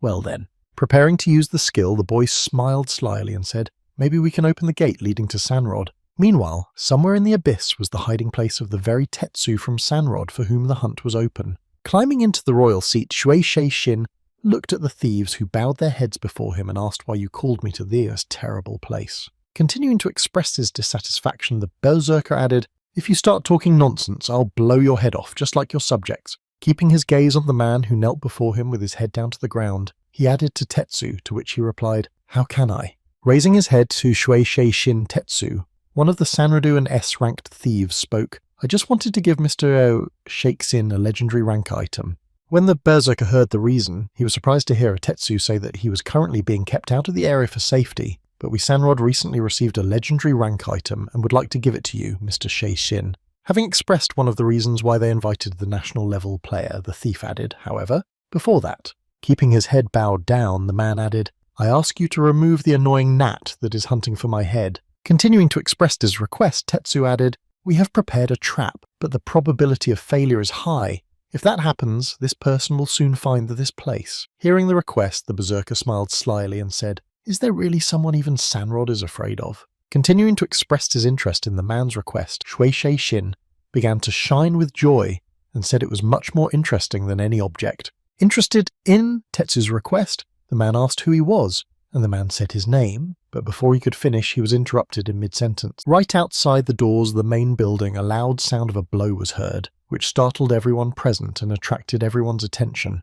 The next moment, the sounds of impacts began to be heard, crackling and humming, which every second became longer and longer, mixed with approaching footsteps. A few seconds after the strange sounds came from outside, the front door that kept the room closed suddenly flew out, breaking into pieces. Just outside the door, Kim Tae-hyun and Isaki Ryohei flew into the room and fought with Shui Shin and Tetsu, respectively. While blocking the attacker's attack with his skill, one of the three Sanroku surprisingly exclaimed that Isaka Ryohei was there. At the same moment, continuing to put pressure on his opponent, the man who had invaded the room of the thieves' leader exclaimed, "Damn it, if it's like this, you have to win!" Then, seeing the enemy who dared to invade the room of the famous thief and attack him, the berserker exclaimed in surprise. At the same time, choosing Shui Shin as his target, Kim Tae-hyun continued to push and shouted, "Just do as I say, partner." The next moment, an explosion occurred at the site of the clash between Kim Tae-hyun and Shui Shin's forces, which threw the attackers back. Stepping back after the sudden meeting, Kim Tae-hyun smiled and mentally said,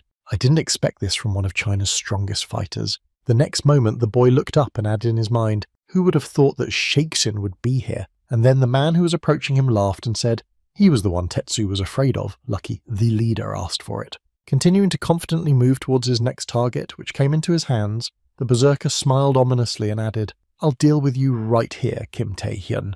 At the same moment, seeing the unplanned guest in front of him, Isaki Ryohei exclaimed in confusion why Shishin was here, to which the boy replied that he was probably with Sanradu, but that other things were important. After talking to his friend Kim Tae-hyun, he turned his gaze to the national level player and asked him if he was you. Taking up a fighting stance in case of a sudden attack by the opponent, the guy added the one who destroyed the other participants. After receiving a question from his opponent, Shui Shin scratched his beard and thoughtfully said, "Wow, I guess the leader had a good intuition." In response to the man's question, Kim Tae-hyun began to pull out a second dagger from his jacket and said, "Yes, it is, and now it's up to me and the new career."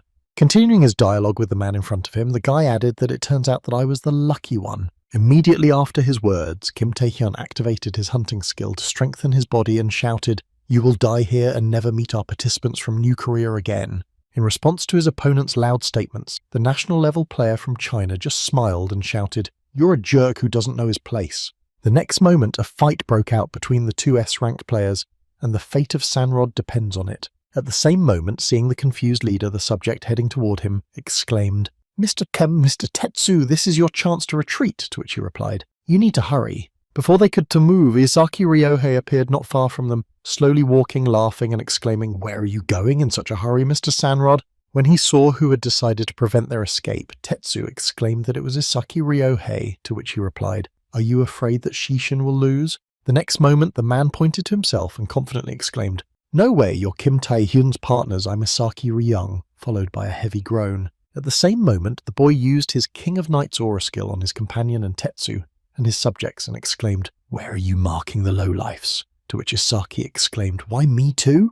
At the very moment when Kim Tae-hyun was distracted from the battle with the berserker, he shouted angrily at me. Having attracted the attention of the guy who was detaining the fugitives, Shui Sin angrily exclaimed, "You find time to be distracted." After the last attack of his opponent, Kim Tae-hyun broke the distance and spoke in his head with superhuman strength. At the moment of retreating from the blows of his opponent, who began to actively attack in connection with the actions of the boy, Kim Tae-hyun mentally added Sin. At the moment when the man threw a piece of flooring at him, the boy thought, even among the strongest fighters of the countries participating in the Asian-friendly games, he is famous for his incredible strength and is known to have destroyed hundreds of monsters and players with his bare hands. As he cut the fragment flying in his direction into small pieces, Kim Tae-hyun mentally added, "However, his superhuman strength is not just physical skills." The next moment, seeing that his opponent was preparing to use his trump card, he mentally added Shakespeare's true strength lies in a skill whose power surpasses even his incredible strength. Watching the man create a new weapon while activating the skill, he added in his mind the Side of Death. Taking the scythe from the hands of the summoned creature that brought only destruction, Shui Shin spoke, though it was more of a reaper than a ghost. The Side of Death is a weapon materialization skill that significantly increases the characteristics of the owner, which is at least a unique rank. Continuing his recollection of the opponent's skills, the guy mentally added, "However, with this skill, the rank of all other skills is reduced by 1 step. Is there really a skill that is not profitable to absorb?" Immediately after completing his thoughts, the guy noticed Shui Sin rushing at him, trying to finish him off, followed by the sounds of crossing weapons. In a few swings, the berserker destroyed the building and flew out of it with his opponent, failing to achieve his goal of harming Kim Tae-hyun. Continuing to push, Kim Tae-hyun, the national-ranked player, laughed and exclaimed, "What happened? Weren't you going to finish me off?" But he received no answer to his question. At that moment, Kim Tae-hyun's attention was focused on something else. Trying to restrain the onslaught of the enemy scythe, the guy noticed the traces of destruction of his weapon and thought, "No, my sword will be shattered. Sword will be..." The next moment, after pushing away from the enemy to avoid losing his weapon, Kim Tae-hyun activated the chain skill to immobilize the enemy and mentally said something better. The moment his movements were limited by the boy's shackles, the man looked at his opponent and said, "Wow." Continuing to fight with all his might against a national-level player, the guy reinforced his chains with the skill of hunting and thought I would make it so that he could not move at all. Immediately after his thoughts, the guy used the Night King's aura skill to push the enemy against the wall, hoping to take away his ability to move. 63. But despite all his efforts, the enemy only laughed and exclaimed haughtily, and indeed, a weakling remains a weakling. After breaking the guy's chains and getting to his feet, Shui Shin asked, "Did you really think you could defeat me with such pathetic tricks?" The next moment, the berserker swung his scythe and rushed at Kim Tae-hyun, confidently shouting, "That's why you're not among the country's strongest fighters." At the same moment, hearing a remark from his opponent, who was already heading for him, Kim Tae-hyun exclaimed in confusion that the next moment the sound of the scythe hitting the Devours was heard, and both opponents flew in different directions. At the same time, seeing that the last clash had just taken place, Tetsu, who had been watching the battle, mentally muttered that the battle was finally over. Smiling happily in anticipation of victory, the man added, in his head, "Kim Tae-hyun, I heard that he is a newcomer who shows promise, but of course he is no match for Mr. Shizen, one of the strongest fighters in the country." The next moment, Tetsu heard his subjects shouting, "We have neutralized Ryohei, what should we do with him?" Then turning his head to them, the man said, "Leave him alive for now." Looking at the traitor, who was being held in his arms, the man added that perhaps we could use him as a hostage against Japan or the Saints, to which he said, groaning heavily, "You will regret messing with me." At the same time, while continuing to watch Isaki Ryohei being captured by his subjects, Tetsu thought about why Isaki Ryohei decided to betray them. Continuing his thoughts, Tetsu mentally added that he must have realized that in case of betrayal, he would invite the wrath of not only our Sanridu group but also of the saintly Kim Tae-hyun, and he did not see something special in him. Smiling happily at the moment of his reflections, Tetsu added in his mind, "I wonder if he was very wrong. Kim Tae-hyun has already lost. It remains only to wait for Mr. Shiksin to decide." The next moment, as soon as both fighters landed on the ground, the national-level player suddenly fell to his knees. Seeing this, Mr. Shiksin, who'd been enjoying himself with joyful thoughts of victory, exclaimed in concern. At the same time, the berserker was coughing up blood and saying in his head that it was me who lost him. The next moment, starting to recall the moment of the collision with the boy, Shui Shin mentally said, "At the moment when I wanted to cut him down, magical power escaped from my sword, and that's all before that. The advantage was on my side."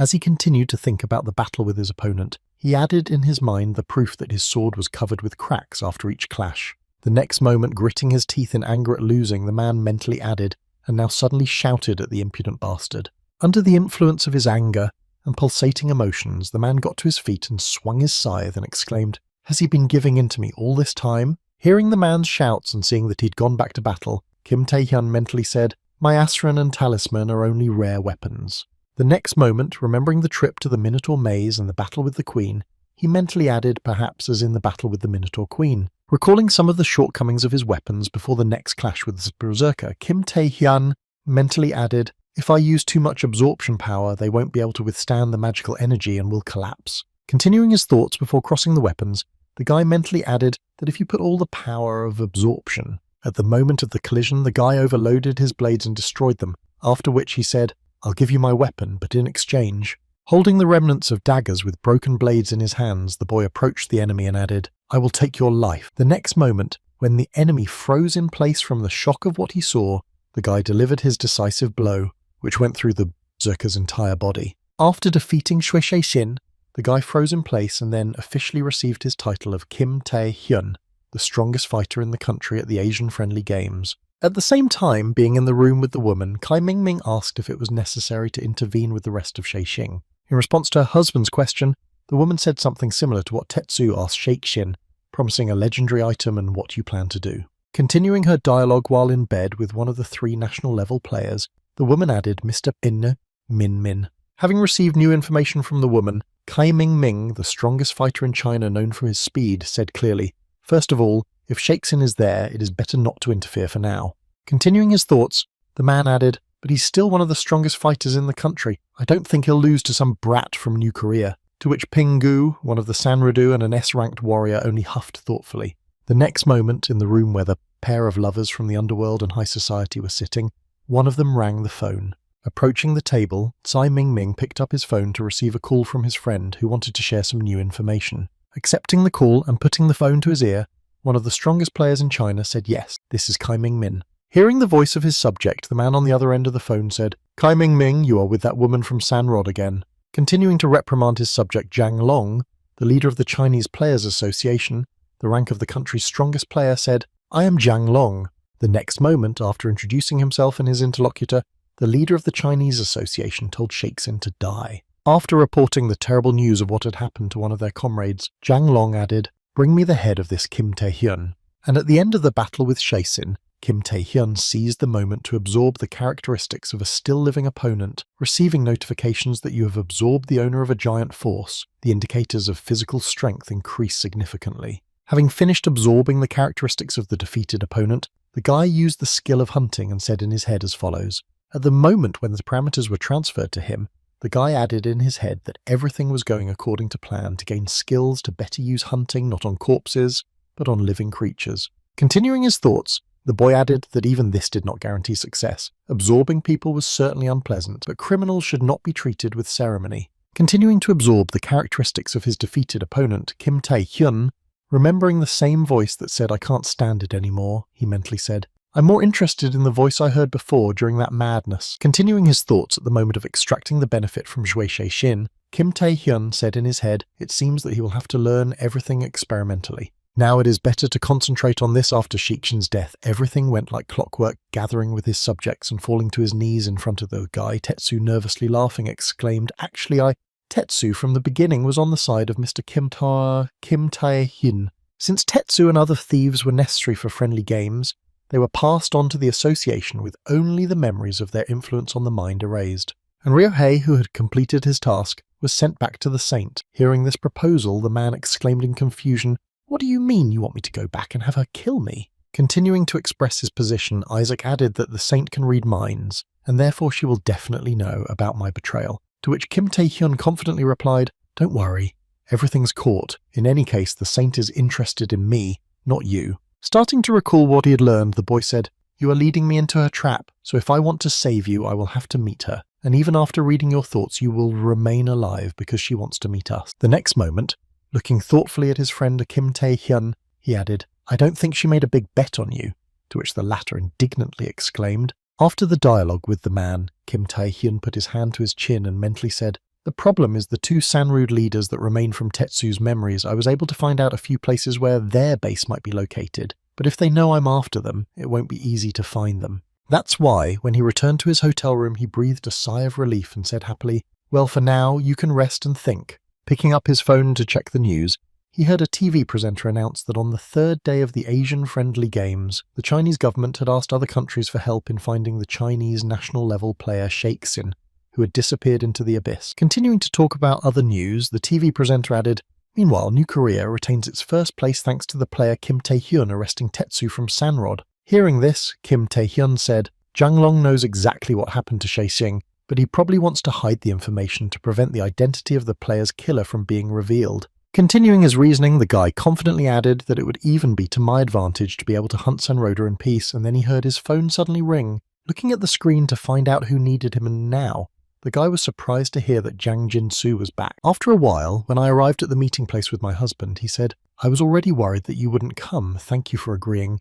Looking at the guy he had called to the meeting, Jiang Jinsu added to Kim Tae-hyun, to which the latter replied, smiling happily, "I had no choice given the situation." The next moment, abruptly changing his mood, the boy asked, "By the way, are you sure that one of the Sanrod is here?" Remembering the girl who was supposed to be in the building they had come to, Kim Tae-hyun added, "I'm not sure who she is." In response to his friend's question, the man confidently said, "Of course, I can't tell you the source, but the information is reliable." Continuing the dialogue with the boy, Jiang Jinsu said that last night Pingu entered this building with her subject, and it looks like she plans to hide here until the end of the friendly games. After hearing the words of my friend Kim Tae-hyun, I looked at the building and thought that this building was indeed one of the Pingu hideouts that I had seen in Tetsu's memories, and then I spoke clearly. The next moment, turning his gaze to the man, Kim Tae-hyun asked, "But why did you tell me about this? Judging by your behaviour, you don't really like me." To which he exclaimed, "You stupid young man." Immediately after pointing at himself, the man confidently exclaimed, "Of course, to prove that I'm not a spy, Manhwa." To which he said in disappointment. Trying to justify himself, the man added, "I realised what you said last time.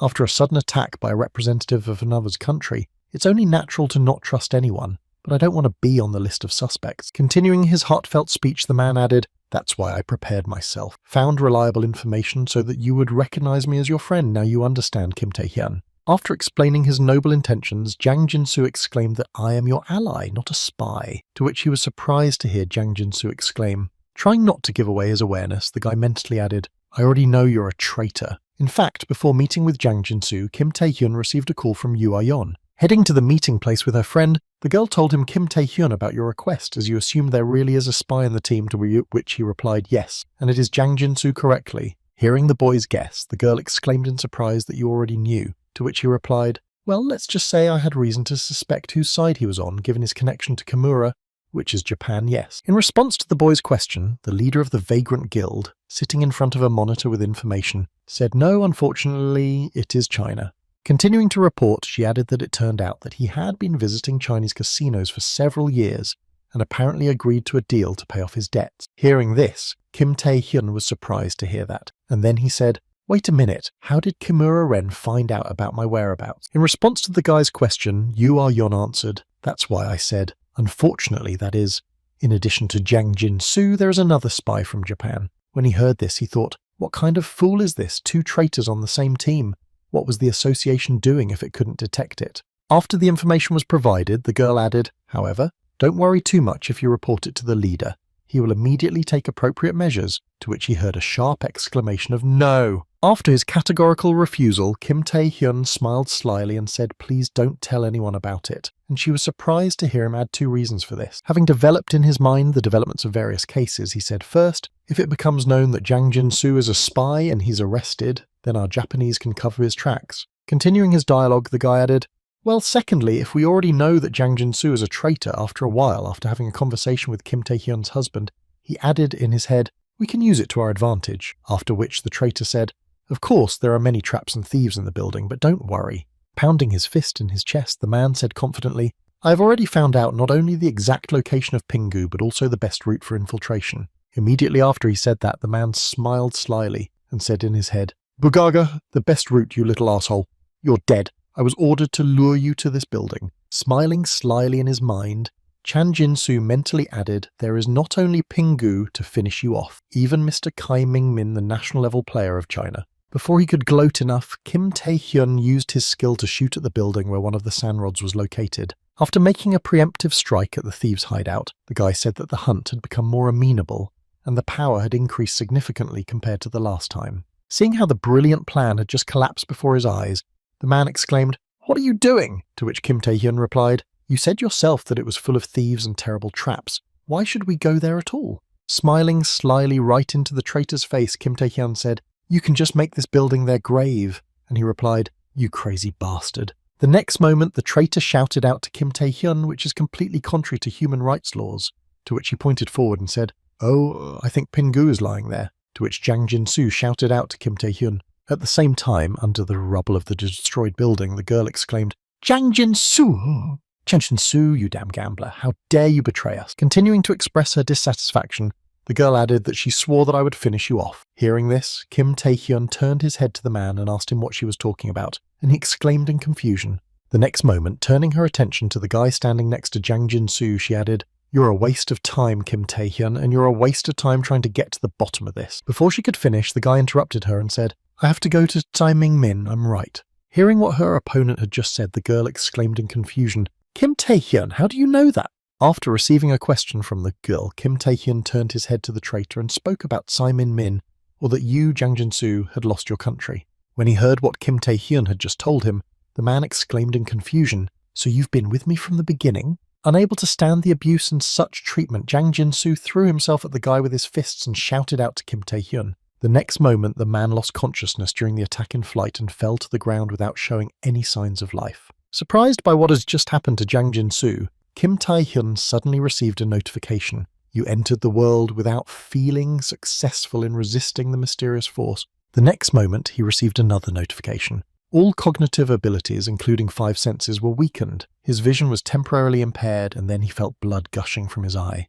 The next moment, he felt blood flowing from his ears and limbs as well, and he was alerted that his hearing was temporarily impaired and his senses temporarily dulled. Raising his hand and looking at what had become of him, Kim Tae-hyun mentally said, "This Kai Ming skill world without sensation, starting with sight, all senses weakened, such a strong effect even with my defense." The next moment, one of the strongest players in China appeared behind the boy and said, "Who would have thought he would decide to destroy the building?" Continuing to express his dissatisfaction, the man added, "I was wondering what kind of person could defeat Shixin, but now it's clear that he doesn't have all the cogs in place." In response to his opponent's reproaches, Kim Tae-hyun activated his hunting skill and said, "I'm not really interested in you, and I'm not really interested in you." The next moment, turning to face Kai Ming, the boy smiled slyly and said, "But your skill is a different matter."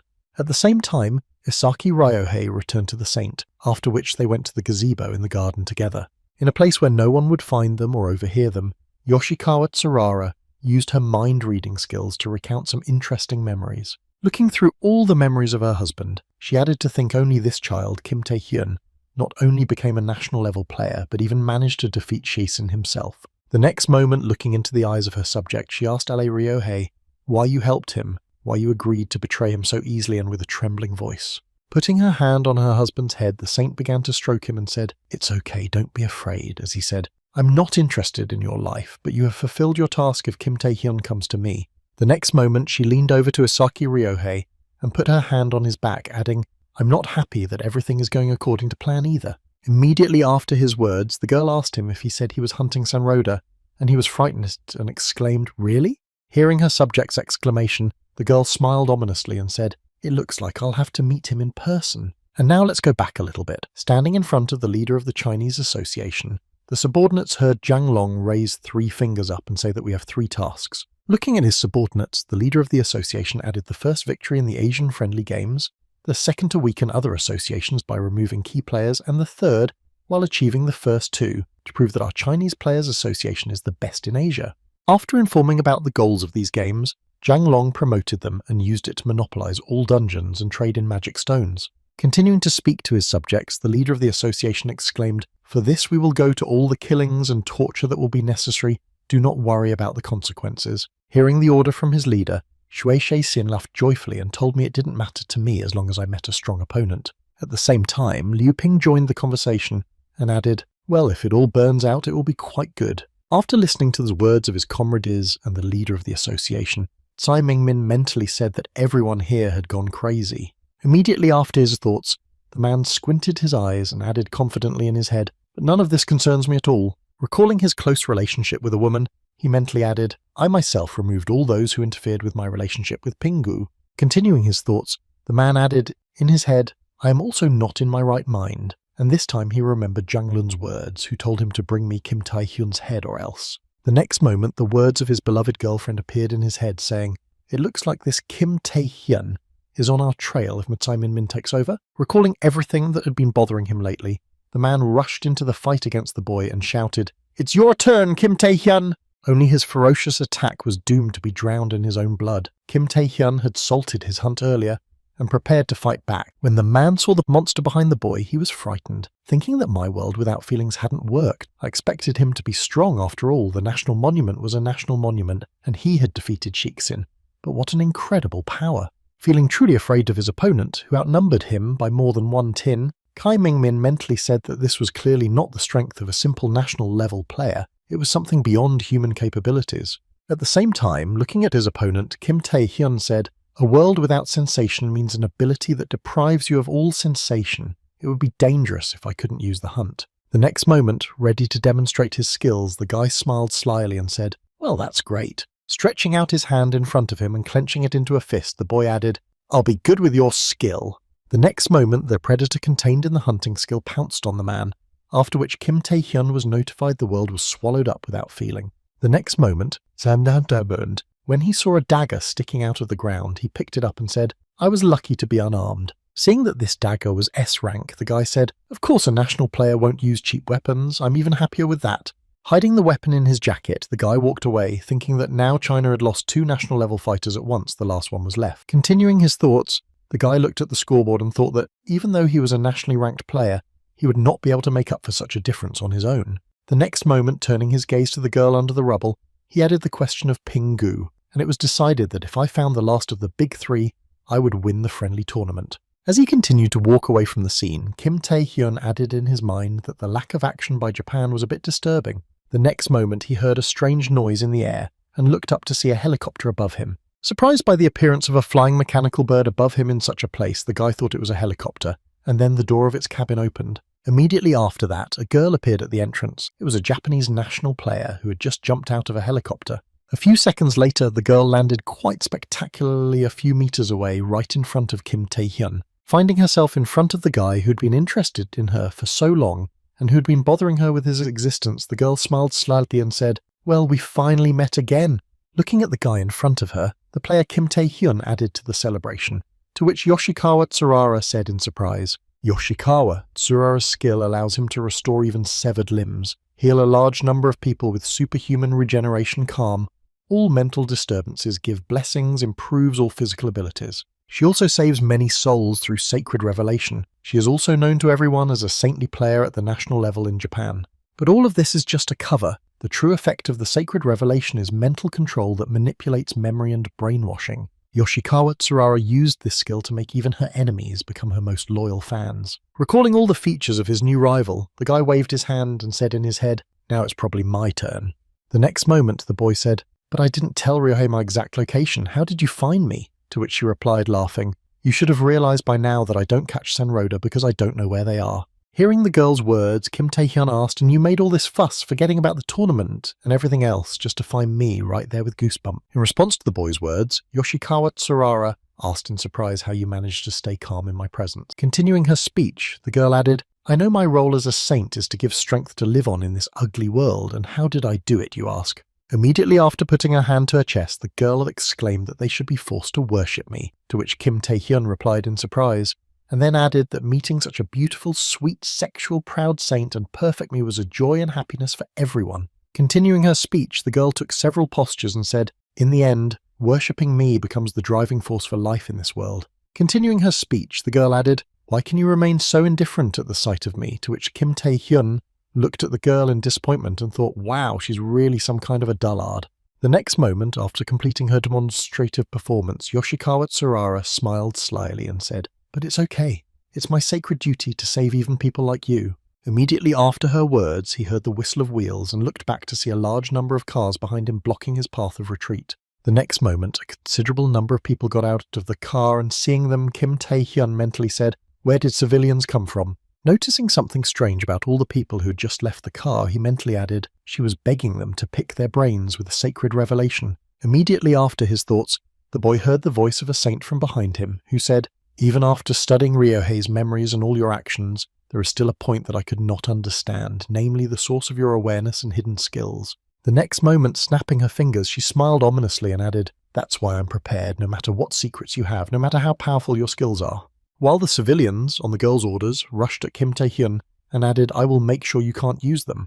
As she began to watch her puppets attack the boy, Yoshikawa Tsurara added, "They may not be ordinary people, but they are now under the influence of the skill. Are you so ruthless that you will attack them, or will you humbly accept my salvation?" Continuing to watch the show about to begin, she added, "The choice is yours, player." Kim Tae-hyun, hearing this and seeing the danger, the guy mentally said, "The devil is using civilians as human shields." Trying to make the right decision in such a difficult situation, the guy angrily exclaimed, "You're a bastard." At the same time, a group of scouts from the Vagabonds Guild reached an interesting object, after which one of them said, "Contact the head of the guild, Yu Aong, I think we found it." Looking at the translucent building in front of them, which they managed to find, the man added the last of Shadow's Sanrod's hideouts. Continuing to keep the building in sight so as not to accidentally lose it, the man added, "Who would have thought that he would apply invisibility to the entire space? No wonder we couldn't find it." Without receiving an answer from his friend, the man turned his head back and asked what you were doing. "I told you to get in touch." Before he could finish speaking, he discovered the body of his already motionless comrade, and then felt a hand on his head, followed by the ominous voice of a vagrant. Turning his gaze to another of the spies who had managed to discover his hideout, the Shadow said, I feel like I'm being bothered by annoying bugs. The deputy head of the Thieves Guild and one of the Sanridu Shadow-ranked national monuments presumably turned his head back and saw who caught him. The man with a tremor in his voice exclaimed that. The next moment, another member of the Vagrant Guild also lost his life when he accidentally ran into one of the Sanrod. Having dealt with everyone who was searching for his hideout, the deputy leader of the Thieves Guild mentally said, "Some kind of Thieves Guild dared to pursue me. Did some information leak out after Tetsu's capture?"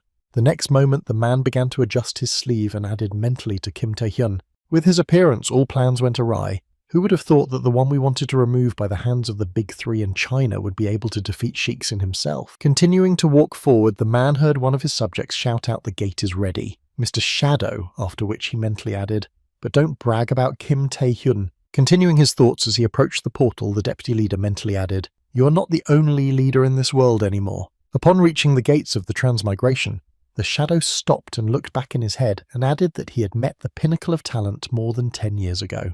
And at the same time, civilians hypnotized by Yoshikawa Tsurara continued to march on Kim Tae-hyun. Seeing that he did nothing and allowed people to attack him, the girl was surprised to hear Kim Tae-hyun say, "Kim Tae-hyun is a respectable man who saved many people in East Point." Continuing to observe what was happening before her eyes, the girl added that even if he was hypnotized, he was unlikely to use his skills against civilians so easily. All that was left was to wait for the moment when he got tired of doing nothing.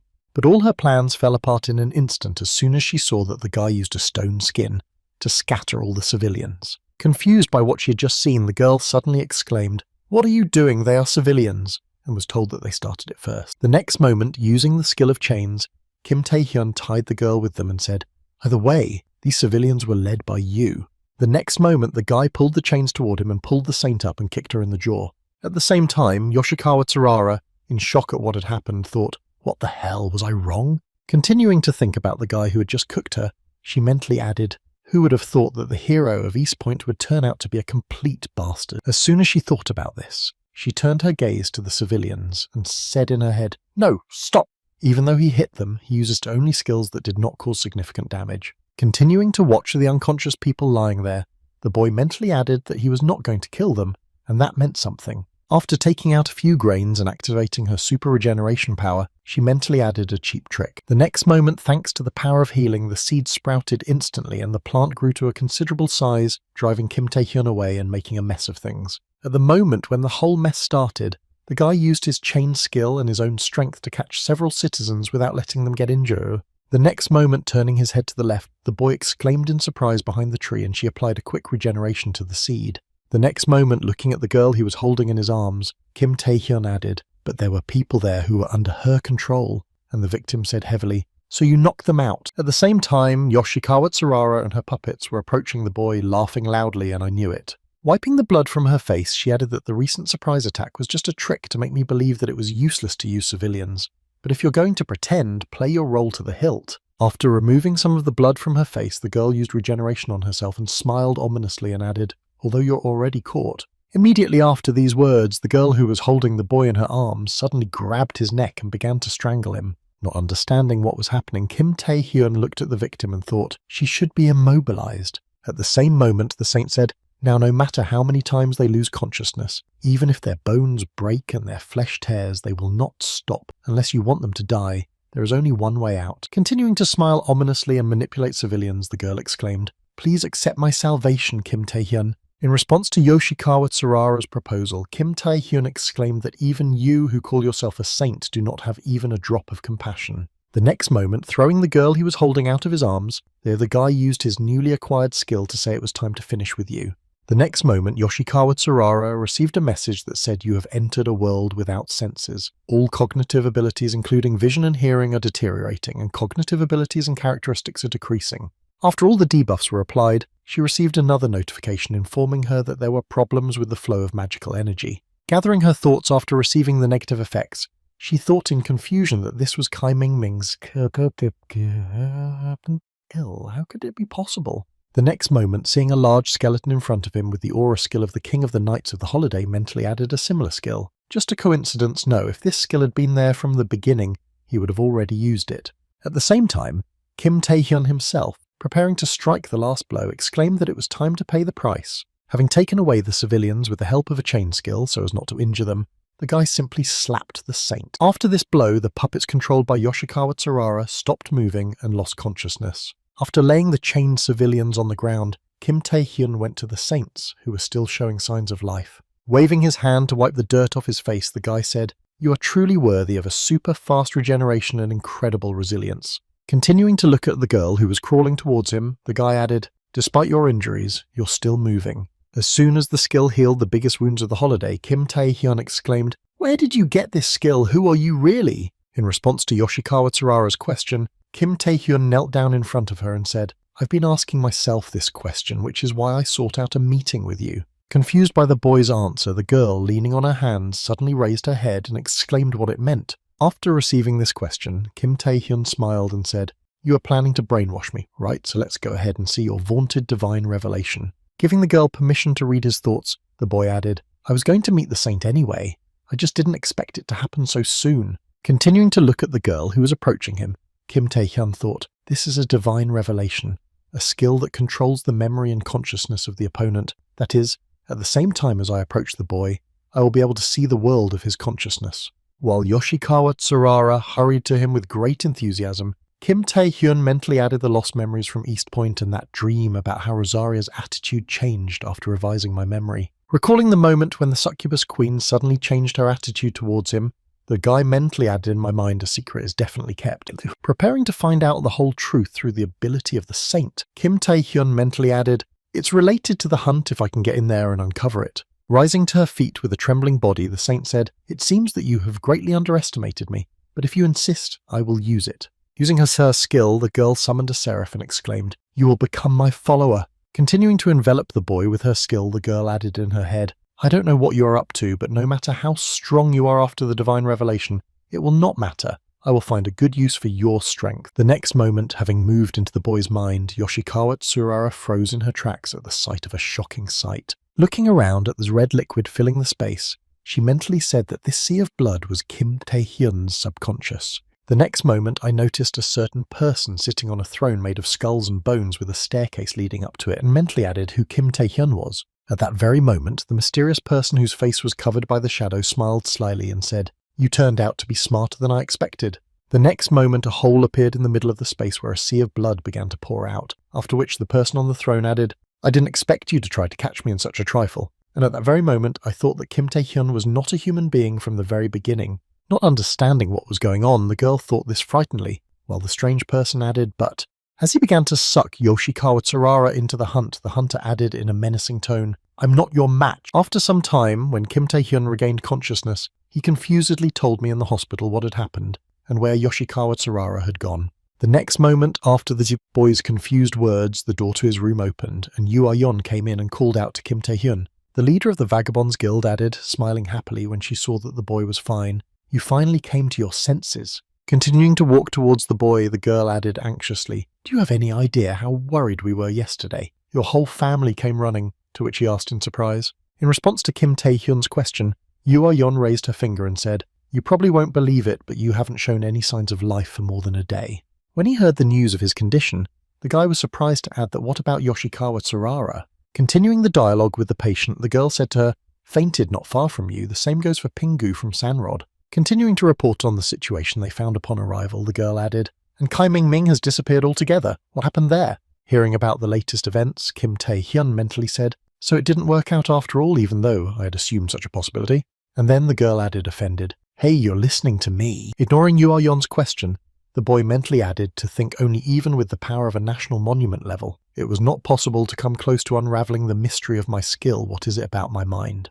As he continued to think, the guy bent his head down and mentally said, "Damn, how strong do I need to become to find out?" Before he could finish his thoughts, he felt Yu Ah-yeon's touch, and she said, "Take care of yourself first, dear, anyway. For a friendly match, you're not going to be able to do that." And he said, "Take your hands off my face." The next moment, the deputy manager of the association burst into Kim Tae-hyun's room and shouted out to Yu Ah-yeon, who only sighed in surprise. Looking at the person who made the noise, the girl was surprised, and the head of the department, Go Seok, added anxiously, "Kim Tae-hyun, you finally came to your senses. We were so worried." Immediately after expressing his feelings, the man added, "Oh well, UAN, we need the help of the vagrants. We need to send a search party to the abyss immediately," to which she asked the search party in surprise, Continuing his report, Go Taeuk added the fact that Park Sang-jin and the entire New Korea team had disappeared, to which he was surprised to hear. Surprised by the information she had just heard, Yoo Young exclaimed, "What are you talking about?" and then saw the boy get up from the bed and shout out to Kim Tae-hyun. Seeing the patient get up from the hospital bed, Go Taeuk exclaimed in confusion that you were going to go there alone. In response to a question from the deputy manager, the boy confidently said that if we send a search party, there will be more victims. Recalling the missing team of comrades, Kim Tae-hyun added that they disappeared in the depths of the abyss, and the team of the New Korea, led by Park Sang-jin, are experienced players, led by. Continuing to argue his decision, the guy mentioned the 3 Chinese players and added that if they disappeared, it was not an ordinary monster attack, but the intervention of someone at least of the level of a national monument. After arguing the reason for his decision, the guy added in a stern tone that this is why I will be the only one going there. Hearing the boy's remark, Gotuk exclaimed, "But if you're right, you can't go there alone, you've just woken up." Immediately after, the head of the department said that Kim Tae-hyun's family appeared in the doorway, and Hwang Ja-yeon, who was standing in front of them, exclaimed, "Just where are you going?" After her son's words, the aunt added anxiously, "That's right, you haven't recovered yet." And then the boy exclaimed, "You have no idea how worried we were." Entering the boy's room, Hwang Jae-yong added, "We didn't know yesterday if you would wake up at all," to which the boy replied, "Auntie, Uncle Jae-yong." The next moment, Kim Tae-hyun heard the voice of a girl behind him saying, "I called them," and he looked back and exclaimed to Yoo Yeon, after which the girl added, "If you're awake, shouldn't you see your family?" After the girl's words, the aunt added, "I think you need to get well first and then go into battle,"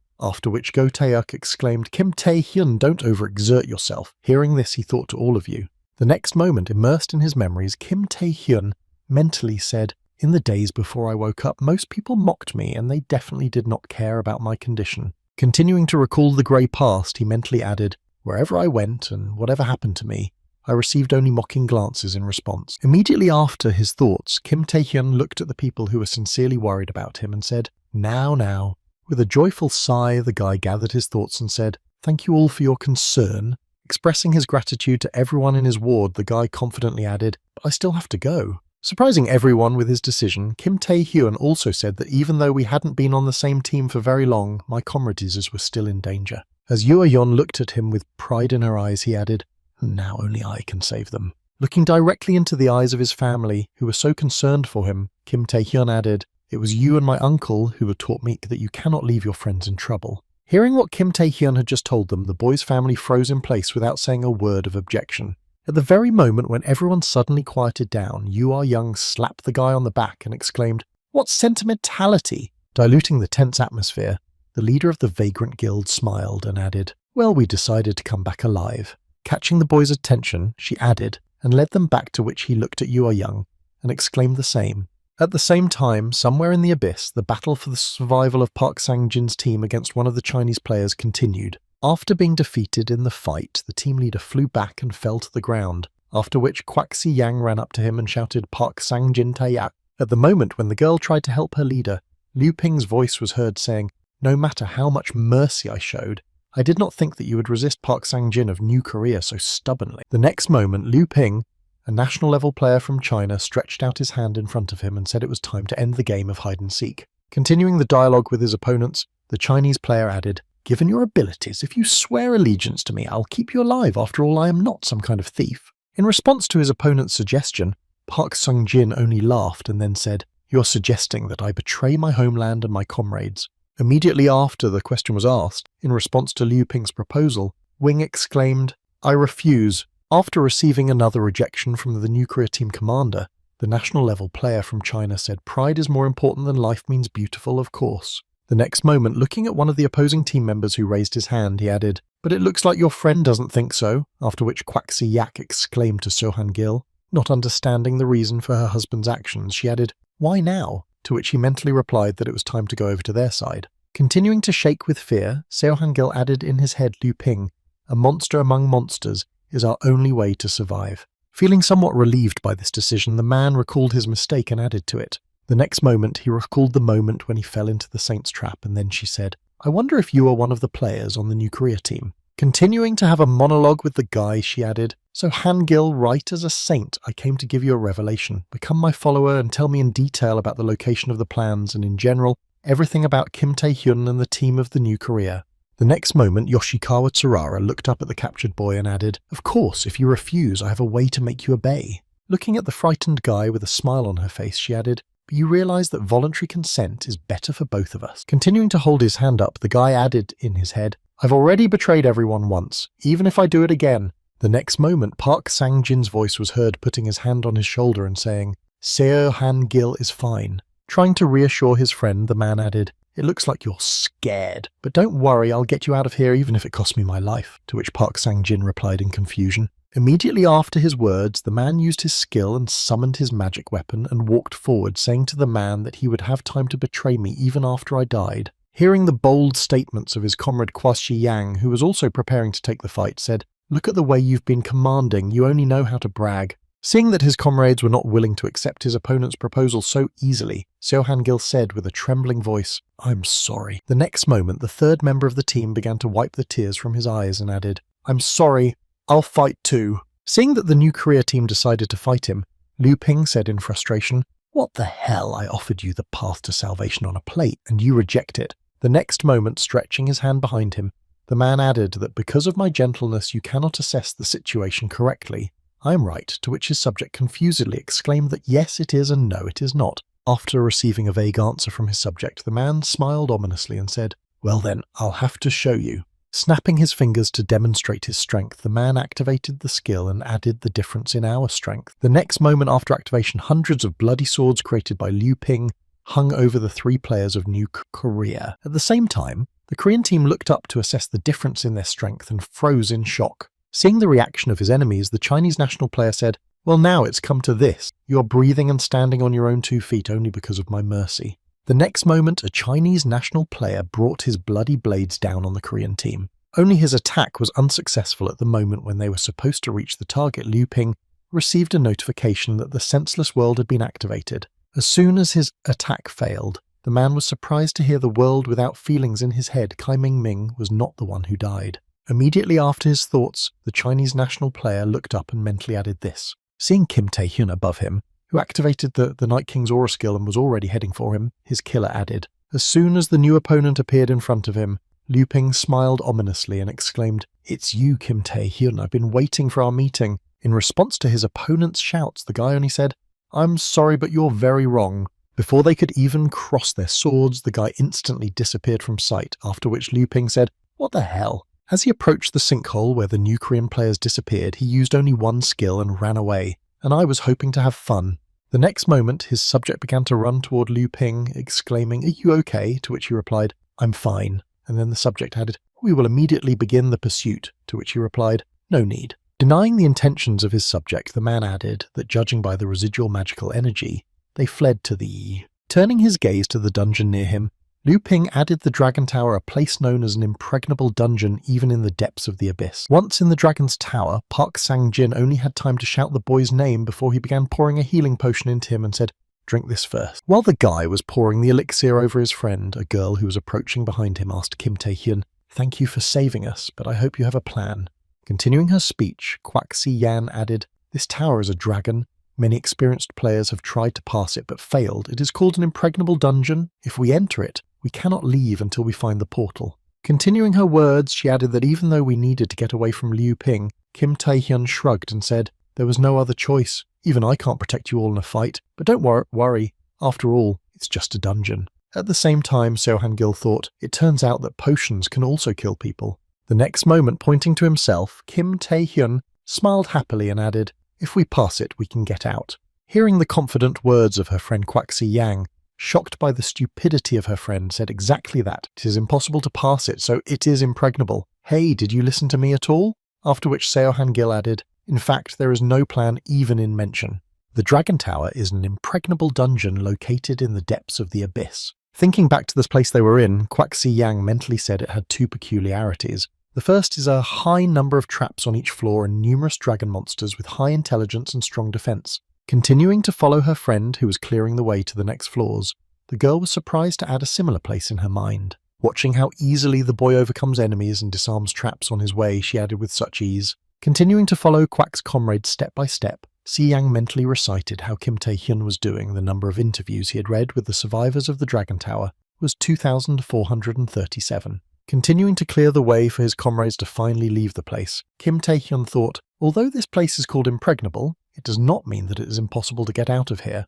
The point is that on the top floor, long before the meeting with the boss, there is a portal to return to the real world, but no one knows about it. Continuing to lead his comrades to that room, Kim Tae-hyun mentally said that if you know about the traps in advance and quickly deal with the monsters. Overcoming floor after floor of all the monsters that came their way and neutralizing traps, he mentally added that finding the exit would not be a problem. Sometime after the dungeon raid, a 4-person team from New Korea was climbing another staircase to the top floor. And when they reached the next room, they saw a portal to get out of the impregnable dungeon. When the other team members saw a portal to get out of the dungeon, they shouted out in surprise. Looking at the exit, Kwak Si-yang said in surprise that we should do it in a similar place, to which Park Sung-jin added that fortunately we wouldn't have to go any further, after which Seo Han-gil exclaimed, "We're safe." After expressing her emotions, the girl turned her gaze to the guide and asked Kim Tae-hyun, "Did you know from the beginning?" To which he replied that we were just lucky, and then mentally added, "Of course I knew." The next moment, stretching out his hand toward the exit, he exclaimed, "Let's get out of here before the monsters come," to which the girl replied, "Oh yes, that's right." After hearing the instructions from their leader, all team members headed for the portal to leave this dangerous place. When the 2 comrades had already moved out of the dungeon, Park Sung-ji, halfway into the portal, said Patsy, that is, Kim Tae-hyun. Having attracted the boy's attention, the man turned to him and said, "Thank you for coming to get us." Kim Tae-hyun continued to stare at his friend with astonished eyes. "I will definitely repay you for this favor." Hearing that he now had a debtor for his help, the boy breathed out a sigh of relief and said, "It's not worth it." As soon as all his comrades left the dungeon, Kim Tae-hyun looked away from the portal and thought, who would have thought that Park Sung-jin would thank me, although it is not surprising because everyone was able to return safely. Heading to the portal himself, the boy mentally added that Seo Han-gil himself had admitted to being a Japanese spy, so this problem was solved by itself, and he only had to successfully complete the friendly match, fighting off the enraged Guikan and Liu Ping. After considering all the problems that still remain and what has already been resolved, Kim Tae-hyun added that the situation is not so bad.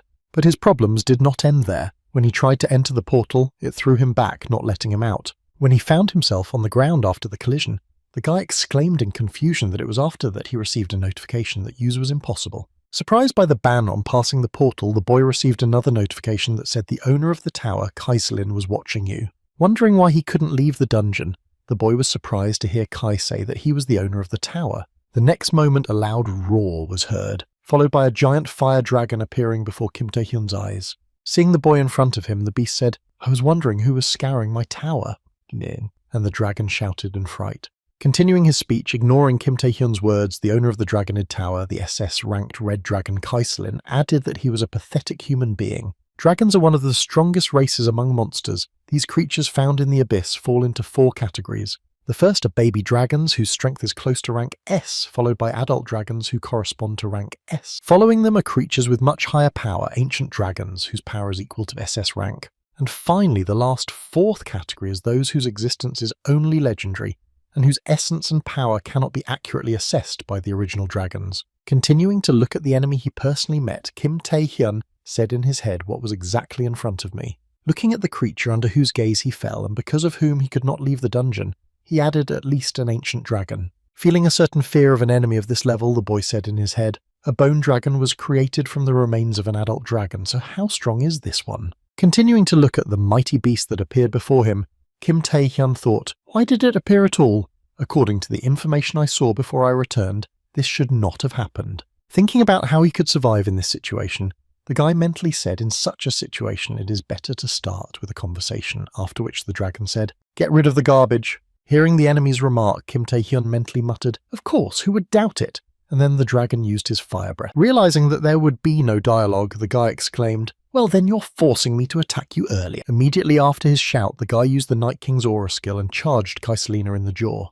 The next moment, using the fluff chain skill, the guy tried to tie up the enemy and deal more damage with a combination of hunting. After conducting a series of attacks on his opponent, the guy looked back and thought that all the skills worked properly. Given his SS rank, he certainly would not die, but he should get seriously abhorred. But when he looked at the enemy, he saw that there was nothing left but an angry face, and his attack did not cause any damage, after which Kaiselin tried to attack him. Jumping back to avoid the enemy's attack, Kim Tae-hyun thought that this was too much for an incredible defense even for an SS rank. The next moment, activating the stealth skill, Kim Tae-hyun thought, "Damn it, I need to hide and try to win," but the enemy was already behind him. Only the boy had time to turn his head back to catch the enemy, who suddenly disappeared from view when he saw him behind him, and then he instantly attacked him. As soon as Kim Tae-hyun was pressed into the ground, he said the same thing in his head, destroying the concrete floor. Looking at Kaiselin, who changed his shape, he mentally added a polymorph skill that allows you to change your shape. Kaiselin attacked the guy with a fireball until he could get up, resulting in an explosion. As soon as Kim Tae-hyun was exhausted, the dragon grabbed the boy by the throat and lifted him up in front of him and pressed him against one of the columns. Looking at the enemy who so easily dominated him in the battle, Kim Tae-hyun thought in confusion, "And this is SS rank. I didn't even have time to react." Holding the boy in front of him, Kaiselin looked directly into Kim Tae-hyun's eyes and said, "Well, let's see." The next moment, the dragon used its power, as a result of which the guy began to receive notifications you are exposed to the dragon's power resistance. Unknown, power resistance failed. Part of the power absorbed all characteristics reduced. The use of some skills is limited. As he continued to hang on the dragon's outstretched arm, Kim Tae-hyun saw new notifications: impossible to use stone skin, impossible to use stealth, impossible to use paralysis, impossible to use the heart of a monarch, impossible to use the fighting spirit of a king of knights, impossible to use shackles, impossible to use a world without sensation. Seeing that Kim Tae-hyun still has the opportunity to use his dragon promo skill means that I was right. The magical power that was sneaking around my tower even in front of my power will not fade away but flares up even brighter. Starting to put pressure on the guy during his monologue, Kaiselin added, "I can't believe this is the power of an ordinary person." Continuing to put pressure on his hostage, the dragon said, "This power, where did you get it from? Answer me, I need to know your essence." After receiving a question from his enemy, Kim Tae-hyun grabbed the enemy's hand and mentally said, "My essence is just what I wanted." Kim Tae-hyun, who summoned the Queen of the Succubi to help him in the battle against the dragon, asked you to ask the jerk. At the same moment, when he saw that his hand was not only being held by a human hand, Kaiselin exclaimed in surprise that it was tentacles. The next moment, one of the tentacles hit the dragon and threw it back, breaking the distance with Kim Tae-hyun. Surprised by what had just happened, Kaiselin fell to the ground and exclaimed in confusion, "I was thrown off how any human could possess such power." At the same moment, someone's laughter sounded from behind the column, after which a woman's voice said, "Red dragon means I was just looking for a chain dog. How lucky." Peeking out from behind the column next to Kim Tae-hyun, the succubus queen added that she would make you my pet for sure. At the same time, the guy who just got the opportunity to survive gets a notification that the queen's chosen skill has been activated. The next moment, looking at her conscript, the girl smiled slyly and said, "By the way, you just called your lady and our contractor is so slow." In response to the girl's remark, Kim Tae-hyun wiped the blood from his face and said, "I prefer not to believe in monsters. I understand." At the same time, somewhere in the Nuclear Players Association, when Jae Jin-woo heard the latest news, he angrily shouted out what the hell Kim Tae-hyun had disappeared for. Continuing to shout at his subjects, the leader added, "How come he went to save you and disappeared?" To which Seo Han-gil replied, "I don't understand either. We definitely entered the gate together." The next moment, Jae Jin-woo shouted out to Park Sang-jin, "What about Park Sang-jin?" To which Kwak Si-yang replied that he was trying to return to the abyss to save Kim Tae-hyun without listening to anyone. Immediately after the girl's report, Go Tae-uk added, "Yeon tries to stop him," to which the leader exclaimed correctly, "He should not be allowed to go there alone and be unprepared, idiot." The next moment, sitting down in his chair and covering his bowed head with his hands, the leader sighed heavily and added, "We don't know what Liu Ping and Zhang Long are up to yet, so I suggest we hide the fact that you survived." As he continued his thoughts, Jae Jin-woo mentally added, "As long as Park Sang-jin and the others were in the abyss, the 6th day of the friendly games would soon be over." Continuing to hold his head, the leader mentally added, "It's not about ratings anymore. If it wasn't for Kim Tae-hyun's help, we would have never gotten to this point, and now that he's gone, what's the point of all this?" Continuing to grieve in the main building of the association, the man added, "Kim Tae-hyun, I ask you to survive." And at that time there was a complete horror in the Dragon Tower. "Being in the role of a toy that is always being dragged around," the boy said in frustration in his head, "a little more and I would have died." Continuing to watch the progress of the dragon's battle against the succubus queen, Kim Tae-hyung mentally added, "Of course they are both monsters, but what an incredible power." The next moment, turning his gaze to the girl who was holding him in one of her tentacles and continuing the fight, he added, "It's a good thing I've never invoked the rosary before." Continuing his reflections, the guy recalled the moment of meeting the queen and mentally added the skills he had acquired after the conclusion of the contract, full hypnosis and the queen's husband. While in the role of cargo, he mentally added, "The reason why I did not use the second skill to summon the rosary is simple.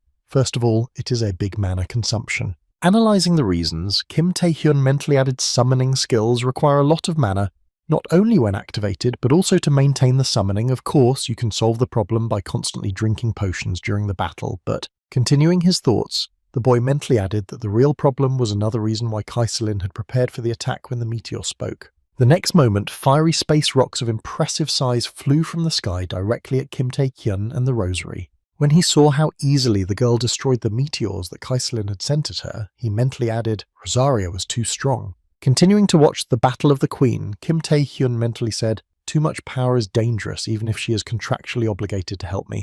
We must not let our guard down.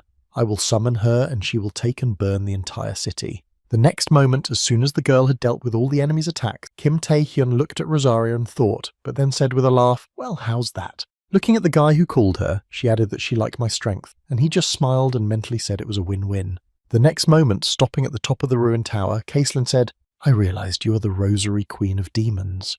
The dragon, who began to engage in a dialogue in between the fight, added, I don't understand why the Great Duchess of the Abyss is helping someone. Continuing his monologue with the succubus queen, Kaiselin angrily exclaimed, Shame on you, you shameless whore! Hearing the dragon's irritated shouts, Rosaria just smiled and said, Wow, that lizard has a sharp tongue, after which Kim Tae-hyun asked the Grand Duchess. The next moment, looking at the girl next to him, the boy mentally said, if she is an archduchess, she is definitely higher than the king in status. And by the way, Rosaria knew something about him. She definitely has some kind of connection with him. Gritting his teeth at the amount of information he didn't know, Kim Tae-hyun thought, then what does she know? Why, the king of me, after which the contractor said the rosary. Without looking back at the boy, the succubus queen added, I understand what you're thinking, but you have no right to know now and you can't do anything about it. Continuing to look in front of her, the girl added, but don't give up on the moon, you can build your own path. The next moment, folding her wings, Rosaria added, now the situation is not as simple as it seems, and then heard from the guy that, noticing something wrong, the succubus queen said, look at your hands. Taking Kim Tae-hyun's advice, he lowered his head, and seeing the negative effect, thought it was a reverse flow of mana. She added that even though I was an archduchess, I was drafted by a human being. At that very moment, turning into a dragon, Kaiselin exclaimed, humans cannot withstand such power. Having assumed his true form, the dragon approached his opponents and said, if you continue to resist, I will burn you both to ashes. The next moment, as he began to prepare to use his fire breath to finish off his enemies, Kaiselin shouted, get lost! Seeing that they were in danger, Kim Tae-hyun suddenly shouted out to the girl, Rosary, cautiously. Immediately after the shout, there was a powerful explosion that could be seen on the tower from a considerable distance. Protected by a dome of tentacles, the succubus queen said, for a lizard, you fight pretty well. Seeing that her body was slowly crumbling, the girl said, I thought my strength was limited to the capabilities of a recruit. Now this is my limit.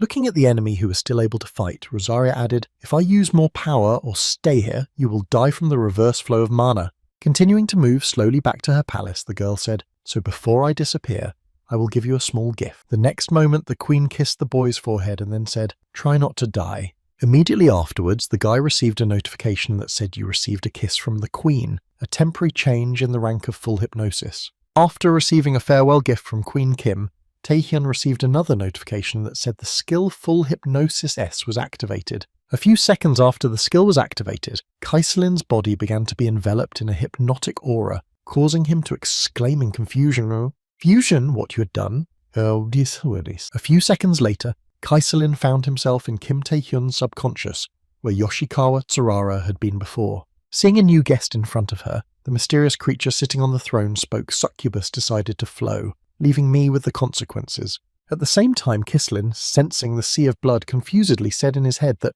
where I am is his inner world.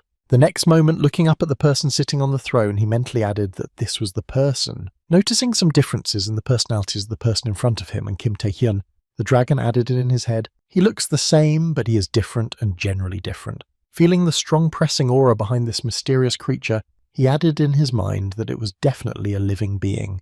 The next moment, the personality from Kim Tae-hyun's subconscious waved his hand and said, I don't care about you, get out of my world. Immediately after the person finished speaking, a predator appeared behind Kaiselin, opening its mouth and preparing to swallow the dragon. Seeing the inevitable death approaching him, Kaiselin screamed out in fright at what was happening. At the same time, in the real world, the dragon was on the floor, scared, shouting out where he'd gone. Continuing to be hypnotized by Kim Tae-hyun while remaining in the world of another personality, Kislin exclaims, "How dare you!" At the same time, while watching the dragon's strange behavior, Kim Tae-hyun mentally said that the skill rank had changed, but seeing the dragon roar loudly while in hallucinations, he thought something was wrong with Kislin. The next moment, taking out a mana recovery potion and drinking it, the boy mentally added, "Maybe he met with something inside me. No, now is not the time for that. He is weak." Having regained his mana and rushed into the battle against the enemy, Kim Tae-hyun added in his head, "If I can defeat him, it's only now."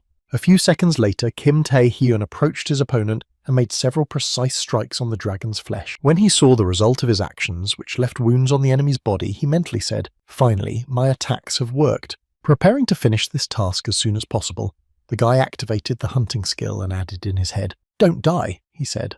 The next moment, remembering how the girl had said to him before she disappeared, "Try not to die, my chosen one," he added in his head. Who else was going to die here? Immediately after his thoughts, Kim Tae-hyun pictured in his mind the image of the king who had given him his powers, and thought, "I have not yet learned the truth about the king and his power." Continuing to list his plans for his life, the guy mentally added that he did not avenge Asmodeus for his death. He did not even have time to live normally. The next moment, a picture of all the people close to him appeared in his mind, and he mentally added, "Suddenly it's not a bad idea to die." Activating the hunting skill and preparing to strike Kislin with the last blow, the guy confidently shouted, "I will defeat you and come back." Hearing the boy's exclamation, the dragon, preparing to use its fiery breath, exclaimed, "How dare you? How dare a human being?" The next moment, after delivering the final blow which severed Kim Tae-hyun's head and remaining limbs from his body, he received a notification that the hunt was successful. Immediately after defeating the boss of this dungeon, he also received another notification informing him of the rank change. Having finally gotten the opportunity to catch his breath after a hard battle, Kim Tae-hyun, lying on the floor, said, "Damn dragon, I thought this time I'm really going to die." Smiling happily after receiving a new rank, Kim Tae-hyun, a player of the national level of New Korea, whose rank was changed from B to A, said it was time to return. After a while, a commentator's voice was heard in the main arena of the tournament, announcing that the final day of the Asian-friendly games had arrived, and the organisers were counting the last points. While the organisers were checking the crystals extracted from the monsters, a commentator added and just told me that the scoring of the Japanese representatives was completed. They scored 4,600 points. Continuing to announce the results of the friendly, the commentator exclaimed, "But still remain in second place, unable to overtake China with their 4,800 points." Continuing to bite his lips, the man mentally added, "We wanted to take revenge for Sarara, but we were never able to find Kim Tae-hyun, the second place winner in the tournament." Angry at the results, the man shouted out a curse and said, "Let's get out of here," to which she replied that Mr. Shinji had not yet started the closing ceremony, and he exclaimed that there was no point in staying here any longer. Upon hearing his leader's order, the subject bowed his head and walked off the stage with Nakata Shinji. At the same time, standing on the sidelines and watching the scene, Jae Jinwoo said in his head that despite Kim Tae-hyun's efforts, we only took third place. Looking at the table of points earned, the man mentally added, "After he disappeared, our points stopped growing starting on the 5th day, and the rest of the teams were able to beat us from the 7th day on." Imagining in his mind the possible cases of their victory, Jae Jinwoo mentally added, without hundreds of magic stones or the destruction of an SS rank monster, "We will not be able to catch up with them." Bending his head down, the man with a trembling body guiltily thought, "I'm sorry, Kim Tae-hyun. It's all because of my incompetence." The next moment, representatives of China appeared behind the man and attracted his attention with loud laughter. When he looked back and saw Zhang Long rubbing his beard, he exclaimed that Liu Ping's player was Zhang Long's leader, and his grandfather replied, "What a shame, isn't it?" Smiling ominously as he crossed eyes with Jae Jinwoo, the leader of the Chinese Association, added, "Finally, the New Korea has a talented player, but he died in an accident." In response to his superior's words, Liu Ping laughed and said to the leader that he was still missing, so he shouldn't say that, and he exclaimed, "He entered the Dragon Tower. Consider yourself to have signed a death warrant." Hearing this, Jae Jinwoo gritted his teeth and thought, "Accident, you say?" Continuing to look at the Chinese representatives who were the root of the problems, he mentally added that everyone knows that all the disappearances at the tournament were your fault. The next moment, passing by the leader of the New Korea Association, Zhang Long, he said, "You should have already understood that history is written by the winners." As they continued to walk to the stage to accept the applause and congratulations on their victory, the Chinese representatives passed a trembling Jae Jinwoo and said, "Enjoy the closing ceremony." Hearing the last words from his enemies, the man continued to tremble and thought powerlessness is what it means to be unable to respond. As the leader of the New Korea Association sank deeper and deeper into despair, Zhang Lug continued to laugh out loud. His joy did not last long, though. At one point, a portal appeared behind them, from which Kim Tae-hyun appeared and said something stupid. Hearing someone's voice from behind him, Liu Pei sharply looked back and exclaimed that the gate had opened, to which his leader added that it was someone. At the same moment, the guy who returned from the Dragon Tower smiled slyly and said, "Oh my god, our leader will just let these bastards get away with this." Having finally seen the joy on Jae Jin-won's face, who even shed a few tears, Kim Tae-hyun confidently added, "You don't have to worry now." Continuing to look with confused glances in the direction of the newly opened gate, the Chinese representatives shouted the same thing together. Looking at the guy who was holding a giant red crystal in his hands, they added the player Kim Tae-hyun. Bringing with him the victory in the Asian-friendly games with a crystal in his hands, Kim Tae-hyun said, "I'm back." At the same time, somewhere in the boy's house, his aunt came into her son's room and shouted, "Come here, the game broadcast has started," to which he said, "I don't want to." Continuing to shed tears on his bed, Hwang Ja-yeon added, "If Tae-hyun's brother is gone, then what's the point of this match without his brother? They're like a pie without filling, like a watermelon without sorbet strips, like a dumpling without meat." The next moment, the boy got up from his bed and exclaimed, "You're offering me to watch this betrayal." In response to her son's upset exclamations, the aunt asked frighteningly, "What if I told her that Dae-hyun was on live TV right now?" A few seconds later, Hwang Ja-yeon was watching TV with his aunt when he heard something incredible happen on the last day of the Asian-friendly games. Broadcasting a close-up of the disappearance, the commentator added that the missing player Kim Tae-hyun had returned and brought with him the SS-ranked Kaiselin monster magic stone. Continuing the broadcast, the host added that although SS rank monsters have been found several times, this is the first officially recorded case of a successful hunt. At the same time, while talking on the phone, Yoo Ah-yeon shouted out a repeat of what you said Tae-hyun had returned from the abyss. Also, watching the live broadcast from the closing ceremony, Park Sang-ji and the team heard that according to the rules of the tournament, the SS rank magic stone is awarded 1,500 points. The next moment, the host began to recalculate the total number of points, moving the positions of the participants so that New Korea received 1,500 points out of 4,100, thus gaining 5,600 and taking first place. Continuing to broadcast who decided the outcome of these competitions with his appearance, the commentator added, "Korea becomes the winner of the Asian-friendly games." After the results were announced, all the spectators and those present at the ceremony began to shout the name of the last person to arrive, Kim Tae-hyun. The only one who was not happy about this was Jang Long, who looked at him with a frightened look. The next moment, turning his head to his subject, the man exclaimed to Liu Ping, "How did you let this happen? Why is he still alive?" At the same moment, Liu Ping himself thought angrily as he looked at Kim Tae-hyun. Not only did he survive the Dragon Tower, but he also defeated an SS-rank monster, this miserable kid. Наступної миті, хитро всміхнувшись у обличчя озвірілим опонентам, Кім Таe-hyun промовив, "Фух, ледь біда не трапилась." Immersed in his thoughts after what he had said, the boy thought that perhaps because Kaiselin was too strong. Fortunately, even after absorbing his magic stone, it would not have appeared so spectacularly otherwise. The next moment, looking at the Chinese workers, Kim Tae-hyun added in his head, "However, Jang Long and Liu Ping will not let the Vance go because of what happens next after someone shouted his name." Turning to the source of the sound, the guy did not have time to react when Chae Jin-woo ran at him with his arms around him. Surprised by this behavior of the leader of the Korean Players Association, the boy awkwardly mumbled to the leader, Jae Jin-woo, to which he replied, "It's good that you came back alive." Continuing to shed tears of joy and hugging the guy in front of him, he added, "I'm so glad." In response to Jae Jin-woo's words, Kim Tae-hyun merely smiled and told the leader either that he was relieved that all the players of the New Korea had returned alive,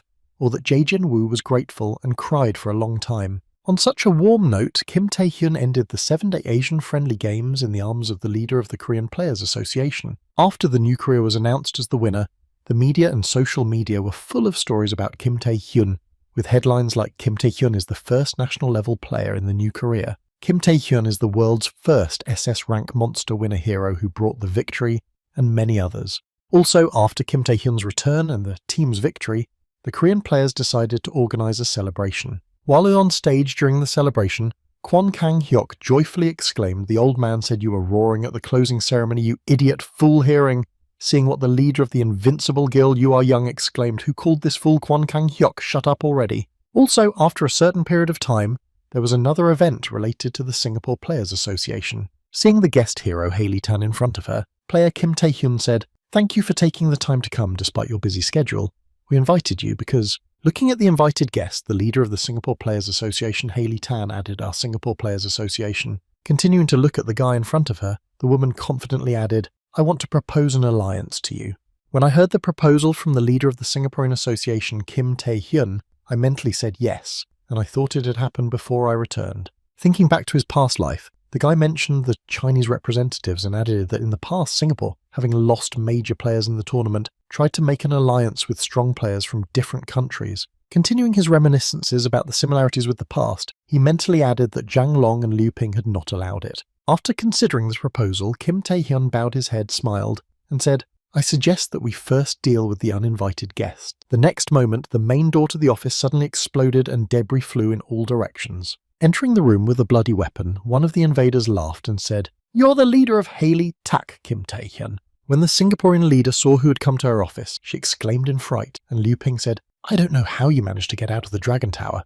Arriving at the office of the leader of the Singapore Association, the Chinese representative, along with his henchmen, made a speech, but this is not important now. Having prepared his skill for use, the man added, with the intention of killing everyone in the room, because this is where you will die. Hearing the threats from the intruder, Kim Tae-hyun just smiled and said, "I told you so, Leader Haley." Continuing to look at Liu Ping, who had arrived to commit a bloody massacre of Kim Tae-hyun, he added with a smile on his face, "So the uninvited guests have arrived." Hearing the words of her friend to whom she proposed an alliance, Haley Tan said, "I thought it was a joke, but the kid was right." The next moment, Park Sang-jin flew into the office through the window and said in a stern tone of voice, "You've gone completely crazy." Along with him, Sohan Gil arrived at the office of the Singaporean leader and exclaimed to the player, Kim Tae-hyun, "I will repay you for helping me in the abyss." Along with everyone else, An Hyun arrived at the office and exclaimed, "Leader, you have nothing to worry about now, I'm a hero, An Hyun." But before he could finish, he was overtaken by An Hyun Soo with a shining sword, who is also a psycho. Continuing to express her dissatisfaction, Kwak Si-yan added that he could be brought here at all, to which Go-tuk said that although it was hard to believe, he was quite reliable. When his friend Kim Tae-hyun appeared in the office, he asked him with a smile on his face, "What you said doesn't matter now." Continuing to irritate the attacker, he added, "I think so too," to which Liu Ping angrily shouted, "Kim Tae-hyun, you son of a bitch!" Standing in front of his opponent and a bunch of his henchmen with his comrades, the guy added, "You're going to die here." And now let's go back for a while.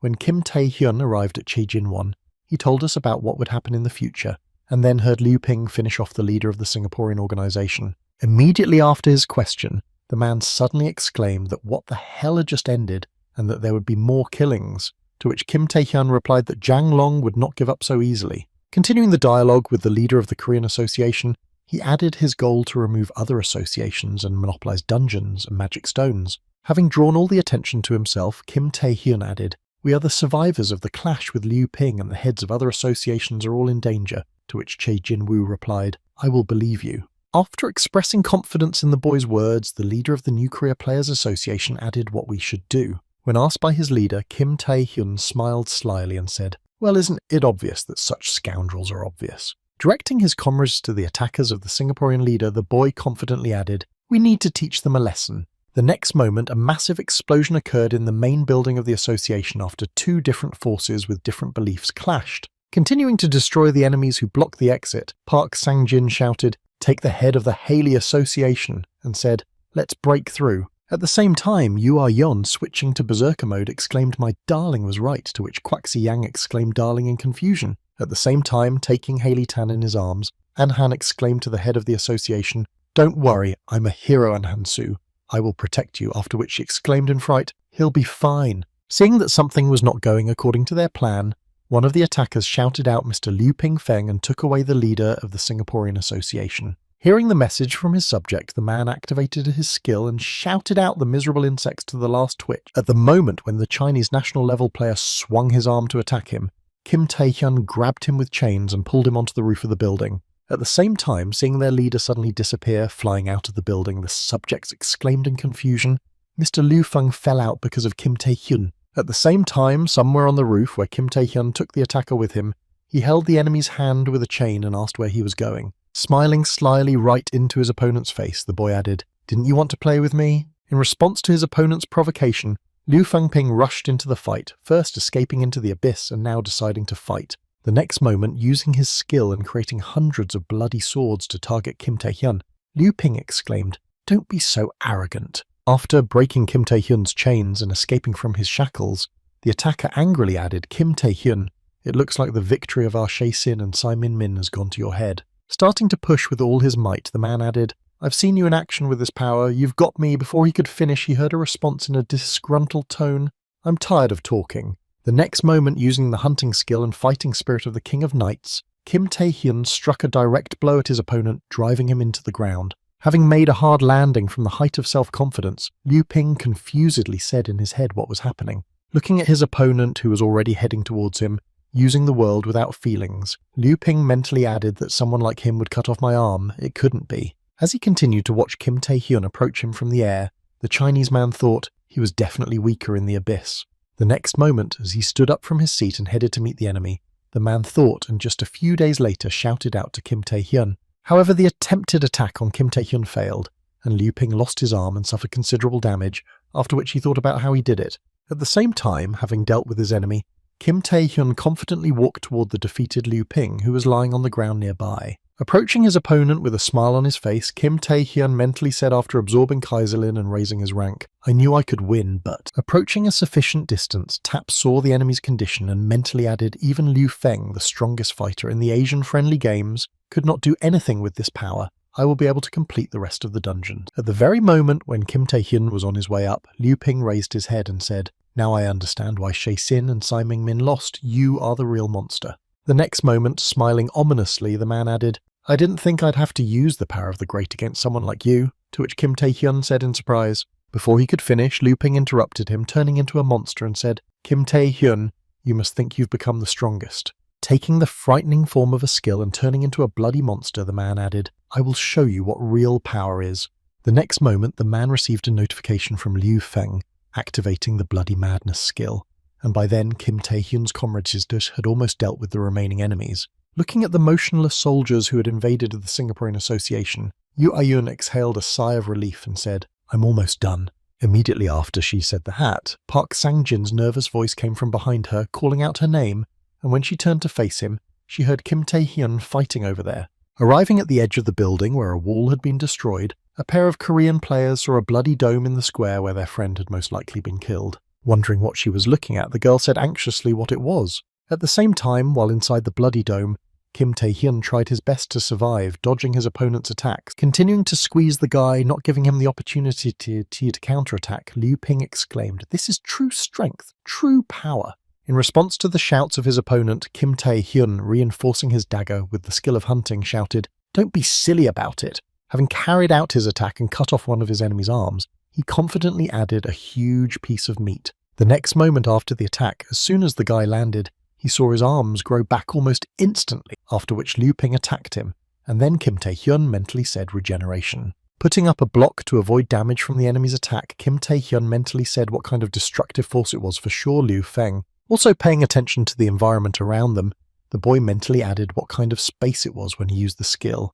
Everything around him changed like in an abyss. The next moment, remembering his opponent's remark before using the skill, Kim Tae-hyun thought he called it the power of the great Kaiserlin, also called it the rosary. As Kim Tae-hyun thought about it, he rushed to attack Liu Ping again and mentally added, "So besides rosary, there are other beings who have this title." Continuing to fight a fierce battle with his opponent, Kim Tae-hyun mentally said to Rosaria, being a Grand Duchess, was definitely related to the king. Having gained some curiosity in the moment of reflection during the battle with Liu Ping, Kim Tae-hyun mentally said, "Is he too?" The next moment, Kim Tae-hyun, who had single-handedly exposed himself, fell into Liu Ping's hands, after which he laughed ominously and exclaimed, "You're so surprised by my strength, you slowed down." As he began to bring the boy closer to his mouth, the man added, "Well, it's not surprising, he probably thought he had surpassed me, but I was chosen by the great ones." Hearing his opponent's speeches, Kim Tae-hyun interrupted his words and exclaimed, "Hey, before you die, you can answer one question." Continuing to move closer and closer to the mouth of his opponent who was planning to eat him,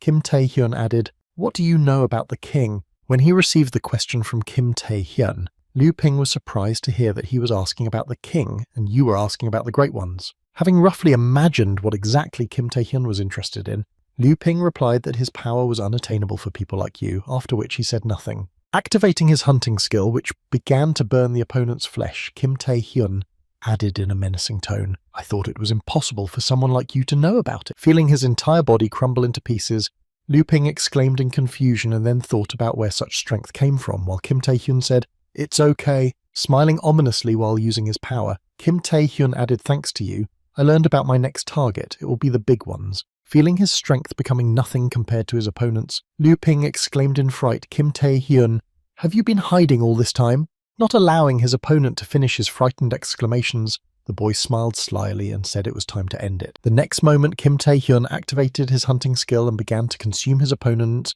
and said disappear. As a result of the duel, Kim Tae-hyun, who emerged victorious, sighed with relief and said he was able to absorb the pieces of the enemy's body. The next moment, the boy took out the mana recovery potion and opened it, thinking it was strange that he knew about the greats but had never even heard of the king. Probably only Rosaria knew of his existence. Continuing his thoughts as he regained his mana, he mentally added, judging by his words, "There are really several great ones. If they are all at the level of the rosary, then each of them is an incredible monster." Having restored his mana, the boy added, "I don't know if they all know about the king, but I doubt they'll all be friendly to me." The next moment, something strange began to happen at the spot where Liu Ping had just died. Scattered pieces of flesh began to gather in one place. Immediately afterwards, a new enemy appeared in front of Kim Tae-hyun, who laughed ominously and spoke of his strength, and with the rest of us, he was only capable of doing that. Continuing to recreate his body from the remnants of his contractor's blood and flesh, the vampire lord said, "But nothing surprising people with the rest of the weak creatures." As soon as the body completed its recovery, the great Duke of the Abyss, the vampire lord Igmun, muttered, "You're the one who killed my contractor." Hearing the words of his opponent, Kim Tae-hyun grabbed his weapon and thought in confusion, what was he talking about? He hoped not about Li Ping.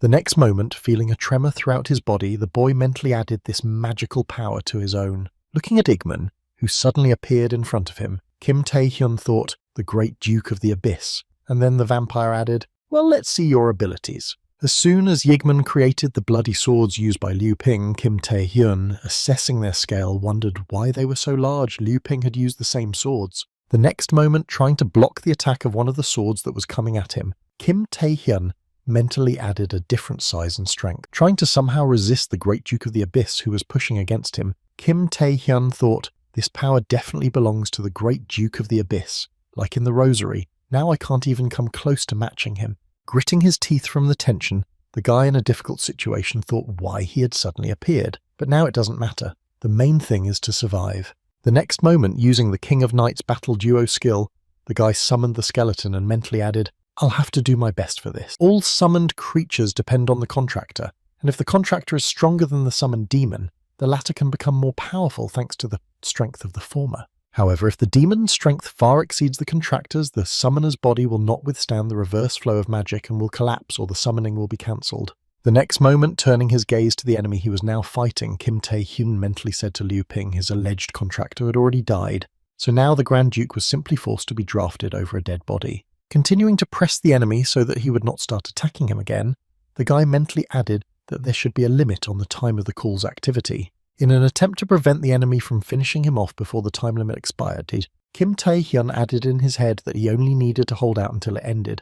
As the fight with the great Duke of the Abyss continued, he said, "You are indeed better than my last contractor." The next moment, having thrown the boy away from him and prepared to finish him off, Ayman added, "But your attempt to survive against me is pathetic." By creating the bloody tornadoes that were directed at Kim Tae-hyun, the great King of the Abyss added strength to you, but you don't know your place, and this is difficult to fix. Continuing to push his power until the draft expired, Igman added, "Now I will tear you apart," and after combining several tornadoes into one powerful vortex, the great Lord of the Abyss suddenly noticed something strange happening to his skill. Interrupting his self-confident speech, the man suddenly became quiet when he saw that his bloody whirlwind had turned into flowers. Surprised by what had just happened to his skill, the man said in a confused voice that the petals were flowers. The next moment, Kim Tae-hyun appeared right out of the bloody whirlwind, which turned into a pillar of beautiful flowers, with Rosaria behind him. Holding her contractor in her tentacle, the girl happily said, "Dear, you always call me at very interesting moments," to which he replied, "It works out that way." Seeing why his skill had turned into flower petals, Eamon said, "Ah, now I begin to understand." After stopping attacking his opponent for a while, the great Duke of the Abyss said so, and knew that my contractor could not lose to an ordinary man, the Iron Maiden of the Rosary, so he belongs to you. The man began to smile slyly and added, "Very well, give this man to me and you can go. If you refuse, this place will be your grave."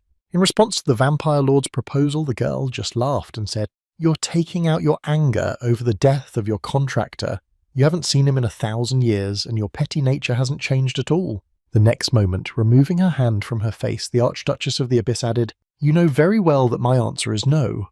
The next moment, standing behind Kim Tae-hyun's back, I shouted out to Rosaria, "Who is this man?" To which she replied, "The vampire lord Igman, like me. He holds the position of Grand Duke." Continuing her speech, the girl focused her gaze on the contractor and added, "Right now, he is your enemy." At the same time, the vampire lord began to laugh ominously after receiving a refusal and exclaimed, "Then I will finish you off with the rosary." In response to the vampire lord's confident exclamation, the girl, ready for battle, shouted out something intelligent. A few seconds later, the forces of the two great dukes of the abyss came together in a battle that shook the earth with their battle. After some time had passed since the battle began, Kim Tae-hyun felt an unpleasant sensation and thought, "Oh shit, the reverse mana flow was turned on again." Sometime after the battle, feeling the strong influence of the backlash, he mentally added that it seems that I have already reached my limit, not to mention that I can barely even help the rosary to maintain the cool. Gritting his teeth in pain, the guy said in his head, "I'm done," before he could finish the thought, and suddenly heard it too soon.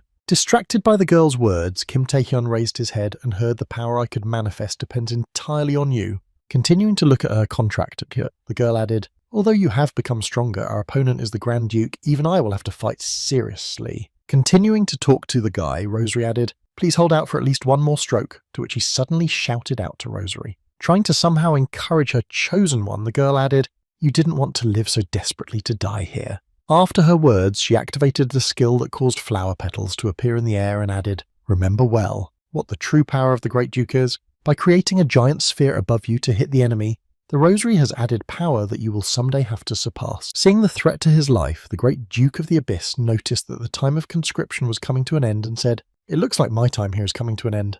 The next moment, the man smiled slyly and said, "Well then, we should wrap up the rosary." Activating his skill, after which a large hand with a spear appeared behind him, Eamon added, "I'll see you if you survive." Immediately after these words, their strongest attacks clashed with each other, trying to overwhelm one another.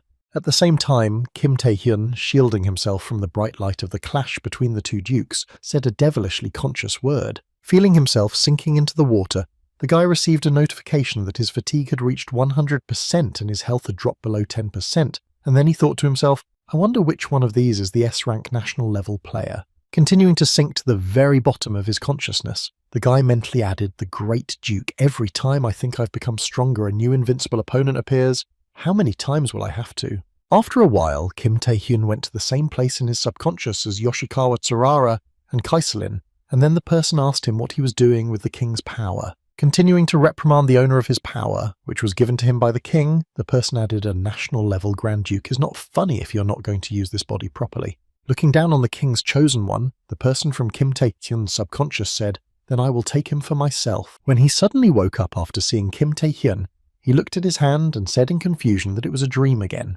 Starting to recall the person from his subconscious, he mentally said that it was this voice I heard, and in the last dream someone looked like me. Continuing his thoughts, the boy mentally added that he said something about the king, and then his thoughts were interrupted by a noise that came from nearby. Turning his head to the side, he saw his fellow tournament participants and Yoo Hyun, who suddenly shouted out to Kim.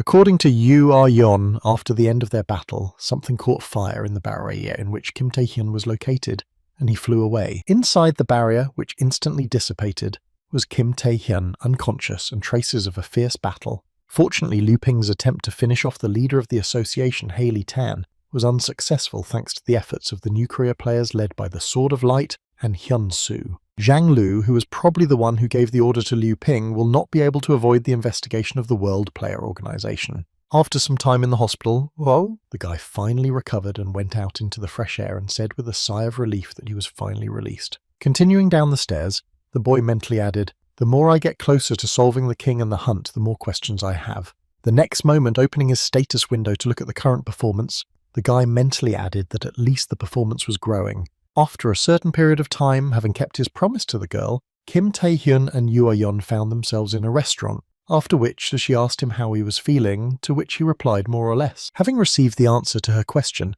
the girl, biting into the dish with her fork, said, "Well, you scared everyone, but you ate well, and what are you going to do now?" When he heard the girl's question, Kim Tae-hyun, wiping his lips with a handkerchief after a delicious meal, said, "Of course," imagining in his head the monsters he was likely to encounter. The guy said that after the friendly games, he needed to clear the untrodden dungeons of Japan and China, to which the girl angrily exclaimed, "That's not what I asked." And then he said in surprise, "What then?" Then, raising her hands in the air, the girl exclaimed offended, "You promised to take me out on a date after the games."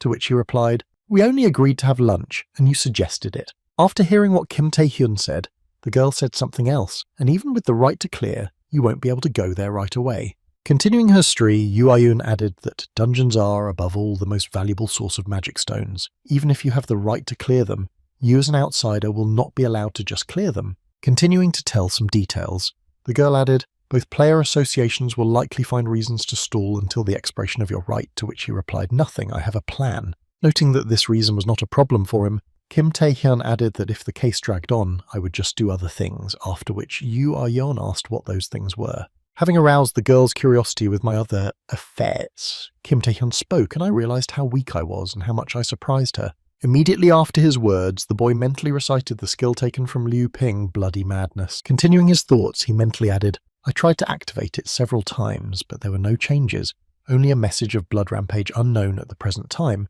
The condition for opening the absorption of strong blood is unavailable." Putting the glass with the drink back on the table, the boy mentally added, "To absorb the strong blood as it is the power of the Great Duke, a special condition is justified." Continuing to think, he mentally added, "Even after becoming a national level fighter, I could not resist the Great Duke enough to confront him and to get closer to the secret of the king and the hunt." As he continued to think about gaining more strength, he looked at URN with a stern look and added in his mind, "I need to become much stronger."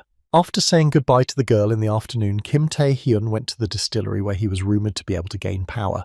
Arriving at the right place in the evening during a heavy downpour, the guy looked up at the sign and said, "This is definitely the place." Directly in front of him, Kim Tae-hyun saw a giant building with a sign that read Pan Jae-soo Distillery. Without even knocking, the guy went inside and started pushing the gate that led inside. Opening the entrance and entering the distillery, the boy suddenly heard someone's voice saying that today's youth have completely forgotten how to read. Without looking back, the man who was standing with the large barrel in front of the Buddha statue said, "We are no longer working." Continuing to express his dissatisfaction, the man added angrily, "Get out of here!" Ignoring the man's angry words, Kim Tae-hyun continued to walk forward and said, "I didn't come for wine, the purpose of my visit." Continuing to head towards the man to get what he wanted, Kim Tae-hyun added a fusion skills. Upon hearing this, the man suddenly flinched.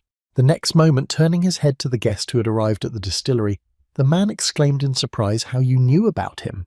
Immediately afterwards, the man anxiously shouted out, "Who you are?" To which I replied, "Kim Tae-hyun, a national level player." Stopping in one place, the boy smiled happily and added confidently, "I came here to save you." Upon arriving at the distillery, Kim Tae-hyun met a man named Park Jae-soo, the owner of a distillery on the outskirts of Seoul, an old man who was awaiting his death, and also the world's only holder of the Sura-ranked skill of merging an awakened world fragment. Park Jae-soo did not want to dwell on his skill. Distilling was more expensive for him, but at one point in time, when he arrived at the old man's house, his son exclaimed with such an incredible skill, "How can you live like that?" So from time to time, he had to listen to his son, who would angrily ask why we could not live well. Perhaps because of the bitter life of the awakened A-rank, his son Pan Jae-soo did not share his son's views, and with the rest, unable to ignore the requests of his only descendant, Pan Jae-soo once tried to merge the skills of the thieves brought by his son. But the consequences were quite unexpected. After the skill was activated, the man who was under the influence of the skill began to scream in pain. The body of the thief who wished for power was engulfed by the reverse flow of mana, after which he could not stay alive for long with the others. After listening to a certain part of the man's story, Kim Tae-hyun said something went wrong. Thieves on whom you used your skill either died or were crippled due to a strong mana rollback. Continuing the story, the guy added that after this incident your son ran away, afraid that they would want to take revenge on him, and you, out of guilt, never used the skill again. Hearing this, Park Jae-soo said in confusion, "Do you even know about this?" Immediately after his question, the man looked at the guy standing in front of him and added anxiously, knowing all about it. Continuing his speech, the man added, "You're still asking me to leak your skills? Are you crazy? Get out of here immediately. I don't care if you're S-rank or national level." Continuing to refuse Kim Tae-hyun's request, he exclaimed, "The broken lives of those thieves are enough for me. I'm not going to do it anymore." Before he could finish his frightened speech, he suddenly saw a demonstration of the boy's strength in front of him, after which he mumbled, "Don't worry."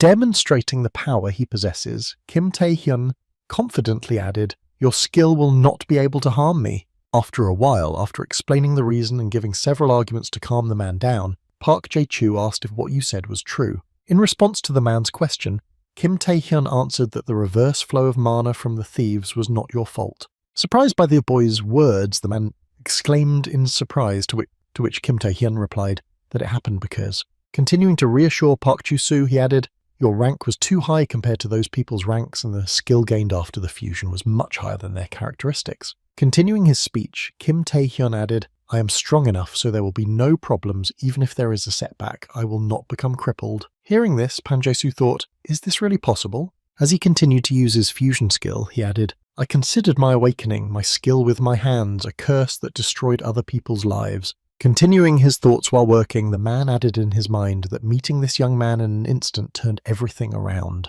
The next moment, Pan Jae-soo added in his head as if he were from the future, and at the same moment, turning his head to Kim Tae-hyun's husband, he said the same thing. At the moment when the man finally calmed down, the boy added, "I didn't tell anyone where I was going, so even if I die, no one will know your whereabouts." And the man exclaimed in confusion, "Don't say such terrible things." The fact that there were actually no problems with Pan Jae-soo's skill would only come to light 10 years later during an investigation by the association. However, by then it will be too late, as Pan Jae-soo, tormented by guilt and the loss of his son, will drink himself to death and die of health problems. As he continued to sit in front of the man who was merging his skills, Kim Tae-hyun thought that if his mistakes had not been dispelled now, he would have lived his entire life with a sense of guilt. As he continued to wait for the completion of the skill fusion to receive the new power, Kim Tae-hyun thought, "It's good that I was able to help him." The next moment, during the operation, Pan Jae-soo shouted out 3 mergers at once, so many skills in one person, "You will definitely be fine."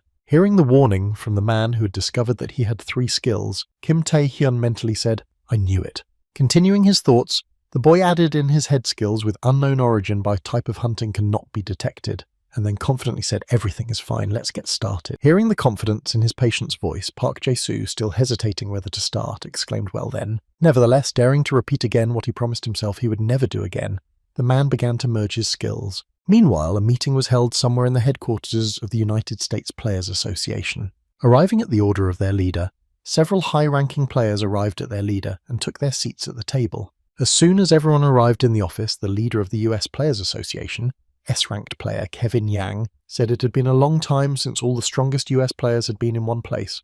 In response to his leader's words, the 10th-ranked US national player Gregor Gale replied that this time it was a war or something. Hearing his friend's question, the 3rd-ranked US national player Dylan Gray slammed his fist on the table and shouted out to Gregor to show respect for the leader. After that, the 2nd-ranked player in the US national rankings, Ricky Harris, added, "Why every meeting turns into a fight, Cody, tell them something." Continuing to express her dissatisfaction, the woman added, "You are the leader," to which he replied, "We are not children, and this is just a formal hierarchy." Continuing to express his point of view, the first nationally ranked player in the United States, Cody Wood, added, "I'm not going to force anyone." After listening to the verbal altercation between the players, Kevin Yang coughed to draw attention to himself and said, "Let's get down to business. Everyone knows about the national level players from China who participated in the recent friendly games." Hearing the question from the leader of the association, the 5th-ranked US national player Montel Roman asked Jae-sin, Kai Ming-ming and Liu Ping if the 3 were the same. After his friend's words, the 6th-ranked US national player Nick Lowen spoke about the 2 men who died during the San Leod sweep and another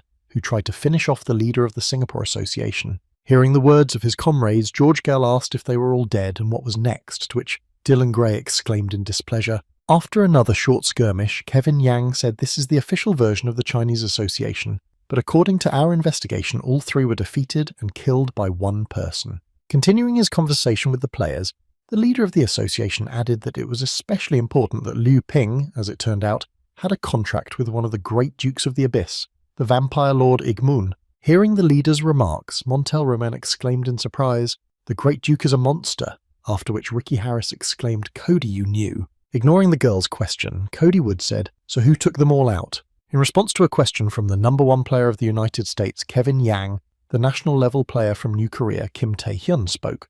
Continuing his conversation while Mr. Chae-soo completed the merger, the leader of the US Association added that of course, just because he defeated Liu Ping does not mean that he can be compared to you, the best players in the world. Immediately after his words, Kevin Yak added, however, that it needed to be thoroughly investigated, and at that time Kim Tae-hyun had already gained considerable power after the merger, which was directly flowing from him. When he received a message about his new rank, which said national level player AA Kim Tae-hyun, the boy was surprised to hear not S but AA. Sometime after the conversation with the leader of the US Association ended, a couple of national level players arrived at the airport in New Korea. Walking through the building, Gregor Gale asked if we were sent to this wilderness only because of the investigation into this Kim Tae-hyun, and Marcus Gore replied that he could say that. After receiving the answer from his friend, the national-level player turned his head to the side and exclaimed, "Damn it, you just need to smear him," and was told to calm down. "We're not here to fight him." Immediately after his words, Marcus Gore, the 8th-ranked player in the US national rankings, smiled sleely and said, "At least for now."